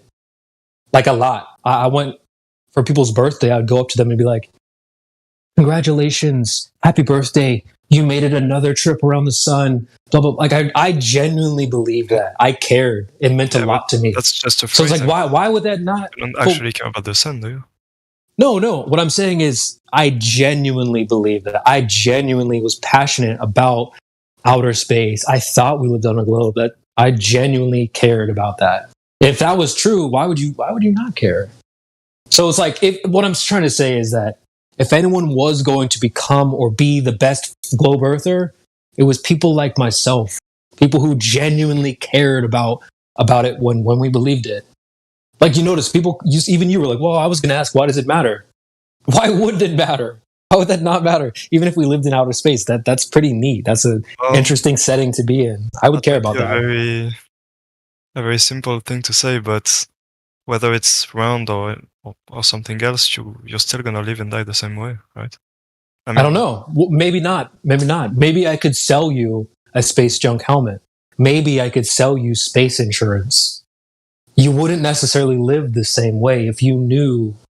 Say if I snapped your fingers tonight and you woke up tomorrow and you knew that outer space is not real, you would never, ever purchase space insurance, a space junk helmet, stuff like that. So you would live differently, I think. Yeah. I get where you're coming from. Like, oh, I go outside, I go to get a job and stuff like that. Flat Earth doesn't remove life's responsibilities. Right. You still, if you want to have a family, like, Flat Earth doesn't remove that responsibility. If you want to have a job, Flat Earth doesn't remove that responsibility. So, of course, you still have life's responsibilities and you have your own life to live. But I think it's pretty important to know where you are. Say if you like hit your head and went into a coma or something, you've been in a coma for many years, you just woke up and you don't know where you are, and say, you pick up your phone, you call some friends, like, hey man, I need help, I need to get out of here. And we're like, okay, well, where are you? And you're like, well, I don't know. What does that matter? How are you? Like, it's important to know where you are. I think that's kind of the moral of the story. Like, it's important to know where you are. That's kind of what I'm getting at. So, can I say something? Can I tell my little story about this? Answer the question. Yeah. So I grew up probably maybe when I was like 10 or 12, I came to the conclusion that people just believed in God or religion because people told them that from the beginning. Just like you believe in the globe, it's the same thing. Like, people believed in that because they were told that forever. I probably concluded that when I was 10 or 12. I grew up in the Bay Area in California, right? So it's not a super religious place, to say the least. But then, I'm the kid with the dinosaurs, the space in my room, all the science stuff, loved all that stuff. And then you kind of get dinosaur, or I don't want to talk about dinosaur being taken away, but say space is taken away, right? And now you're kind of left with, like, what do you get in return, right? It's kind of sad to get that taken away, but I'm realizing that's the case. But what you get in return is you're very more than likely, I would say almost sure, that you're in the center. You're in a space that must have been created, right? Or, is it randomly placed here, non-moving, and what are the implications of us not moving, being flat in an enclosed plane without being in the middle of space, floating around in the vacuum of nothing, randomly caused by a big bang where you're just a speck of dirt in the middle of nowhere, right? So, although I had to give up space, potentially die, potentially all of history was lied to me about, I gained the perspective of, wow, I might be a little bit more important than I think, and there may be something bigger than me. So I think that's probably a common thing in this arena, right? And I think I'm one of the use cases for doing it. Why would they do it? Does that make sense? Yeah. Do you believe in God? I really don't like the word God anymore, but I'm having to contemplate it now, although I never did for 43 years until now. You said it was people who believed it. As in you guys? I don't have a religion, but I think now I'm leaning towards we were definitely created. If you had asked me that, a year ago, I would have said, show me some proof. You know what I mean? So that is a big deal, right? I would say that's a big deal, but I don't know how you see it. Yeah, I think that's a way bigger deal than knowing whatever the Earth looks like. Now I'm just a random whatever, and life doesn't matter. Now it's like, well, shit, life there actually might be a reason. Right. to be here. You know what I mean? And I'm left to contemplate that for the rest of my life, and that's good. That's a good thing. But like, I think if you're asking why, that could be one reason. It could be a lot of reasons, but that's something significant that's happened to me recently. So I like that you brought up the implications. Like, if you're presented with a flat Earth, a decent follow-up question is, well, how did this place get here? So exactly. then we look at how the globe got there. Well, they're saying it got big banged into existence, poofed. But like flat Earth, as Glue pointed out there, it's like cakes don't just bake themselves. At least that's my 2 cents. So if the Earth is the cake, then who's the baker? You know, so that's kind of where my name came from, is creation. Oh, I realized when presented with a flat Earth, like, oh, wait a minute, this place might have been created. And so if it's been created, then there must be some sort of creator. And so, yeah, there's a lot of implications when it comes to flat Earth, I think. And that is the opposite of moralizing. I would say moralizing to think that. It's demoralizing to think that you might be like whatever you are. You're like, we can't have a special position. We can't be special. Like whatever, do whatever you want. This and that. That's not. It doesn't make for strong people, and that's right. Bore out in history time and time again when things go like you look at the fall of empires and what went on before they fell in the society culturally. So and you can look that up, but I'd say a good place to start, like this Discord channel is really look down all the list of channels and start with those videos, and then use those videos and creators to find the real videos. Instead of going to YouTube and typing it in, you're going to get the bullshit. You're not going to get anything real. I'm going to get the fun stuff. Yeah, you're going to get like what the stuff they want. The space pizza, yeah, the laughable stuff. So just start here and kind of look for the names that show up most often and go through that, because it's much more informative. That's for sure.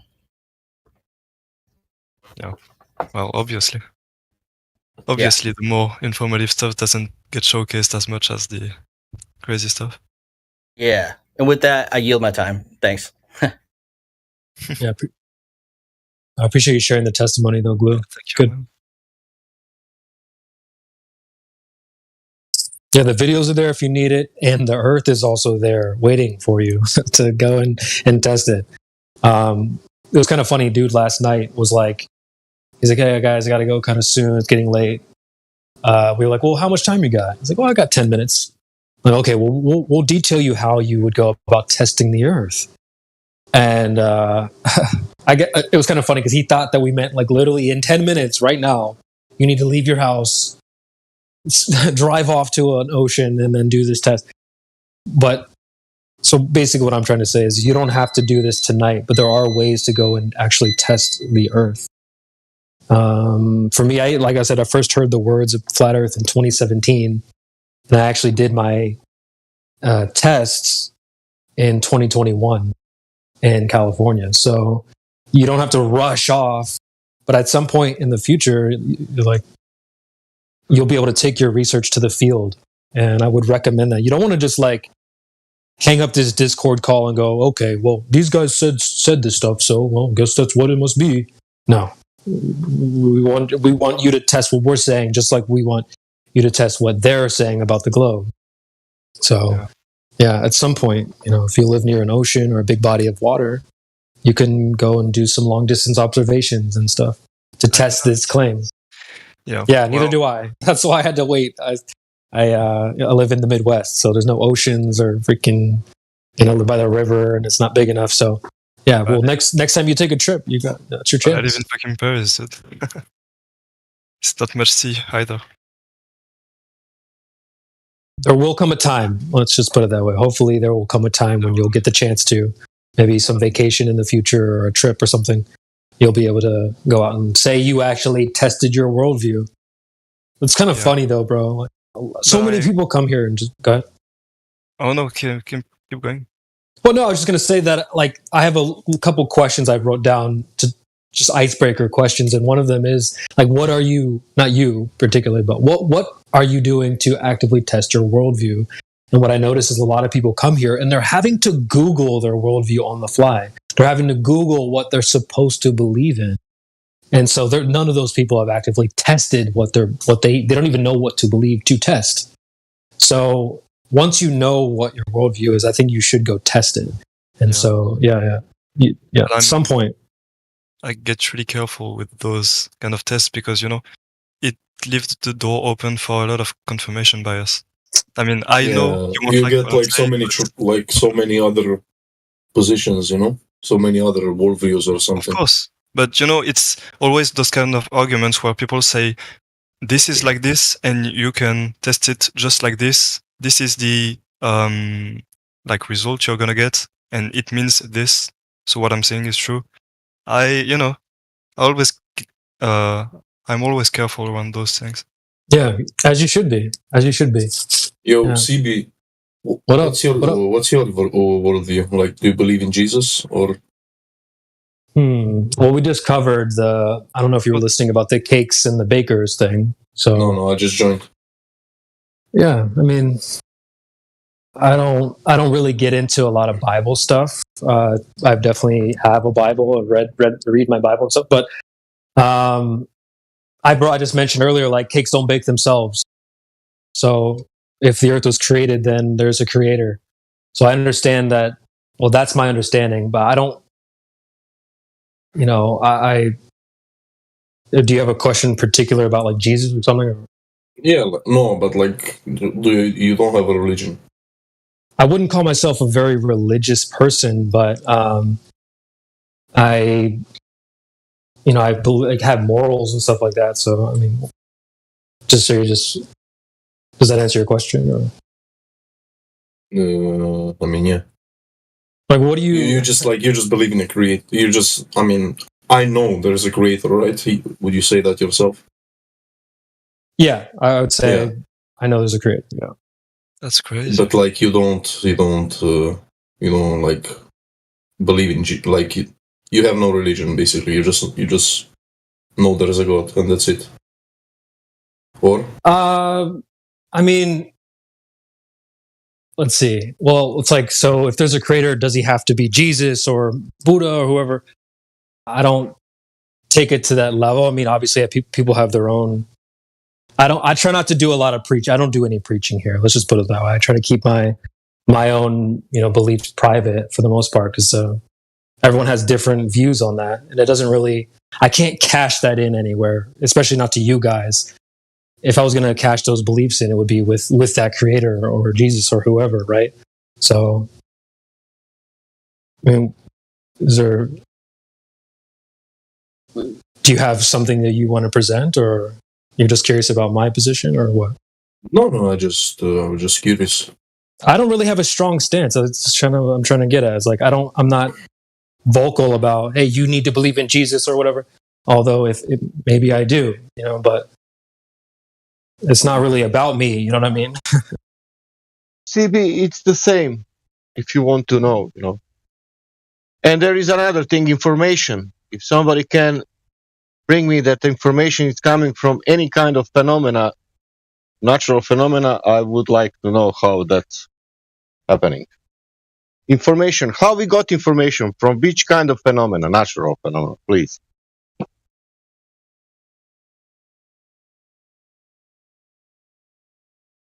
Did you ask a question? Or? Yeah, what's that a question, Sasha? I'm sorry, I missed that too.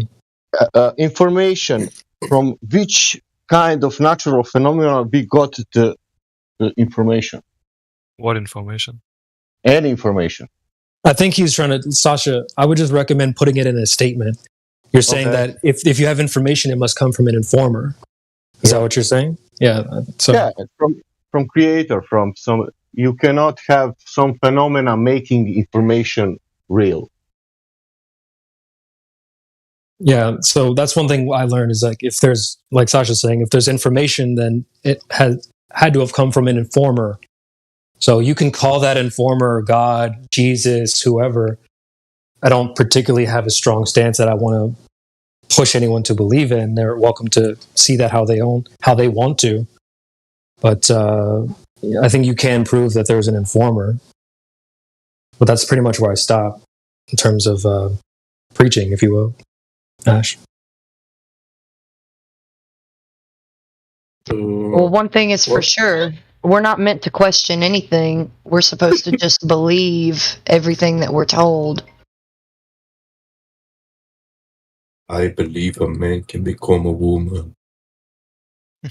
No, we Yes, should be bro. things They that way. can, We bro. with things that are lies. Isn't it crazy how we are taught history in school, right? But like, how do you know any of that happened? Like, so many things of history that we are taught could be made up, you know? Yeah. It's kind of crazy. Well, a lot of it is actually. Yeah, probably, you know? I mean, I don't know, but I would guess. Yes. Yeah. Yeah, for that reason alone, history has never been something that really called to me. I know a lot of people are very passionate about that, and I appreciate those people. But I'm kind of with you. I think there's a couple camps. There's 3 camps. There's the auto-believe camp.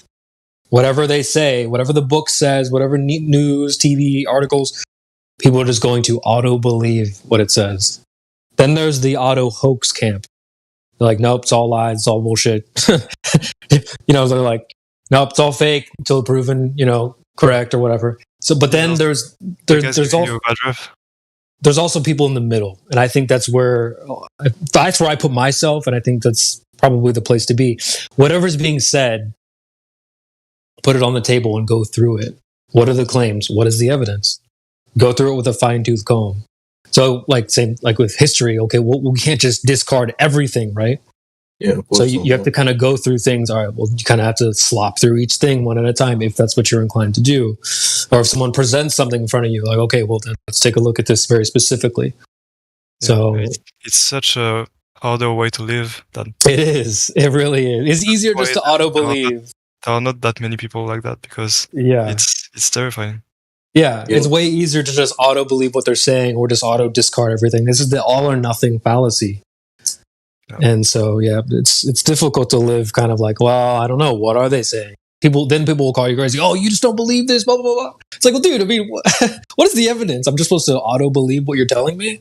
So, yeah, it's tough. People do it with like gravity. Oh, you just don't believe gravity? Well, what is gravity? Well, just why don't you believe it? Well, what is it specifically? Well, the Earth's gravity.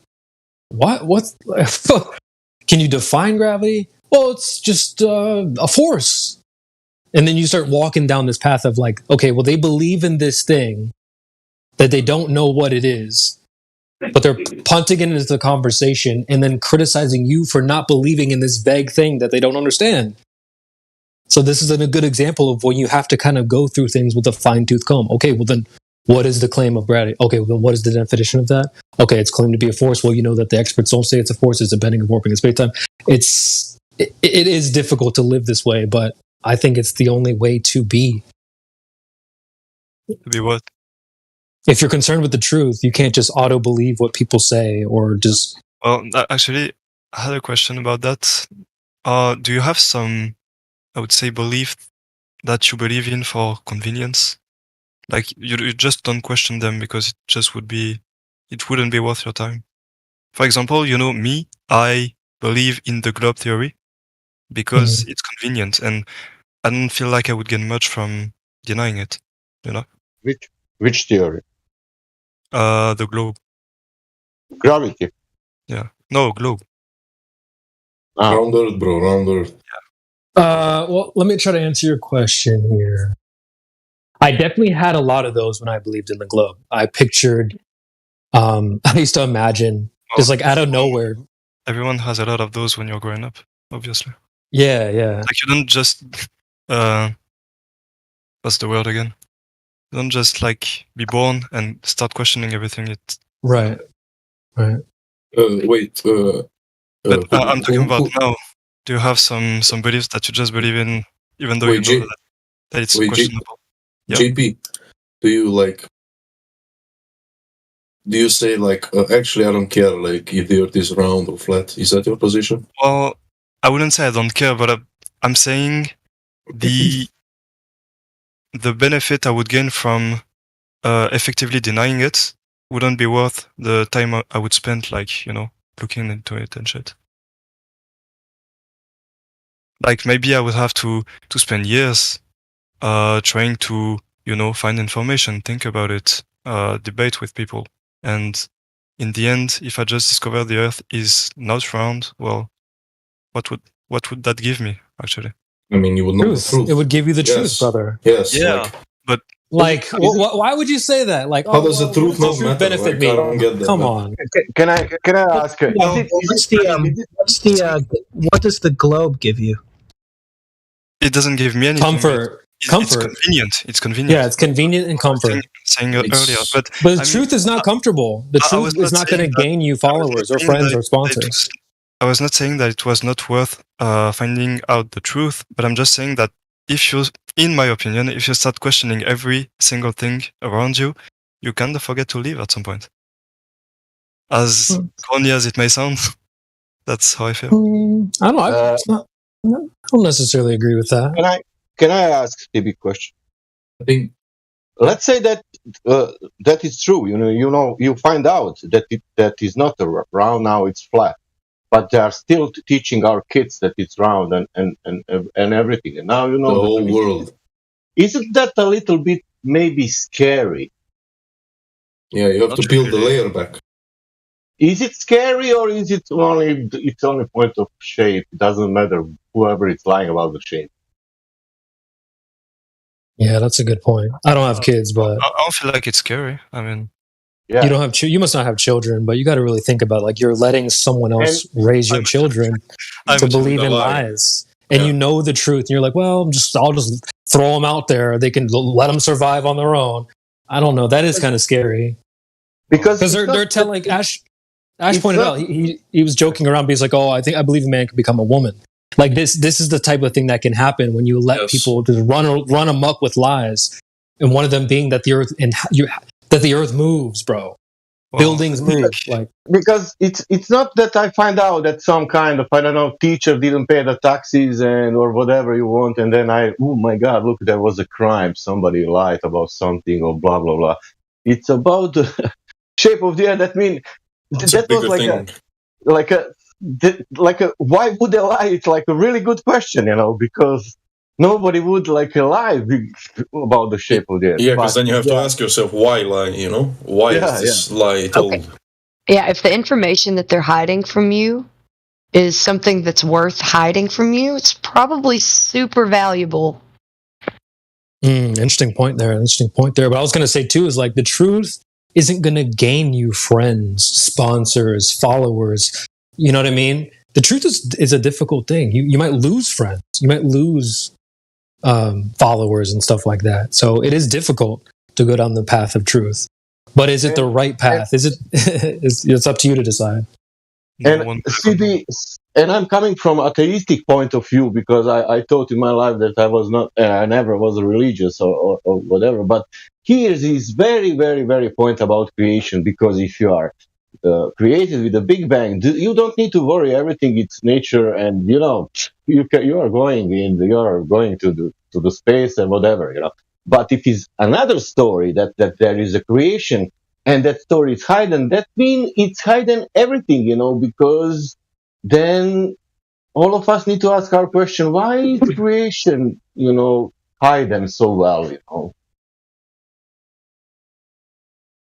And who is created like this to be flat and to learn to be spherical, Why so flat? But you will learn in school that it's spherical, and that will science will that give it to you, Science, pseudoscience. But that will be, everybody will say science proved the globe. And why we are speaking about that science, if it's fact, if it's, Yo, CB.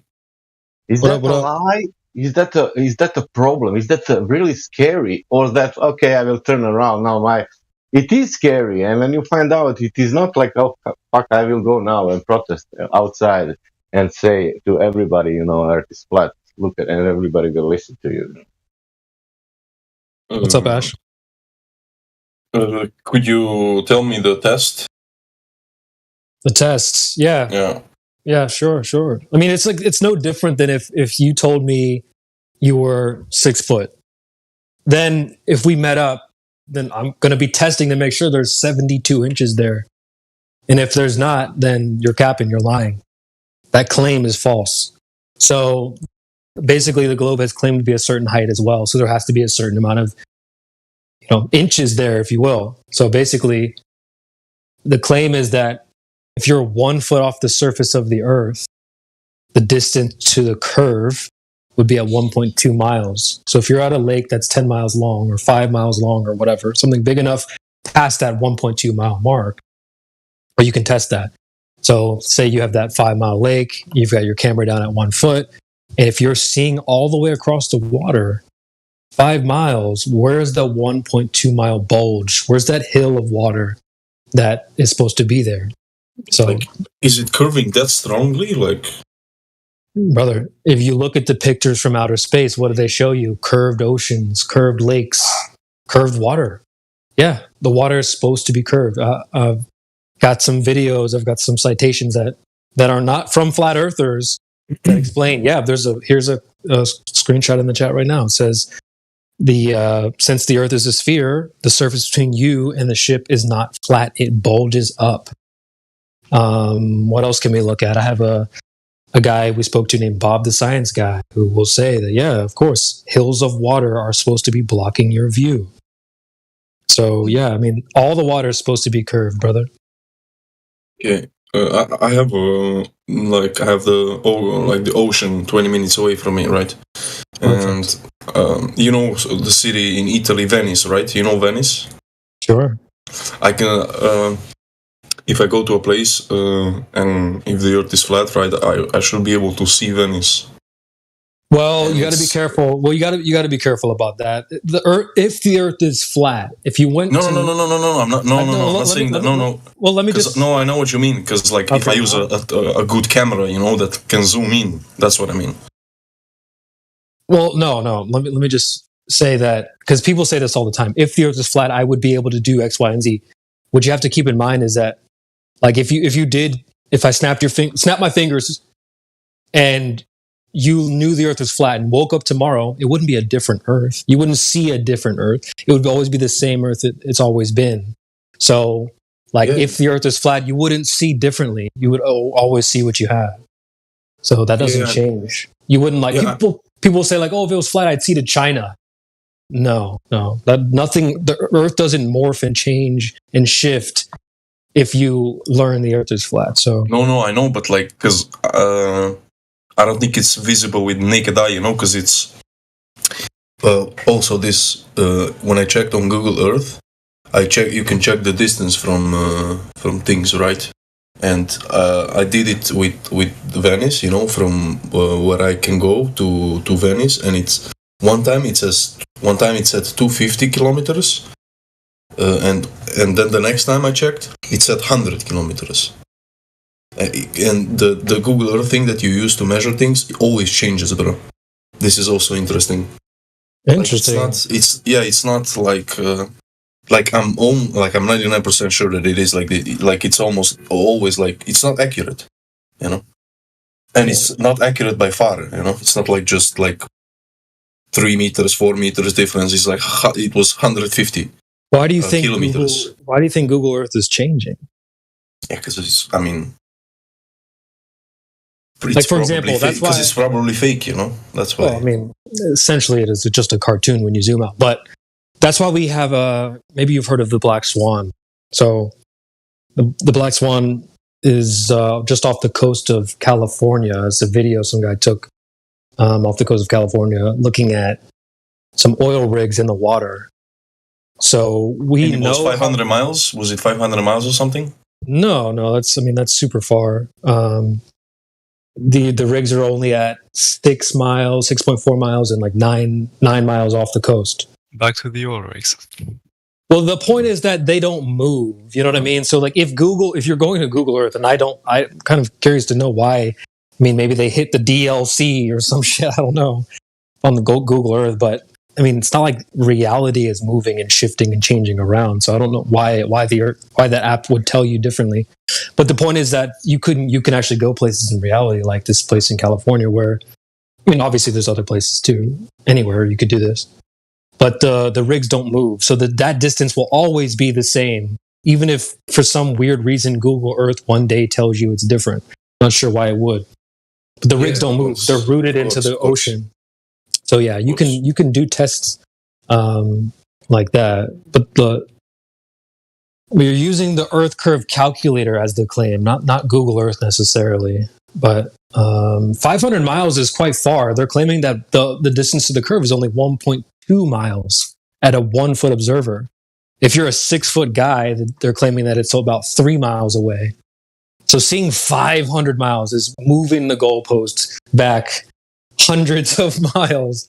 I mean, probably not necessary to go that far, but some people might have claimed to have done that. I mean, here's a clip, 90-second clip.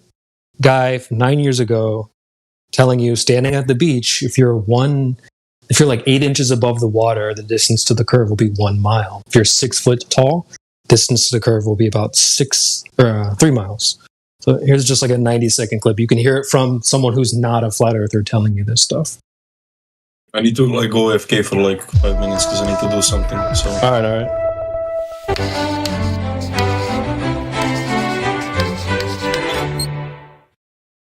Hi, I'm Josh Clark, and this is Brain Stuff, and I'm here to answer a very pressing question. Have you ever been standing at the edge of water, say like an ocean, and looked out on the horizon and said, I wonder exactly how far away that horizon is? You know, where the sky meets the sea? That's the horizon. Well, it turns out, because the Earth is curved, that it depends on where you're standing and how far above water you're standing. Let's say that you are in the water, right? And you're up to, say, your eyes are about 8 inches above the water surface. Well, again, remember the Earth is curved, and despite the ocean seeming flat, they actually curve themselves, which if you've ever really looked at the horizon, it kind of goes like this a little bit, which is pretty cool. But it also goes like this, right? I paused it there just to explain what he's saying in the clip. He's saying the water's curved left to right and front to back, visibly so. It's kind of funny that they felt confident enough to say this. Let's continue. So if your eyes are 8 inches above the water, right then you're about a mile away from that horizon point where the sky meets the ocean as far as you can tell. If you're standing up above water and you're like I am, about 6 feet tall, that means your eyes are about 5.5 feet above the water's edge, which means that you're about 3 miles away from the horizon. Isn't that amazing? Going from 8 inches above water, 5.5 feet above water, is the distance between 2 miles between you and the horizon. Mind-blowing, if you ask me. If you like this video, there's plenty more. Yep.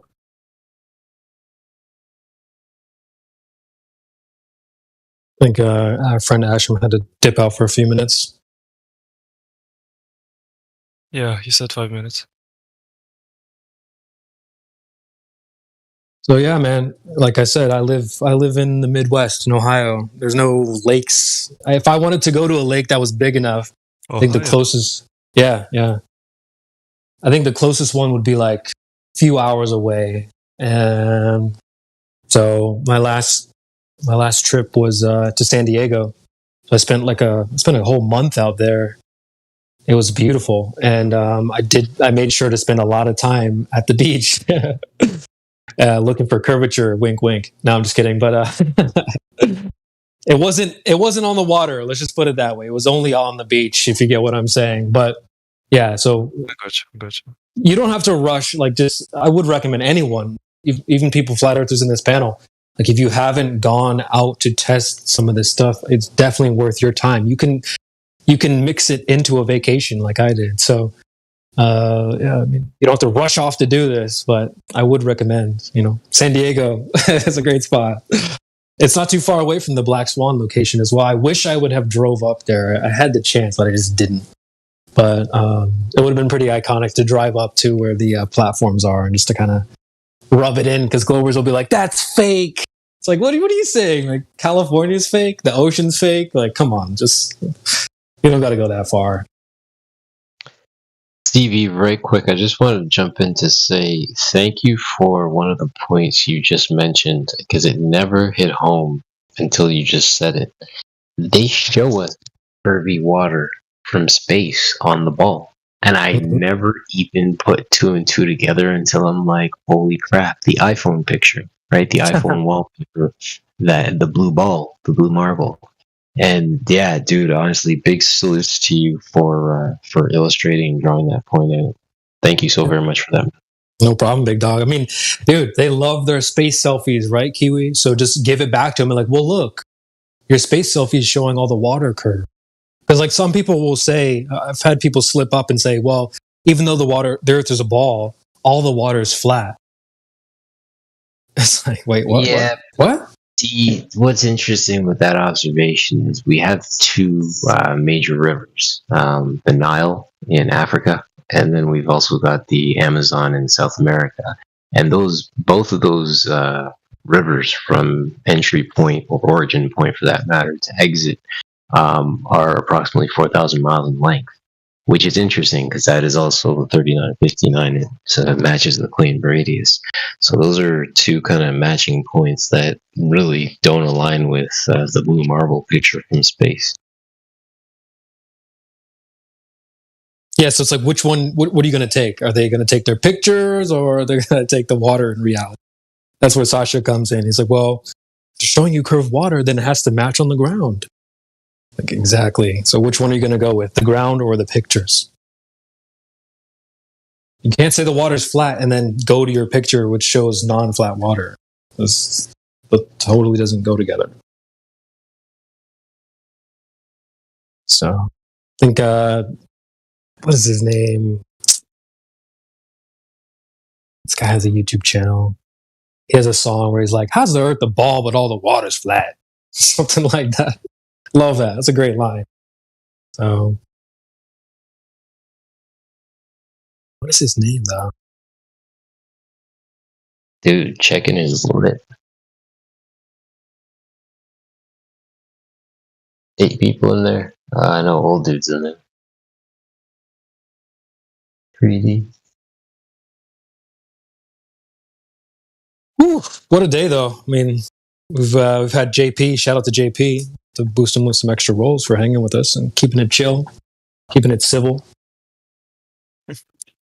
Yeah, you're welcome, dude. Yeah, you've been a great dance partner, so yeah, we always appreciate that. Sure.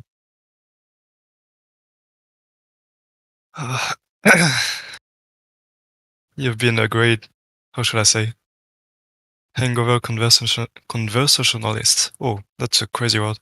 Conversationalist. Yeah, I appreciate that. I mean, when I first joined the server, I was left with a really very nice first impression. So I think it's important to leave a good first impression. Sure. But yeah. It gets hot in here, though, from time to time. You'll notice, like, you might pop in here sometime in the future, and it's like the grills are on. It's hot. So you'll see that in the future as well. Yeah, because people come in. We're just hoping that you go back out. Well, you must get a lot of people that come here just to talk shit, not even wanting to debate. Yeah, most people, I assume. CB, did you run them through the 3 points? Sorry, I showed up late. I did not. I mean, Jedi kind of took him through it in a back alley way. I got the 3 points. I'm good with that. Yeah. So I did play a clip of my song though. Let me just replay it again for anyone that has. That was crazy. All right, yeah, I'll do it again. It was your song, actually. I mean, the one you played wasn't your song. Oh, that was the Why Would They Lie? Yeah. Face being curved. This is the 3 points clip, real quick. Yeah, 3 points, space spin curve. Yeah, it's flat in a cup of water. Yeah, water doesn't curve, man. That's retarded. Yeah. Yeah, you played that earlier, actually. So yeah, that's the 3 points. The space spin curve. Are you into rap music at all? I mean, completely out of subject. Yeah. What do you listen to? I mean, I'm kind of not really in the game at the moment. I haven't really followed hip hop culture in a little while, but that's fine. most of my songs are parodies. So like I have a song that's a parody of Kendrick Lamar's Silent Hill. I called it Water Hill. So that was a lot of fun. Silent Hill is pretty recent. That's a great song. Yeah, I love that song. Yeah, the chorus is insanely catchy. Oh, I have another clip from that song, actually, from my remix. We have a guy that comes in from time to time that gets a little turned on the mic, but, you know, some people come in and get kind of drunk in here. So I have a clip for that as well. It's like 6 o'clock. You already drunk. You making it awkward, bruh. I mean, it's hard enough. I mean, it's... Such a great song. Yeah. So I did a song that's a parody of that. I did parody of Schoolboy Q's Floating. Nice. That was fun. When my first song was Biggie Smalls 10 Crack Commandments, Nice. we changed it 10 Flat Commandments. So yeah, you know. Man, I have a big show. Yeah. It's been fun. That's great. Yeah, I did a remix of the Push and P. Maybe you've heard that Push and P by Gunna. So I did a Push FE version. A Push FE. Yeah, that was a lot of fun. One of my favorites. If you want to check out my SoundCloud, I'll drop a link. You're productive. Yeah, I've got it's like 9. I think I've got like 9 songs total, but there's some other people that have way more. There's a guy named... Oh, yeah, there's a link to the SoundCloud. There's a guy named Conspiracy Music Guru. And, oh my god. The name is scary. Yeah. But he's a great guy. He's probably got like 5 times the amount of songs that I do.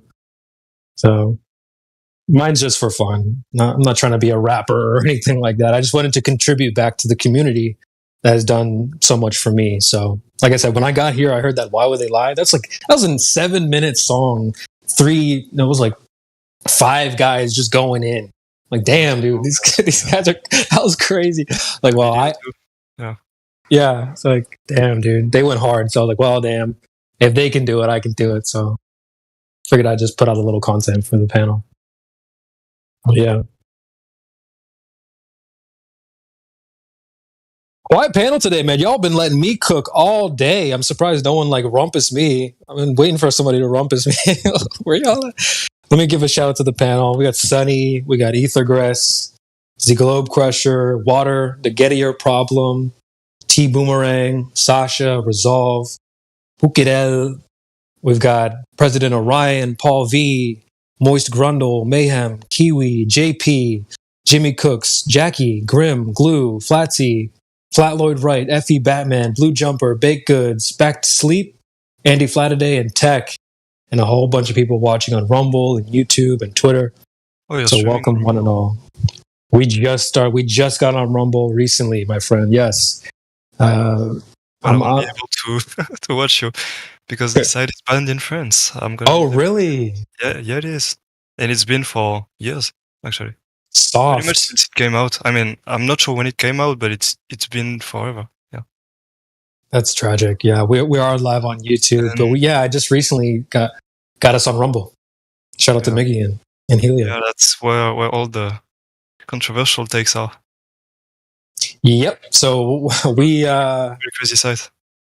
Yeah. Well, you know what? Actually, you might be able to partake then. I guess to kind of plug we're doing an event called FE Faces. I've dubbed it FE Faces on Rumble. And we'll basically jump in another VC, go on Rumble, and maybe have a little bit more fun off YouTube. So if you want to participate, you're more than welcome to. I might make it a little tag so I can tag people for it. But yeah, so you might not be able to go back and watch on Rumble, but you can be with us on Rumble if you'd like. So, I literally go on the homepage and it says that it's banned. That I'm not able. Jeez, you didn't get you a VPN or something, man? Yeah, too lazy to do that. Yeah, I mean, I'm kind of the same way. I don't have one. I had a good reason to, but I mean, no one that I know streams on Rumble. So, word. What does it say? Because of French government demands to remove creators from a platform, Rumble is currently unavailable in France. That's crazy. That is crazy, bro. So, Yeah, you know, no one's having more fun than us right now. So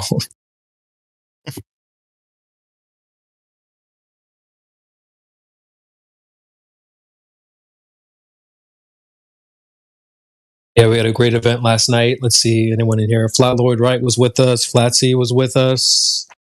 Mayhem. So what that's it. are your events about? Like you just debate?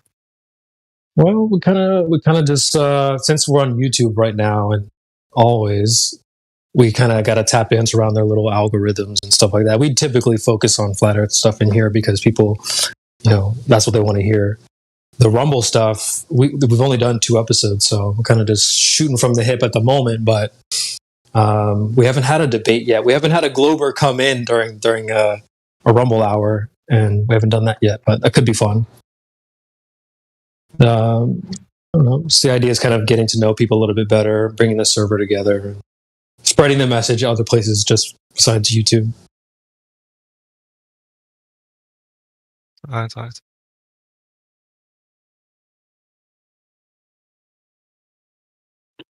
Yep.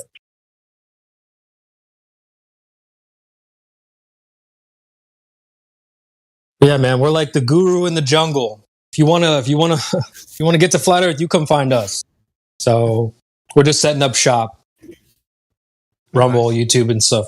But you know, some people, you know, like shout out to Orion. I know Orion does a lot of, you know, he'll be on the streets and stuff and talking to people, and I have a lot of respect for that. But I joke around how we're not like going door to door to spread the message. On the streets, like he's outside and like talking to people. Yeah, like he's got some cards with a QR code and a couple points on there. Like that's some good stuff, man. Just spreading the word when you're out in the street, because you get all types of characters that come here. Not everyone's like you, JP. A lot of people come here and they're like, you know, gassed up by the media. They're super triggered and stuff like that. But when you go out into the streets, I would imagine more people kind of are like you. They're like, okay, all right, so you're saying this, all right, yeah, okay. I mean, like you're probably not gonna see where I'm coming from, but that's the view we get of American people usually. What, like triggered on the streets? I mean, overreactive on things like that. You know? Yeah, I would imagine. I mean, we've all seen those videos of like people going up to the random strangers on the street with a microphone, like, "Hey, what do you think about this?" or whatever. So yes, yeah, you guys love showcasing your emotions. So, and it's fine. I mean, you're great at entertainment. I would agree. Entertainment. It's a friggin' circus over here at the moment. In fairness, though, yeah, those are the videos that are passionate gonna make it on TV. Though. I mean, it's also crazy to me because your news are so much more entertaining than any news. I mean, it's always some nonsense going on. Yeah, it's Operation Mockingbird. Yeah, we know. I mean, we have those too. But You're going to see the crazy stuff, right? They're not going to show you the sensible stuff we do. They're going to show you, just like they show us, you're going to show the extreme and all the terrible behavior because that's what sells. That's what we see. We see all, like, they're trying to divide us. It's just, and it's getting worse every year. So 10 years ago was, not even half as bad. Now it's just super bad. That's not how, that's not specific to America, that's just how media works. Yeah. Right, but you were commenting how Americans like to showcase their emotions. I'm saying it's you guys love to watch that probably, so it gets fed to you more, but it probably isn't quite as bad as you think. No, I know it. Like people like to. I know it's not. Yeah, people like to crap on us, but and most of us are blind and stuff, and got our heads in our asses, but like. Well, I think that it's very important to remember that all of us are just regular folks. The way that we're depicted by our governments and on media, that's not who we all are. Normal folks don't act like that. So, just saying. I know that. Come on. People like to paint with a broad brush. Yeah. I was just saying, we really like to see when people bring in definitive proof of a spinning ball in space. So if you have any friends that have proof of that, Should bring him by because we love that. Could all go home. Yeah, we never get that actually. Right. So if you know anybody, JP, let us know. Yeah, most of my friends really don't care about this. Yep. Like, they really don't care. Right. That's kind of what I pointed out earlier. What does it matter, man? Yeah. Go ahead. Do you mind if I ask a creator question? Of course, it's man. not speculation. Okay, so, sorry, is it JP? Yeah, it is. Cool. Do you believe that we were created, or do you believe that we've all happenstance? Have been what? Do you believe that we evolved, or do you believe that we were created? I do believe in evolution. I mean, both can coexist, I think. Well, I think it's. I mean, horse life for the carriage, chicken or it's egg. possible to mean that life has been created and then it's evoluted. Right, and that's an important point, right? It's were we created or did we evolve? And I mean, the question I always have is, when did we stop evolving? If we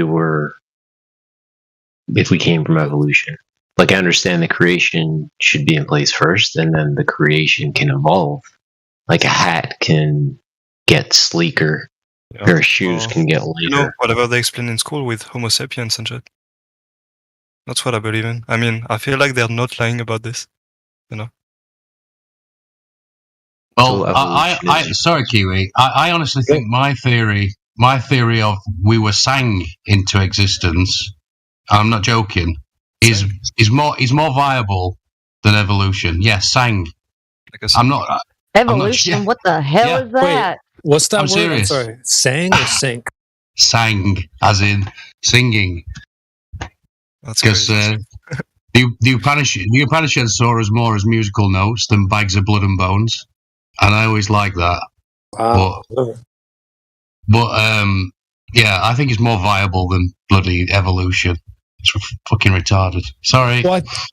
I know, like, you want to put them together, but I think there's a distinction there because, like, it's either intelligent design or it's like it's the old analogy of a tornado going through a junkyard, and then you've got a Boeing 747. So the question is, like, was it natural or was it, intentional and intelligently designed?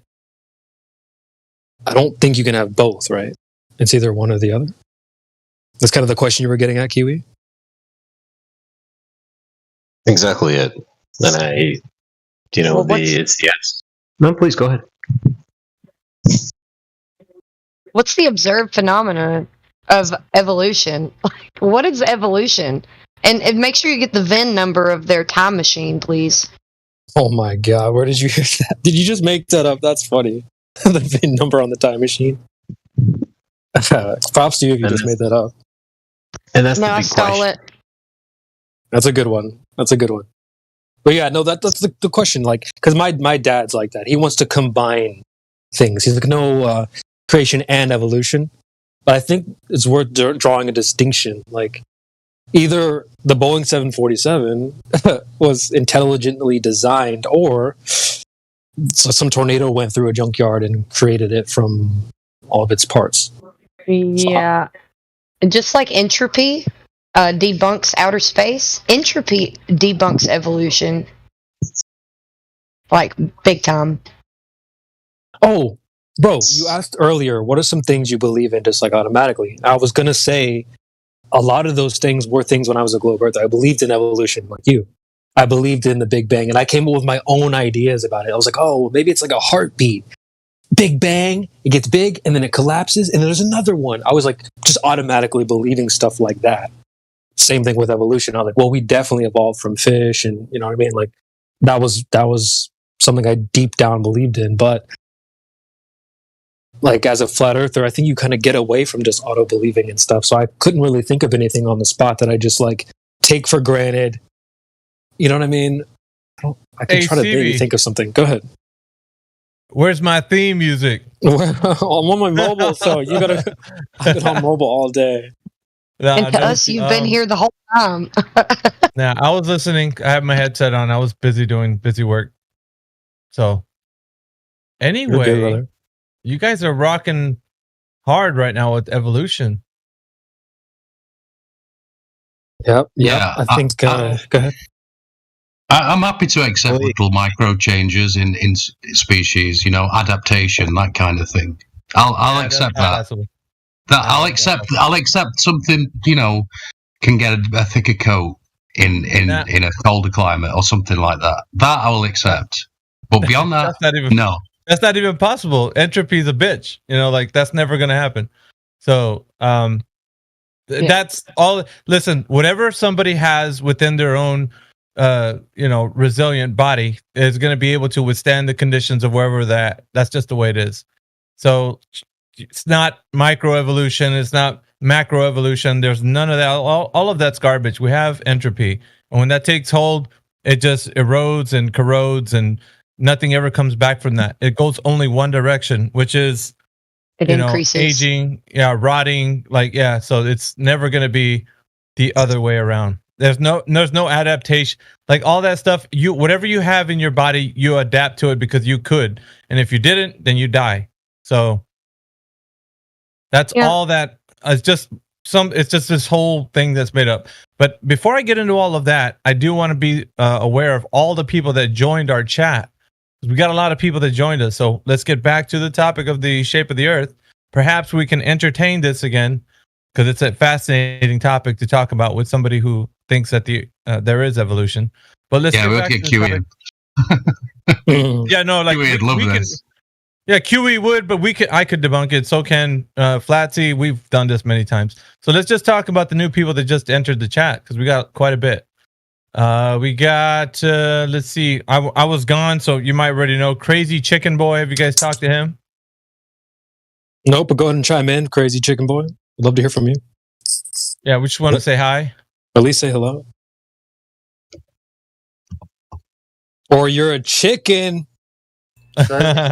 Says he's a Hey, I've been here before. I just don't come in here too often, but every once in a while I will and see what y'all are up to and talking about. So, and no worries, dude. You got a pretty mean looking chicken on your avatar.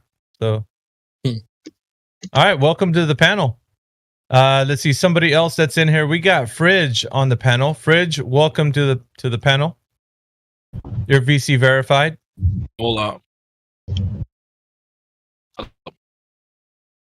Hola, como estes? I'm just kidding. Hola, ¿cómo estás? All right, so Fridge, welcome to the panel. And since you're brand new and you don't have any Earth rolls on you, I'm not. Yes, not quite brand new. Been here a while. I just never, verified as a flat earther. Okay, so you are of the mind that the Earth is flat? Yes. Yeah. All right, so in that case, just stick around. Just be participating in the conversations and let us get to know you a bit more. And pretty sure you're going to get that role. All right. Next person we have up here is Lauren Coe. Lauren Coe, are you there? Yeah, I'm here. All right. So it looks like you got VC verified. Welcome to the server. And also, what brought you here? Did you click a link? How did that go? Yeah, I clicked through the YouTube channel. Okay. What is your position on the topic of the server? I'm a glober. Glober? No Yeah. freaking way. Oh, yeah. That's cool. Yeah. Oh, you're the last one in here. Okay. So, Glober. It's pretty funny that he just went ahead and said that he's a glober instead of... What? So, being that you are a glober, Laurent, now, on a scale from 1 to 100, how certain are you that the Earth is a globe? Quite certain. Can't really put a number on it, but... Well, I would. Quite certain, yeah. 1 to 100. 1 to 100. It would be somewhere like past 50% at least. 50%. Wow, Maybe that's a lot of 70. doubt. 70. 70%. Okay, so you do kind of have your doubts, is that right? Sounds like it. Yeah. Okay, and what is the thing that makes you doubt that the Earth is a globe, Laurent? Well, there's a lot of discussion about it, so it's actually a good question of why are so many people talking about it if let's assume for the sake of the argument that it's a globe, but then why is there a discussion? Okay, so your evidence that there could be something wrong with the idea that the Earth is a globe is that many people are discussing the topic? Yeah, like that might make one suspicious. Okay. And what on the other side keeps you thinking that the Earth is a globe?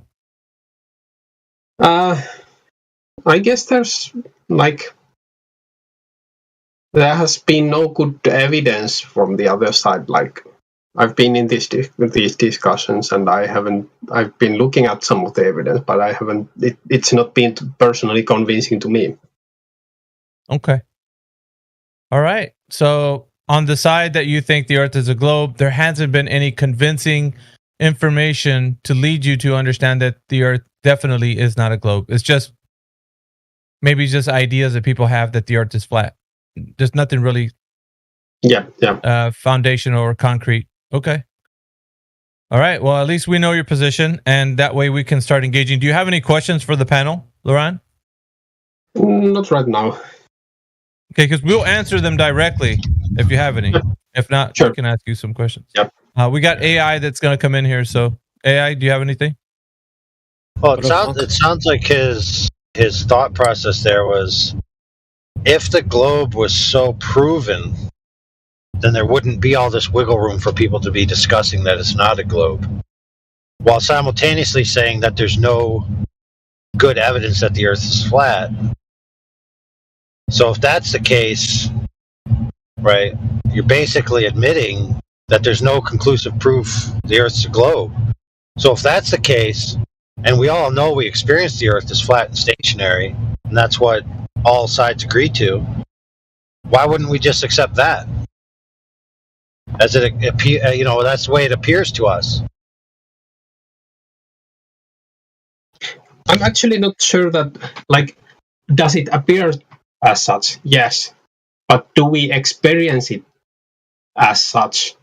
Or do we experience that? Not necessarily, because it might appear like that to us, but then that's also consistent with the globe. So we might actually be experiencing the globe, if you get my drift. Yeah, but it's only consistent with the globe with a story. It's not consistent with just basic experience. For example, right now I'm upright, right? And if I travel down where I'm heading, when I arrive there, I'll still be upright. That's my experience. In both locations, I experience myself as upright. However, in the globe story, I'll be at a diagonal to my previous position. However, I never feel that. I never experience that. It's not part of my daily life or even my thought process. I always navigate the Earth as if I'm upright. And horizontal is a level plane, and vertical is up and down. That's the way I operate. That's the way you operate. That's the way everyone operates. Notice how that is congruent with what we experience. The globe requires a story. The globe will tell you when you're over there, where you are, and I'm over here, we're actually at a diagonal angle to each other. But neither of us experience that at all. We might actually experience. Well, it depends on how you define experience that. And I guess that's a weird way to put it. Oh, it's very simple. It's very simple. Are you upright right now or laying down? Upright, kind of. Sitting. Well, right. So you just belied yourself, because what you should have said is, I'm diagonal to you. Right? But you didn't. And why? That's because you know intuitively that you're upright. This idea that you're tangential or diagonal or antipodal to other humans on the Earth never crosses your mind as you go about your daily life. Yeah, you operate as if the Earth is a flat, stationary plane, and we all do. Yeah, I have no problem with that. Phenomenologically speaking, the Earth is flat. I actually follow this icon carver from Canada, and he wrote this nice article about phenomenological truth. Like that's the like truth from the perspective of human experience. So right. So then we have to ask ourselves. Yeah, we have to ask ourselves if that's true, and like we already know that that's what all sides agree to, that is true. Then where does the globe start coming into play? Yeah, I guess when you look at the evidence, maybe then, if there is sufficient evidence for the globe. What evidence do you think that we have, Laurent? Well, I guess both sides have evidence. Like the flat Earth side has evidence. The question, but Laurent, so when questions are asked in this forum, we usually ask them to get a direct answer, right? So the direct answer to what evidence do we have for the Earth being a globe? Okay, well that's a weird. Like I was giving a direct answer, but okay. No, I think directly would be answering what would give you the evidence for the globe, not talking about flat Earth. I'm talking about straight about the globe only. Well, I was just giving like a more long answer, but okay, fair enough. Like if the answer has to be like 5 seconds long, then no, it has to be direct, Laurent. Not 5 seconds direct. Not 5 seconds direct. Do you understand the difference between like a short answer and direct, or do you want me to explain? Well, short answers mostly are direct as well, aren't they? Well, they're not always synonymous, right? Yeah, fair enough. Oh, okay, so direct, please. So the question is, what evidence do we have for the globe? Correct. Yeah, I guess, for example, let's say the star rotations. I don't think Flat Earth still has answered that good enough. Okay, so what about star rotations give us the understanding that the ground that we walk on is curving at a set rate for drop over distance? Go ahead. You should, based on the if we're living on a globe, you would see stars rotate opposite directions in the poles. Let me state this again so that it could get more clarity. The idea that we live on a geometric shape, which would have drop over distance, how is that in relation to the stars that you're looking at rotating above you? I was trying to explain, so I'm not sure why you were interrupting me. I just don't see the correlation, so you're going to have to tie in star rotations to the ground for me, please. Okay, so let me do that then. If we're on a globe, you would see, very factually, you would see stars rotate counterclockwise on one pole and clockwise on the other pole. That is actually what we do see. So it kind of gives some credence to the idea that we do live on a flat Earth, the typical equidistant map. No, I'm sorry. Stop. You didn't explain the correlation between the ground conforming to a sphere, an oblate spheroid. I actually did explain it. No. Actually, you didn't. Actually, if you don't want to accept my explanation, that's fine. Laurent, stop. I'm sorry. I was talking, so... No, you need to stop because you're not giving me the information.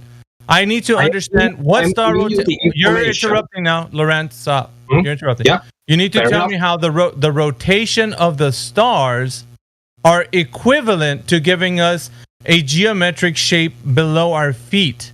So we need to know how the stars, right? Okay, now I can say it slowly so that you can tell me and figure this out. So if the stars are moving above us, right, in any particular fashion, clockwise or counterclockwise, it doesn't matter. How does that relate to us looking at the ground and understanding that there is a geometric shape that we are standing on? So you need to tie in, once again, I'm going to say this again, tie in the star rotations to the ground in that how do we know it's exactly that geometric shape with drop over distance? And hopefully you know what that means. So Sure. Can make it more clear. My answer is I already tied it in. If you don't want to accept that, that's your problem, because I did tie it in. So my question to you is, why is my answer not good enough? Really? My question. Because it didn't give us the geometric shape. You basically made so why is my answer not good enough? It's a fallacy. It's called affirming the consequence. Hold on. No, it's not. And you're now evading my question. Direct answers. It's affirming. Why is my answer not good enough? Because it's affirming the consequent. It's a No, formal it's not. logical fallacy. That's a lie. Lying is against the rules of the survey. You're lying. Lying is against It's not affirming the consequent. It's affirming the consequent. That's No, what it it's is, not. Laurent. It's not. Yes, it Hold on. I'm going to arbitrate this. The classical form of affirming the consequent is if such and so exists, then thus and though would exist. Thus and though exists, therefore such and so exists. That's exactly the form in which you said. Except for the last sentence, you didn't say therefore, you said it gives credence to. So you accept that it wasn't. Yes. Right. Because you didn't use the word therefore, right? You didn't make a statement as if that logic led to that necessary conclusion, because then it would be officially a fallacy. However, coming short of a fallacy, right, as saying this is my evidence, isn't very good evidence, is it? All right, I yield the floor. Sure. It does debunk the flat Earth model, though. No, it doesn't. So it still stands.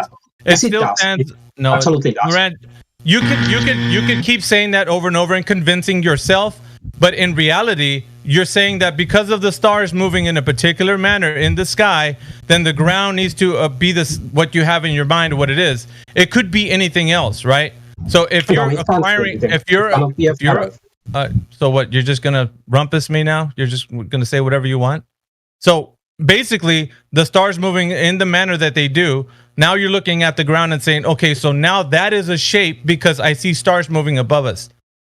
I don't understand how we attribute stars above us to a geometric shape, because it could be any geometric shape. You just think about any geometric shape you want. It doesn't have to be a sphere. It cannot be a flat plane. Yeah, let's and there's a hold on for a very second. simple logic to it why it can't. No, that's false. That's false. It's not false. It's actually true. No, hold on, friend. You haven't. My goodness, dude. Is it painful for you to hold your tongue? Is it I on am fire? holding my tongue. It It's has not constantly painful. be So flapping go to ahead. cool itself off. All right, perfect. So you are making a lot of assumptions in the model and saying that it doesn't work on the flat Earth model, but you're assuming the stars are a particular thing and located in a particular relationship in free space relative to the Earth and what the Earth is. You have a lot of assumptions on the table that you aren't speaking openly about, and you're mixing the models. For example, if the Earth was flat, there's no necessity that the stars must be objects in free space rotating around the Earth. They could be an optical phenomenon. And we know of a certainty that optical phenomenon can cause objects to appear to counter-rotate and all kinds of things. So it's not simply the case that you just claim it doesn't work on flat Earth. With all of your assumptions, it may not work on flat Earth, but you need to parse those assumptions out. All right, I yield the floor. Could I jump in when there's a chance? Go ahead. Just real quick though, I just want to make sure that he understands that when we come to this, we're going to have to still define the geometric shape, which I got some questions for him, but I don't mind yielding the floor to this point because we still have a lot of work to do here. Go ahead, Wolfgang.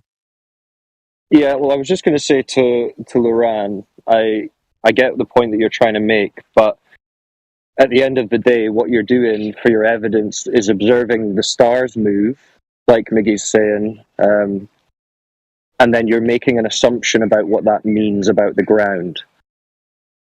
Do you understand that there's a leap of logic between observing what's in the sky and making a claim about what's therefore beneath your feet?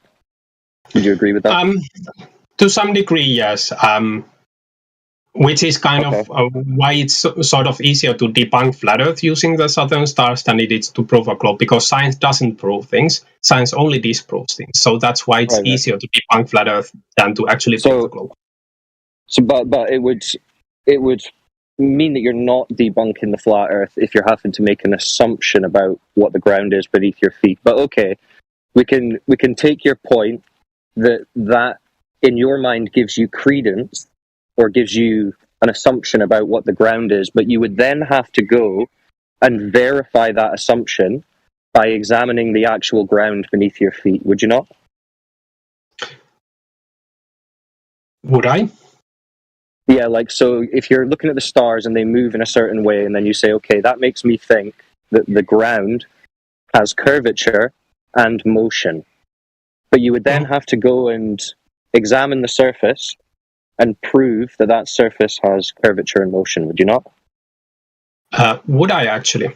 What are you basing that claim on? Well, otherwise you would just be saying that your proof for the ground being in motion and curved isn't any measurement or detection of curvature or motion, but an assumption based on what you perceive the stars are doing. So that's not actually proof of what the ground is doing. It's only an assumption. To have the proof of what the ground is doing, you would then have to go to the ground and say, right, now I'm going to measure it to see if my assumption based on the stars is true. Right?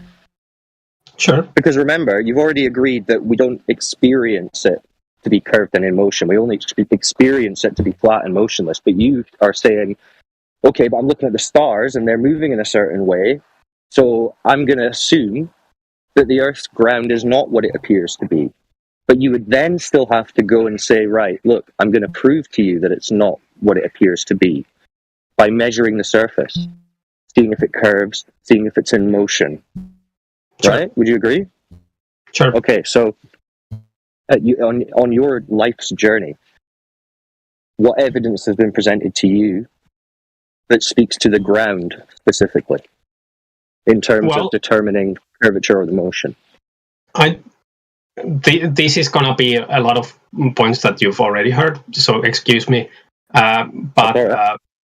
Like ships going below the horizon, sunsets, stuff like that. Okay.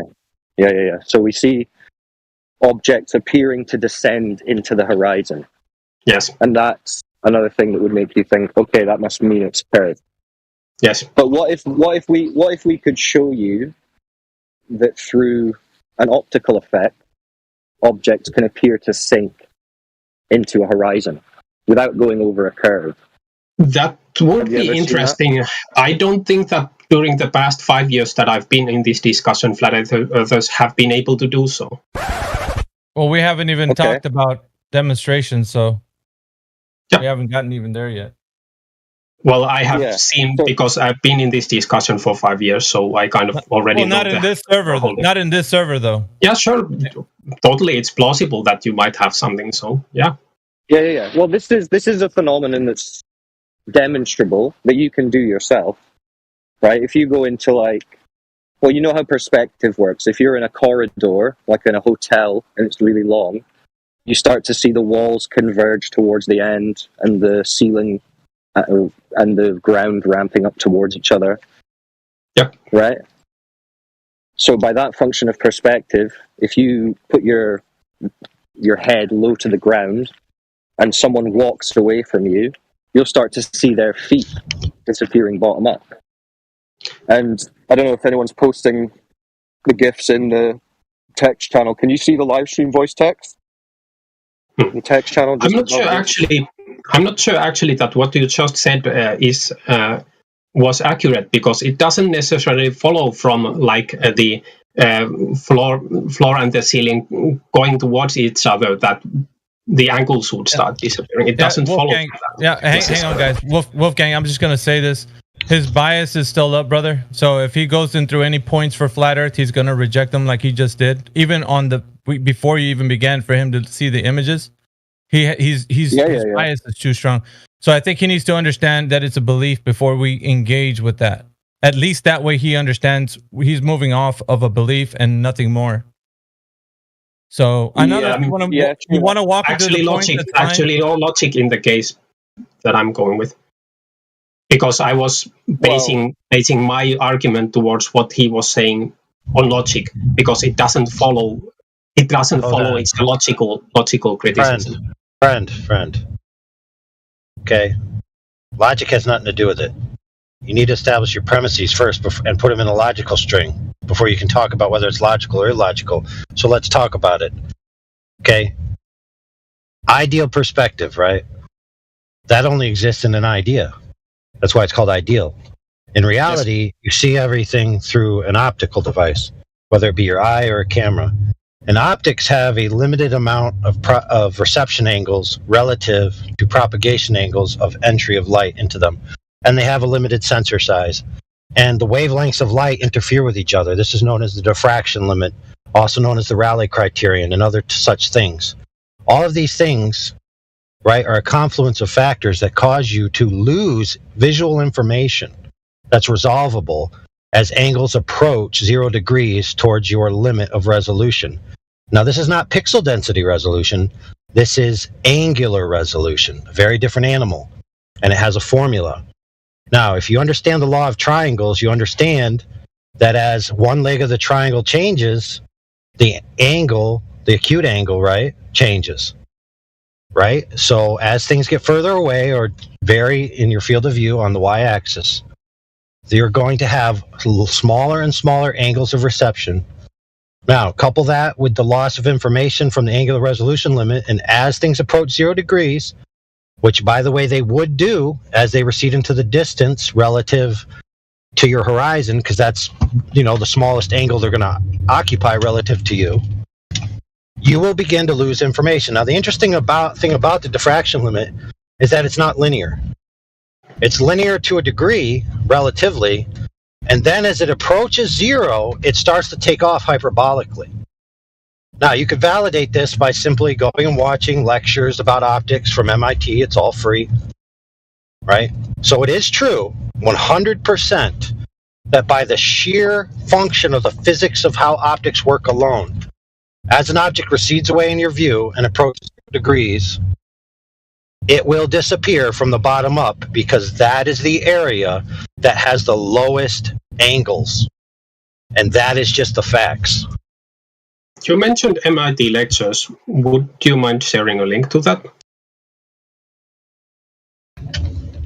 Yeah, sure. I will when I have an opportunity. But basically, it's just so the best one. So Walter Lewin was one of the professors that did a lot of these things, and his lectures are easily available and completely free, by the way. But the moral of the story I was getting with there is that it's established. It's established physics of light, the way optics work. You can look up the math. You could see the formulas. You could draw the triangles out yourself, and you will see that as they approach 0 degrees in your field of view, the acute angle will fall below the reception angle available to you based upon your angular resolution limit, resulting in a necessary loss of visual information. There's no way around it. That is an absolute brute fact of having an angular field of view. There is no other way possible.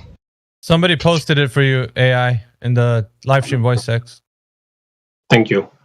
If you can, Walter Lewin. if you have any knowledge of like where, for example, Walter Lewin speaks about this angle stuff, that's well, he's got a lot of information, but there's a link provided for you there in the live stream voice text. If you have, I see it. Yes, time for that. You don't really have to dive into it now, but like keep in mind what AI said. So yeah, also you don't. I mean, to be fair, if you understand the law of triangles, right? You know, a squared, b squared, c squared, sine, cosine, tangent, angles that they add up, right? All of these things. You understand that. Then you also understand that the wavelengths of light interfere with each other as they get crammed into a smaller space. It makes sense. It's obvious that the smaller amount of space you have, the less you're going to see. I don't know why you would need to watch a lecture to understand that. Here is why. I don't think it necessarily follows from the fact that there is a smaller angle at the lower end of your like visual field. Yes, there are smaller angles there. Does that necessarily lead it into, well, now the ground is competing with the object and it will have to look like that thing is actually hidden behind something? No, it's not like that. I don't think that. It's like this. When the light enters the plane, or the surface, let's call it, of the optic or the aperture, right? Usually, what things with an angular field of view receive the information in the reflex angle, right? So there's a limited amount of angles, right? They cross the focal axis or whatever, right? And then they spread out again on the other side and they hit the sensor. Now, when you do out the math, those angles are just pure numbers. But the problem is that you're dealing with actual light, right? Which has its wavelength measurements. And there's formulas that you could do to see the interference, and each wavelength has different interference or diffraction limits, right? So the point is that it's not just dealing with the law of triangles in those angles alone, it's dealing with how light functions in those limited angles. So for example, right, a triangle if you extend it into free space indefinitely, gets bigger and bigger and bigger, right? The acute angle stays, is small, but if you extend the leg of the triangle out, the end of the triangle gets bigger and bigger and bigger. Now, if all the light entering the optic is within that angle, it will not be resolved if it drops below your angular resolution limit. Now, the problem is that the far leg of the triangle, right, opposite of the acute angle, it could be taking up the space of 1 inch, of 2 feet, of 10 feet, of 100 feet. So when you're looking out, there's a portion of your vision in the distance that could literally be an entire skyscraper. But you will not be able to tell. It will just look to you like the same color as the ambient surroundings because you have no differential ability to resolve anything. And that does occur, according to the law of triangles, the closer you get to 0 degrees. I mean, that's just obvious. Now, you might say, well, if that's the case, isn't all objects just made up of a bunch of small degrees? That's true. But when you're rendering the object, the very, very bottom of the object is going to represent the smallest angle. But from the bottom to the top is going to represent a different angle. So you'll have visual information from the higher parts because there's wider angles available. Now, you could doubt that, and you could be unresolved about it in your mind, but that is the facts. If you draw it out, you will see that that's the case. You actually bring up an interesting point because you said that we can kind of divide the object into like as many small angles as we would possibly like. In some ways, that brings up an interesting way to criticize the typical flat Earth way of explaining this, where you draw a line to the object, which is like tangential to the ground, and then you get the like lower angles. But that is arbitrary, isn't it? Because we see the totality of the object. Our vision doesn't cut it in half into top part and bottom part. It just sees the object in its totality. No, it only sees the light information that it's able to resolve. That's all it sees. Yes. But it will try to resolve the whole object. There is no differentiation when our eye sees an object. That's not true. That's not true. Oh, there's the bottom part and there's the top. No, it's not about. It's not about the bottom and the top. It's about the angles of propagation. So, for example, if something was directly in front of you, let's just call it 0 degrees. Nothing can see at 0 degrees, right? That's obvious. You must have a greater than 0 in order to resolve anything. If all the light information is coming in the exact same area, then the sensor will be flooded with information. There'll be no differentiation, so you'd see nothing whatsoever. You'd see one solid color. But that's not the way we see. We see in angles. And the angles of that light aren't traveling in a perfect ray from the point on the object straight to your eye. They at least, let's just say one portion of the light is doing that, but it's also spreading out into other sensor areas. And the predominant color that hits that sensor is going to be what it resolves.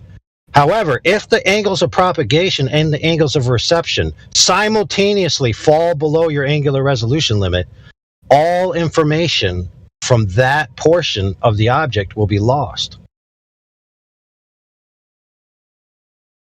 In other words, if you have only 4 pixels in your camera, it's impossible to take a photo of 8 pixels because you only have 4 to deal with. Yes. Yeah, I didn't necessarily. We don't need to go into the details too much of this. I mean, you've said you want the information, you want to have a look and check it out for yourself. You're welcome to do that. It is a well-documented phenomena, and the reason I suggest it to you as a potential alternative is because obviously, if an alternative exists, that means that your one claim of what it has to be isn't necessarily the case. But we can come at it from different angles, right? How we got to this was because you said, well, objects appear to be sinking bottom-up boats. That tells me that the surface is curved. But it's not as simple as that, because then we would have to say, okay, what was your observer height when you were watching the boat, and how far away was the boat, to see if it conforms with the stated geometry of the globe. Simply observing a ship appear to disappear bottom-up isn't confirming that it's disappearing bottom-up at the point that the globe model predicts. So there's that next step to take as well. But before we get on to that, could you tell me what so what you're saying the horizon is the point of a ball that you can no longer see beyond, right? Because it's curving. Is that right?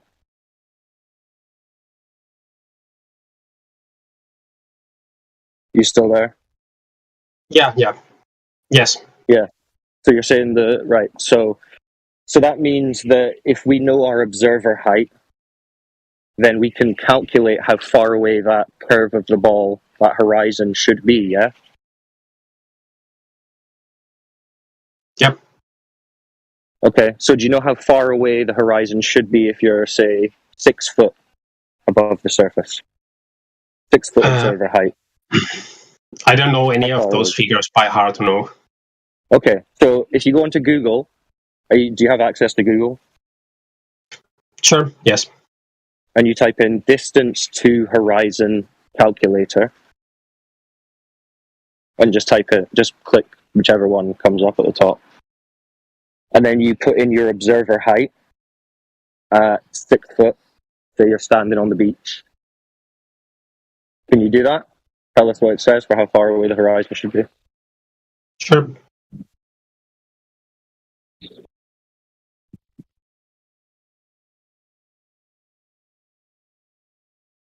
Just let us know when you've got a number. Kilometers or miles, whatever you like.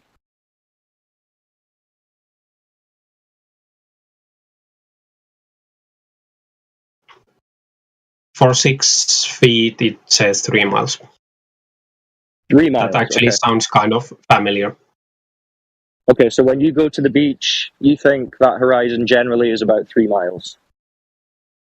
I actually think in kilometers. I don't use miles, so I can't exactly tell. I get better at these conversions because I'm actually training to be a translator, and it would be really goddamn helpful to be able to just do these conversions in my head. Okay, well, I think it would be about 5 miles or so. I mean, you can check the converter, but 3 miles would be about, say 5 kilometers, 4.5. So, okay, you think that lines up with what you've observed when you've gone to the beach or whatever? I don't have a beach like that available much of the time. Okay, but let's just say generally. The horizon, if you're only 6 foot above the water, you agree that it's around 3 miles, 4 kilometers, 5 kilometers. Yeah, I'd say it's in the ballpark. Yeah. Okay, so can you look at the live stream voice text channel? Sure. Is it this one? Okay. So what we've got here is a couple of oil rigs that are a set distance away. You can see platform C is 6 miles away, and platform habitat is 10 miles away. Where do you see the horizon in that image? Is it in front of them or behind them? Seems to be behind them. Okay, and so this is an 8 foot observer height, and that's a 3.4 mile horizon. So why is it that when we check the globe calculators and then we go and check in reality, they're not matching? That would be because of refraction, right? What do you mean? Refraction?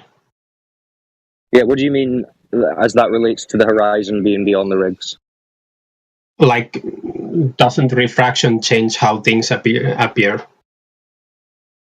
So refraction gets rid of the Earth's curve? No, it just makes it appear different, like refraction does. Like it's not there, because if it was there, the horizon's supposed to be at 3.4 miles, which is in front of those rigs.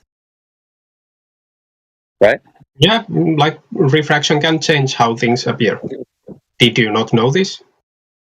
So it can move a geometric horizon on a sphere behind something that it's actually supposed to be blocking? It can move where it appears to be, yes. But surely it would still have the rigs behind it, because it's physically in front of them. Right, so how is the light?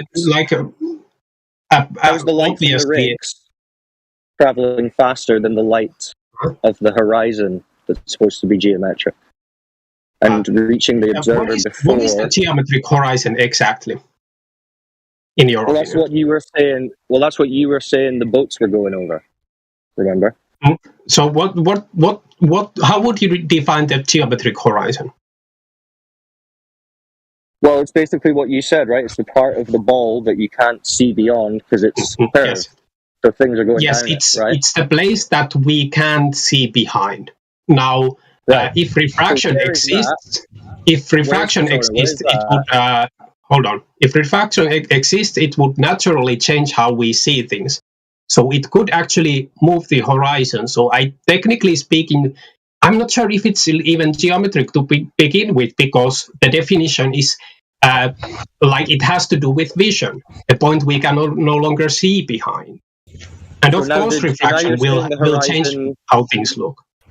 Wait. So now you're saying the horizon isn't physical.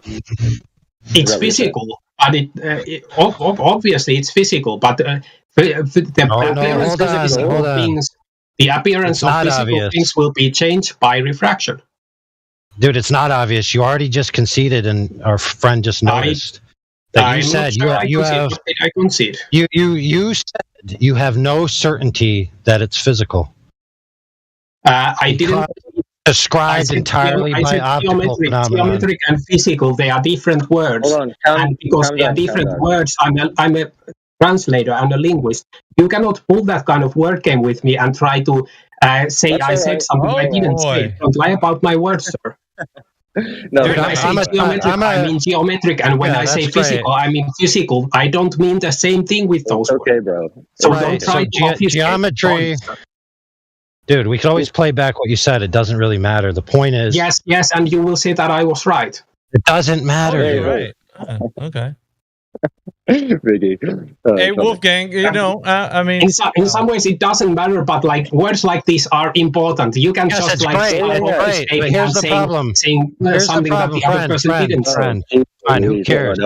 Move on. Here's the point.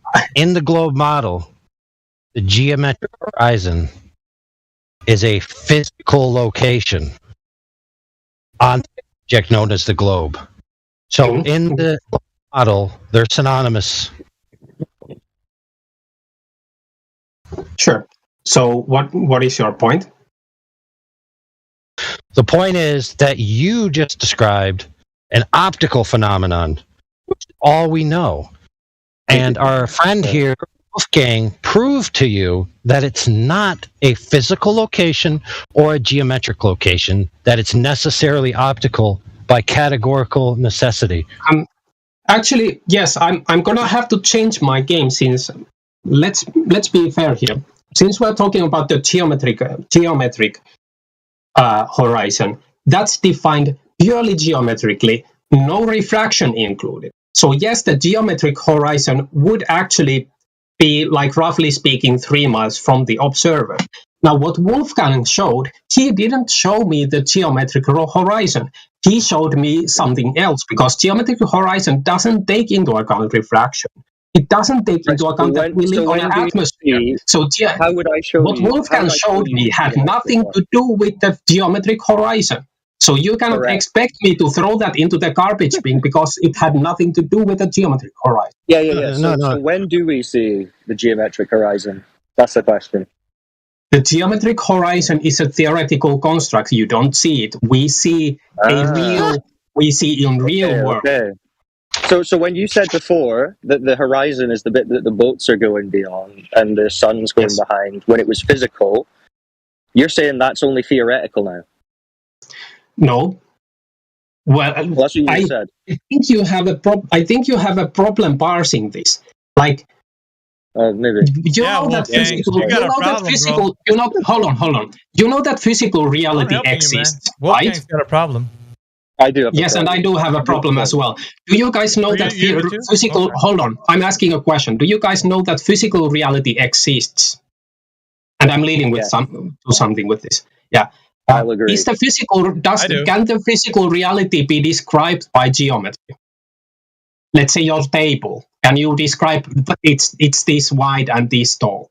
Yeah, you can describe it with geometry. Yeah. Okay. Can then when I look at the table from far away, can the table be like distorted by refraction effects? You would have to say right. Yes. Yeah, you would have to say yes, right? Yeah, but you have to define when I'm looking at my table from far away and the table doesn't look like it should look, does it mean that the table no longer is physics and geometric? Shut up, dude. All right, so basically you're saying refraction as in you haven't even defined what it is because you're using it in the wrong context right now. So you can't just keep going and bulldozing through the conversation because you want to make a point. You're using refraction in the wrong context. Do you know what refraction is? I'm going to unmute you and I'll let you explain what refraction is. Well, before you unmute him, we have to address a problem analogy. In his analogy, he chose an object that's known. Dimensions are tangibly verifiable, a table. I know that I can take my table and I can access it directly and I can measure it. I have a tape measure on the side of my hip right now. I also have a triangle on the side of my hip, which is actually called a square because it's at a right angle. Use these tools, and I can directly measure the table and understand its dimensional state.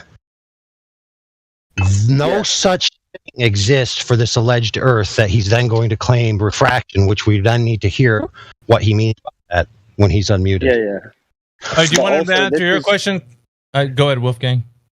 Sorry, well, I was just going to say, this is the part where I get him to start saying that tables are all refracted and he can't really know what a table is. Yeah, so we got a couple of things here. So I'll go to AI's point first. And then I'll go to yours, Wolfgang, then I'll go to mine. So that's all right. No, you can go. I think he's, I'll go. Okay, I'll go to AI's. Answer AI, Laurent, when I unmute you, please. Sure. Can you rephrase the question because I forgot what the question was? It's not a question. You are using a table that we know the dimensions of and that we've tangibly verified that it's a table, then being distorted by optical effects. And we can then understand the distortion because we know the table in the first instance by tangibly accessing it and measuring it directly. Now, What I am telling you that no such parallel exists for the Earth, for which you then make claims how it should not look or should not be distorted. Sure. That doesn't still detract from my point that refraction existing doesn't debunk anything about geometry. All right. Can I go to my point? Do you want to? Yeah, go ahead. Come back with. Oh, I'm waiting for AI. Did you want to come back to that or? Yeah. It removes. I'll tell you what debunks it. It removes instantiation that any claims about the horizon are geometric in the first instance, and puts it back into the category of optical phenomenon, which we already know. If you want to go there, sure. No. Did you respond, Laurent? Yeah, my response is simply, if you want to go there, sure. We can go to the other evidence at some point. Dude, what you would need is direct measurements of the Earth's curve. And we have those. But who measured the horizon? Oh! Wait a minute. We have those. Okay, I could just go to my 3 questions then. Like I was going to wait for later, but go for it. Now's the perfect time. Yeah, now's the perfect time. Exactly. I was waiting for a segue anyway. All right, so I'm going to ask you 3 questions, Loran, because right now you're 70% sure that the Earth is a globe, but we're going to figure out because you've been defending it right now pretty violently. All right, so first question to you, and you can answer directly because that's all we need. If you know, say you know and go into detail. If you don't know, just say, I don't know. And now go to the next question. No harm, no foul. It's just your baseline knowledge of what you know about the Earth being a globe. First question. Who has directly measured the curvature of the Earth any time in history as drop over distance? So can you please provide that if you know? Who has measured the curvature of the Earth? Directly. As in drop over distance. Drop over distance. Yes. Do you know? You don't have to know. It's just a baseline knowledge. You can say somebody figured it out and you don't know. I don't know. Like, for example, Eratosthenes did some stuff, but that's not exactly what you are asking. Correct. You can say you don't know, and I'll go to the next question. That's not okay. Yes.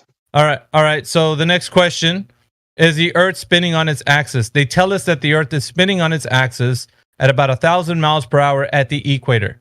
Now, I need you to tell me, what is the naturally observed phenomenon of the Earth spinning on its axis? Do you know anybody that's actually directly measured the axial rotation by, going out in nature and directly seeing in nature the Earth spinning on its axis? Yes, for example, Bob Nodal. Say again. What was that? Bob Nodal. Rest in peace. Bob Nodal? Yes. Okay, can you explain me the method by which he directly measured the rotation of the Earth? As in, I said out in nature. So I'm looking for the naturally observed phenomena of Earth spin. So the Earth spinning around, what did he naturally observe in nature that the Earth is spinning on its axis? What do you mean by nature? Like, what is your philosophy behind that question? So the philosophy is basically understanding if we're saying that the Earth is spinning on its axis, how can I then disprove or prove that it's doing so with a naturally observed phenomena? So if the Earth is doing something, let's say, right? The Earth is doing something. So I need to know if it's doing something by naturally observing it in nature. Because if the Earth is doing something, it's naturally doing something. I need to observe this. So where has anybody observed the Earth naturally spinning on its axis? Yeah. I think Bob Nodal works because if the Earth is rotating on its axis, that would cause the devices like the one that he used to actually show a constant rotation of 15 degrees per hour drift, and they do that. So that's what he observed. All right, so I'm going to ask for a few things here, right? So I need primary source, a citation, and then also a demonstration. So the primary source you said is Bob Nodal, right? We're covering some bases. All right, now I need a citation as to what he did. Pull that from anywhere on the internet and then provide it for us in live stream voice text. The citation. Can I actually ask? This might be a strange question, but can I ask why? Yes, we're gonna the question why I need all of this is to validate the information, because we're gonna go through a process here, which means that in order for this to be put into the physical and natural world, we're gonna have to validate this information. So what you're gonna give me is the validation of said method in the form of primary source, citation, and then followed by a demonstration of what was done and then an explanation of how it was done. So I need all of these things to validate. But once again, like the first question, if it's something you think somebody just figured out, you don't have to know this. You can just clearly say, somebody figured it out, maybe a scientist or something. I don't know. And then we can go to the next question. If not, it's going to be more strict as to like what you have to provide. Like right now, I still need the citation, because you said Bob Nodal will be the primary source. Then I'm going to need the citation of where, it says it anywhere. And then the method by which he demonstrated that in full detail, so we can all understand, and perhaps somebody else can follow up and do the same method. Yeah. Yeah, the reason why I'm asking, why are you asking me for this? Because it's sort of weird that we're kind of, because I'm pretty sure that you know who Bob Knoll is, and you know what 15 degrees per hour I'm talking about, and you know what they did. So it's kind of baffling to me that you're asking me for citations for the thing that you already know So about. there's a lot of, so we're actually catering to a larger audience than just me and you having a conversation. We have about 18 people watching on Rumble and about 24 people watching on YouTube live stream. So those people don't know what you and I know. So what you're doing is demonstrating to them, because it's a larger audience, right? So you're demonstrating to them your capacity to bring forth the evidence. That's why. Could I just also very quickly add, while Luran is finding that information to present, do you not think it's odd that when we're asking for evidence as to who proved the globe, the first person you name is a flat earther?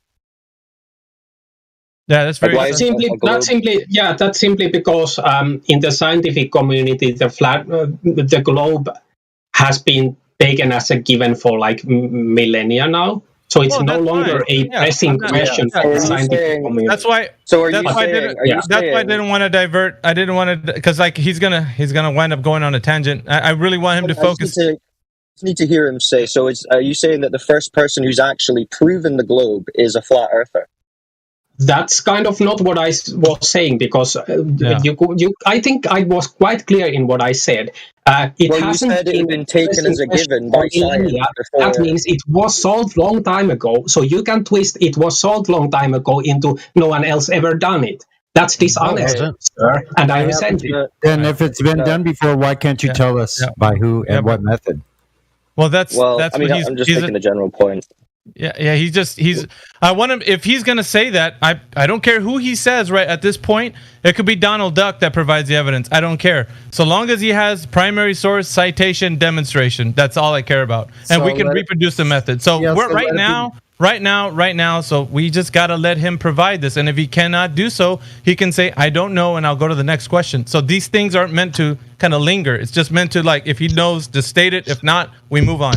That's all this is for. It's not a back and forth. It's just really his baseline knowledge. That's all this is. I get that. That's it. So, Loran, back to the point. So you said Bob Nodell, primary source, citation. We're still waiting for that. Can you produce the information? Citation? What are the options? Either I provide the citation and all of the things that you asked, or I'm supposed to say no, I don't know. So, exactly. You don't know. Yeah, you don't know would mean that you don't have the sufficient evidence currently to support the claim. And that's fine. If you think, just like you stated when you were talking to Wolfgang, that it's already a foregone conclusion that somebody figured it out, I'm good with that, so long as you say you don't know, somebody else figured it out. Right? It's just my. I don't think it's honest to say I don't know when I do in fact know. So I'm not going to be able to hold on to those. Loran, I know that. So if you do know, please provide the evidence. Why though? Because if you did know, you would have that evidence at hand. Because otherwise, you wouldn't claim it. Right. But you guys don't have similar evidence for your claims either, so I think we're in the same boat. Right? Stop talking. That would be ridiculous. Stop talking. Why? Why should I stop talking? Because I'm talking now. Listen, that would be ridiculous to make a claim, and then when asked to back the claim with what information, you don't have anything. That's vacuous. I have things, but you've crafted this interesting game where anything I provide is going to be thrown out. So it's a game that you guys play. It's not that I don't have evidence. It's that you've crafted a very nifty game where you can dismiss all the evidence. Listen, check this out. It's a good thing, but it's just a game. And you have to admit that. If I have to say check this out one more time, because I'm not going to raise my voice.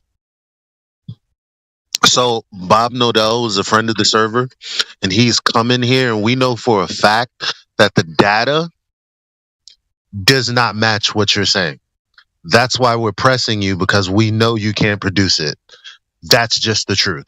Can you actually then produce it? Because I would be interested in seeing it. What do you want? Do you want to listen to the entire the show that he came in while I go look for that? You want to hear?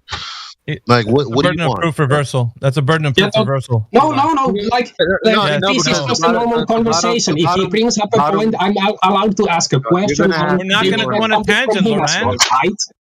We're not going to go on a tangent. It's just to get to the obviously, because it's the Glober has to prove his point. Others, they don't have to prove shit. You can look at it in your own time.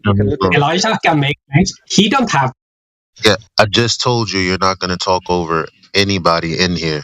That doesn't sound nice. You see how controlled and reasonable it sounds right now? Because I'm the only one that's talking. Well, again,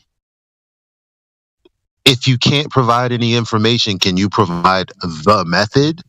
What specifically was done? In your own, like, what can you give us? Yeah, I think they used a ring laser gyroscope, measured a 15 degree per hour drift, and they actually said that if it's a globe, we should see a 15 degree per hour drift. That's what they saw, and then they went, well, see, because we have agreed, because based on our religious beliefs that it cannot be a globe, we have to negate this some way and have to come with excuses in order to not accept the result that our experiment gave us. Thank you for that information, Laurent. But you didn't, provide. Yeah, you still. I'm not going to let you go. That's so nice, maybe. Laurent, I'm still not going to let you go out of providing the citation and then the demonstration of exactly how it was done without your explanation. The citation will cover. The citation will cover the explanation on a written form or some sort of information we can all look at, so we can show everybody that you know. And then we can talk about the detailed method, not just what you've seen on Behind the Curve on Netflix. I don't care about that. I care about the exact method so someone else can replicate it. So citation is still needed. So if that's not provided, then you can easily say you don't know. At least be humbled enough to say that, Laurent. Yeah, if you don't know. I think he already said, right? Actually, I'm being humbled by not saying I don't know, because I don't have to.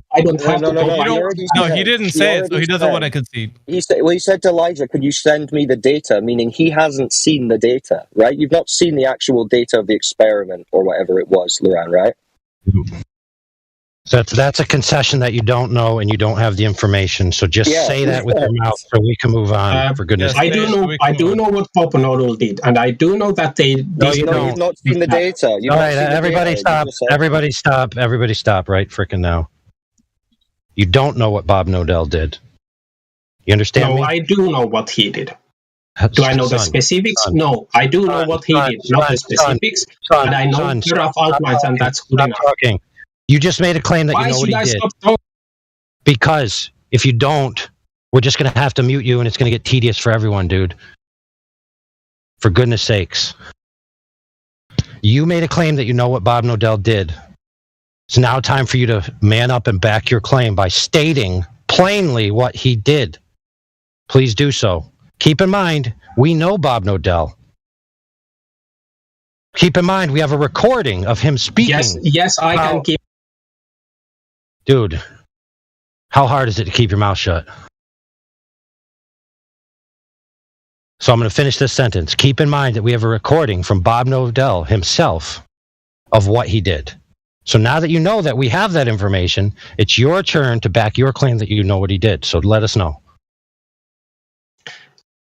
So he used the ring laser gyroscope. I actually went through this earlier, so I'm not actually sure why I would have to describe it all over again. Did I not already do this? Yes, I did. So why am I? So your claim is that Bob himself You're being absurd. Oh my goodness! Your claim is that Bob himself used a ring laser gyro and did what? They measured. They got as a result a 15 degree per hour drift. I thought you said Bob. I thought you said Bob. You changed it to they. I'm confused. Bob Nodell and his team. Okay, that's your claim? A 15 degree per hour drift. Are you contending this? Are you contending this, AI? Is that your this claim? A point in contention? I asked you a question first, sucker. Is that your claim? That's what Bob Nodell did? So you contend my claim then? Holy Fair fuck, enough. dude! You didn't even back your claim by admitting it's your claim. I mean, how did Now, provide indecisive evidence for your claim, AI. sure of yourself are Provide you? evidence for your claim, AI. Okay, Chop, I will. chop. So here's what we're gonna do. What do you mean TikTok, dude? What do you think? I'm a time traveler? Actually, I am a time traveler, but that's irrelevant. He's got you on the clock. Okay, fine. So, like I said, we could just play the recording from Bob himself, and then you could present your counter evidence, which will be a cut up, edited documentary. Right? Yeah. So I will explain it to you. I will explain it to you, and you can go watch it at your leisure. Bob didn't do that. Bob's job. He was just a bystander, and he only made a comment that's interesting. Okay? That's what happened, and that's what you saw in the documentary. Now, Bob goes on to explain that the documentary was edited. It was originally going to be, relatively for the Flat Earth, but the producer decided, because he got upset that they were talking to Flat Earth to kids, that he was going to make it essentially slanderous to Flat Earth. Now, the problem is that, let's just say, for lack of a better term, that they did show a 15-degree measurement or out on the device. That's fine. Problem is that by further tests, I have to cancel this call.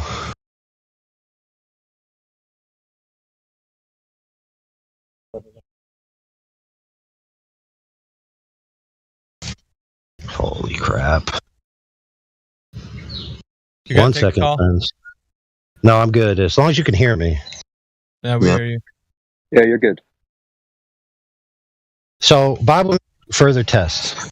And by the way, other agencies have done these tests as well, and they've got different results. So, if you understand the way the Earth is claimed to rotate, and you understand that rotation is equal along a radial spoke, for example, the hands of a clock, the closer they are or the further they are from the center of the clock, they all rotate at the same degrees per hour. It would always be congruent degrees per hour. However, on to explain in the recording that we're going to post for you to watch at your leisure, that he went to different locations and got different degree readings. Now, Bob himself, whether I agree with it or not is irrelevant, has an idea that the rotation being measured is an energy field. And according to his idea, that energy field would have a vortexual rate. So as you get closer or further from the epicenter, it would have a different rate of rotation. Now, that is congruent with what the readings he got. He got different degrees per hour at different altitudes. Now, that is not congruent with a globe, which its rotation would be a radial spoke. So there's more to the story. You had no idea of any of this. You proved you had no idea of any of this.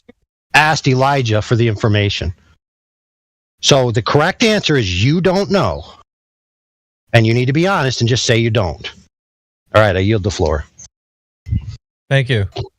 Thank you. All right, Laurent. Yes. It was explained. It was explained to you the correct way, which you didn't have that information. So why don't you just admit now that you didn't know? Yes, I didn't know. Now I do know, and it still backs the globe up, because actually you would see varying degrees of rotation on the globe as well. I did know that Bob will try to post the fact, post measurement, try to justify, oh, it's some ether model, let's make up some bullshit. I know all of that. I didn't know all of the exact details, but I know that, even if I didn't, it still backs up the globe. So I think it's very enough for me. You're still missing the point, though, because now that you know all of that, right, that information that was told to you, you have a tougher task ahead of you. The tougher task is that now the demonstration ensues, and you, my friend, are going to have to demonstrate, because you know what? You didn't even know that information that AI told you, which now it's going to get ugly. You're not going to know the demonstration at all, in detail, to demonstrate to all of us that you're cognitive of that information.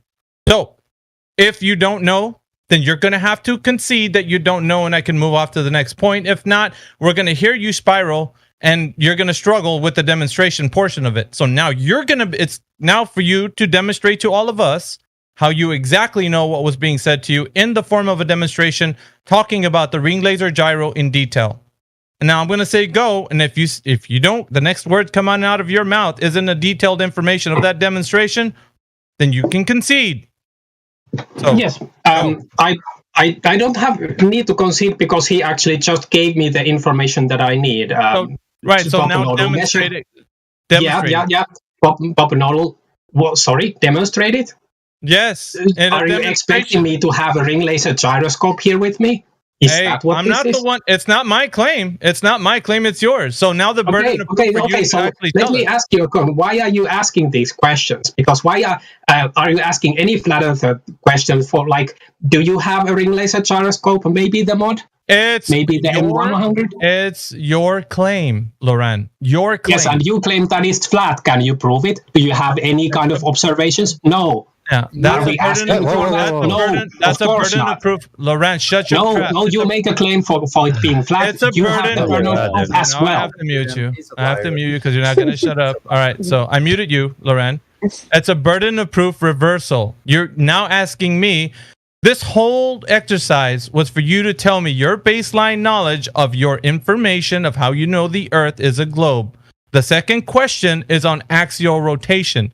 Now, you've taken it far into the weeds with all your back and forth. It's not a back and forth. It's just your baseline knowledge. And so if you don't have the information to support the claim that the Earth is spinning on its axis, like the way you think it is, and you're going into this demonstration without any knowledge, and now you're going to burden a proof reversal on me and tell me how I'm going to explain the flat Earth, that's not going to happen. So if you don't know how the Earth is spinning on its axis, Laurent, you're going to have to concede. Your ego will be ended here. It's going to die right here. So if you're not ready for that, then you're going to have to just leave the server or do something else because we're waiting for you to concede that you don't know.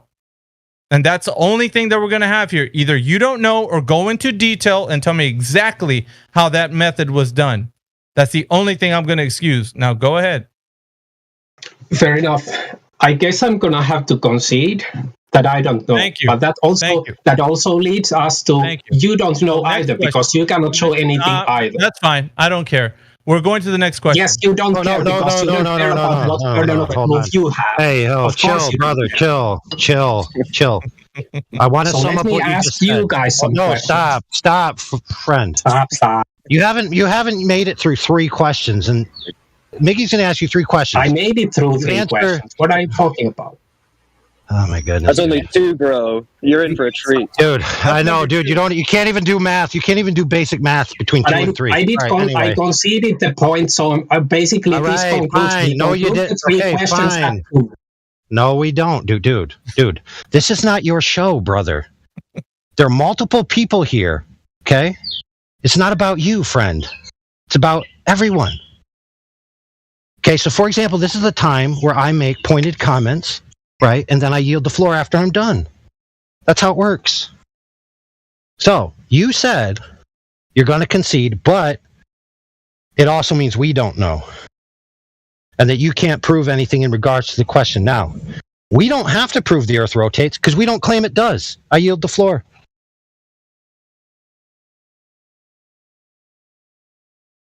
All right, so back to point 3.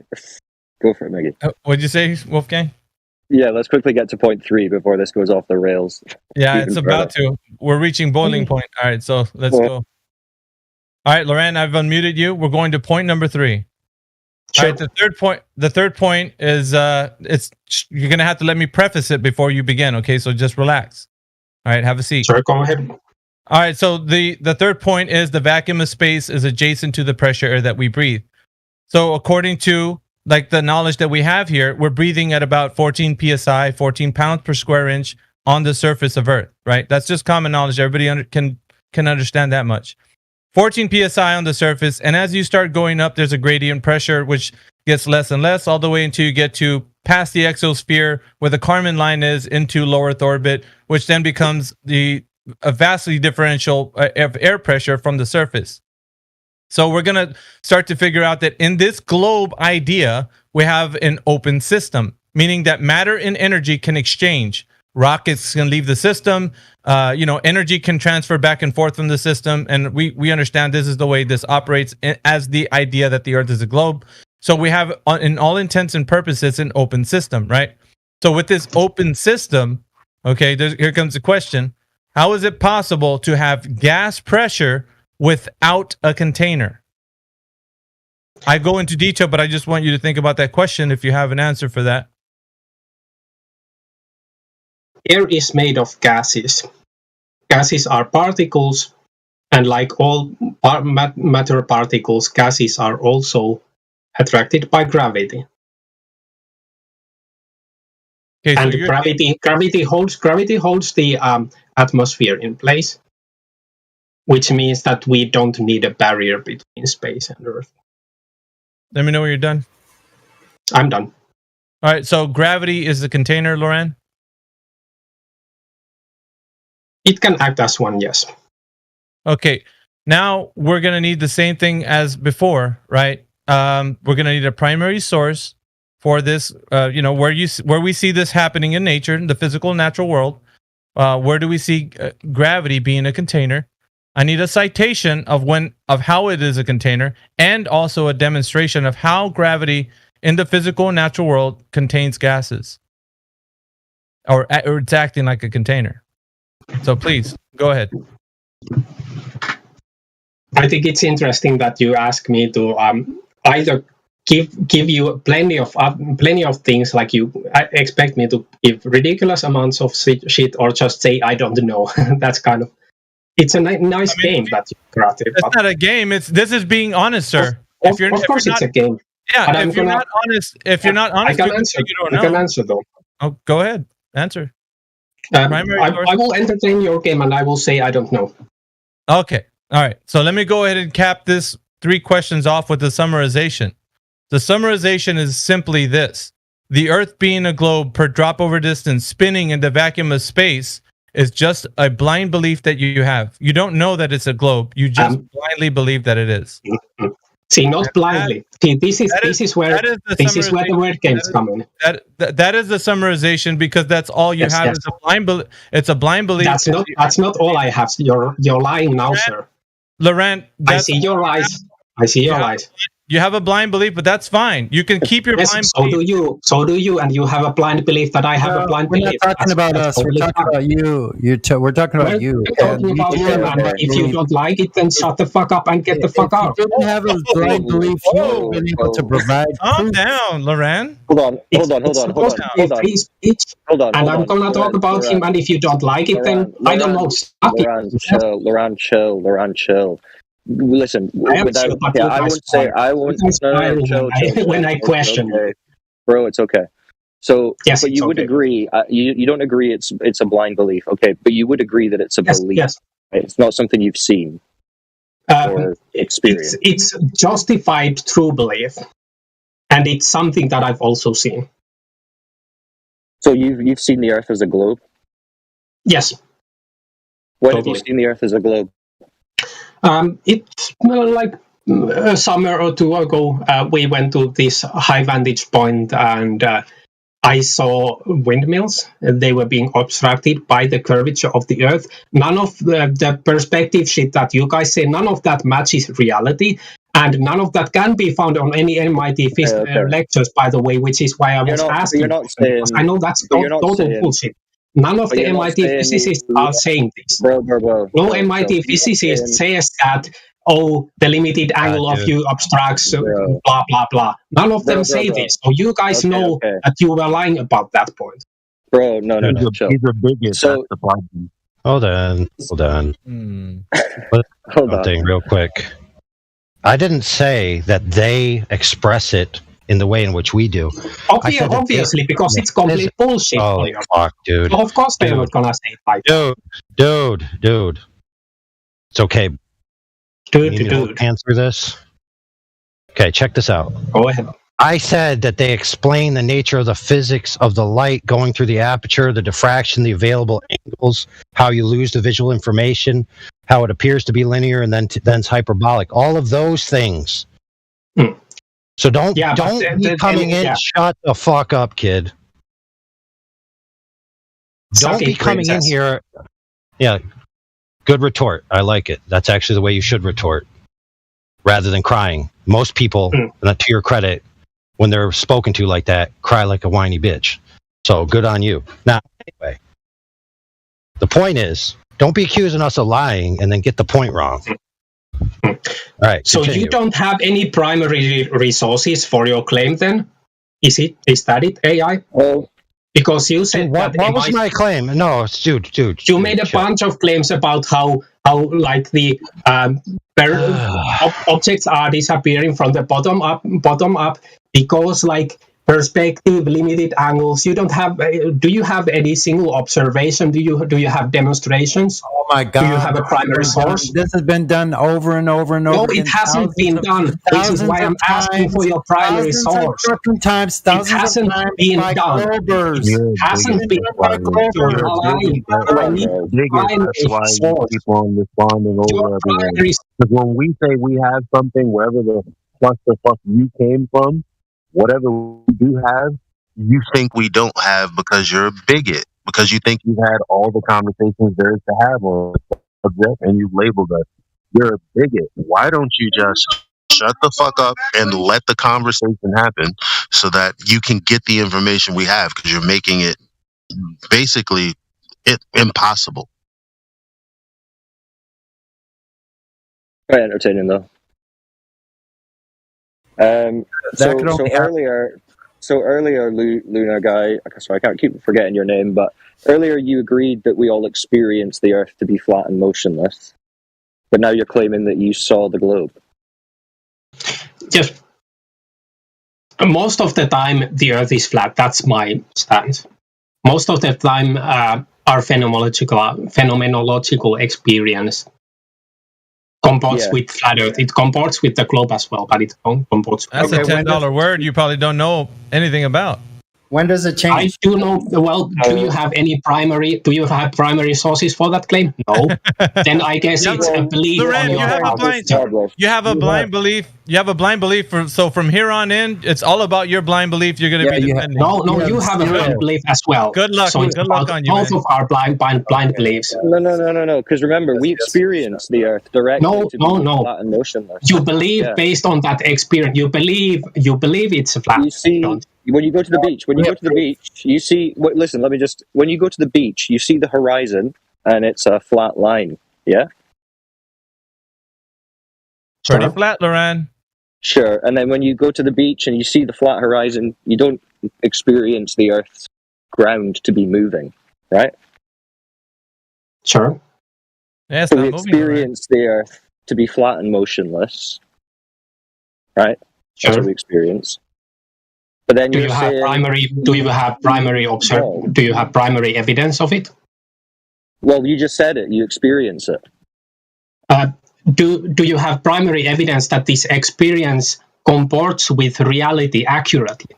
That's why it's called an experience. It's a first-hand experience. Yes, experience can lead you astray, can't it?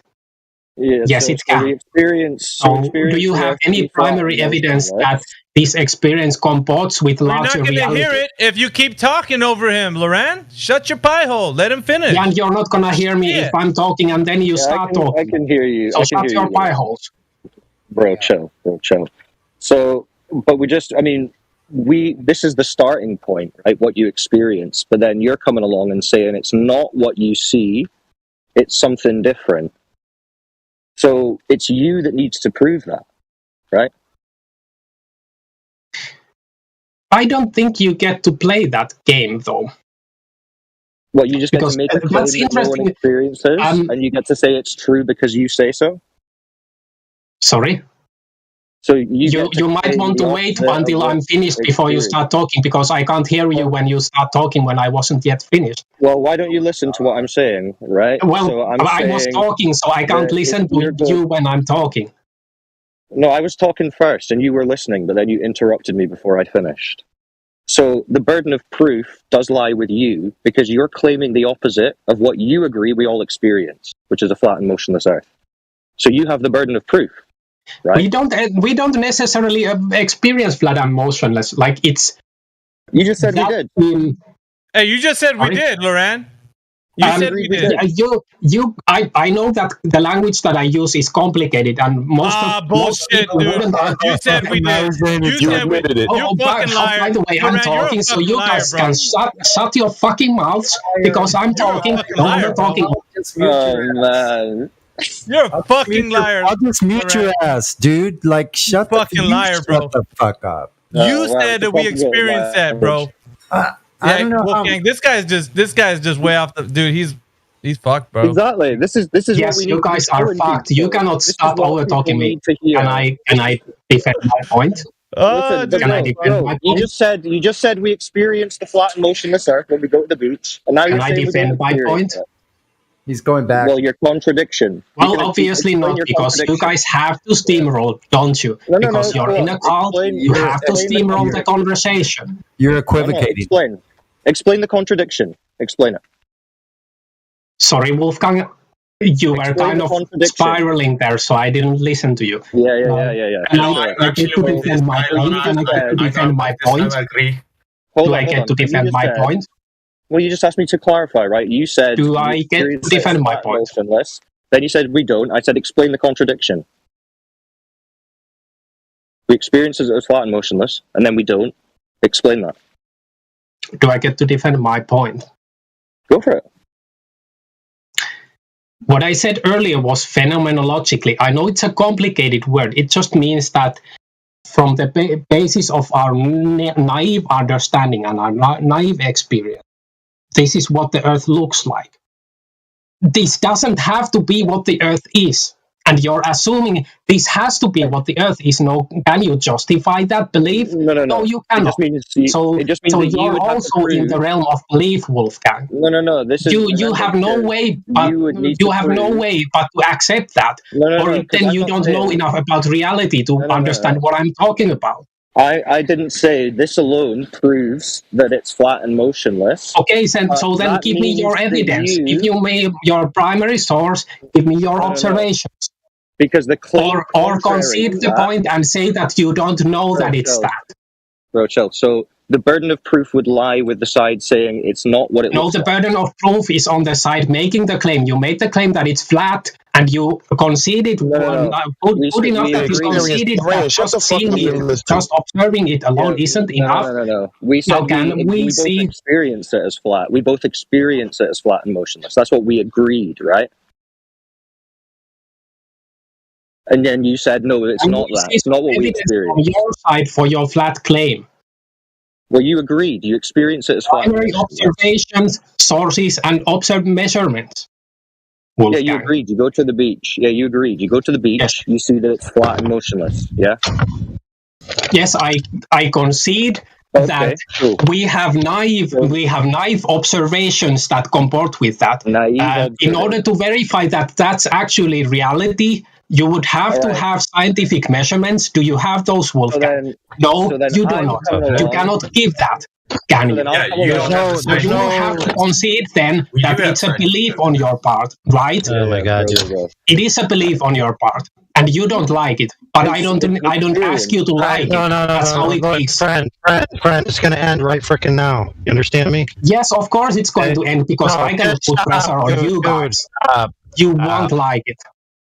Oh my God, dude! Can somebody who has access to a device that can mute and unmute people just control the flow of the conversation for a second? Yeah, I'll do that. I was doing it before. Man, you got to learn to shut the fuck up, man, and listen to other people and stop over talking people. Let me get on the button. Period. All right. Anyway, just do it without talking about it. It's fine. So all right, here's listen. the thing.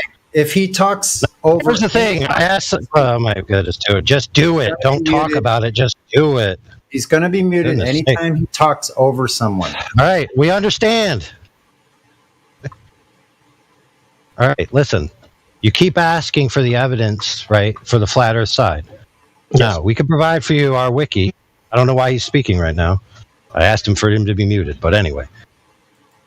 I can't do it myself, so whatever. Fine. Check this out. We have a wiki with over 100 observations. We also have a laser test that demonstrates evidence for flat Earth. We have tons of evidence, okay? You can't just claim there's no evidence. Now, you could talk about those pieces of evidence. In order to actually rationally talk about them, you have to be able to compose yourself long enough to make it through like 2 sentences. Yeah, don't be a lunatic. Right? Hey, that was uncalled for. Okay, what we want to do, right, is present you that evidence. That's fine.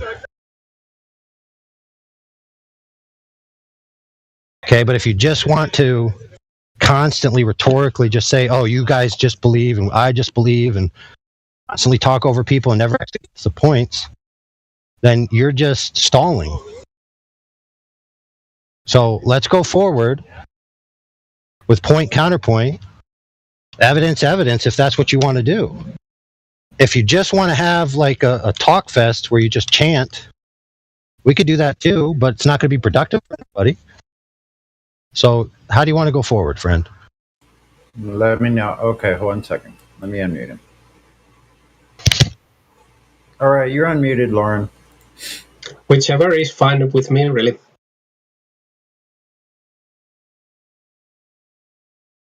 Can we continue in a cordial fashion where we're not running over every sentence? Okay, good. How do you want to continue, AI? Well, look, he already admitted that he does the 3 pieces of primary evidence he didn't know. And that's fine. He may have other pieces of evidence he wants to present.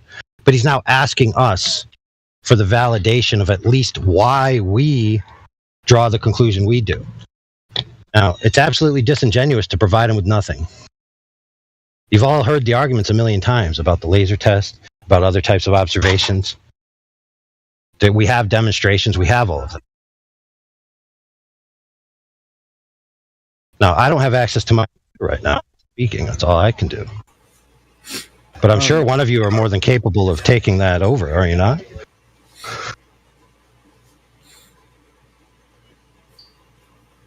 Yes. Yes. Come on, everybody should be saying yes. Yes. You want go? You want to go ahead, Jedi? Well, I've only just jumped in. Yeah, sorry, I was just doing a couple of things, so I got a little bit busy. But basically, we were at the point where I'm not involved. Oh. Can you hear me, Jedi? I'm sure other people can take this, but if Lauren, you want a conversation about how we can demonstrate to you that the Earth is most definitely flat, I can do that for you, man. No problem. Yeah, go ahead. So what is your primary evidence? Primary evidence? Yes. Did you say? Yes. The way that we navigate across the Earth and have done for hundreds of years. Have you ever heard of navigating the Earth by the stars, celestial navigation? Have you ever heard of that? Yes, I've heard of that. Do you have a source? Yeah, it's called celestial navigation. I'll talk you through it if you want to. Then I can provide you with the information. No, that's not. That's a field. I'm asking for a source. Okay. Let him finish making a statement first before you ask for a source. He's not even. I'm just doing what Mayhem M100 was doing earlier. I'm asking questions. Lauren, he wasn't even done with his statement. Let him finish his statement before you ask him for a source. You'll know when he's done, when he stops talking, okay? Sure. Go ahead. So, I'm going to be talking.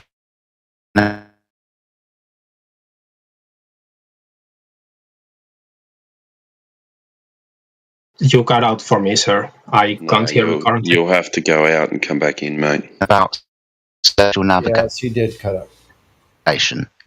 We can provide you with the information regarding celestial. You're cutting out, Jedi.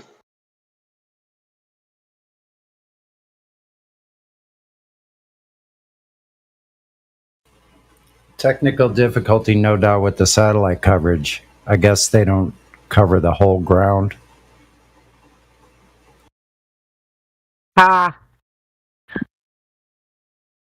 Especially in a wide open areas, no coverage there.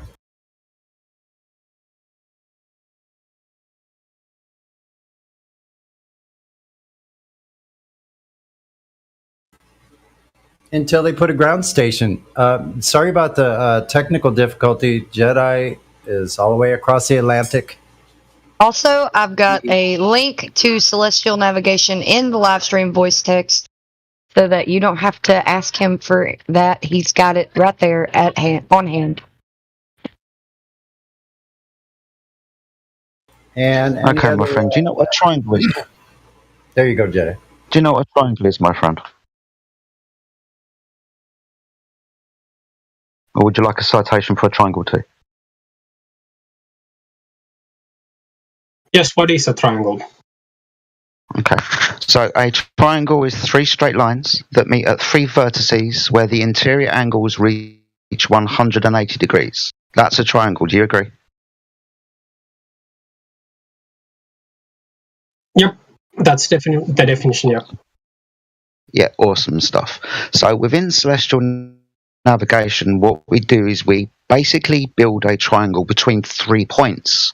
You, the observer, the star in question, the ground position of the star, and then back to you. 3 straight lines. Now, in celestial navigation, what we do is we read elevation angles to stars, for example. Let's say Polaris, and Polaris is 45 degrees above the horizon. Now, we can use celestial navigation to navigate across the Earth because the stars appear at certain times of year at certain different areas. We understand this, yes? Sure. Awesome stuff. So my question, my friend, just to start with, is being as we understand that a triangle is 3 straight lines, meeting at 3 vertices where you can read 3 interior angles reaching 180 degrees. My question before we continue is, can you measure an angle within a triangle if one of those lines is curved? My question actually is, where is your primary evidence? Where are your sources, and what's the test of measurement that you did? See, I think it's just fair because earlier I was being asked the questions. It's just fair that I'm asking the questions now, Jedi. That's just fair. Good faith, Laura. Where is your primary evidence? What's the observation that you have done, and where are your sources? That's probably because we didn't make any shape claim. You did. That's why that burden of proof was on you. You guys claim that it's a flat Earth, so yes. No, we didn't. We didn't claim that as a shape. That's a surface condition. You can't refute over water. That's, by the way, just bullshit. I study English language and translation, so your garbage about flat is not a shape. You're full of shit. That has nothing to do with English language. The globe is a claim. The globe's a claim, and all we're saying is that claim's a lie. That's literally what this place is saying. Now, you're basically trying to say that we're making a claim, but we're not. No. I'm talking now. You're trying to basically reverse the burden of proof, and that is a logical fallacy. Your fallacious reasoning is exposing you as an idiot. You're welcome. Whoever makes a claim in an argument has the burden of proof. If I claim it's a globe, I have the burden of proof for that. You say it's flat, you have the burden of proof for that. If you don't want to accept that, then you are throwing away well-known standards for how discussions like this should work. So stop throwing away the standards, bro. Stop throwing away the standards. Know the game. Understand where the fuck you are. I know the game. The game is you have the burden of proof for your flat Earth claim. So if you don't want to accept that, that's friend.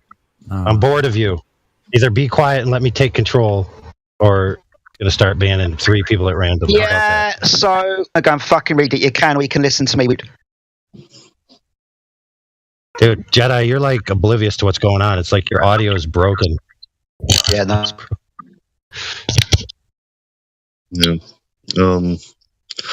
Yeah. The tempo's been changed to the flat earthers meeting his request of at least presenting a line of reasoning of why they come to the conclusion that the earth is flat in the positive case. That is fair. We don't need to retrograde to what we did earlier. I got it. Look, we have that. Look, we all have that. We know that. So that's the time. That's our time to shine. I went to Coney Island the other day. From my location, I saw Jersey Shore on the other side. That means I had a direct line of sight, but judging by the altitude that I was at, which was 1 foot above sea level, there should have been an obstruction if the Earth was a globe. So, seeing as that that's not the case, I literally just saw across the water, line of sight, distance of 6 miles. The end, no curvature involved,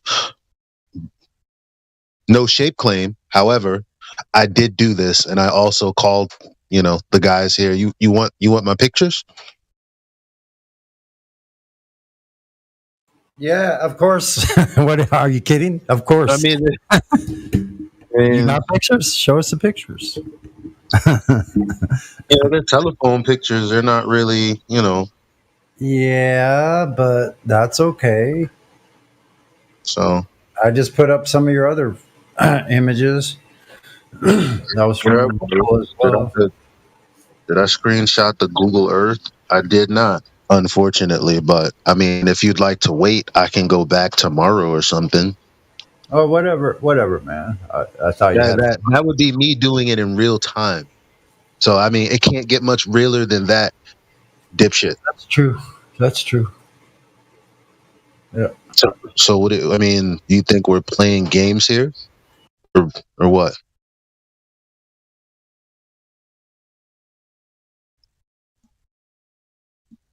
Are you talking to me, Elijah? I was reading a text, so I was kind of paying half attention. Fuck off. Thank you.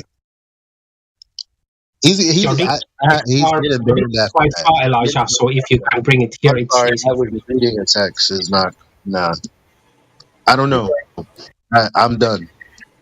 I've got all of the. I've got everything relevant to the conversation of the sextant in the live stream voice text. So if anybody wants to go ahead and go over this with him, he's going to want us to have actually held a sextant in our hand and have taken a measurement at the very least. That's his.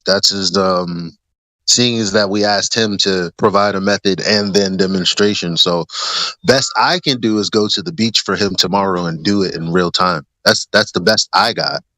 I got you. That's all I need. So. Well, does he know? Do you know what an elevation angle is, Loran?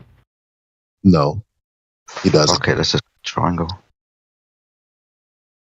I guess it's what they use in celestial navigation, right? Understand what a triangle is, Loran. Yeah, he's not refuting anything but an actual right triangle. So if he wishes to do so continually, then that's up to him. We'll keep letting everyone else hear it. It's hilarious. I feel bad because Jedi, he's cutting out, and I want him to be able to, do his thing. Watch, I'll wrap this up in 3 seconds. Okay, check this out. This is how it goes.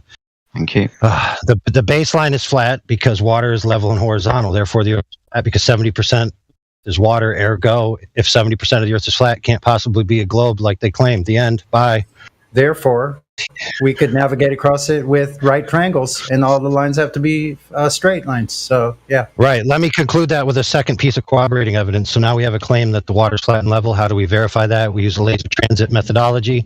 We set up a storyboard. We set up the sending signal, and we measure the differential at the reception of the storyboard. We find that it nullifies the claim of the globe hump of Earth curve in between point A and B by 2 orders of magnitude. 2 orders of magnitude is a sufficient negation number. Therefore, the claim that the Earth is a globe with a big hump of Earth curve in between point A and B. In this sense, the sample size is 25 miles. It negates it. Therefore, the Earth can't possibly be a globe. Yep, and that's testable, repeatable, observable, and falsifiable. Right, so that's 2 positive assertions that carry the conclusion to a necessity if the premises that I laid out are true.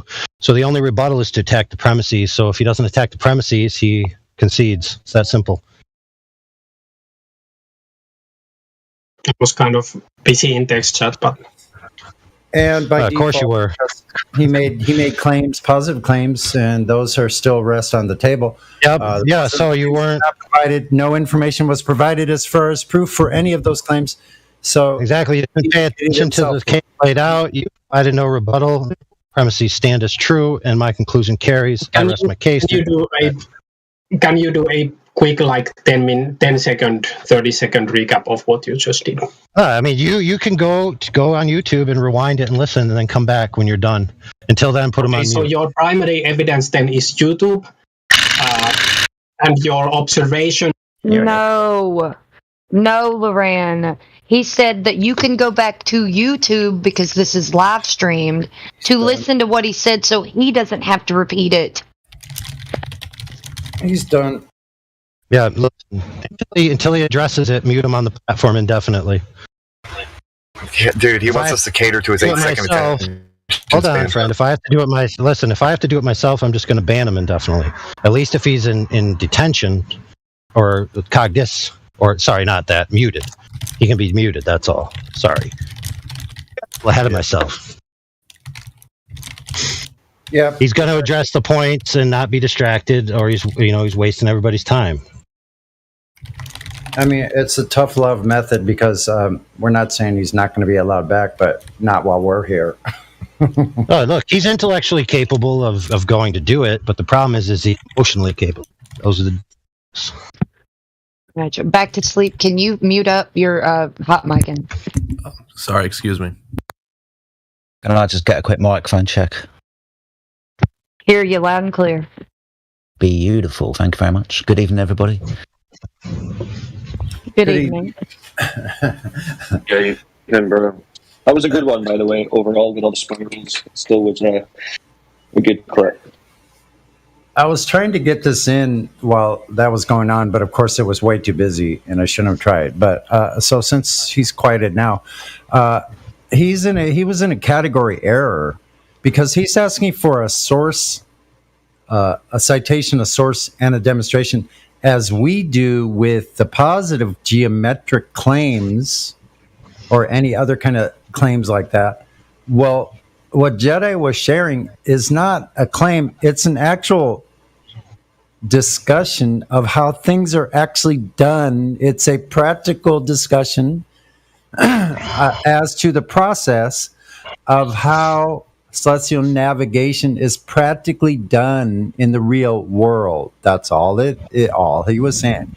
There's no positive claim in there other than the positive claim of a right triangle having all three sides are straight lines and not equaling any more than 180 degrees, period.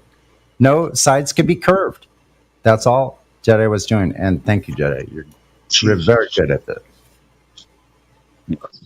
Well, that's why I was taking him to the burden of proof earlier, which is where the spiral really began.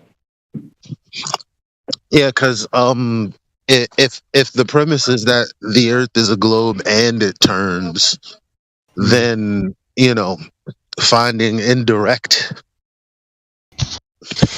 evidence of using a ring laser gyro is like, well, first of all, that was just begging the question that the Earth is a sphere. Well, then again, how do you detect? It was begging the question. It's only begging the question of rotation. The sphere is ancillary. It's coordinated, but it's not necessary So, for example, an object can be any shape and spinning. Correct. Right. Correct. Right, there you go. Correct. I have been corrected. So there's that. But when it comes to the method of navigation, there's no assumption at the point of measurement. You're just taking a measurement and the reason that you can take the measurement is because the Earth is horizontal. And that's it. I mean,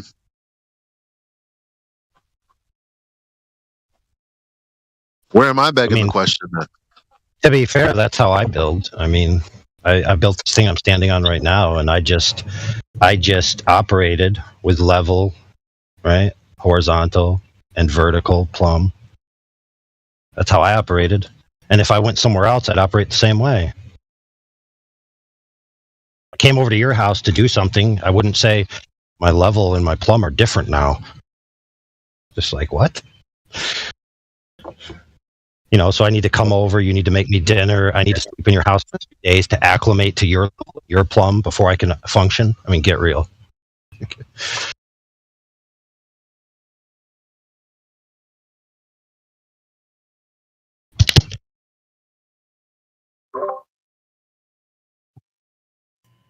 On a lighter Friends, note, it's been greater than 30 seconds to 60 seconds. The clip was less than 10 seconds.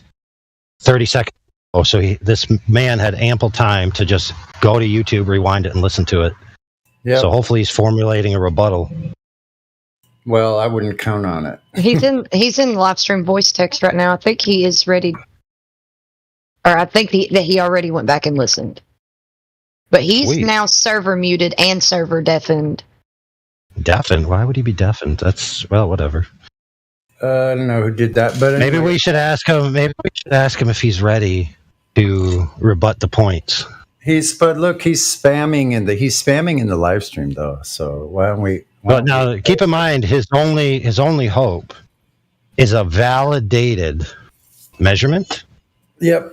So and then a secondary, Hail Mary would be to claim refraction, and then he has to prove the refraction he claims exists in the real world, which he cannot do. He cannot do that. No. So good luck to him. Well, I think he shouldn't be allowed to verbally tell us that anymore because he's been shown that he can't control himself. Well, he's a bigot. That's the problem. Like, you can't really. How you gonna? He's already arguing against. Yeah, he was given. Listen, he was given the terms. The terms were he would be muted until he was ready to address the points that I said after he listened to him. So if he does listen and he wants to address them, then to be fair, we have to unmute him. Then if he goes off the rails, then we can censure him as needed. Well, he's undeafened now. If somebody wants to take over.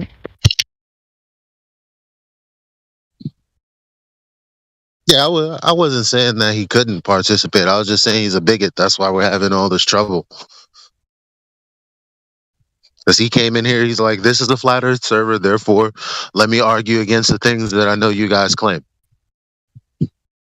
Is he going to be unmuted or not? Because I keep seeing him being unmuted and then server muted. So what's the plan, guys? Awesome stuff. Lauren, you got control of your microphone again, my friend. Just letting you know. Thank you. Just No unmute problem. that guy. Who cares? It's roast us. No, I don't know. AI, did you want to continue your conversation with him? No, there's nothing to continue. This is his opportunity to rebut my points or my premises. Yes. We all know he's not going to go back into the live stream and listen like he's. Well, let's give him the opportunity because he has been muted and deafened for the last 2 minutes, and maybe he can surprise us. Yeah, So, Lauren, don't divine his thoughts. But, I mean, I'd put 50 quid on what you just said as well, mate, but I mean, I agree how much with is you. 50 quid? Fucking hell, I don't know, about $70. Hey, no bets on the live stream, friends. But Lauren, would you like If you to want to address? bet, if you want to bet, you can bet all you want in the back chats. No problem. I can't address it properly. I did go back to the YouTube stream, and I did kind of try to quickly get a rough grasp of what was going on. But because I'm having to multitask and listen to the YouTube stream at 2 times the speed, and then listen to and follow back to. Okay, when are you guys going to allow me off mute, and when are you going to ask me questions? I'm just gonna. Admit humbly that I can't address the question. No problem. Would you mind if I asked you what the angle was again? Well, but what's the question that you're not addressing again? Can you give us the question? My positive assertions that I did in a blurb of less than 30 seconds about the horizon level being a flat baseline for angles, and then corroborating that by using a laser methodology to measure whether that claim was true as a secondary piece corroborating the first claim. So in other words, the flat line for angles and the laser test to verify whether or not that claim was true. Yeah, there you go. Regarding your argument to celestial navigation, I can, at this current point, neither confirm or deny it. See, here's where I stand currently. I have your view, and then I have other sources, for example, this Metapunk site, that says something else. But in order to fact check what you said, it's gonna take me a longer amount of time. So I'm not going to present myself as being able to address the question. Wait, okay, so let me ask you a quick question. I'm not as satisfied with that. So here's the question: do you contend with the angles being made being a right angle triangle formed by you, the observer, the ground position of the star and the star directly above being 90 degrees from the ground position? Do you disagree with any of that? I'm not sure if the angle to the ground, like away from you, necessarily has to be 90 degrees. Has to what? Has to what? I'm not sure if the angle has to necessarily be 90 degrees. That's what a GP is. Yeah, I mean, and there are also citations. That's what you say it is, yes. Oh, well, okay. there are citations in the chat as well. Yeah, sure. Oh, hold on. Yeah, sure. Have you read them? Have you looked at them? Because we've provided them for you. Yes, I grant you that they are in the chat. Have I seen them in the chat? I've seen them in the chat, so that's why I can say, yes, sure, they are in the chat. If you don't want me to say that they are in the chat, I've seen them, then I don't know what kind of story I'm in. Lauren, we're going to ask you this simple question. First one, do you know what a triangle is? Would you agree it's three straight lines meeting at three vertices where you can read the interior angles matching to 180 degrees? Would you agree that is a good definition of a fucking triangle, mate? Now you're just being an asshole, like you're trying to get an gotcha. Why do you guys have to be like this? Can't this be like a normal conversation? Hold on. I'm just asking you what a triangle is, and then defining you're trying to get a gotcha. I can see right through you, Jedi. Can you? Hold on. Why is this question justified? You said you don't necessarily know about the 90-degree thing, and he's trying to help you out. So what's the no, he's not. He's not trying to help me get a gotcha on this clover so that you guys can either get a gotcha on me or you can boot me. Lauren, first of all, so I don't agree that this is a good faith conversation, basically. There you go, Lauren. First of all, I asked you what a triangle was, and then I gave you a definition to agree with. That's all I did, mate. Yeah, but I've been in this conversation for 5 years, and I've seen what Nathan Oakley do, and you're doing the same kind of rhetorical tricks. So sorry, mate. Don't be a bigot. If something is wrong with what Nathan says, then it would be exposed right now if he's going to be a copycat. You don't need to do that. There is a plenty wrong. You don't need to do that, right? This isn't. He's not Nathan Oakley, is he? That's what bigots do. He's talking in a similar manner. That makes you a bigot. You don't understand? No, it doesn't make you. It doesn't make me a bigot. It makes it does. Strange place where normal conversations can't happen because this is you're like, well, I don't like. Lauren, shut the fuck up and let him finish talking. It's quite easy. Just mute the cunt. I can't hear what you're saying, Elijah. He keeps talking over you. What the fuck?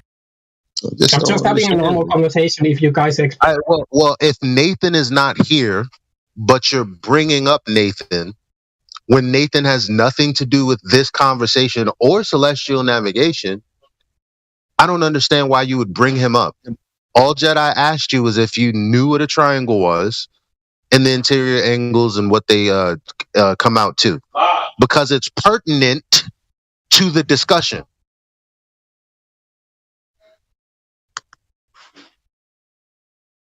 Go ahead. So, would you agree with my definition of a triangle? Sure, for the time being, yes. Awesome stuff. So my next question is, if you curve one of those lines, can you measure angles within a triangle? I don't think we need to curve the lines. Okay, but my question is, if I curve those lines, or one of those lines, and I was to use a angle measuring device, would I be able to measure an angle with the angle measuring device if one of those lines within the triangle was curved? That's all I'm asking you, mate. Yes, I think you would. So you think, do you know what a protractor is? Before we continue, do you know what a protractor is? You find them in your stationary sets at school that come along with the two triangles, the half circle. I think so. I'm non-native, so some of these terms escape me, but I have a rough idea. Yeah, so it's an angle measuring device we use at school to measure the angles with inside triangles, right? Yes. Awesome. So if I bend one of those lines within the triangle, can I place my protractor down and measure an angle? Yes. How? How? You place it down and you measure the angle. That's how, Jedi. Hold Do on. you not know this? Hold on. One of the lines is curved. Let me give you an example. Now, you're going to try and give me 90 degrees, but your baseline is curved. So put the protractor down and see if you can tell me whether that curved line is reaching 90 degrees. How'd you do that, Lauren? It's quite simple. Let's say we have a curved surface. You put it and you like make it a tangent. Like a tangent is a line that just touches at one point. Okay. So you do that with the protractor. I haven't drawn any other lines. I've just given you two, and I'm asking the question: if one of those two lines is curved, can I measure an angle? I'm not drawing tangent lines yet, man. Yes, you can. How? By putting the protractor in there and seeing what it says. It's not hard. But one of the lines is curved. Yes, we said that. It's not hard. Yeah. So how do I measure the angle if one of the lines is curved on a 90-degree triangle? Do you see the image in the live stream voice text? Hold on, Lauren. I can answer you. Jedi. Yeah, good. I'll tell you what. Let me finish. So Yes, do you see the image of the protractor and the triangle, 2021 year of the sextant? You see that, right? Now, if that baseline is curved, where the 90 degree is on the horizontal, if that line is curved, how can you measure 90 degrees? I can't believe we're arguing about a fucking triangle, mate. Yes, you guys ask the silliest questions. Yeah, to kind of to elucidate your fucking stupidity. I'm asking you literally a grade school question. It usually comes on question number 6 or 8 in your geometry test. Look, this line is curved. Put your protractor down it. Can you measure an angle? No. So why are you asking me?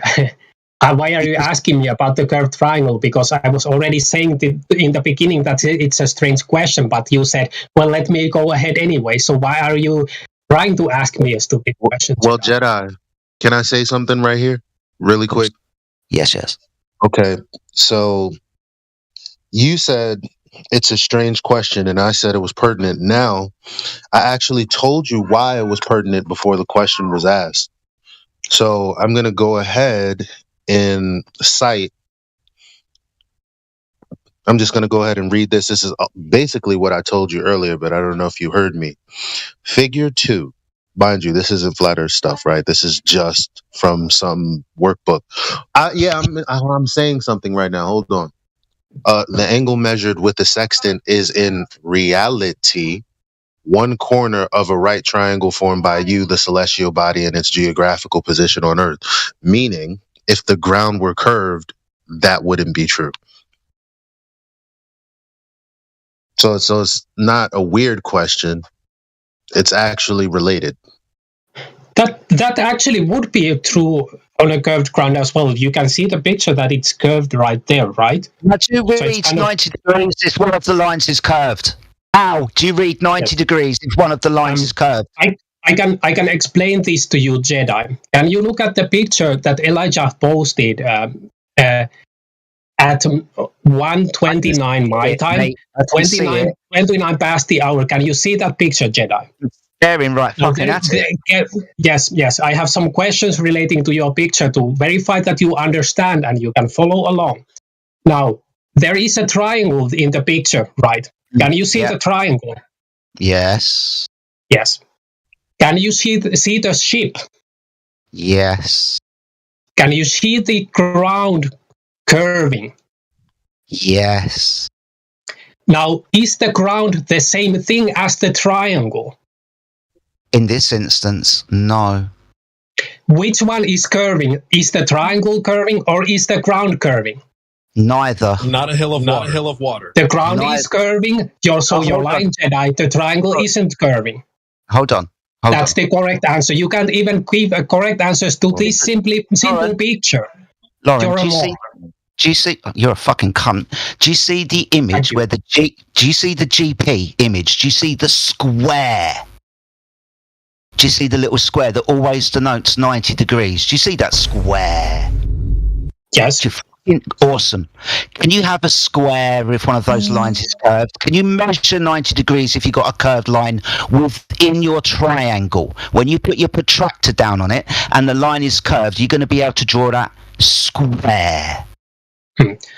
Again, why are you asking a silly picture? You're arguing against a strawman, Jedi. Your claim, you seem to be thinking. Hold on, I'm speaking. You seem to be thinking that globe earthers say that the triangle is curved. No one says the triangle is curved, you moron. We say the Earth is curved. So you're arguing, you're running away from arguing about the Earth because you cannot argue about that because you're a coward. Instead, you have to argue about that no one is making that the triangle is curved. No one is making that point, Jedi. Yeah, so you're a moron and you're arguing a stupid point. Yes, you are making that point. What about your? No one says the triangle curved. Yeah, see, this is the problem, my friend. You can't measure angles if one of those lines is curved, can you? Yes, and no one says it's curved. The Earth is curved. The triangle is not, Jedi. Can you follow along? In this picture, is the triangle curved, Jedi? In this picture, is the triangle curved? Yes or no? If I was to remove the dotted line between the GP... Yes or no? Yes or no, sir. In this picture, is it curved? Thank you. So in this globe, in our globe model, this is how it works. When you have questions to me about this again, Jedi, just take a look at that picture. You can educate yourself using that picture, Jedi. I don't need to be educating you. You can. Right, I've had enough of this fucking cunt, to be honest with you guys. He's tried to build straw man after straw man after straw man, and I'm just trying to ask him one simple question. You see that fucking box on the fucking picture, my friend, that always denotes 90 degrees? The bottom line would be curved if the surface of the Earth was curved, wouldn't it now?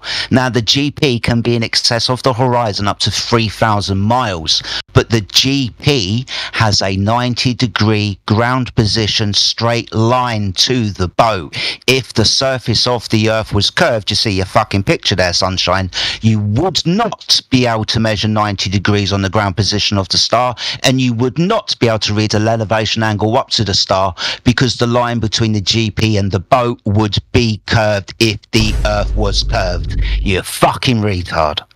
Now, I ain't gonna fucking unmute you. Hold on. I ain't gonna fucking unmute you because of your language and your abhorrent behaviour. How dare you fucking speak to me like that?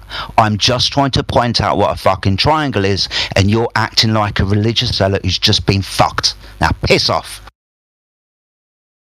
How dare you even talk to me? Was that soundboard quote? Was that QE? Who was that? That was sick. The soundboard. Listen, I'll post an image in the live text or whatever. Let's see him refute this one. It's very simple. Where's the live stream voice text? Okay. By the way, that picture. Great job, everybody in the panel. There you go. That picture that he's referring to that Elijah posted, that wouldn't be a GP. That's not correct. That's not equidistant to the center. So even in his example, it wouldn't be a GP, and it wouldn't be 90. I wouldn't actually doubt that. No, piss off. That looks like no one's interested in listening to you anymore. Fuck off. Hey, Laura, you can shut your fucking mouth because I was talking. Yeah, no, you're not anymore. Yeah, you're not going to go into somebody's living room and tell them to shut up. This is our living room, dude. Is that guy? I do have one question for him to get one final spiral, if that's okay. Yeah, please. But he addresses me, I meet him straight away. Oh, okay. Fair enough. Okay. I'm just going to post a picture you've seen already once again, and I'll see if you can answer some questions about it.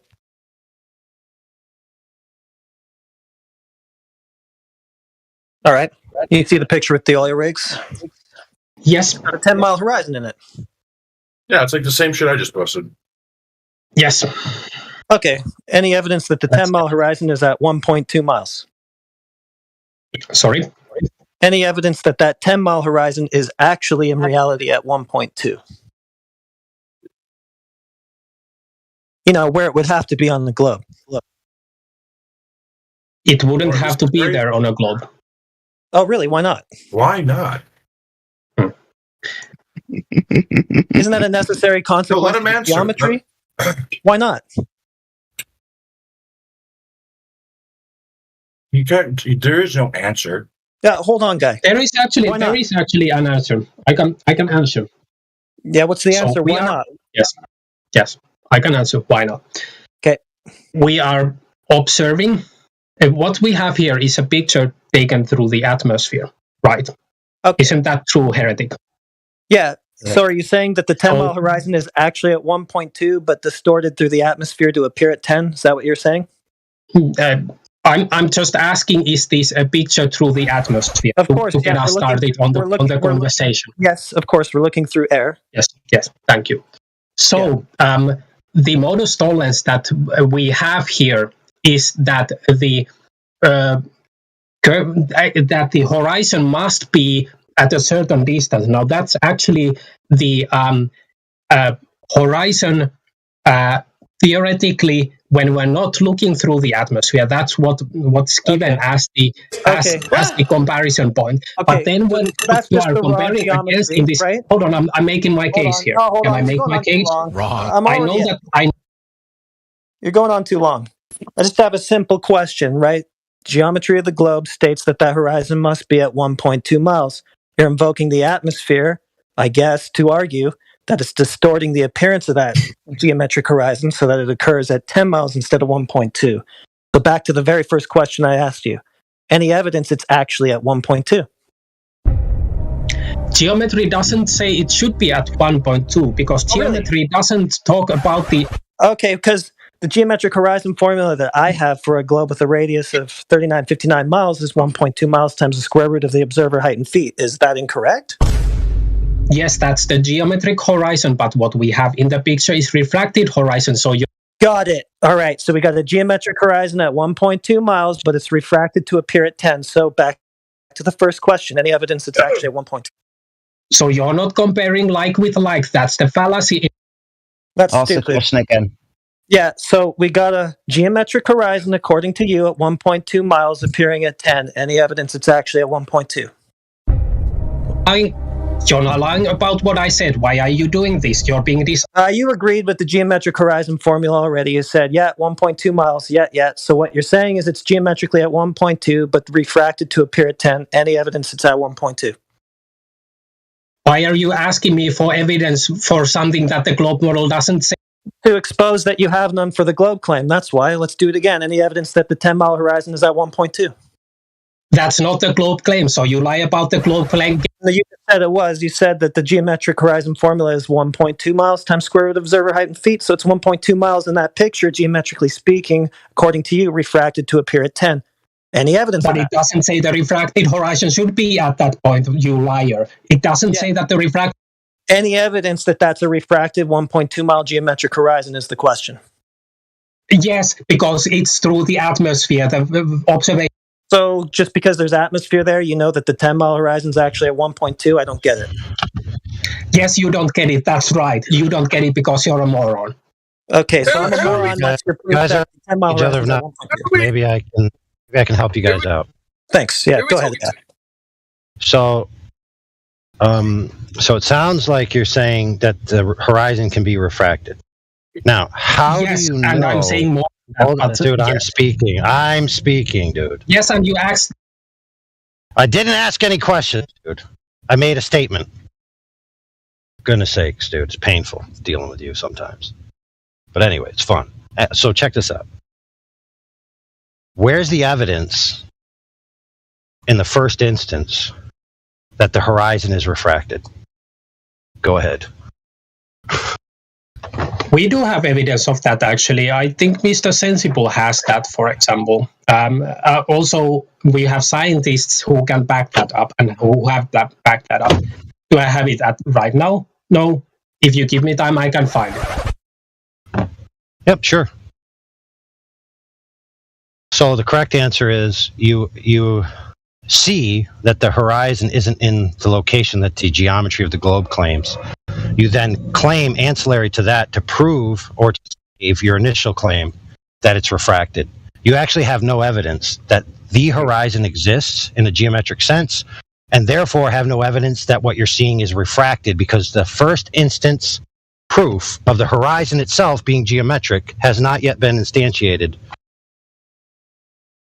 So it's a big begging the question circle jerk, friend. It actually isn't. I think actually what's perfect. In order for it not to be, hold on. I was talking, so can I finish or not?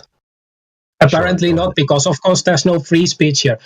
Now, I think. Dude, hold on, friend. You don't ever bring up free speech again. This is a curated platform. There is no expectation of free speech here. Thank you. All right, continue. Yes, I fully understand that you have to dominate the conversation because you would lose up. What?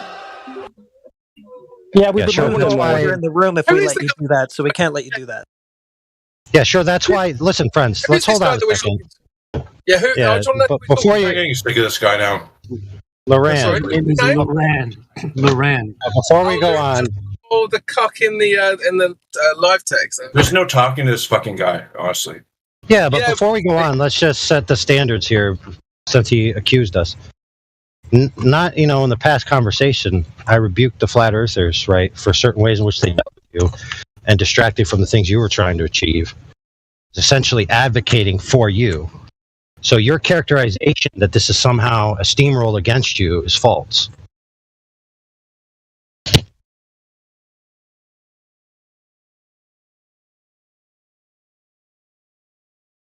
No one talking. It's true. If the guy said something that made sense to me, I'd back him. But I just wanted to get in. What I find really interesting about these guys is that they have to turn every single thing that happens into an attack, like every single thing. So, for instance, when he spews a bunch of bullshit and then someone mutes him, he goes, "Oh, if you did not mute me, then you would lose." No, bro, you're getting muted because you're talking shite over other people. That's why you're getting muted. yeah, that's what they all do. They're professional victims. You don't realize, Crypto, my behavior is your fault. It's your fault he doesn't have any globe proof. You just have to put some spurg all over the chat. Oh my god. I want to know how a theoretical construct can be refracted. Well, that was the thing I wanted to get. Is he able to talk, this live stream? No, he's certainly. You do know we're looking through the atmosphere. Can I talk to him for a little bit? Can someone unmute him and I'll talk to him for a little bit? You can try, but if it addresses me, you'll get kicked off. You do know we are looking through the atmosphere, guys, right? Yeah, go ahead, Crypto. You should be able to get through. My god. I don't think I'll be able to get through, but maybe you can hear me. But two different things. Is he unmuted now? Yeah. Yes. Yeah, my European friend. So you were asked a question with regards to the geometrical horizon, correct? Yes. So the initial question was, how do you know it's there in the first place, and that what you're seeing isn't just an optical effect? Yep. Can you provide that? How do I know that the physical? Well, sort of. It's based on the geometric horizon is a theoretical concept based on the the globe model. So it's a theoretical. Okay, that's all I needed to hear. Thank you. Yeah. Now, it's actually interesting to me if I can address the. You just admitted that it's not real. You just said it's theoretical. That's not the case. So it is real then. I can maybe clarify. Could you? So, theories are what science uses to describe the world. There are theories that are false, and there are theories that are true and that have evidence for them. Oh, you don't know. You can claim Jedi that the globe model has no limits. That's fine, but you cannot just say, since you said that it's theoretical, you admitted that it's not true. That's just word games, Jedi. No, I asked you. Sorry, Crypto. I asked you. Don't put it back on me. I literally just asked you. You said it's theoretical, so not real then? Question mark. Sorry, Crypto. And he said, "Nuh-uh, science." So okay, so the geometric horizon is a scientific theory, is it? Yes. No, it is not. What experiment did you come up with to test the hypothesis of the geometrical horizon? I don't, since it's the claim that the scientific community makes. I don't have to come up with experiments. The scientific community does. So you are gonna have to go to the scientific community and ask them. So have you done that now? Have you done that already, Crypto? My friend, I'm sorry. If not, then why not? Why haven't you gone to the scientific community? You're going to talk over my response. You're not going to hear it, are you? That's right. I've just pressed the mute another motherfucker button on your behalf, Crypto. He's muted. Oh, thank you very much. So obviously he was just talking over my response in order to rile me up and get me to not respond properly. But of course, if this hasn't been through an experiment, it isn't a scientific theory, which means that it is a colloquial theory as correctly identified by Jedi. So we're talking about a colloquial theoretical concept that he is invoking into reality, otherwise known as a reification fallacy. Thank you very much. That is some nice words out there, sir. No, it's actually true. So you were using. Let me respond to you. Maybe you can be educated. You used the colloquial term for theory. The colloquial term. Okay, a scientific theory comes after a scientific hypothesis test has been completed, where you can demonstrate something to be true. Once you have demonstrated something to be true, you can then build your scientific theory upon it. Now, my question to you, my friend, is there a scientific experiment that proves the shape of an object, the Earth? My question to you is, since you claim that it's just a cone. No, so you're going to answer my question, and if you don't, I will mute you. Yeah, but to be fair, you don't need to caveat it with the Earth. It's sufficient to say, is there a scientific experiment that validates shapes? I know, and I used to do that. I've just added the Earth on. Flat Earth, hold on. Flat Earth isn't a shape, is it? No. He's referring to your claim. He's referring to your claim that you made that there's a scientific theory about the horizon in regards to it being a globe. So yes, stop diverting. Listen, friend. Take a break and breathe, then go take your ADHD medicine and then come back. So two things that I would like to bring up. Him saying it's theoretical, but then saying that it's kind of not. So right here from Washington, when we stand Washington State, when we stand on the shore with our feet just at sea level and look out to sea, we may ask, just how far away is the horizon? We start by making the simplifying assumption that the Earth is a sphere with the radius r. Then the line from our eye to the horizon is tangent to a circle. So, saying that there is no line of sight because the light that comes into our eyes are refracted or bent completely nullifies the claim of this assumption right here.